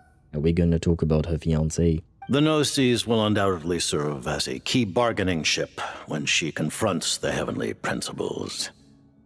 Beyond that, you had best ask the Tsaritsa herself. You know what? Fair enough. I am not sure if this information is mine to disclose. If we are actually talking about her fiancé, you know what? I respect the fact that he's not willing to disclose her personal life secrets and what.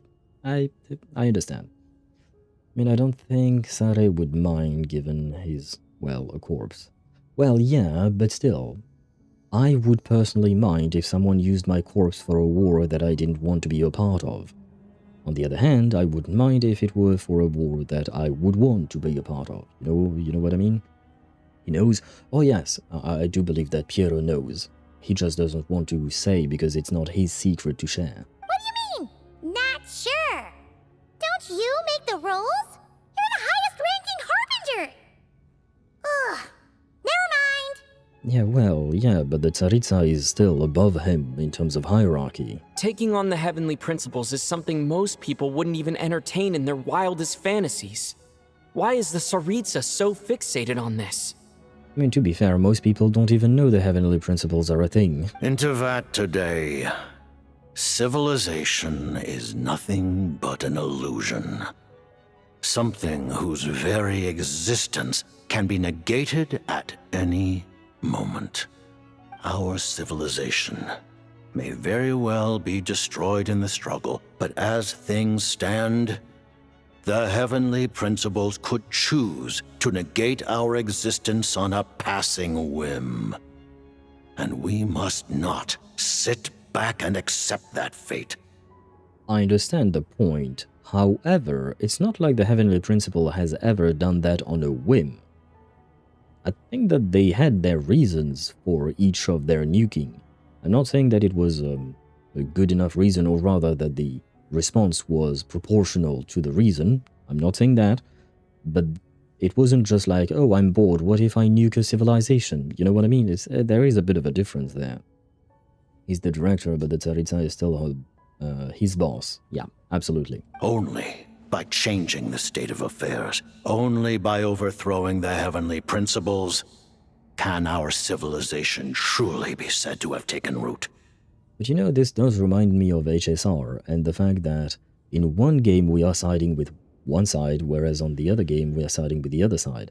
This is basically exactly what Lygus was trying to do.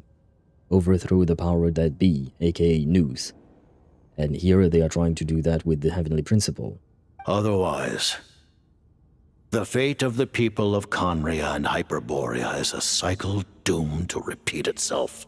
I do wonder if that is actually, you know, done on purpose from HoYoVerse, that their stories are paralleled, and specifically that we are choosing the opposite side for in both games. Not in both games, but in each game, sorry, yeah. Accepting potential destruction in return for getting to control your own fate. Furthermore, perhaps this is still somewhat difficult for you to understand. Are you aware that all the rules of this world are made up of curses? Huh? All of them? Paimon knows about the curse of death you mentioned, and the curse of immortality that you and Dainsleif have. Then the birth of the Hilichurls, the rules of Natlan's Ode of Resurrection. Those are curses too? Farina's long life seems to stem from a curse placed on her by Focalor as well. Yes. Even a god's love for humanity is a curse the heavenly principles inflicted upon the gods.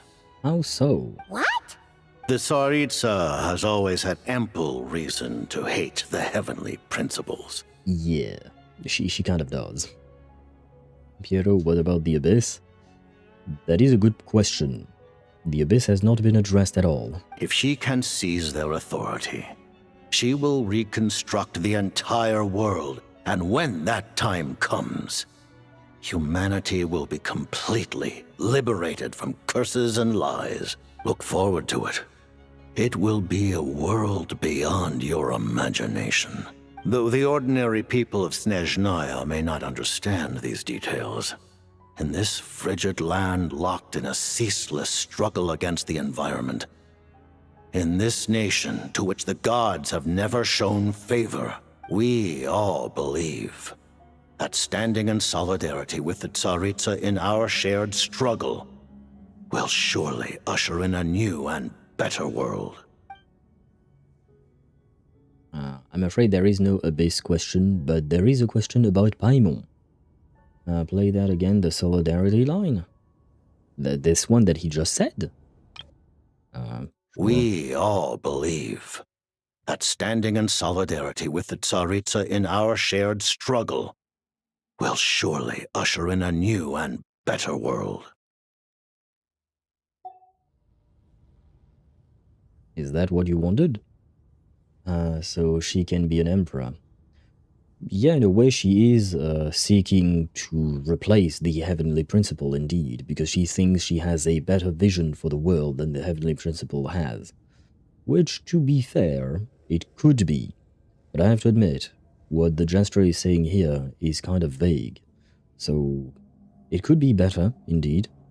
But how do we know that the Tsaritsa will actually do better than the Heavenly Principle? What if, when she does attain such power, she corrupts herself or becomes the same deal as the Heavenly Principle, or even worse maybe? As the thing that we don't really know. They all seem, whether it is a jester, the Fatui, or even other Snezhnayan people, they all have a faith in the Tsaritsa. I need to know more about her and to see more about her before I'm willing to place my faith in her. I'm not unwilling to do so, but I do wish to know more first. The Abyss is the biggest enemy of Teyvat. Yes, I understand Piero fears, but also the Abyss is the biggest enemy of Teyvat. I 100% agree, and I would love to see that being addressed. How exactly is the Tsaritsa and her Fatui going to counteract the Abyss? Because, like, yeah, the Heavenly Principle chose the nail solution, and I'm all for finding a better solution than nuking civilization left, right, and center. But what is that solution? I've always asked that. What is the solution? What is the alternative? I want one, but I have no knowledge of how to make that happen, and I don't exist in game, right? So I want these characters to actually tell me, okay, we know about this threat, we have this planned against it, right? And keep in mind, none of this have anything to do with our sibling. Because we have to keep in mind that our sibling is also a power at play, right? And technically they do have a goal in common, which is to destroy the Heavenly Principle. However, will the Abyss sibling clash with the Fatui, and potentially with us? I don't know. Attack to nullify abyssal energy, an army, literally anything. Yeah, you're giving ideas. I want to know what ideas are actually feasible. What is ready to be put in place? You can't just decide to overthrow the governing organization and then say, oh yeah, we'll figure it out later. Or just have some random thoughts. Because these thoughts, I have them as well. But that's not just an alternative that is not a nuke. Yes, that is very easy to say. Can it actually be implemented? Can it be, I want it to be researched and ready before we nuke the thing that is potentially actually protecting us from the Abyss. HP's will figure it out is the nails. Well, not really. He has figured it out. It's the erase everything option. But it is an option that works. It has worked for HP so far, other than breathing resentment from the humans. Sure, but otherwise, in relations to the Abyss, it has more or less worked. If Thanes is sustaining the false sky against the Abyss, and if they overthrow it, it's over. I see this like two nations shooting themselves, meanwhile the big enemy who is waiting to take advantage. That is also what I'm afraid of. That is why I'm not willing to side with the Fatui just yet. In my opinion, I think they have a noble cause, and I understand the root of their cause, but I want assurances before I commit. I want to know that we can indeed keep the world safe, whether it's from the Heavenly Principle or from the Abyss, from anything, really. If we aim to replace the thing that is potentially keeping us safe from the Abyss, we need to figure out a way to actually deal with the Abyss ourselves, because that will be our job at that point. And I don't want us to just go half-cocked and say, okay, we'll figure it out later. Okay, if Khaenri'ah was the only dead nation, too bad, so sad, but it's a pattern. That is absolutely not the point. That is irrelevant. I understand you're angry because they're nuking cities. I don't give a shit at this point. My point is, I want to know how to protect ourselves before we do anything drastic. Because if the Heavenly Principles is defeated, and we don't know how to protect ourselves, the only thing we've managed to do is nuke the entire world. So let's not be arrogant like Renova, let's not be arrogant like the Heavenly Principles, and let's be prepared before we get to doing things. Both also HP, if they are alike, we theorize, sustaining the false sky and protecting humans from repeated Khaenri'ah stupidity. I mean, there is that thing as well. Khaenri'ah was at fault. Not the entire country, but the leaders of Khaenri'ah were at fault. And they are the reason why the entire country was doomed. Now, of course, the actual person who did the dooming was Celestia. But you have to take into account the entirety of the conversation. Ermin was at fault. Ermin and Vedofalnir. Well, Gold as well, but don't forget about Vedofalnir. That motherfucker manipulated everything. So he was also at fault. But the fact is that we can't just say, oh no, Celestia bad because they nuked Khaenri'ah. There was a reason why they did that. Because whatever was happening in Khaenri'ah was starting to affect the entire fucking world. Right?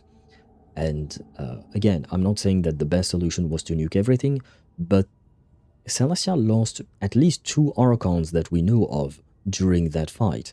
We lost the former Cryo Archon and one of the 2 Electro Archons, right? So that means that something absolutely terrible was happening there, right? So, you know, like I said, we need to be prepared 100% before we get into a fight. You don't get into a fight with the absolute god ruler of the, what do you call that, of the world, but without a solid plan. And now Celestia has that very same bastard in there. 3 Archons. Egeria, Monomac, and Makoto. Egeria? Egeria died during the Cataclysm as well? Oh right, that's when she chose Fossilor. Oh, okay. My bad, thank you for reminding me. Hope a sinner appears, and Snezhnaya, and not Gold. I think Gold is sane, because Niberia's fusion, the Abyss needs to show itself here. I think if we start mixing in the Abyss right now, it might be a bit too early. I think it should happen a bit later. First we need to finish what this is, you know, and then we can deal with the Abyss. But I do want to find a way to deal with the Abyss first and foremost. About your relationship with Paimon. Paimon really doesn't remember. He's basically a stranger. You've got to believe Paimon. Relax, you're freaking out over nothing. Don't worry, he can answer the question. Allow me to explain. The reason Paimon reacted to the anti-Celestia energy developed by the Armory Palace. Well, it's because she's created from Celestia, so that energy goes directly against her very being. Is because she comes from Celestia herself. More specifically, she is one of its creations. Yeah, I mean, Renova said so herself, right? Let's just break Rerir out of prison, Daedra. Well, good fucking luck with that. Oh, Paimon guilty. Yeah, Paimon has been lying to us all this time. There is something Abyss related with the Shadow Realm. Potentially, yes. Potentially. And hello, Riveny. Welcome to the stream. I hope you're doing well. Oh, Paimon thought she was cheating on Ether. Yes. But thankfully, bro was, he was calming her. Paimon? A creation of Celestia? Oh, right. I was blinded by anger earlier, but thinking back on it, Renova also said that Paimon is a creation of Celestia. But she lacks Celestia's power or authority. As you know, the lunar fragments in Nodcry were pulled down from the sky using Fatui technology. But the first application of this technology was in Conria, over 500 years ago. I used this technology upon the heavens, and the response I received was none other than Paimon, descending from Celestia. What? I presented her to the Vinster King, but he took no interest in this gift, nor did it satisfy him. Okay, first and foremost, what were you trying to achieve? And why the fuck would Celestia send Paimon? Paimon then took up temporary residence in my palace until, of course, the arrival of the Cataclysm. Wait, Paimon's a little confused. You're talking about things that happened in Conria 500 years ago. That means You're saying Paimon was there for that? That means Paimon's at least 500 years old. You're old, kid. But Paimon doesn't remember any of that. Falling from the sky? Being given away as a gift? None of it. Part of HP, maybe. Yeah, that was our theory as well earlier. Jester is aura farming with that voice. Absolutely. He sounds so fucking hot. There are literally no one like her. Yeah, absolutely, and we've been asking about this for so long, so I'm very happy that we're finally getting some answers. So she may very well may be a fragment of HP. Yeah, that is what we were saying earlier. So she can't be Asmodee now. She still could be a portion of Asmodee, potentially. We still don't have a proof of the opposite, you know what I mean? She could have been created by Asmodee herself, as being part of Celestia and, working as a shade. Having lived through the Cataclysm, perhaps you too were burdened with some manner of curse. Although, losing your memories would indeed be the smallest price I've ever seen paid. Hey, wait, guys. I have an idea. Paimon was created by Celestia, right? And she doesn't have the power or the authority, but she loves us, right? What if we give her the power of Celestia, right? And the authority of Celestia, and she's nicer to us, and then she stops nuking people? Problem solved. I think this is the best plan we have. It's still too vague. It is very vague indeed. The fragment that Nibelung beat the brakes off HP, but we need to see, because HP's functions are being destroyed. Yeah, but again, things are too vague. Even in what you're saying right now, Sparta, things are very vague, just like Riveny was saying, although he was saying it about something else. But yeah, things are too vague. We need more detailed and concrete information. But it's not just her memories from Conria. Paimon doesn't even know how she spent the last 500 years. She only has memories from the past few years. No matter how hard she tries to remember, what was Paimon like back in Conria? Did she know a whole lot because she came from Celestia? Was she super smart? Unfortunately, when you arrived in Conria, your consciousness was like that of a newborn infant. None could say what kind of being you once were in Celestia. During the time you lived in Conria, your personality was no different from how it is now. No surprise the Vinster King wasn't exactly taken by your charm. That sounds mean. At least it sounds like you were able to fly under the radar. Yeah, the first one sounds super mean. Aw, man! Paimon's plan to get her memories back and become super smart is ruined before it could even start. You know, even though Paimon lost her memories, she still feels weirdly close to you for some reason. That must mean you took pretty good care of Paimon back then, huh? I still don't get why Celestia would send Paimon, especially if she had the mind of a newborn baby. On the contrary, I completely ignored your existence. I was entirely focused on my struggle against Teyvat the Wise. But now, as I see it, it is as if you are the only sane thing that survived that era of insanity. And thus, are worthy of protection. Noted. Man, Paimon's gotta stop projecting friendship on everyone she meets. You know what, at least you're being friendly, you know. But, Traveler? Even though you know Paimon's some creation of Celestia now, you still want her, right? You're not going to abandon her? As long as you're not the heavenly principles, we're good. That sounds cold, man. You're still Paimon to me, Paimon. Oh, phew! That's a relief. Paimon's just learning about this too. She's barely even processed it. Unless she somehow, for some reason, raises a sword against us, Paimon will always be Paimon, you know. And I don't have any more questions. Let's talk about what's next. Thank you for telling me so much. I'm a bit surprised, honestly. I didn't expect you to be quite so transparent with me. Given the circumstances, the Fatui need not hide anything from our allies. Allies? To advance Project Mistleton, we must first resolve our issue with the Ruler of Death.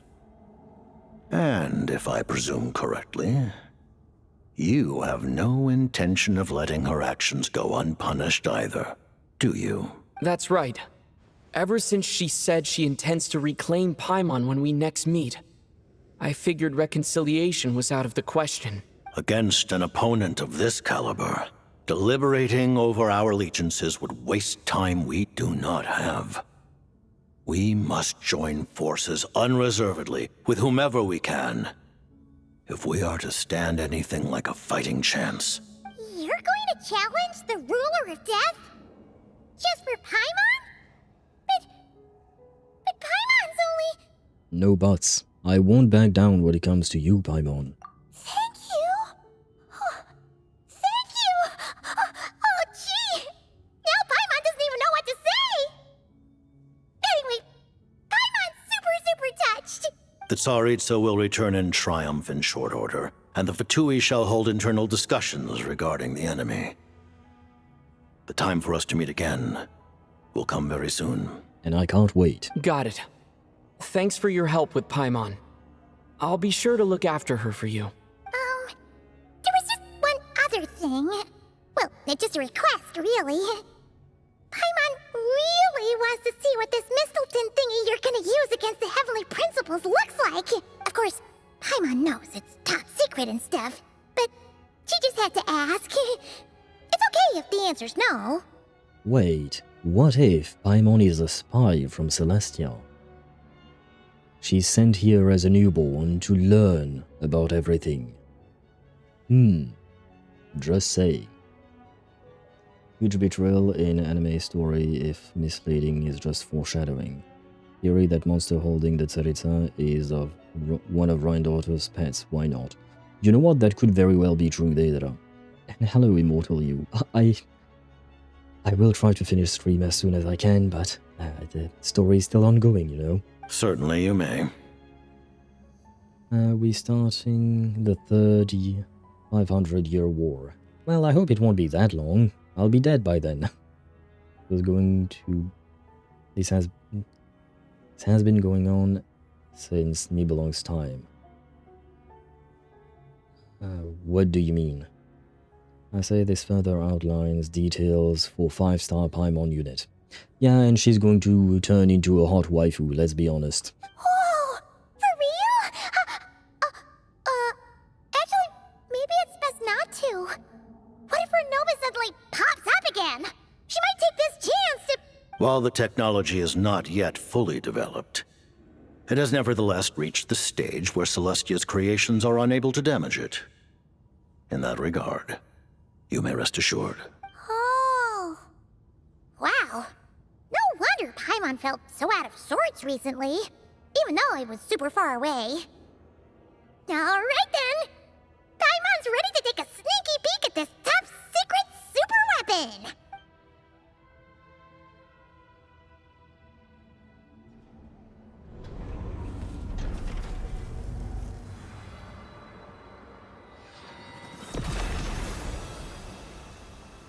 It's a sword.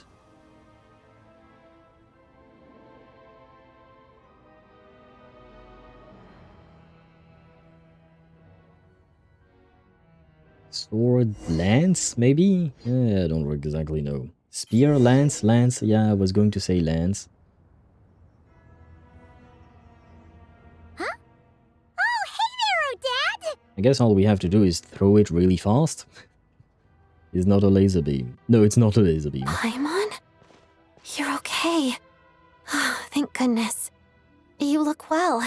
Have you recovered? Long story short, yep, Paimon's all better. What are you doing here? Were you waiting for us? That's right. When I woke up, I wanted to go in after you, but the guards had woken up as well. It would have been tough to take them on alone, and there was no easy way to sneak past them. Right, we kind of, you know, we kind of left her there alone. Who would even yield that? The Traveler? Probably. So, I returned the way I came and waited for you here. Or, you know, you just put the lance in a cannon and you shoot it. It was thanks to you that my soul found its way back to my body so quickly. Thank you. Huh. That actually worked? Nice. I just figured I'd try my luck when that ominous feeling struck me. Really, you should be thanking this thing instead. Anyway, and now that things here are all taken care of, I have other things I should get back to.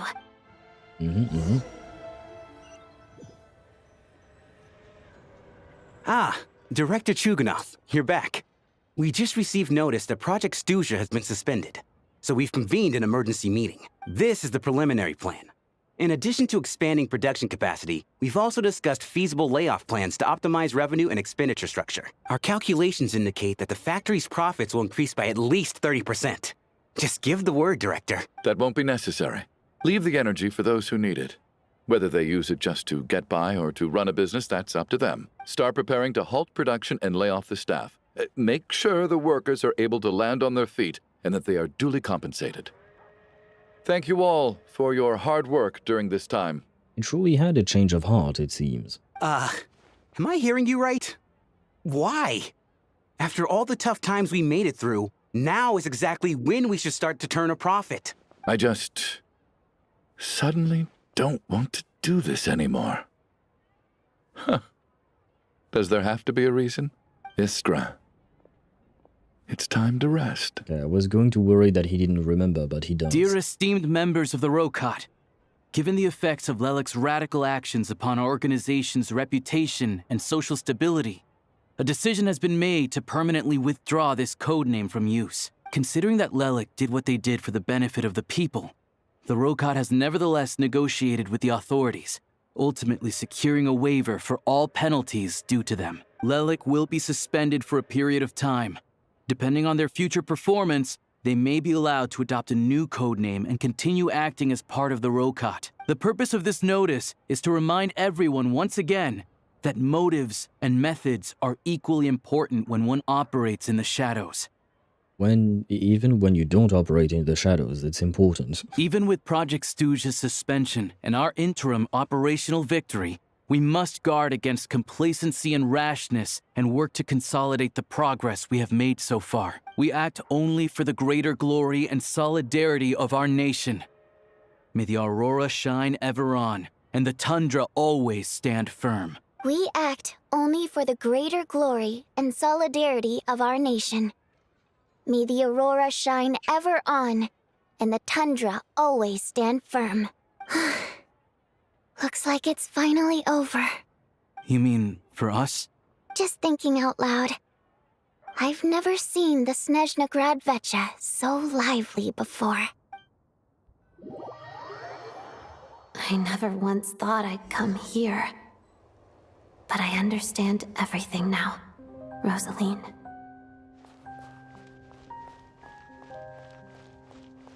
And I grabbed the pretty flowers. Oh, these are the flowers that we were talking about earlier.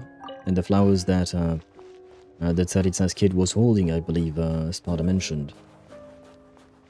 Like daughter straightened him up. Yeah, basically, yeah.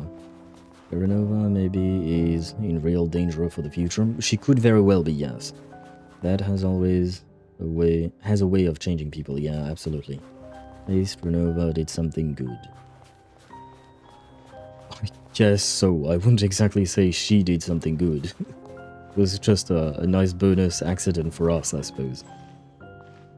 I've seen Spirit Seeker performed many times, including by your mother. Why do you bring that up all of a sudden?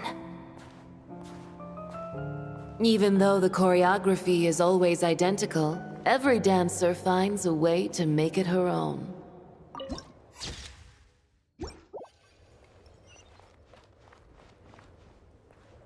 So you actually want to talk to me about ballet? I just think it would be a pity if the dance was lost to history. She didn't teach it to you, did she? That was an unusually subtle taunt for you.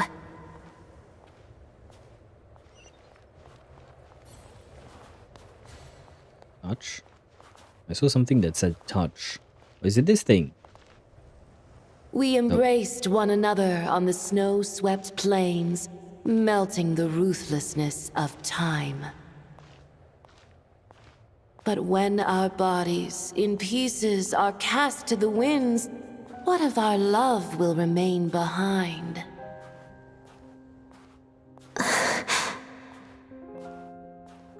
Don't tell me you can't sing. Shush. I think she can't. Oh. I understand her hatred. The Fatui robbed her of the life she should have had. I never opposed her dancing. Yet still I became an enemy of her ballet. I'll just keep my distance. Many despise me. I'm used to it. You're certainly not one to shy away from confrontation. But children, they need a different approach. I'm hardly the most maternal figure. Yet she is a child. Yet so many people have called you mother. While a father commands authority, he must still yield to love. You should tell her what you think about her dancing.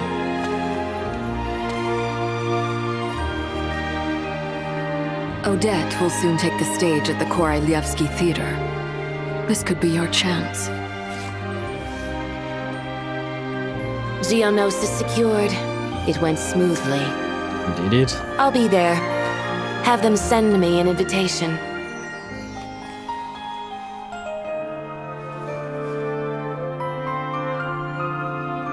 Sadly, things didn't work out. Her final words are inside that block of ice. This?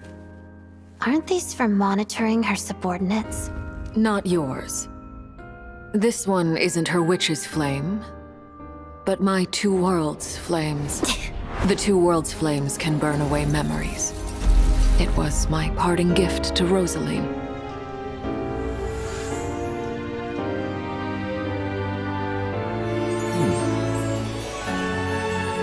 If all goes to plan, she and I will both live to see the Tsaritsa succeed. I believe she'll find peace. But if anything happens to me, she needn't follow in my footsteps. The cryo-energy will fade away in time.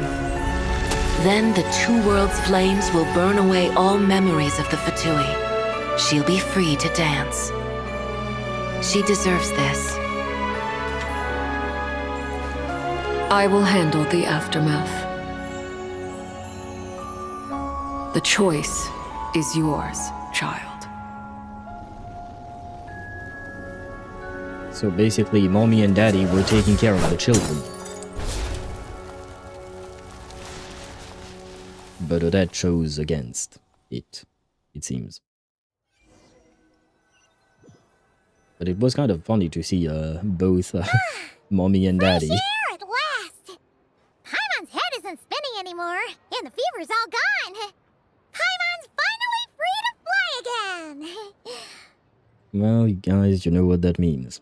That means the traveler will no longer speak. Fun or sad fact, if you use Colombina close to Signora's tomb, Colombina sings. Be right back. The thing knows... That thing doesn't know what good means? I don't know what you were referring to, Ravini. Hearing Rosalind again, she chose to follow in her mother's footsteps. I suppose so. But hopefully she won't do the same until the very end, you know. Maybe there are some things that Odette could do differently. Oh, it's nice to finally know where Paimon came from, too. It did make Paimon a little nervous at first, but it's such a relief now. Like, who cares if Paimon's a creation of Celestia? She's probably not anyone that important. Probably just the fairy of food and fun or something. Or something, yeah. And like you said, this doesn't have to change anything between us. You're not gonna just... Hey! Hurry up! Why are you walking so slowly? You've spent the last few days lying in bed and stuffing your face. I didn't think you'd be able to fly this fast. Says who? Paimon's as agile as ever. They don't call her White Floaty for nothing. Paimon originally wanted to check out the bookstores in Snezhnograd, but she's more in the mood for flying around right now, so let's save that for later. Wait, they've got light novels from VII Publishing House here too. Huh? And this is Paimon's favorite mystery story from Fontaine! Wow! It got a sequel! The local Snezhnaya books look pretty interesting too, but also kinda heavy. Not the easiest things to look around. I thought you were in the mood for flying around. Paimon can read while she flies. Or... Hey! Look at these two dolls! Which do you like better? Personally, I prefer Odette's colors. Alright! Boss, we'll take both. Paimon will have the other one. Oh, I thought we were only getting one. All right, fine. I'll pay. Ah, great. My money's gone. There you are. Thanks for visiting. Paimon will grab this and then... Huh? Huh? Oh, right, yeah, because it's inside. Yeah, that's the whole point. How many layers does this thing have? And what are you laughing at? Huh. You knew all along, didn't you? I have to admit, Ether's laugh was kind of cute. A whole bunch of people are gathered over by the plaza. Hey, look! That looks like Tartaglia! Hey, Tartaglia! I know that voice. Of course. If it isn't Paimon and my old comrade. You're looking well, Paimon. All better? Yeah! The jester knew I was wrong and fixed Paimon right up! Thanks for sending someone to keep Paimon safe, too. Oh, yeah. About that. That was... kind of embarrassing. Who could have known that our director would go looking for you in person? Yeah, you couldn't have So done. sorry for the misunderstanding. Oh, right. Let me introduce you. This is my little sister, Tonya. She does look very similar to the other one.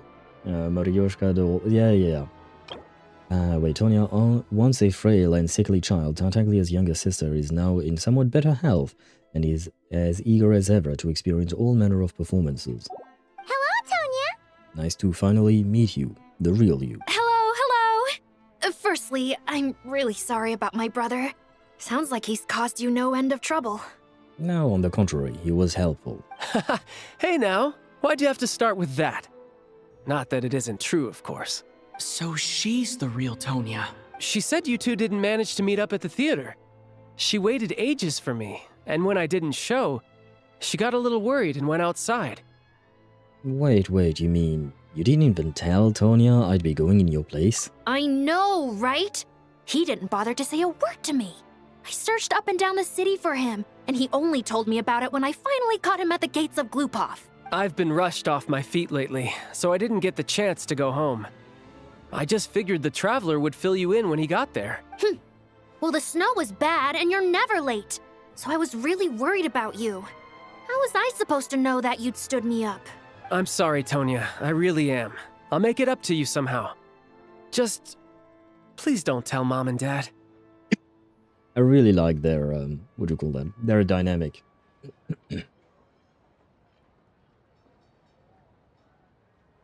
It was intentional, but wait. I can't read your messages. Give me a sec. Although the mix-up led to a series of misunderstandings, it's probably for the best that the real Tonya didn't get caught up in that mess.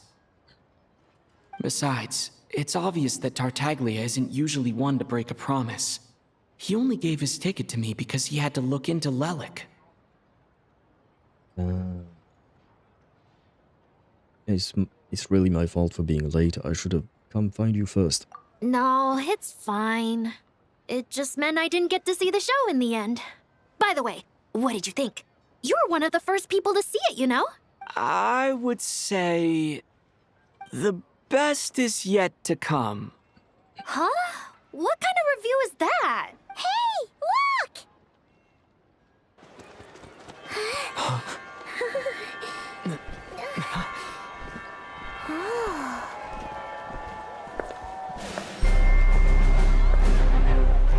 We actually get to see her.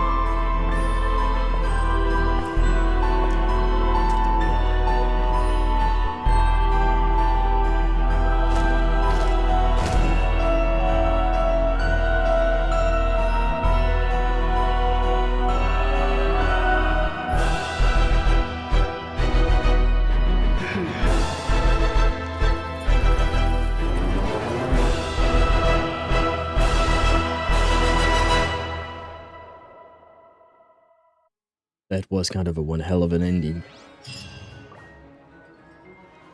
Wait. Wait, what? What is that? Oh no. Okay, no more. What is this thing? No, she doesn't have a store request, okay. Okay, but we're done, basically, right? Motherfuckers, release her, motherfuckers. We've been waiting for 6 years. Soon. Holy shit, how many quests are you giving me? Oh my god. Oh my god. How many quests are you giving me? This one thing, the sword? Yeah, no, I know. We are going to get the sword. If I'm not mistaken, it should be this one that I'm missing. There.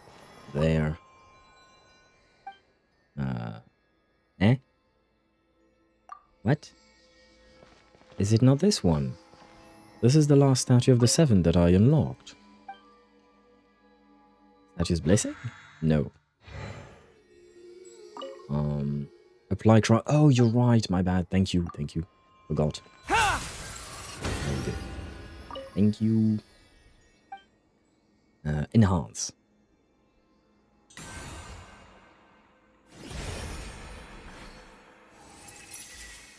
I will read that once the text appears, because otherwise I'm gonna start and I won't be able to read it. Grand wish of the shifting stars, the darkness cannot dull the traveler's edge. With swords and plowshares aboard, a new beginning is well within reach. And wait, we still have 2 more, it seems. So I guess it will be for future regions? Interesting. Missed the 3 interactions with Rosalind's mouth. Oh, so you could... I saw the touch thingy, but I wasn't sure about that. Well, fuck. It is what it is, I suppose. But I am going to make a very quick exit because it is 3 a.m. Stream has lasted for 9 hours. I haven't taken a single break. I need to go pee. I need to eat a dinner and I need to go sleep because tomorrow we have yet another stream. You can have some Cecilias. I do have some, probably. Wait. No, they are in here, right? Nope. Yes, I have 56 of them. Is that enough? And I'm supposed to go back here, right? Is that where I'm supposed to go back? We can do that real quick before we leave. Let me snooze the ads. Yep. Fucking hell, man. Not what I needed right now. Oh, wait. Since we are returning here, sorry, dear Yaemiko. Well, I guess we can remove Chi-Chi. I believe Allow you me guys to mentioned lend her. you some.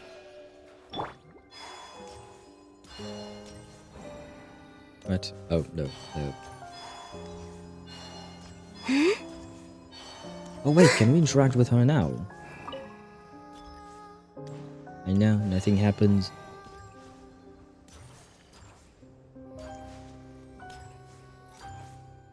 What you doing?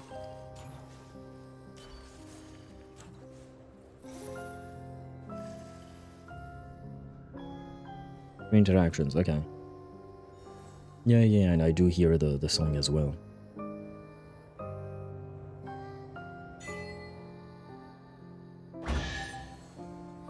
Oh, nice. Hey, can you go away, please? Thank you. They call this a pleasant surprise, right?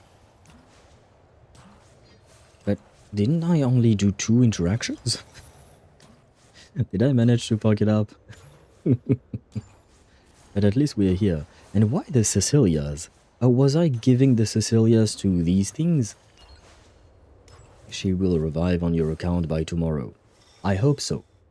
Odette 1 counted.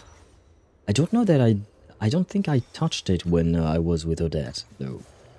But I suppose it somehow worked, I guess. No, put it in the icebox. Icebox? Where do you see an icebox? Oh. What? Oh, the player share box. Do I have to build one here?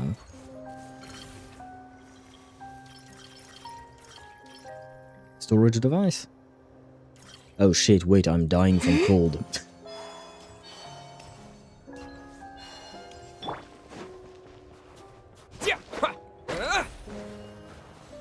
Yeah, that should be enough. Storage, yeah, okay. There. There. Then this.